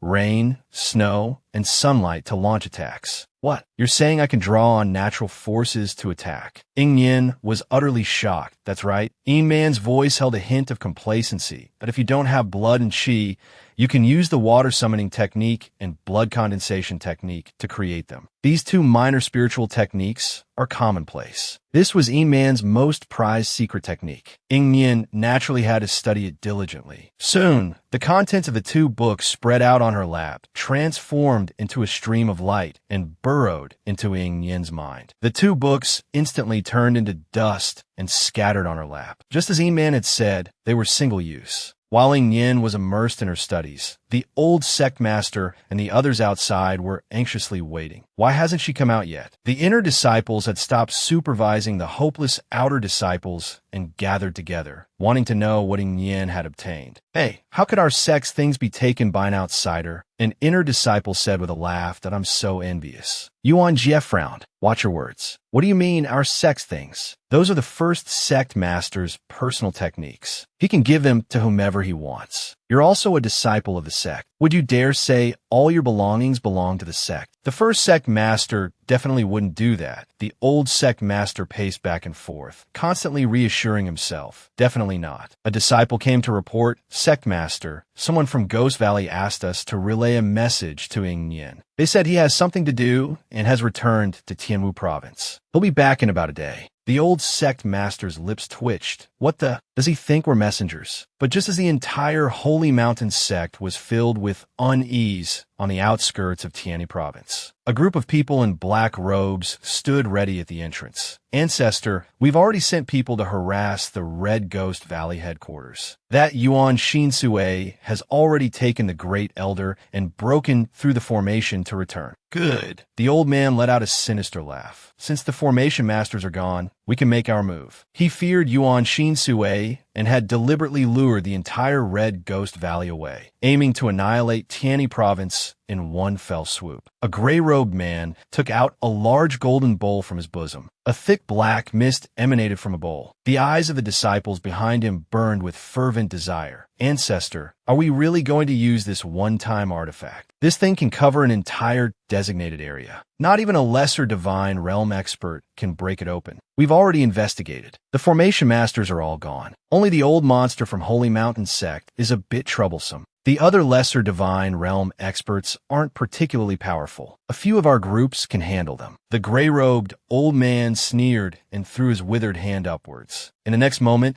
the small bowl instantly expanded and grew larger. At the same time, the bowl's rim became increasingly transparent, like a transparent lid under the sunlight. Boom! The bowl covered the entire Tianyi province. The Holy Mountain sect disciples, anxiously waiting outside, suddenly felt the sky darken slightly. They subconsciously looked up and froze. Senior Sister Yuan Jie, the first disciple to look up, had a drastic change in expression. Look, what's that? Yuan Jie looked up as well. She instinctively frowned. Her experience from struggling in the mountains and forests made her heart pound. The next moment, a gentle breeze carried a familiar smell of decay. Yuan Jie's face changed dramatically. Evil cultivators are attacking. Prepare for battle. Close the gates. Yuan Jie didn't even look at the old sect master, directly addressing all the inner disciples she led. They all responded in unison. The old sect master glanced at Yuan Jie, who was already showing the makings of a great general, with approval. He didn't look at the scripture pavilion. Ing Yen should be safe inside. He stomped his foot on the ground and soared into the sky. Who dares cause trouble in my Tianyi province? The old sect master's voice boomed. The lesser divine realm peak expert finally unleashed his fury. The Zhou family head, who was still training his sons and daughters, heard the old sect master's loud command. A large number of evil cultivators are attacking. All families in Tianyi province, prepare to defend. The old sect master's voice, accompanied by the Holy Mountain sect's striking red flames, echoed throughout the province. They appeared together. Ordinary people who had been laughing and playing in the streets suddenly found their amusement turn to terror. Some screamed and ran. Run. Rest is a project. A woman's scream, an old man's desperate cry, and a child's sharp, confused shriek rang out. At that very moment, countless black-robed figures surged from all directions. They laughed maniacally, harvesting the lives of the ordinary people in the streets.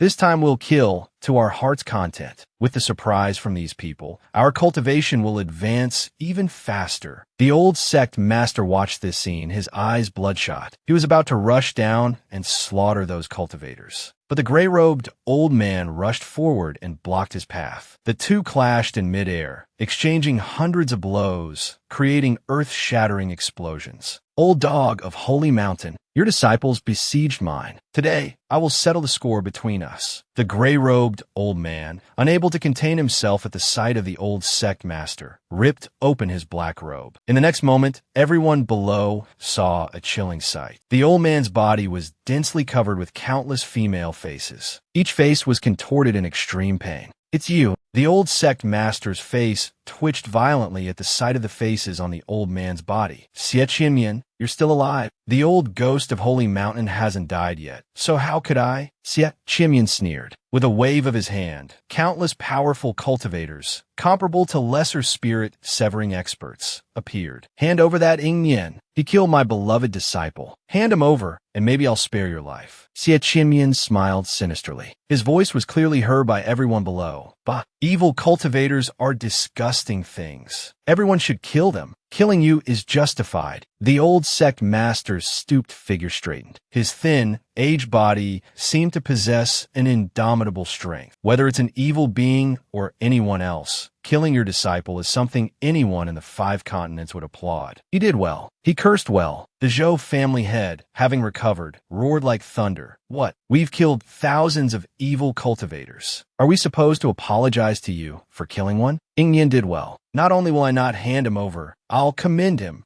Zhou Xiaoyu, seeing the bewildered expressions of the injured, ordinary people around him, glared and cursed. "If we hand him over just because you say so, then which cultivator would dare to kill evil cultivators in the future? How could the 5 continents have peace? This is a war that everyone must fight. This is a bloody war. This old man is using Ingnian as a pretext for wanton slaughter to start a war." Zhou Xiaoyu glared and yelled, "You shameless old thing! Do you have any sense of decency?" Xie Qinmian gritted his teeth in fury. Zhou Xiaoyu continued, "Just wait until I reach the spirit-severing realm. I'll skin you alive and tear out your bones." Murderous intent flashed in Xie Qinmian's eyes. He raised his hand and struck out with a palm. "Ignorant child, you're so arrogant." The Zhou family head blocked the blow. "That's my boy," he said proudly. "Curse him to death, my boy. Did I agree to that?" The Zhou family head was bursting with pride. Like father, like son, Zhou Xiaoyu wanted to continue cursing, wanting to bring his pretty older sister into the argument. "Did you ask for his consent?" Zhou Xiaoyu was suddenly pulled back by Zhou Xiaoying, who said with a serious expression, "You stay at the Zhou residence. You haven't reached the human spirit realm yet. I'll go fight." At a time like this, Zhou Xiaoyu didn't clamor to go out. If he went out, it would be chaos. "Brother, be careful. I'll have the guards protect our Zhou family." Zhou Xiaoying's palms were sweaty as he gripped his spear, but he couldn't suppress the excitement surging within him. Battle was the best opportunity for a breakthrough. He, Zhou Xiaoying, was no coward. He charged out with a group of Zhou family disciples. At the same time, Yuan Jie, watching the billowing red smoke, gritted her teeth. They've released the red smoke. If others in the surrounding areas see it, they'll come to help. "Everyone, please hold on." Someone with sharp eyes saw that the red smoke was rising and reaching the barrier above Tianyi province, where it was stopped, unable to go any further. "Senior sister, it's no good. The red smoke can't get out." Yuan Jie bit her lip hard. "Senior sister." A disciple rushed over, panting, and reported urgently, "It's no good. All of Tianyi province is surrounded. We can't get out. We're trapped." Yuan Jie's heart sank. In the sky above, the old sect master held back Xie Qinmian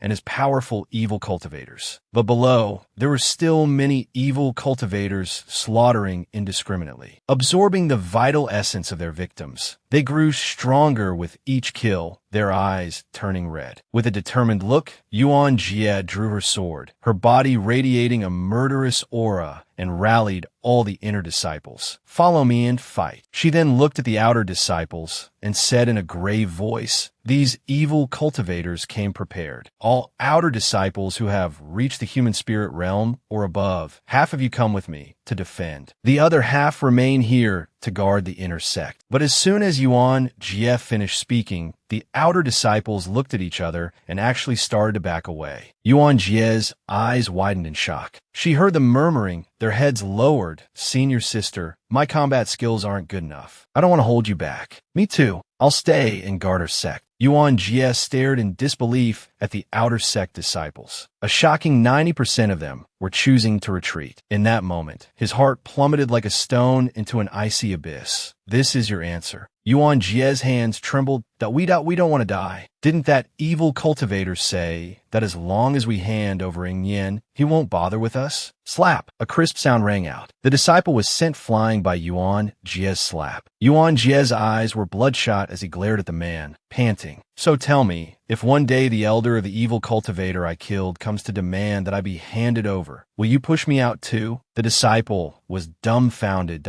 If you push out Ing Yen today, will you push out the thousands upon thousands of Ing Yens who are still fighting? Yuan Jie was utterly disappointed. He didn't want to say more. With a flick of his sleeve, he declared, "Who will go out with me to kill the enemy? There are no cowards in the inner sect of Holy Mountain." All the inner sect disciples stepped forward as one, without hesitation, their eyes blazing with fighting spirit. The outer sect disciples bit their lips, watching their proud backs, feeling both afraid and ashamed. Among the remaining outer sect disciples, there were some with backbone. They glared fiercely at the cowardly disciples and followed their senior brothers and sisters. Though young, a fire had been ignited in their chests. Yuan Jie waved his hand. Good. These are the true disciples of Holy Mountain. Follow me. Tianyi province is under attack. We fight as one. At this moment, Ing Yen, having completely absorbed the two spirit techniques, suddenly opened his eyes. In an instant, spiritual power surged around him. He had finally broken through to the 5-star spiritual lion realm.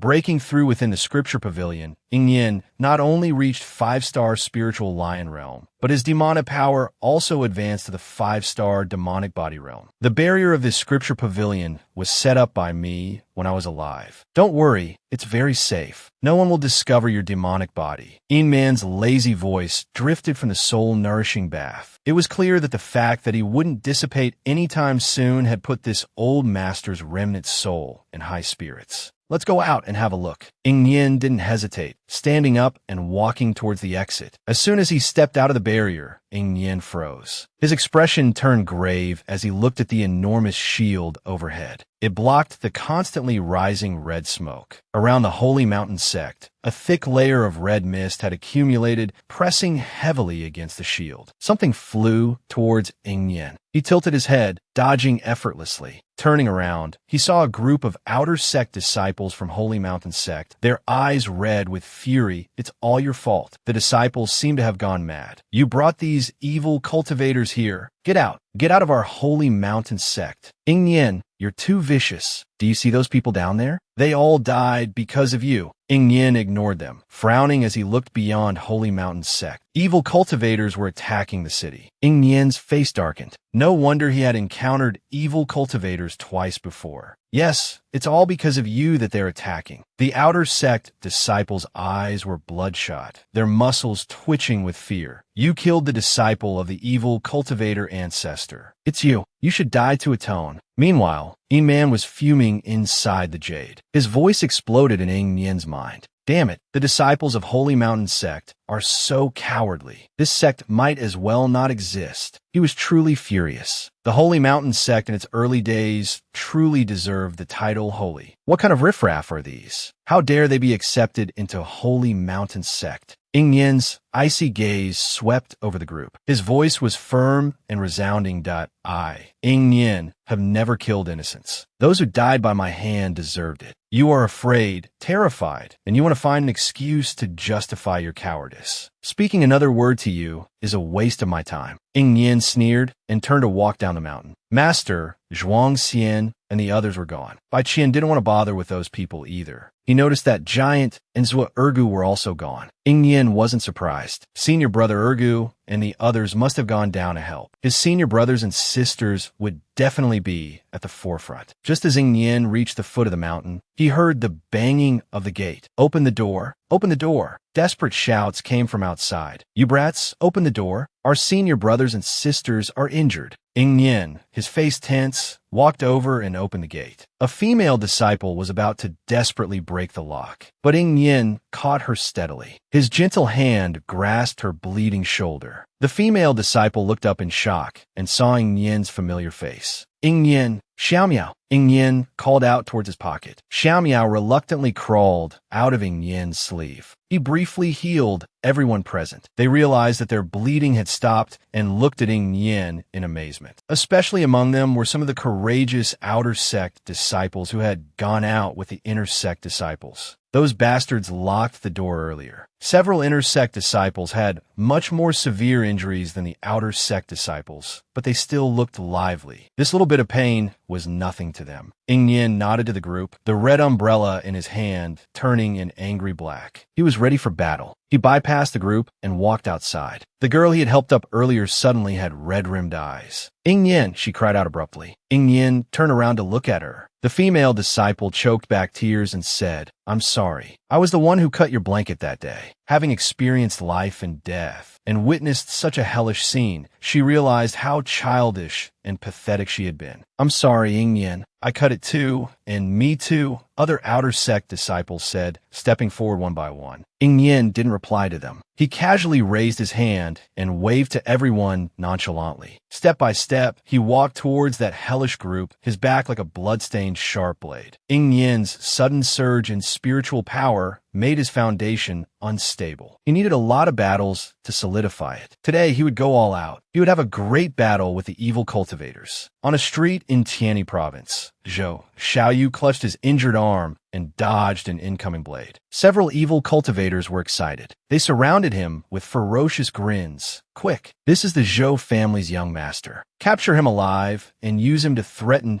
that old dog of the Zhou family." "Huh, what kind of trash dares to capture me? You think you can threaten my old man? You're not worthy." Zhou Xiaoyu's eyes were filled with defiance, but there was a carefree smile on his face. A dazzling light burst from his body. His voice was bold and unrestrained. "I'll self-destruct and take you all down with me." The Zhou family head in the sky felt a premonition. He looked down and instantly felt his blood run cold. "Grandson," he roared. He tried to rush over, but the evil cultivators facing him smiled wickedly and lunged at him frantically. "Trying to get over there? Dream on. Let's see who can save your grandson. I'm gonna make him die right in front of you." Ha ha ha ha. Just as the light was about to completely engulf and tear Zhou Xiaoyu apart, a huge ball of fire descended from the sky, blasting away those surrounding Zhou Xiaoyu. Ha! A childish laugh came from above. A pair of fiery wings burning with scorching heat descended. They landed abruptly beside Zhou Xiaoyu. A loud boom echoed through the sky. Lala, making a dazzling entrance.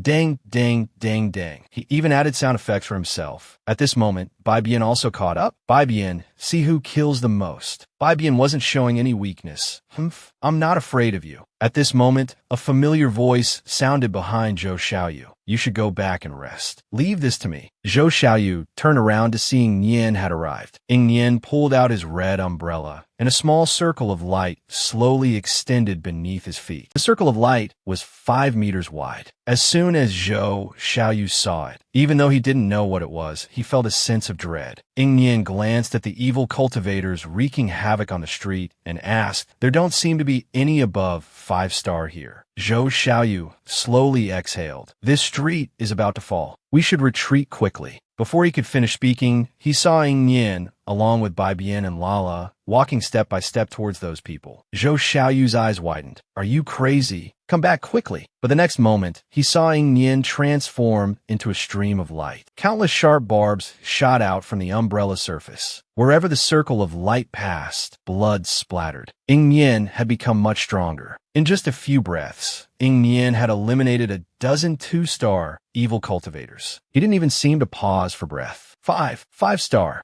Zhou Xiaoyu's eyes widened. At this time, the remaining Zhou family guards also surrounded them. "Young master, we should go back and recover from our injuries." "No, he can't handle this alone." Just as Zhou Xiaoyu finished his refusal, something lightly bit his backside. Zhou Xiaoyu jumped, thinking it was an evil cultivator. But he turned to see the handsome faces of the heavenly horses. The heavenly horses gestured with their large noses, indicating for Zhou Xiaoyu and the others to climb onto their backs. Ride you. Zhou Xiaoyu's eyes widened. How is this possible? Everyone knew how proud the heavenly horses were. Of course, the horses were unwilling, but this was something Ying Nian had asked them to do. They had no choice. They still wanted to curry favor with Ying Nian and secure a place for themselves. Young master, let's go. The seriously injured Zhou Xiaoyu was forced to leave. As the heavenly horses carried him into the sky, his eyes remained fixed on Ying Nian. He saw all the evil cultivators on the entire street starting to surround Ying Nian. They wanted to besiege him.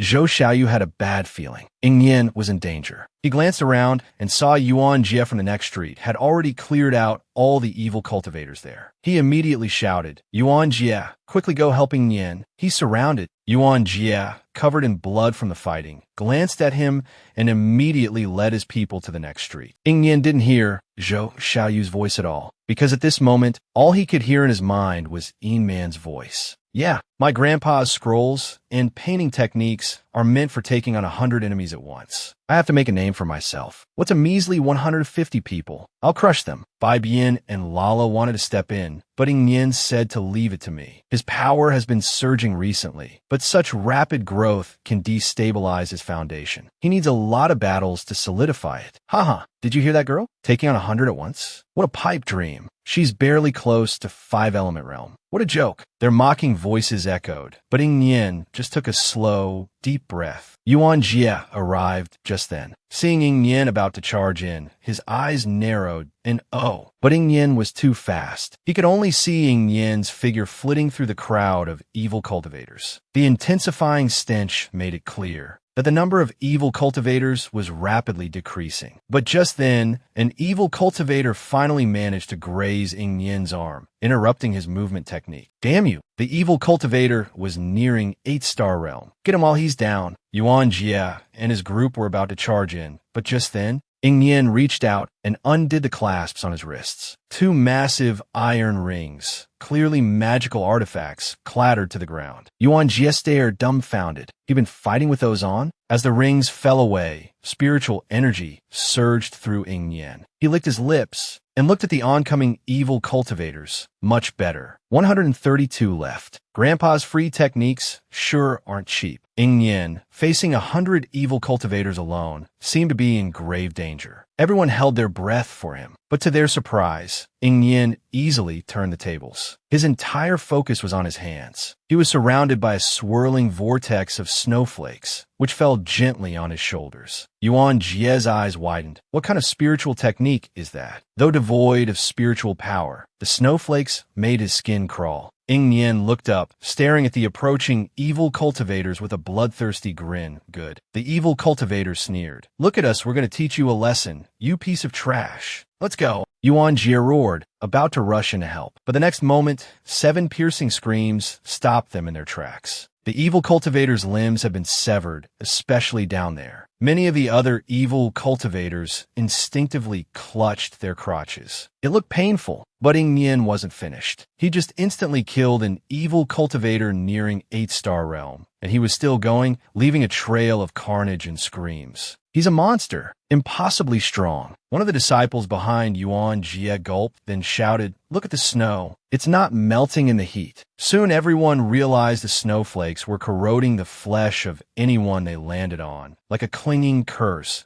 My eyes. My eyes. An evil cultivator screamed and rolled on the ground. A snowflake had landed in his eye, and he'd gouged the whole thing out. Just then, the Zhou family had arrived. He immediately started down. "Little girl, I'm here to help." He'd been worried Ying Nian was surrounded while trying to save his grandson. But as he looked down, he saw Ying Nian pull the tip of her umbrella from the last evil cultivator's brain. The Zhou family head's heart lurched, his hands trembling. He thought he saw a powerful ancient soul standing behind Ying Nian, radiating dominance, looking down at him with disdain. But when he rubbed his eyes and looked again, it was gone. It had all been an illusion, this little girl. The Zhou family head trailed off, hearing the old sect master cry out, "Dada!" The old sect master was staring, trembling, at Ying Nian as she drew symbols in the air. He couldn't even speak. "You old fool, what are you looking at?" the gray-robed ancestor roared furiously. He lashed out with a palm strike, which the old sect master dodged. "I'll fight you to the death," the old sect master screamed, his aura exploding with even more ferocity than before. The painting steel technique was a powerful, deadly art. Their ancestor's ultimate skill was being used by Ing Yen. The gray-robed ancestor, taken aback,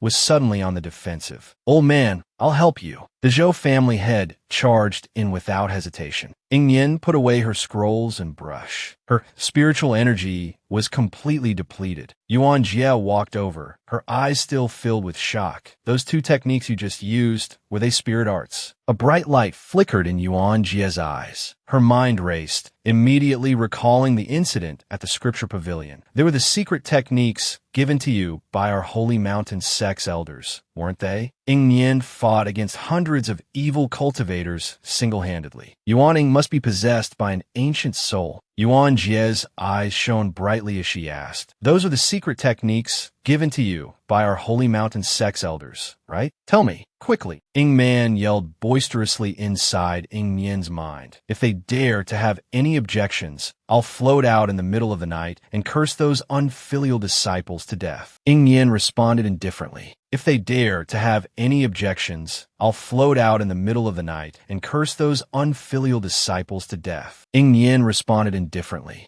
A look of envy appeared in Yuan Jie's eyes.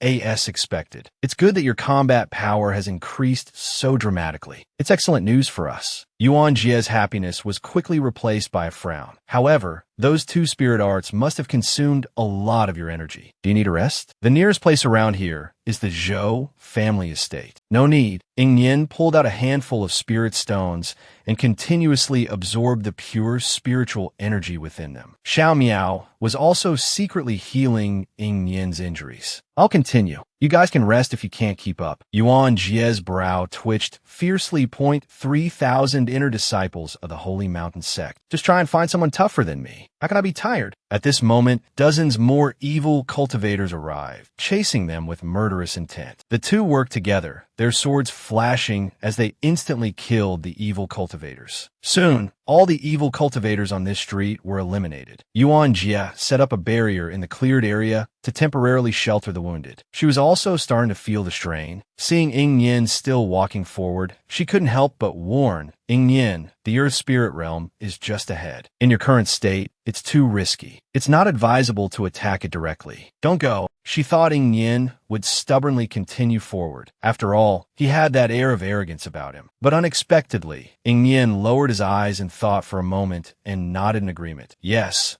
the direct assault is indeed unwise." Yuan Jie pointed to herself and him. "The two of us will go to the Earth Spirit Realm area. We should still be able to put up a fight against the Earth Spirit Realm." After speaking, everyone sat down and began to absorb the spiritual energy in the air, racing against time to repair the damage to their bodies. Yuan Jie was the fastest, and she would recover in about half an hour. She quietly opened her eyes, curious about how fast Ing Yen's recovery speed was. The sight almost scared her out of her wits. What was that? She saw a small mountain of spirit stones piled up where Ing Yen had been sitting, forming a sharp peak. Her lips twitched uncontrollably. If it weren't for Bai Bian and Lala guarding the mountain of spirit stones, she would have thought Ing Yen had slipped away. "What are you looking at?" "Don't look." Lala sensed Yuan Jie's gaze. She still had no fondness for the Holy Mountain sect disciples. So she fiercely nudged Bai Bian and patted his head soothingly. "Be good. Don't disturb Master's cultivation." "Is your master inside?" Yuan Jie asked, her hand trembling. Bai Bian just nodded.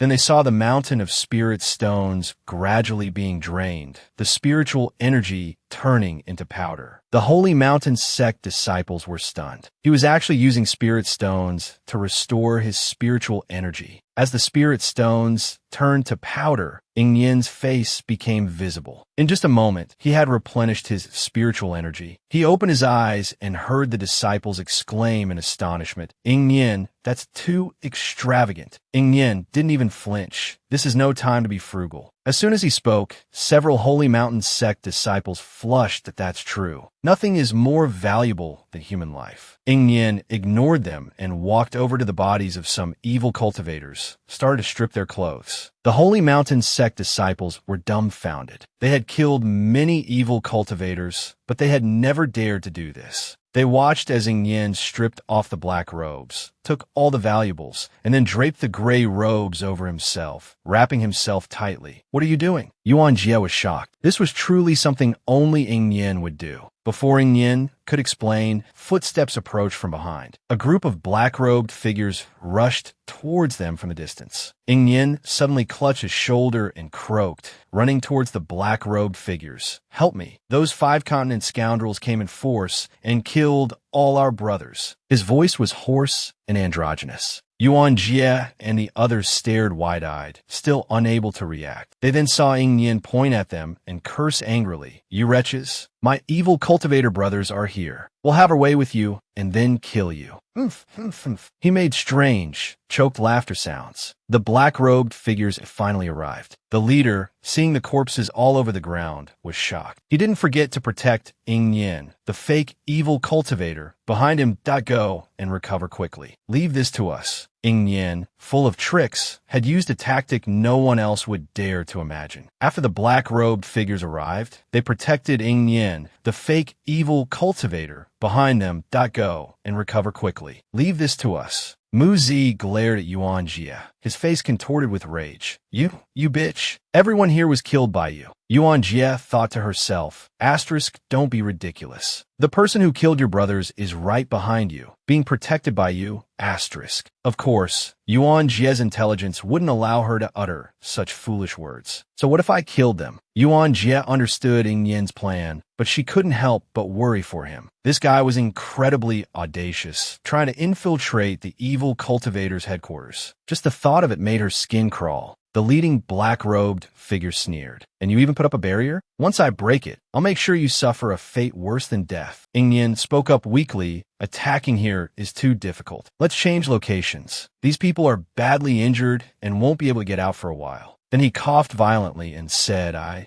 think I'm dying." He then slowly collapsed towards the ground. "Not good." The leader frowned that he's too badly injured. "Quickly, carry him back for treatment." The Holy Mountain sect disciples watched as Ing Yin was carried away and swiftly taken towards the evil cultivator's headquarters. Excellent. Ing Yin successfully infiltrated them. Hidden beneath the black robe, Ing Yin observed the route. These evil cultivators were indeed prepared. They'd established a headquarters in such a short time. Ing Man's voice, filled with excitement and lacking the composure expected of an elder, rang out in Ing Yin's mind. As they passed a certain area, Ing Yin saw several evil cultivators surrounding a few children behaving wantonly. What luck! They've actually caught Tong Yuan's little pups. Tong Yuan was the son of the man who sold weapons and injured people. The same Tong Yuan Jian Bao had visited. Ing Yin still remembered that child. He glanced over discreetly and saw Tong Yuan's children wielding broadswords taller than themselves, backs pressed together as they defended against the attacking evil cultivators. Jian Bao stood at the front, protecting two girls of similar age behind him. Of course, their resistance seemed as laughable as mice fighting elephants to the evil cultivators. One of them kicked Jian Bao away. "Ha ha, you damn brats. Where are those mad dogs from Tong Yuan to protect you now? Ha ha ha, these little ones are tender. I want to taste first." One of them grabbed Jian Bao and raised his hand to twist his head off. The two little girls fearlessly lunged forward, slashing at him with their broadswords, but to no avail. Tears welled up in their eyes, and desperate roars escaped their throats. Just at this critical moment, Ing Yin pretended to awaken, weakly calling out to the evil cultivators. "Fellow disciples, I'm gravely injured. Could I have these little snacks as a meal?" Ing Yin was worried they might refuse and was about to use his spirit stones. But unexpectedly, the man tossed Jian Bao and the two girls to him. "Here, take them. Ha ha ha. You're so useless." beaten to a pulp by those Wuzhou trash. Here, take them. Get yourself patched up. Another man beside him even provided a rope, helping him tie the 3 children together. He said to Ing Yin, "Brother, I'll hold them for you. You can eat them when we get back to headquarters." Ing Yin replied, "Thanks, brother," thinking to himself, this guy is quite thoughtful. I'll stab him one last time later and slit his throat deeper to minimize his suffering.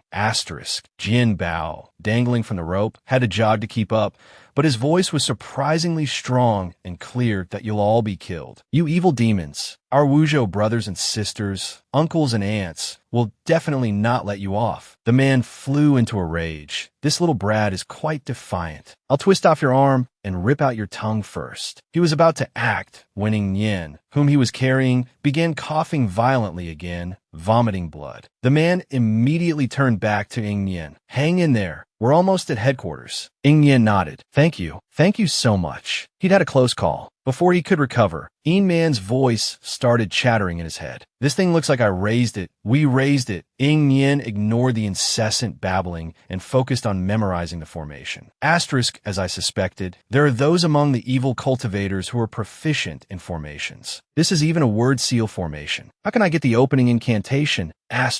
While Ing Yin was lost in thought, the man placed his hand on the formation and shouted in a voice loud enough for everyone to hear, "Dog egg, open the door." The formation rumbled and released a burst of scorching air. It opened. These 3 humans were truly fearless, even when facing countless bloodthirsty evil cultivators. Ing Yin, having infiltrated the enemy ranks, seized the opportunity to save the 3 children. Feigning serious injury, he followed the men towards the evil cultivators' headquarters. "Brother, it's here. This is where our injured rest." The man pointed to a room filled with people lying about that we have those with serious injuries and those with minor injuries. Before he could finish, Ing Yin conveniently coughed up another mouthful of blood. Weakly, he said, "Brother, take me to the Zheng Shang Yuan. That's where I belong. I'm afraid I'm dying." The man frowned, his expression serious. "Once we have enough vital blood, you'll all recover." Ing Yin's eyes widened. So, as long as they have enough vital blood, the evil cultivators can't die. That's what makes them so difficult to deal with. Ing Man spoke gravely. The longer this battle drags on, the worse it will be for Tianyi province. Because after absorbing vital blood, these evil cultivators become stronger.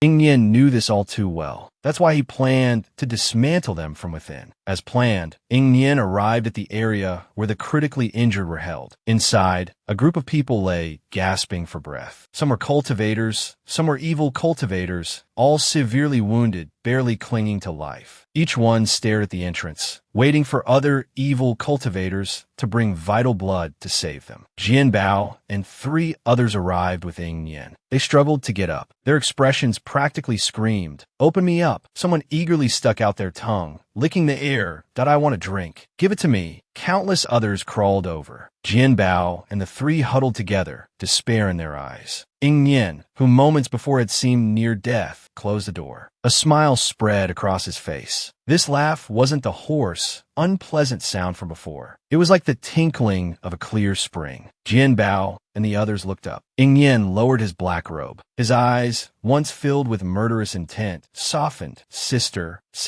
Jin Bao couldn't hold back any longer. Tears welled up, a mixture of fear and immense relief washing over him. He was, after all, just a child of a few years. "Don't cry." Ing Yin, as before, spoke without warmth, but his glance was reassuring. With a flourish, the red umbrella opened. As the injured stared in astonishment, Ing Yin smiled faintly. "Sister will cut off their heads for you to play with." In the next instant, Ing Yin, at full power, became a blur. These dying people were no different to him than overripe, rotten melons. Meanwhile, in the sky, the old sect master looked at the corpses littering the ground, his heart aching. "Old Dong Xie, your men are almost all dead. Doesn't it hurt you?" the gray-robed ancestor asked with a sinister laugh. The old sect master suppressed his grief and pain, maintaining a calm composure. "You've lost even more men." Ha. "Even if my men are injured, as long as they get enough vital blood, they can fight again." "King yours, The old sect master's face darkened. Cultivators couldn't recover from their wounds, but evil cultivators could. This was the power they gained in exchange for their humanity. Inside, Ing Yen closed his umbrella, looking at the hundreds, even thousands, of stinking corpses filling the room. He flashed a bright smile. Good, they're all dead. Sui Sui cared deeply for Ing Yen. Upon hearing that Ing Yen was in danger, the others couldn't even keep up. Ing Yen infiltrated the evil cultivator's critical injury ward and annihilated them effortlessly. Ing Yen then turned to the 3 children and draped them in black robes. You stay here and play dead. After I go out and kill the lightly injured ones next door, I'll come back for you. Can you do that? The 3 children nodded seriously. Ing Yen's presence gave them immense courage. They couldn't hold their sister back. Ing Yen, disguised as an evil cultivator in a black robe, slipped back out. He encountered someone carrying a container of vital blood. Ing Yen approached enthusiastically. Heavy, isn't it? I'll help you. The person snorted. You can't steal any. This is for the lightly injured. Once they recover, they need to go back out and kill. Ing Yen's expression turned cold. In the eyes of this scum, living people were nothing more than livestock to be slaughtered and abused. He quickly masked his thoughts that, don't worry, I won't touch a drop. Then you take it. I still need to deliver vital blood to other injured. Ing Yen took the container and waited until the person was gone. Ing Yen surreptitiously dropped one of Lao Buwu's specially made poison pills into the container. The pill quickly dissolved into the bright red vital blood. Ing Yen walked step by step towards the lightly injured evil cultivator's recovery room, his eyes cold and triumphant. Just you wait. I'll finish you all off. Meanwhile, the rest of the 4 continents noticed the commotion at Tiani Continent. The head of the Wu family, one of the 5 great families, looked towards Tiani Continent with a cold expression. That's the evil cultivator ancestor's divine weapon, the Kotian. His face paled. The evil cultivators are attacking Tiani Continent. Someone beside him asked worriedly, should we go help? The Wu family head hesitated, a flicker of conflict in his eyes. Our disciples have suffered heavy losses on the front lines recently. Let's wait and see. Besides, the other families haven't made a move. Inside Ghost Valley, the Grand Elder's face changed drastically as he saw the Kotian's glow. Young master, Miss Nian is in danger at Tiani. Before he could finish, Yuan Shinsue had already vanished with a whoosh. The Grand Elder gritted his teeth and waved sharply at the people behind him. Ghost Valley disciples, follow me to Tiani Continent. But even at their fastest speed, it would take time to reach Tiani Continent. The old sect master looked out at the silent horizon, disappointment etched on his face. He sighed inwardly, a chill creeping into his heart. Was no one in the vast 5 continents willing to come to their aid? Seeing this, Xie smiled maliciously. Look, this is your 5 continents. Not even as united as us evil cultivators. A bunch of sanctimonious hypocrites. The old sect master's eyes reddened at these words, but he couldn't refute them. Ing Nian, looking at the lightly injured evil cultivators helping each other, felt a chill. Grandfather,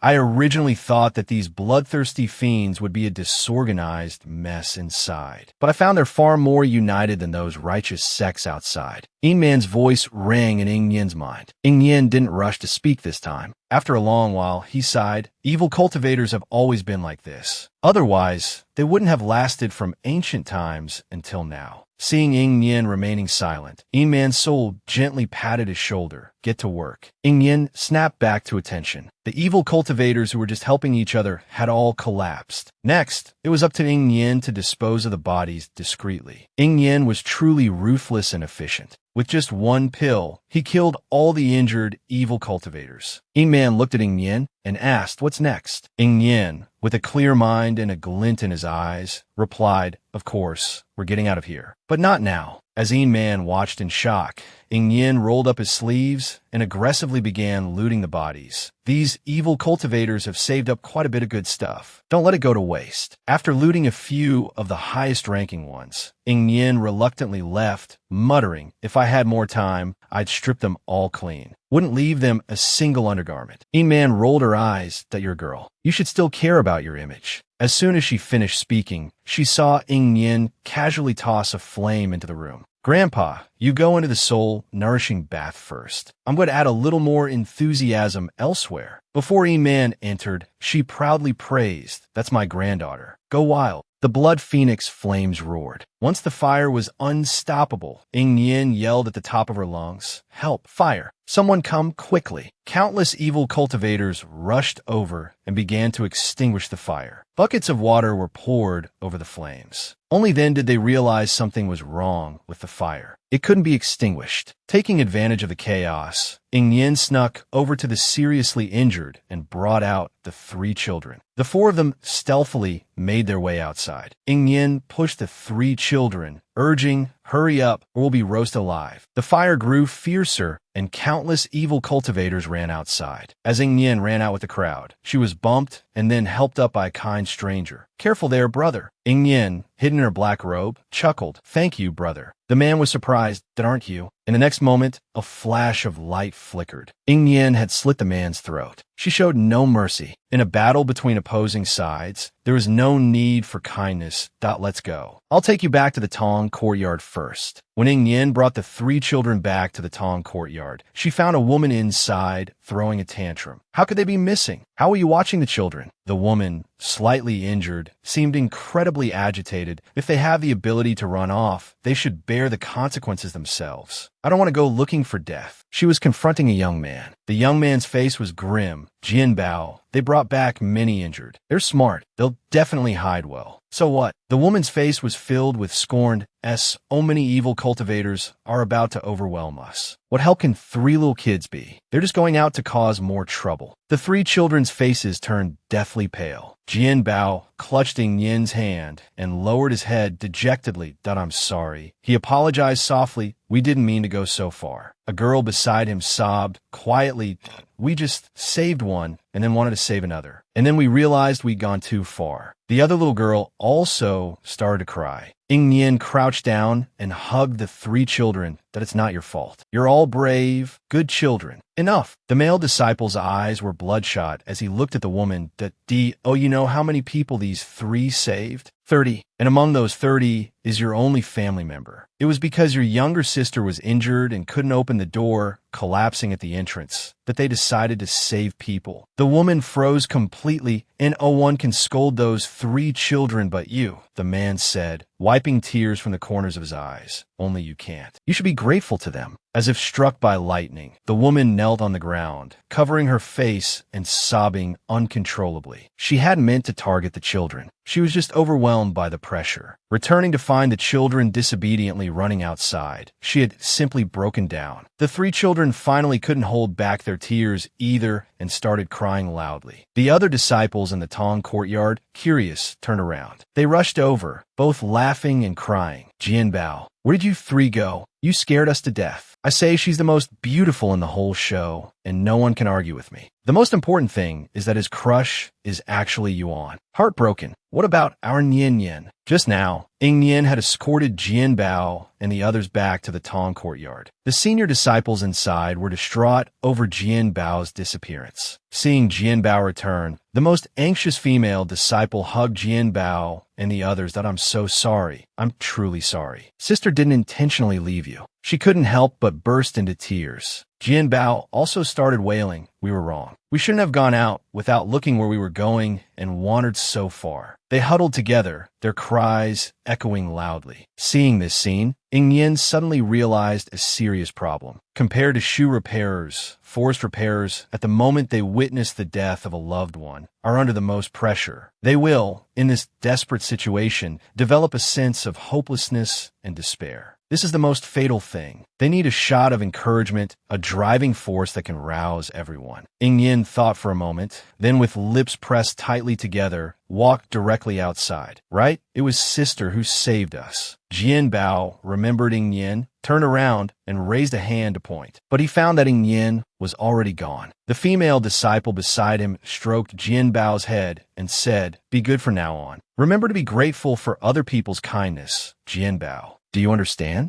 Jian Bao nodded vigorously. He remembered both times. He would definitely repay Ing Yin in the future. The streets were filled with a heavy atmosphere. Countless people were weeping. The smell of blood was starting to numb Ing Yin's sense of smell. Looking at this hellish place, Ing Yin gritted his teeth and made a decision. Lala, take me to the sky. Lala was startled. The sky? Isn't that the sky spirit mirror's battlefield? Master, with your current strength, it's very dangerous up there. Lala gritted his teeth. Fine. He flapped his wings, and fire spread. At the same time, all the giants were heading towards Tianyi province. The four mountains moved with a rumble, making the earth tremble. All the giants were rolling up their sleeves, warming up. I didn't expect that our giant clan's debut would be because of those sons of bitches, the evil cultivators. TSK, what bad luck, someone cursed. Someone next to him asked, by the way, where's Master? Master went to invite other influential families near Tianyi province to come out. He should be back soon. While the giants were heading towards Tianyi province, the old beggar was on a vast coast, staring at a white-haired, long-bearded merman. Send some of your people, won't you? The old beggar blocked his way, preventing him from leaving. The merfolk were so powerful in ancient times. Could it be that you're afraid of a few mere evil cultivators now? The merfolk leader, also known as the merfolk granny, sneered, don't try to provoke me. My merfolk are dwindling in number, and we're not good at fighting on land. I'm not asking you to fight. The old beggar's expression became serious. There are simply too many injured in Tianyi province. We need the merfolk's healing abilities. And you've seen those major powers in the 5 continents. The old beggar's face darkened. They're actually standing idly by. Now the evil cultivator's morale is soaring. You should understand the principle of if the lips are gone, the teeth will be cold. If the evil cultivators grow stronger, there will be no paradise left in this world. The merfolk granny stared at the old beggar with her pair of deep blue eyes. Before she could speak, a clear voice rang out from behind. Granny, Mian is willing to take some of our people to help. The speaker was a young mermaid, lying on the shore. Her scales shimmered in the sun. The lighter the color and the fewer the patterns on a merfolk's tail, the purer their bloodline. The mermaid had fallen in love at first sight with Yuan Shinsui. She wanted to confess her feelings. Thinking of Yuan Shinsui's preferences, he'd probably steam her, right? The evil cultivators attacked Tianyi province. The old beggar, distressed about his disciples, ran to the seaside to seek help from the merfolk. The merfolk population was dwindling, and the merfolk granny was reluctant to help. At this moment, the beautiful mermaid princess appeared. Her scales shimmered in the sun. When the old beggar saw her pure white, jade-like scales, his heart skipped a beat. The lighter the color and the fewer the patterns on a merfolk's tail, the purer their bloodline. This mermaid likely possessed the highest talent that you're being foolish, Mian. You can't go. The merfolk granny was instantly furious that if I stay in the clan and am protected, when will I ever grow into someone who can stand on their own 2 feet? You Mian sighed softly. The next moment, her gaze fell on the old beggar. But, senior, I have a request. The old beggar was taken aback, then overjoyed. Tell me. I once happened to see the Valley Master of Red Ghost Valley passing by. Yumian blushed. If I, a merfolk, go to war for the humans, could the Valley Master of Red Ghost Valley become Mian's husband? Unexpectedly, the old beggar's face darkened. He rolled his eyes and said, then you don't need to go. Of all people, she had to choose his little disciple's sweetheart. Not to mention that his little disciple was still smitten with him. Even if his little disciple and Yuan Shinsui were no longer together, he couldn't make such a decision for someone else. The merfolk granny was shocked. Mian, don't be ridiculous. When did you get a sweetheart? Mian was a little embarrassed. Well, just before when he passed by, I just thought he looked so good looking. I really want to play poker with him. She boldly expressed her heartfelt love. The old beggar couldn't help but twitch his lips. Truly a passionate merfolk, thinking of Yuan Shinsui and then of his sharp wit when Yin wasn't around. A piece of heartfelt advice. I urge you to give up this idea as soon as possible. With your meager strength, you wouldn't even be enough for that kid to have as a snack with his wine. No, I still have to go with you. Mian lifted her head. If you're not willing to help me, I'll go myself. I'll go confess my love. The merfolk granny sighed. Mian is about to become an adult, yet unexpectedly, she's so fixated on a man. I should have taught her more. Let her see the world. Incidentally, being rejected by that man would be a part of growing up. All right, then let's go together. The old beggar waved his hand. He'd said all he needed to say anyway. The merfolk granny stroked Mian's head. It's fine, just be careful. Yu Mianmian's face was full of anticipation for the outside world. She was absolutely confident she could win over the Valley Master of Red Ghost Valley. Countless merfolk warriors swam out of the sea with Yu Mianmian. On land, after shaking the water off their tails, they transformed their tails into legs and stood. The merfolk granny warned, "You have 1 day at most. After a day, if you lack water, your legs will turn back into tails. And you must protect Mianmian, understand?" They all agreed, their faces grim. Only Princess Mianmian was cheerful, oblivious to the hardships of the world, looking around like a tourist. The old beggar, with his large frame, carried these warriors at a brisk pace. They soon arrived at the entrance of Tianyi province. For the merfolk who had left the sea for the first time, along with the little princess, they were stunned. The outside world was more than just a little novel to them. Yin was practically crazy, rapidly consuming his energy. He actually flew to the Sky Spirit Mirror battlefield in midair. The old beggar couldn't help but worry for him. Just now, the old beggar ran to the seaside and brought back a group of merfolk reinforcements. He carried these warriors on his massive frame and hurried along. He quickly arrived at the entrance of Tianyi province. At the same time, the giant clan disciples also arrived. They were surrounding this enormous barrier of light, constantly attacking. "Master, this thing can't be broken. Let your master handle it." The old beggar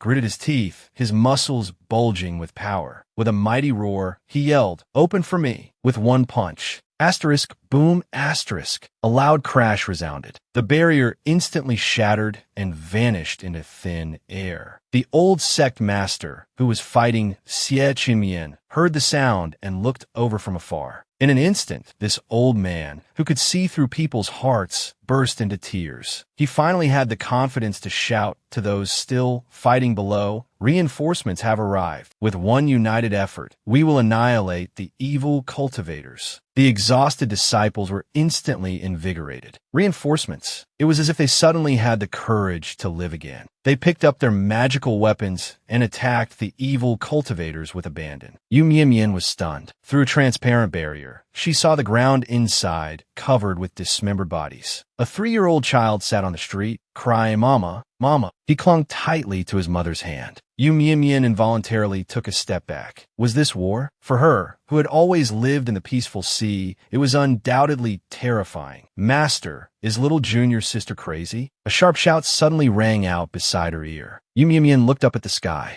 She saw that in the sky, besides the Sky Spirit Mirror experts, a small, slender figure had suddenly appeared. Flaming wings unfolded behind her back. The flames burned fiercely, as if venting their anger at this massacre. A fiery red dress danced amidst the flames. It was the only spark of life in this gray sky, dazzling and piercing. Nian, the old beggar's eyes instantly reddened. The Sky Spirit Mirror. The evil cultivators in the sky were all stunned. Was this woman courting death? But soon, a giant bow and arrow appeared in Ing Yen's hands. Several high-grade magical artifacts were tied to the arrow. She drew the bowstring without hesitation. "Evil cultivators," Ing Yen spoke, her voice reaching everyone's ears. A smile appeared on her face. With a resounding voice, she declared, "I'll take your lair." Xie Qinmian was taken aback, then burst into laughter. "Truly out of your mind." And at that moment, Ing Yen released the arrow. The arrow, laden with several high-grade magical artifacts, shot straight towards a certain location. Such an attack might not be much to Sky Spirit Mirror experts, but Ing Yen wasn't aiming for them. Boom! Guided by Ing Yen, the high-grade magical artifacts exploded upon contact with the ground. What she wanted was to expose the ground hiding their headquarters. All the faces on Xie Qinmian began to scream. "No, Yuan Xinsue." Finally, annihilation. Watching the evil cultivators was incredibly satisfying. Just now, Ing Yen flew into the air, drew her bow, and destroyed the evil cultivator's lair. Xie Qinmian couldn't accept it for a moment. He yelled no. How could she know that was Laos? He watched as the entire plot of land sank, and heard the heart-wrenching cries of the disciples who remained at headquarters. Xie Qinmian was on the verge of collapse. Everyone still fighting below was in a frenzy. Their base was gone. Charge. Kill these bastards. With their base gone, they were sure to win. They erupted with even more terrifying ferocity than before. Countless evil cultivators were beaten back, some even killed with a single blow. Xie Qimian's eyes were bloodshot, fixed on Ying Nian. Damn you, you little bitch. He charged recklessly towards her. At this moment,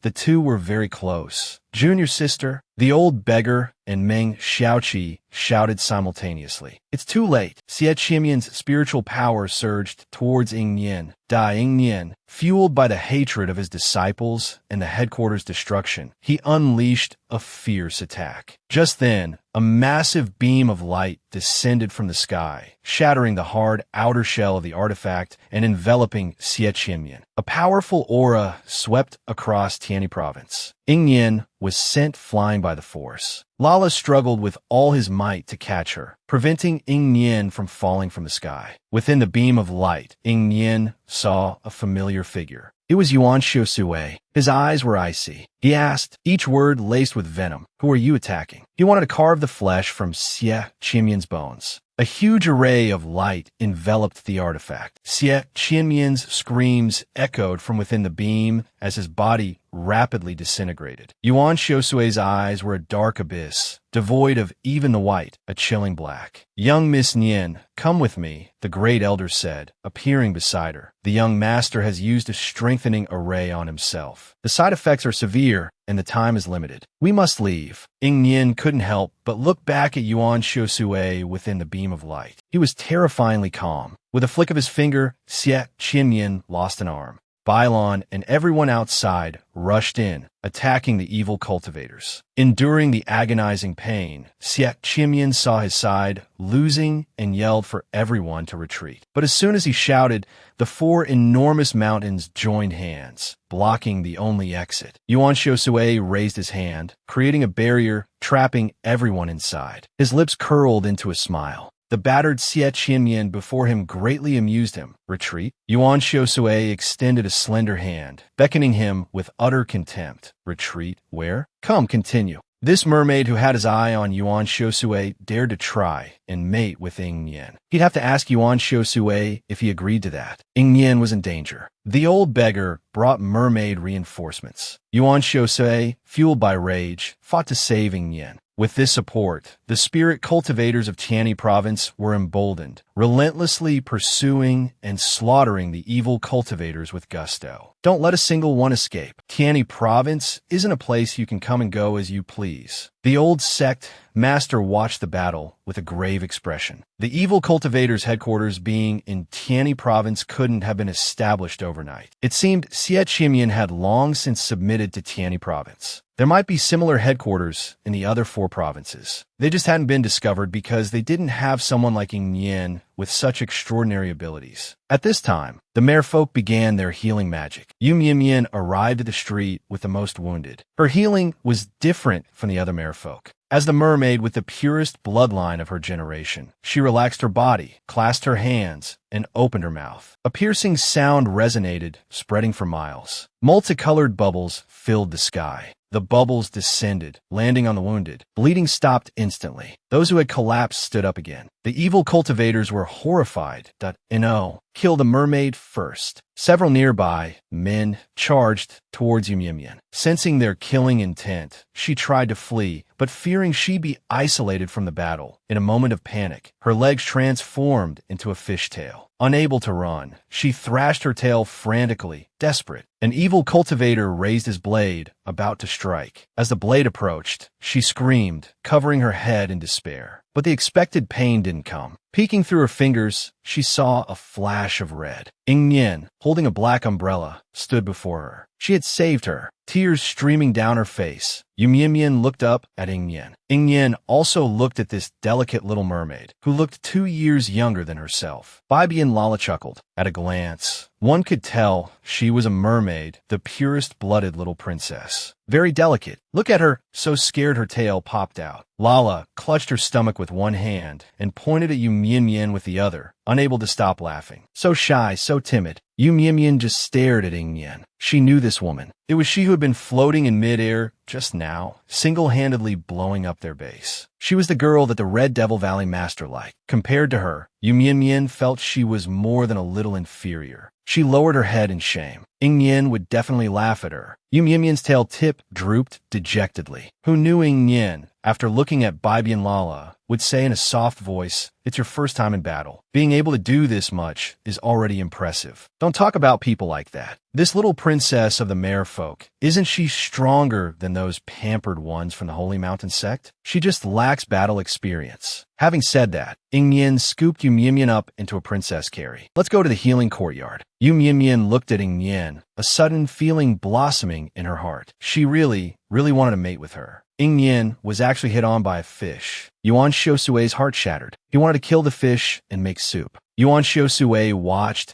as the reinforcing formations in the sky slowly disappeared. He kicked Xie Qianmian, who had been reduced to a human stick, towards the old sect master. Suppressing the rising smell of blood, he said, "You take care of the rest." The old sect master was taken aback. "What about you?" Yuan Xiusui glanced at him disdainfully, as if looking at a fool. "Of course, I'm going to protect my Nian Yen." "What a joke. I'm not here for the sake of all living things." Ing Yen carried Yu Mian back to the healing courtyard. Along the way, Yu Mian stared intently at Ing Yen, her face flushed. Suddenly, she made a bold decision. She wrapped her tail around Ing Yen's body, rubbing against her. Her entire tail turned red. Her face flushed. She said to Ing Yen in a soft voice, please mate with me." For a moment, Ing Yen thought she had misheard. "What did you say?" She unconsciously touched her ear. The tail, however, wrapped tighter and tighter. Yu Mian was practically cooking herself. You know, the kind of mating that makes little mermaids. Ing Yen's lips twitched. "I don't have that ability." Just then, a furious roar came from behind. Yu Mian was ripped away from Ing Yen and thrown heavily to the ground, losing several scales in the process. Yuan Xiusui had followed Ing Yen's scent, and he couldn't believe his Nian Yen had been hit on by a fish. Yu Mian's body ached terribly. Before she could even cry, she saw a face she had once dreamed of day and night. Just as she was about to speak, she saw Yuan Xiusui raise his blade, about to chop down on her fishtail. "Ah!" Yu Mian shrieked in terror, completely petrified. Ing Yen was also stunned. "Yuan Xiusui!" She immediately shouted at him. The blade Yuan Xiusui was about to bring down stopped 80.01 millimeters from Yu Mian's tail. It was a very near thing. Yu Mian felt like she'd lost all feeling in her tail. She didn't dare move. The face that she had once considered the most beautiful in the world now seemed like a sharp blade. One wrong move, and she'd be fish food. "Yuan Xiusui, what are you doing?" Ing Yen hurried over and grabbed Yuan Xiusui's hand. "Oh, you still recognize me?" Could the side effect of that formation be that you can't tell friend from foe? Yu Mian watched as a smile appeared on Yuan Xiusui's previously cold and murderous face. He held Ing Yen's hand and said gently, "Nian Yen." Before Ing Yen could relax, Yuan Xiusui's expression turned ugly again. His dark eyes hadn't completely returned to normal. "But this fish touched you. Nian Yen, just wait a moment. I'll skin her and make fish soup for you." At these words, Yu Mian hugged her tail and feared, and "Oh no, don't come near me." No wonder Yuan Xiusui wanted to make fish soup out of this beautiful mermaid. It turned out that after mermaids reached adulthood, they could change their form one time, becoming a merman. His Nian Yen would be in danger. Just earlier, Yu Mian had wrapped her tail around Ing Yen, rubbing vigorously, and Yuan Xiusui, arriving at that very moment, had seen it all. Enraged, he wanted to slaughter the fish and make soup. Ing Yen was speechless. She put a hand to her forehead. "Yuan Xiusui, what nonsense are you talking about? She's here to help heal people. And she's a girl. She just doesn't understand." Yu Mian swallowed hard. She wanted to say that when mare folk reach adulthood, they can choose their gender one time. But for her own safety, she decided to keep quiet. She would just quietly transform into a boy later. Give her 7 seconds, and she could become a handsome merman. "Little princess, I'm sorry I scared you." Ing Yen helped her up. The little princess's legs had returned. "There are many injured in the healing courtyard. I'm counting on you. Leave it to me." The little princess patted her chest, talking about healing. At this moment, she seemed quite reliable. Some of the healing courtyard's injured were worse off than Ing Yen had imagined. Some even had exposed ribs, yet they were still dragging themselves out, swords in hand, intending to fight before getting treatment. The eldest disciple of the healing courtyard said coldly, "Reinforcements have arrived. We can win. Your priority is to stay alive." After saying this, he walked towards Ing Yen. It was Ing Yen's first time meeting this senior disciple I'm Tong Feng. The senior disciple introduced himself. Ing Yin nodded and asked, "Where is your courtyard master? Still fighting outside? If he's injured, he should come back for treatment." My master and the others brought a lot of reinforcements. Tong Feng twitched the corner of his mouth, about to speak. He wanted to give Ing Yin a smile, but unexpectedly, it turned into an exaggerated, ferocious, and strange expression. A wail suddenly erupted. Ing Yin thought it was one of the healing courtyard's children, frightened by Tong Feng's expression,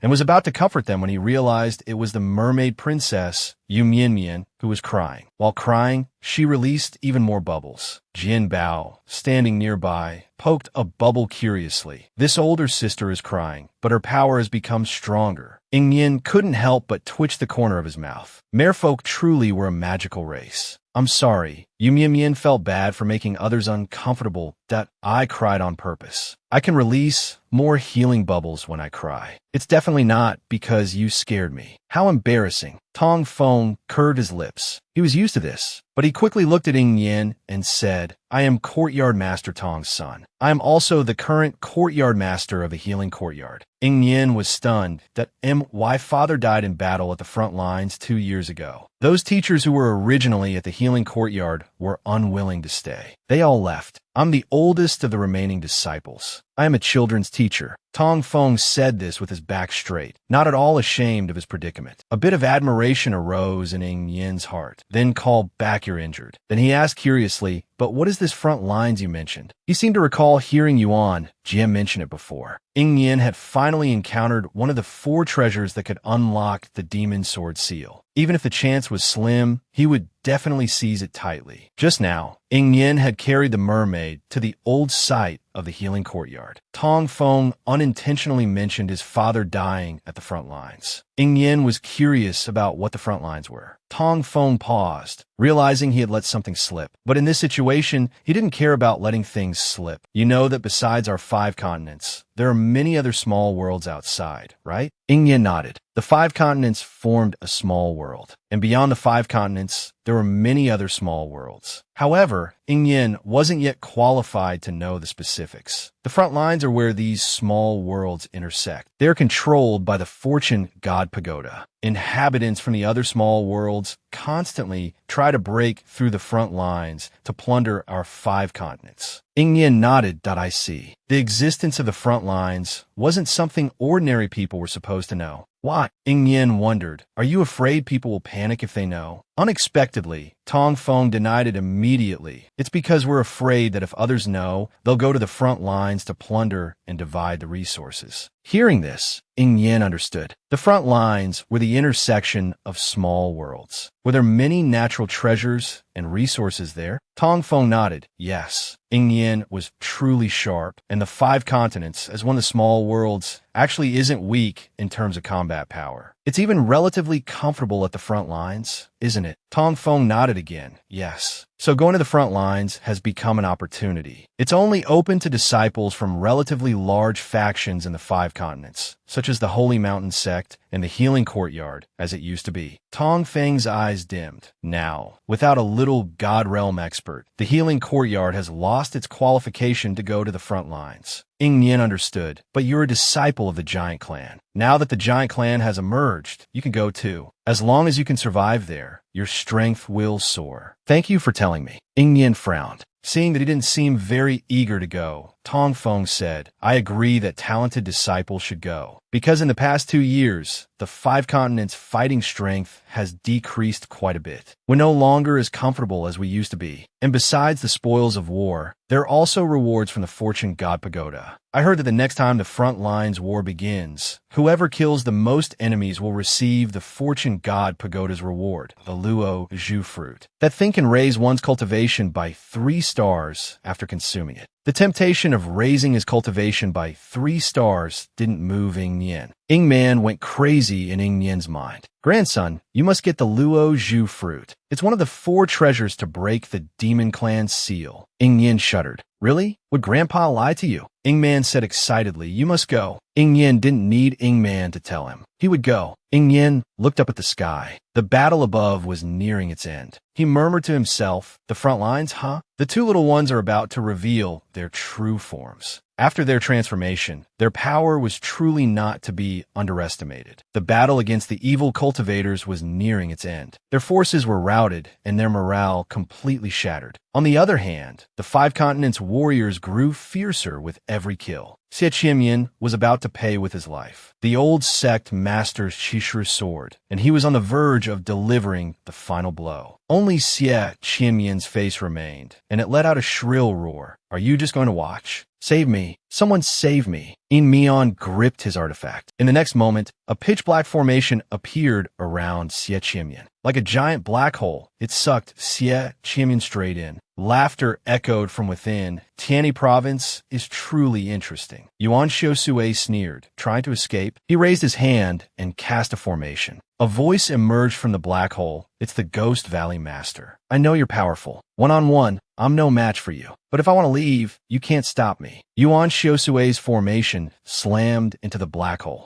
Then Yuan Xiusui clenched his fist, and the black formation shattered with a resounding boom. A muffled groan came from within. He was injured. Ha ha. Until next time, the voice gradually faded. Next time, I will destroy Tianyi province. A peak divine ascension realm formation master. The old sect master's eyes turned cold. That man didn't have a trace of evil energy on him. Could there be a mole for Xie Qianmian among the Five Continents peak experts? Kill the remaining evil cultivators. The old sect master roared. An O1 from Tianyi province who came here today is leaving alive. The remaining evil cultivators were like birds without wings. Cleaning them up was quick work. Tianyi province suffered heavy losses this time, but aside from Xie Qianmian escaping, they had avenged themselves against the evil cultivators. Ying Nian continued to sweep the battlefield. His red umbrella pierced the heart of an evil cultivator. Suddenly, Lala and Bai Bian, who were beside him, both trembled. Master, they said, their bodies beginning to glow red. We're about to break through. After the intense battle, the two little creatures were finally about to break through to mid-stage spirit beasts. Ying Nian decided immediately, let's go into the mountains. We're too conspicuous on the streets. I'll go with you, Yuan Xiusui said, slowly following behind Ying Nian. He wouldn't let Ying Nian go into the mountains alone. He was too worried. Many wild spirit beasts in the forest, smelling the blood on Ying Nian, began to gather around. But Lala and Bai Bian couldn't hold back any longer. They transformed into their true forms. Spirit beast advancement is a primal and savage process. Besides a large amount of spiritual energy, they also need to hunt. And at this moment, Ying Nian finally saw Bai Bian's true form. It was a giant black insect. The two bumps on its head grew larger, as if about to hatch. The giant black insect bit into a wild boar, the crunching sounds echoing endlessly. Lala, on the other hand, was a blood-red phoenix. Its color was even more vibrant now. The surrounding wild spirit beast became nothing more than readily available barbecue. Lala was more refined than Bai Bian. It knew to roast its food before eating. Ying Man's voice rang out again, filled with surprise a blood phoenix and a void hunter insect. Ying Nian knew about the blood phoenix, but what was a void hunter insect? Just how powerful was Ying Nian's background? Even these strange beasts were willing to advance for him without hesitation. Just now, when Bai Bian and Lala advanced and revealed their true forms, an overwhelming bloodline aura emanated from them. Ying Man's face was full of shock. In disbelief, he exclaimed,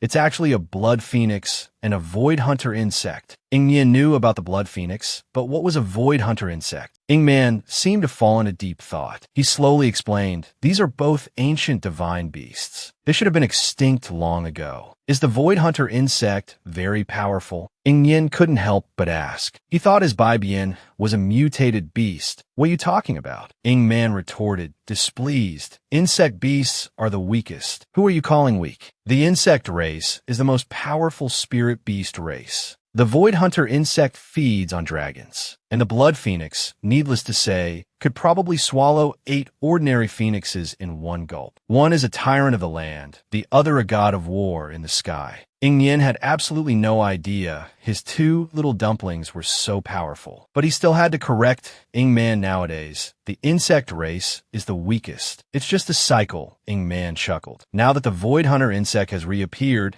the insect race won't be at the bottom anymore. If a species is too powerful, it will be suppressed by the heavenly Tao, causing it to weaken. And when it weakens to a certain extent, the race will usher in a turning point. Your little void hunter insect is that turning point. The Blood Phoenix clan is also down to this last one. I'm afraid gold phoenixes and fire phoenixes will become worthless now. Ingman's voice was filled with schadenfreude. Ingyan didn't care about any of that. He looked at his children with a loving gaze. His two children were still babies. They didn't need to bear the responsibility of their race. They just needed to eat and drink by his side. Meanwhile, far from the front lines, in the largest small world, a deep voice resounded. A colossal being twitched its nose, catching a whiff of restless, savage energy in the air. The Void Hunter bloodline. Impossible. Only the Master's descendants can awaken the Void Hunter bloodline. The Master clearly had no heir. The colossal being stirred. The entire earth trembled with its movement. A moment later, the Void Hunter insect's aura vanished. It furrowed its brow in confusion. A broken voice drifted out. The Master disappeared years ago. If there truly is a young Master, I must find the Master. If I can't find the Master, I must find the young Master. Its massive, venomous eye brightened. In the next instant, the giant beast raised its head and roared towards the sky, its powerful voice carrying for thousands of miles, reaching every corner of this small world known as Night Venom Star. Awoo! The surrounding smaller beasts echoed the cry with their own tender howls. The spirit beasts were in a frenzy. They felt their blood burning. A single thought echoed in the minds of countless spirit beasts. Find the one with the Void Hunter insect and bring them back unharmed. They were powerful beings of the highest caliber, unconcerned with worldly affairs, waiting only for the Master's return. Bai Bian and Lala's breakthrough and advancement allowed them to sense the young Master's presence. To find the young Master, they made a decision together. Meanwhile, at the intersection of the myriad realms' front lines, the resting kings of various small worlds furrowed their brows. What's happening on Night Venom Star? They watched the agitated world window. Each small world had a world window connecting to the front lines. A lit window indicated willingness to participate in the war. A dim window meant the small world had been destroyed or was powerful enough not to need to participate. Night Venom Star was such an existence. It was populated entirely by beastmen. In the 5 continents, only divine beasts were born in human form. Ordinary spirit beasts remained in their beastly forms for their entire lives. But Night Venom Star was different. There, regardless of rank, all could transform into humans. Therefore, humans called them beastmen. Their battle prowess was terrifying, their physical strength immense. Facing them as opponents would be troublesome. And now, through the world window, they could sense the restless energy emanating from that place. They were like dogs in heat, their excitement practically slapping the small worlds through the world window. The king's faces, including the king of the 5 continents and the supreme god of the fortune god pagoda, contorted. The supreme god, glancing coldly at the world window, analyzed.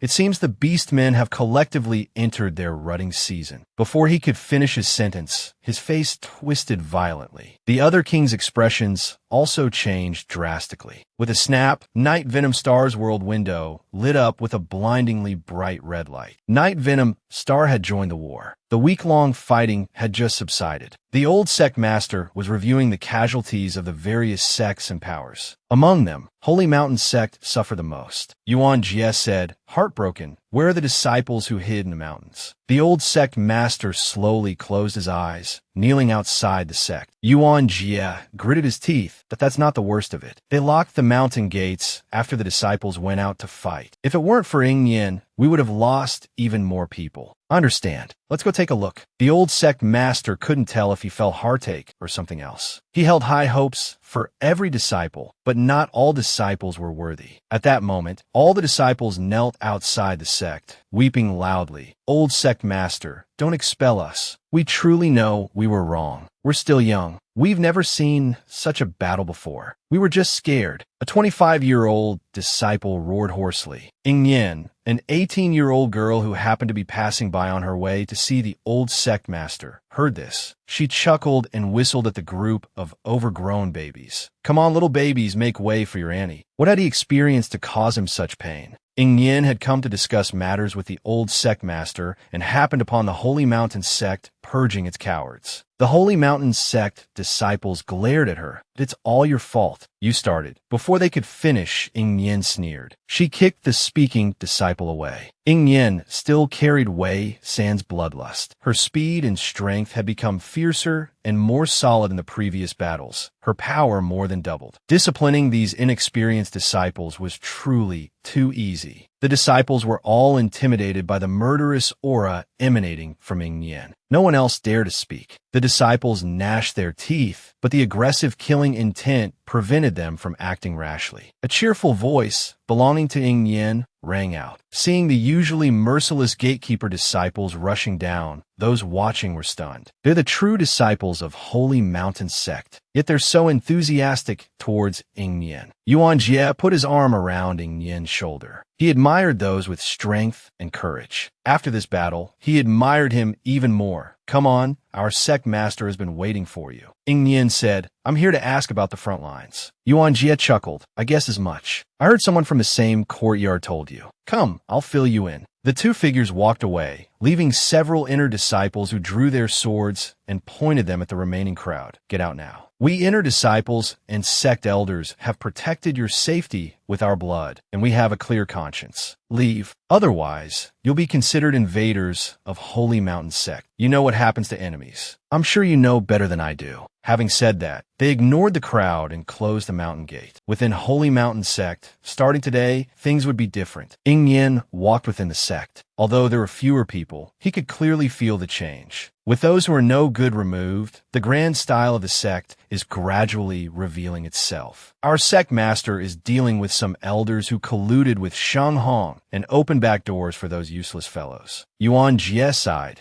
At least half of them will have to be expelled. Ing Yen remained silent. He had long known that there were Ducheng among the higher-ups of Holy Mountain sect. Otherwise, the sect wouldn't have fallen to this state. False prosperity on the outside, but empty within. Our Holy Mountain sect might have to withdraw from the one sect, one academy, one force alliance. After all, those elders are strong. They represent the majority of our Holy Mountain sect's apparent fighting power. Ing Yen nodded. Cutting your losses now means you can regain your glory in the future. Yuan Jie said confidently, those of us disciples who remain will carry the sect on our shoulders, even if it kills us. We'll also recruit new disciples and start over. Enough about the sect. You have a general understanding of the front lines, right? Ing Yen nodded. It's a struggle between several worlds. Tong Feng told me about it. The world window is the only entrance to the front lines, opening once a month. If the world window opens outside of the designated time, Yuan Jie's face darkened for a moment. That IT means that those of us guarding the front lines have lost. Other small worlds will want to wage war against us, and it will be a raging inferno. Add to that the flanking attacks from the abyss. At the front lines, you can't trust anyone except your own teammates. Yuan Jie's expression was grim when he mentioned the front lines. And no, that's not right either. It's best not to even trust your teammates. Just trust your own spirit beast. People aren't as pure as spirit beasts. Yuan Jie sneered as he unbuttoned his shirt. Ing Yen was startled by what he saw. A long scar ran across Yuan Jie's entire shoulder and back. Yuan Jie said calmly, this is the price of trusting others. Turns out you can be betrayed like this. Yuan Xinshui's sneak attack was truly unexpected. Ing Yen planned to go to the front lines to obtain the Luo Zhu fruit. Yuan Jie unbuttoned his shirt, revealing a long scar that ran across his entire shoulder and back. He told Ing Yen about his former best friend, that I treated him with all my heart, protected him, but he nearly killed me. This one blow dropped me from Earth Spirit Realm down to 5-star. Not only were my resources stolen, but that person was also a shoe repairer. Ing Yen frowned. Aren't shoe repairers supposed to have foul-smelling blood? But at the front lines, we try our best to avoid injuries. Yuan Jie's expression was strange. The environment at the front lines is harsh. The sunlight, there is a natural corrosive. If a wound is directly exposed to the sunlight, it will rot within 3 hours. Ing Yen was taken aback. The front lines were indeed dangerous. Yuan Jie had an idea. So, do you want to team up with me then? You're definitely going to the front lines, right? Ing Yin nodded. The Luo Zhu fruit was there. He had to go. Moreover, the front lines offered rapid strength improvement, which would be very helpful to him. He asked Yuan Jie,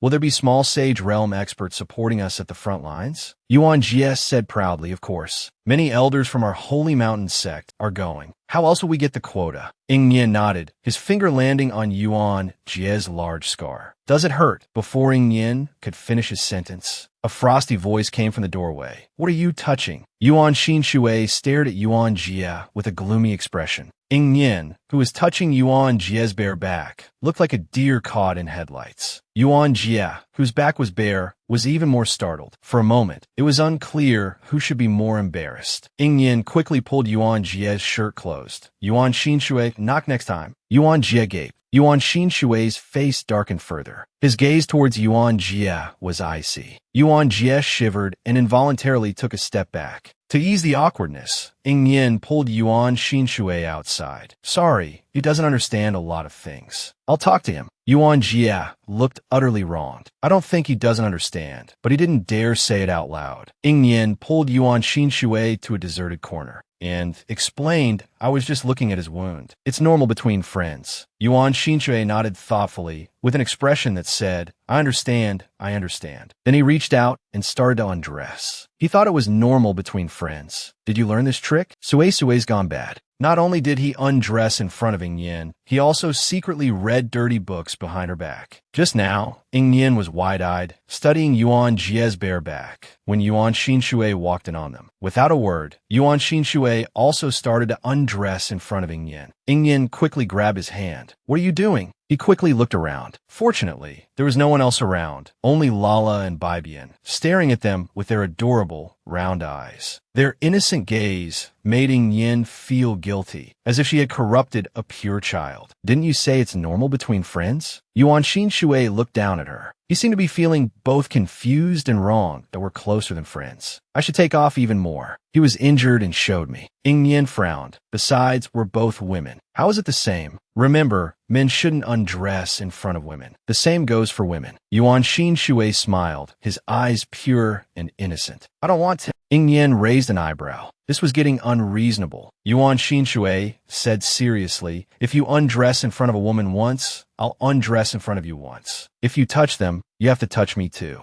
That's only fair. He emphasized again, men and women are the same. Ing Yin said exasperatedly, where did you get this warped logic? Yuan Xinshui smiled innocently, forget it. Let's go back. Ing Yin looked at the time. Master and the others are looking for a new place to settle down. I should also find a way to learn formations. That way, I can protect myself on the front lines. I'll teach you, Yuan Xinshui offered with a clear laugh. Right? Ing Yin suddenly stopped and turned to look at Yuan Xinshui. What is that OU doll you keep mentioning? Can only those from your lineage use it? Yuan Xinshui nodded that it's similar to puppet fighting. The OU doll can be empowered with formations for combat. It can unleash power at least 3 times stronger than the formation itself. Unconsciously being treated as a puppet, Ing Yin twitched the corner of her mouth.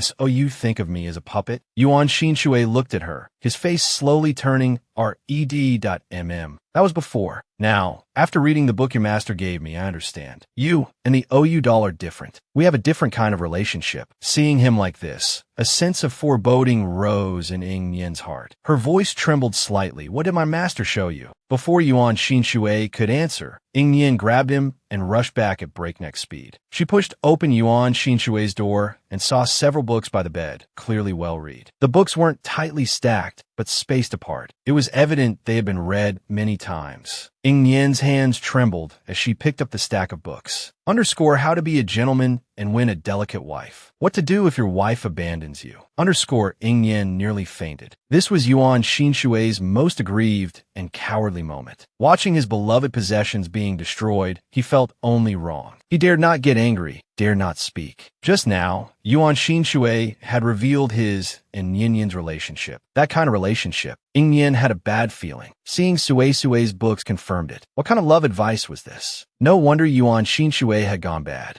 Ying Yin threw the stack of books onto the floor. Behind her, Yuan Xinshui looked at the books with a heartbroken expression, more pain than when the great elder was punched in the face and bled in front of him. What is all this garbage? That old man corrupted you. Ying Yin pointed furiously at the books and said to Lala, Lala, burn all of these. Lala stretched out her hands, flames erupting. She burned all the books. Furious, Ying Yin stormed towards the giant clan's heartland. That I'm going to settle the score with him. Yuan Xinshui was left looking at the ashes, his eyes filled with heartache. He looked at the ashes on the ground and slowly crouched down. His slender fingers grasped a wisp of ash, but it scattered and drifted away. Yuan Xinshui lowered his eyes, his shoulders slumping. He looked truly pitiful. When the great elder came in and saw him like this, his voice softened considerably. Young master, what's wrong? Yuan Xinshui's voice was a mere whisper. How many bookstores are there in Tianyi province? The great elder replied, there should be quite a few. Yuan Xinshui stood up and looked at the great elder with a blank expression that let's go. The great elder's face was full of confusion. Go where? Sui Sui replied flatly, to find books. He was going to bring back every romance novel in Tianyi province. This time, he would keep them safe and wouldn't let Nian Yin find them. They found an excellent feng shui spot in the human realm. The four mountain grandfathers could perfectly enclose the giant lightning rain canopy. The space inside was also large enough for the disciples to live in. The merfolk chose a huge lake nearby. They were busily piling up bubbles. When Ying Yin rushed over, she saw a wall of bubbles piled up next to the giants. Still fuming, Ying Yin couldn't resist poking a bubble. Princess Yin turned and saw Ying Yin. She happily blew a bubble towards Ying Yin. It landed on her, instantly refreshing her. She couldn't help but mutter about wanting a merfolk as a pet. The thought had barely crossed her mind when Meow Meow in her pocket smacked her hard. You already have Meow Meow. You can't be a two-timer. We'll be neighbors from now on. I've talked to Grandma. Our merfolk clan will also be moving in. Princess Nian Yin, who had seen real battle, looked more resolute than before. By the way, Nian Yin, do you know which faction suffered the fewest casualties in Tianyi province? The little princess was clearly gossiping that it's a faction called the Wanshou Kingdom and the Bai family. Are those two families very powerful? That old geezer by Jian is practically a walking library of righteous techniques. Ying Yin had thought the old man would only teach fighting moves, which was already impressive enough. She hadn't expected so many surprises. Just now, on her way back to the giants, Ying Yin ran into the little merfolk. The little merfolk was quite the gossip. She inadvertently mentioned Ying Yin's enemies. Ying Yin frowned. The Wanshou Kingdom and the Bai family are a bunch of cowards. They probably just stay home all the time, which is why their death rate is so low. The little merfolk continued. The Wanshou Kingdom and the Bai family also got a few spots on the front lines. Could I get one too? I'm a peak human spirit realm expert, and my healing techniques are the strongest in our clan. Actually, I was 8-star yesterday. I also fought alongside you and was promoted to 9-star afterward. Grandma said participating in more battles is very stimulating for improving combat power. Ying Yin nodded, not denying this. But what can people like the Wanshou Kingdom and the Bai family do on the front lines? Deliver takeout. Ying Yin harbored doubts. It seems I need to find a chance to go back and see Nian Yin.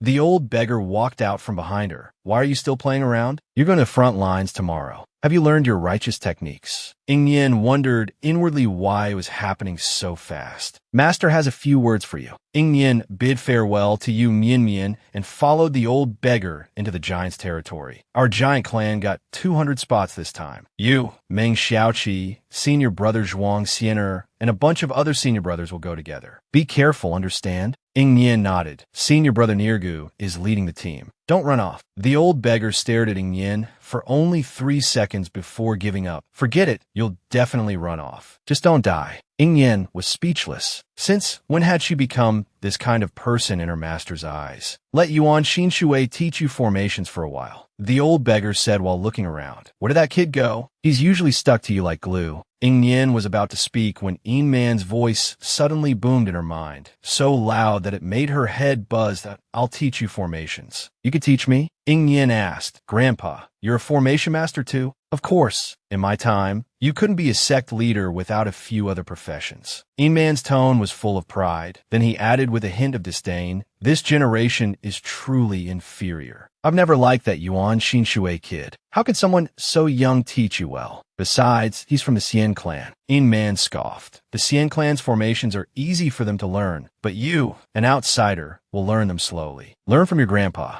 Grandpa can teach you anytime. Ing Yin readily agreed. Okay, I'll learn from Grandpa. No need for master. I already have formation diagrams. I can learn on my own. Ing Yin stalled, waved at the old beggar, and slipped away. Ing Yin quickly found her room. As soon as the door closed, a barrier automatically formed. Ing Man floated out from the jade pendant. But I don't have any formation diagrams. Ing Yin's doubt had just surfaced when Ing Man casually produced a pile of formation diagrams. Oh, you think your grandpa wouldn't have a stash? Ing Man waved his hand. Granddaughter, let's learn them one by one. Ing Yin was a true scholar. This made the former genius old man feel a little ashamed. Back in her room, Ing Yin was worried about not having formation diagrams. Ing Man waved his hand grandly. Do you think your grandpa wouldn't have a stash? Ing Yin stared dumbfounded. She subconsciously raised her hand to applaud her grandpa. Grandpa, where did you get these? Ing Man said proudly, look at you, so unworldly. These are from the Holy Mountain Sect's library. The books there are treasures I plundered and collected from everywhere when I founded the sect. Use them as you please. Meanwhile, in the Holy Mountain Sect's library, the left protector, who was looking through books, was putting a stack of very precious formation diagrams into a drawer. As he did so, he muttered, sigh. The old sect master didn't even ask Ing Yin if the original founder's remaining diagrams could be passed on to us. What a pity. He sighed and turned around.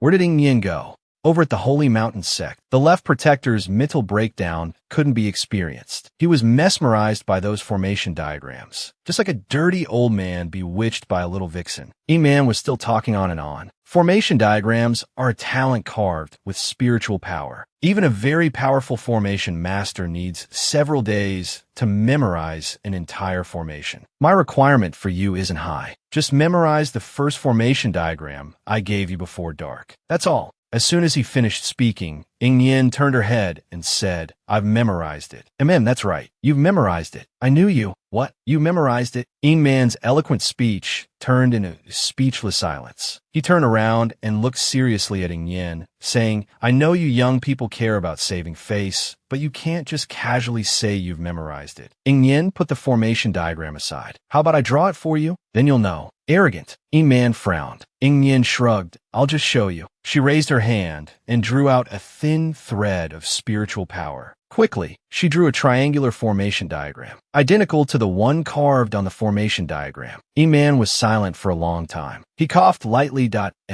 I admire your arrogance. Ing Man rubbed his face, trying to maintain his image as an expert and a reliable grandpa. The one you're learning now is the most basic formation. It's one type of triangular formation. The more anchors a formation has, the harder it is to draw. And the first formation I chose for you is called the shrinking formation. Ing Yin frowned. The name sounded familiar. Ing Man continued, also known as the perverted formation. He was the most beautiful man 1,000 years ago. His look were definitely above Yuan Xinshui's. At this moment, his little thoughts were also mischievous. As a sect leader, he stole someone else's formation diagram, and Ing Yin's first one was actually the perverted formation. Ing Yin clapped with a smiling face. Good name. Inwardly, she complained. Which idiot came up with this formation? She asked cautiously. I've just never heard of it. I wonder which expert created it. Ing Man confidently tugged at his clothes. Your grandpa, me? Ing Yin's lips twitched. Grandma, how did you ever fall for him back then? Watch closely. Ing Man blew out a breath of soul energy. A scene appeared in Ing Yin's mind. It was illusory, but it was Ing Man's battle memory. Ing Yin saw a young man, poking his head around, setting up a miniature, shrinking formation on the ground. Then he sneakily hid himself. The young man revealed his face under the moonlight. It really was her grandpa. Only, the current Ing Man looked only 17 or 18 years old, at the peak of his handsomeness. 3 or 4 people were chasing him. Their realms were all similar. The next moment, a magical scene appeared before Ing Yin's eyes. The formation, which would normally only appear before people, actually slowly shrunk. it shrunk into a curved, slightly perverse-looking thin needle. It burrowed into the ground with its head, not forgetting to wriggle a couple of times to bury itself. Chase. That kid is just ahead. We must capture him alive. The four people behind him chased with aggressive momentum. But the moment they stepped into the area where the formation was hidden, four curved needles suddenly shot out. They formed a cage and started whooshing fire at those people's faces, burning their spiritual power armor until it was tattered. It was the first time Ing Yen had seen a formation that could hide itself. Ha ha ha! Capture me alive? You guys need to cultivate for a few more 100 years. The scene before her eyes abruptly ended. Ing Man, his face full of pride, was very arrogant. Your grandpa was this heroic when I was young. Ing Yen was speechless and silent. This formation is very suitable for you to use against enemies outside. It suits upright people like us. Sui Sui is learning bad things. Look, he's openly studying erotic books. He gave up on sticking to Nyen to learn formations and decided to prepare for more exciting and meaningful things. Ing Yen was seriously studying formations with her free grandpa,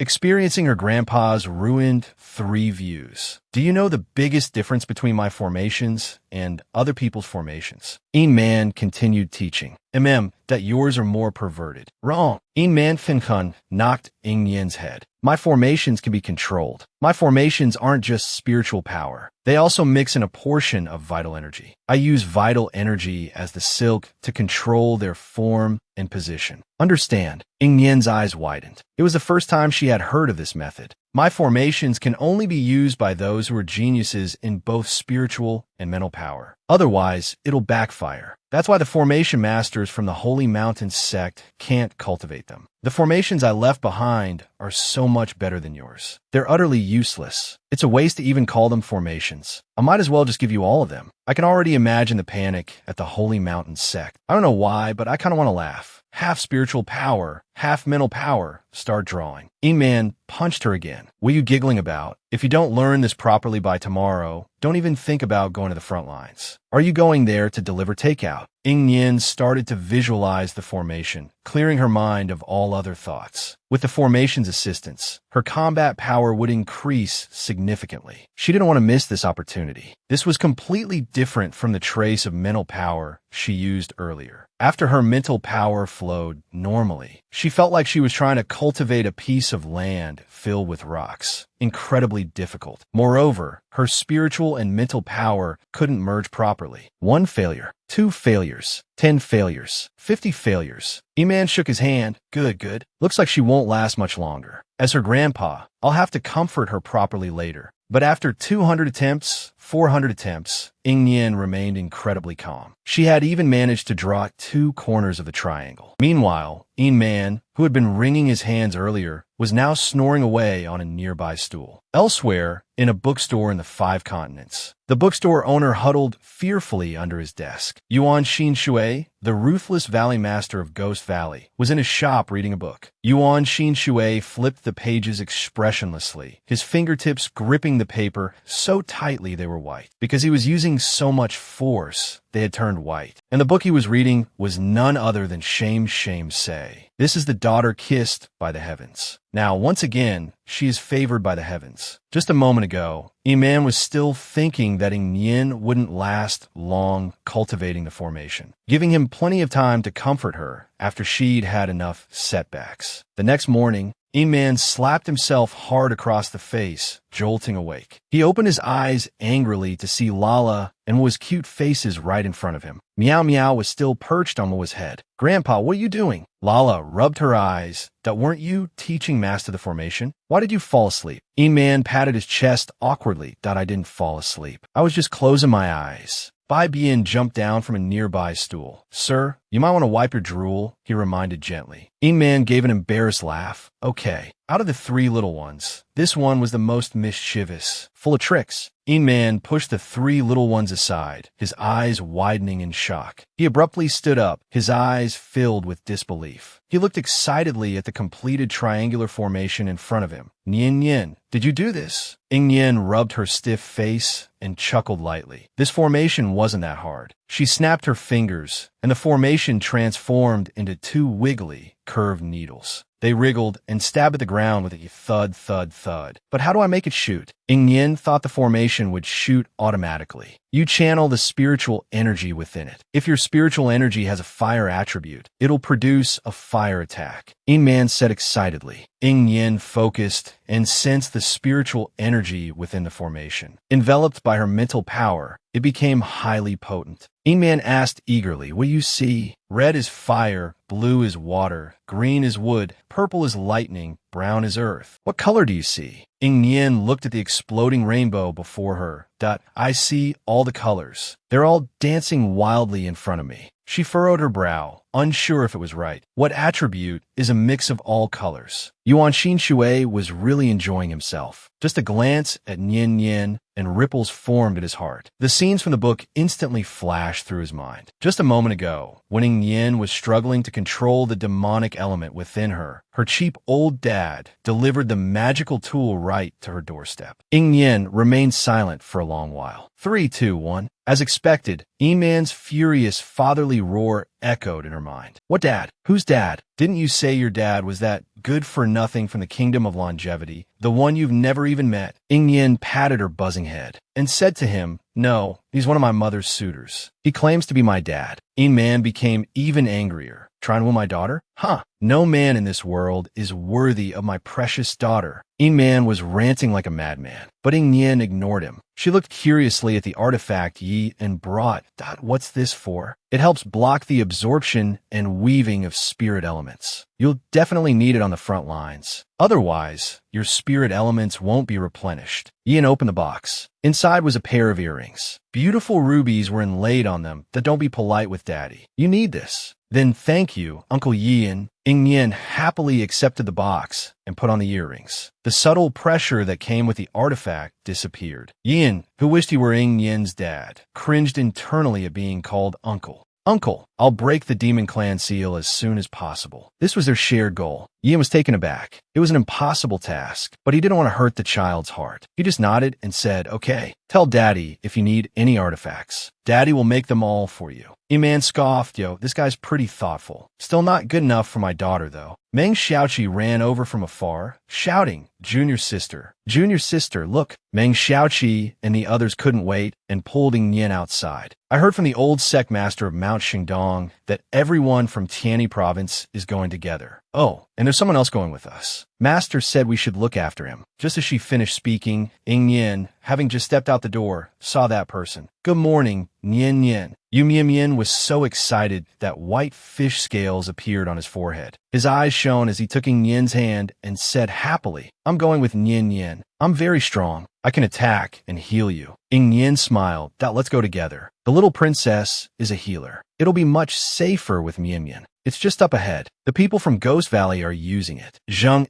Fei is taking us there." Ergo said excitedly, "Your little sweetheart is going with us too. He's personally going to the front lines this time to oversee things. I think it's mostly for you." Ying Yin looked up in surprise towards Yuan Xinshui, who was standing at the very front of the crowd. She hadn't expected this. Yuan Xinshui, who usually seemed so happy to see her, averted his gaze uncomfortably when their eyes met this time. Then he abruptly turned his head away. What was going on?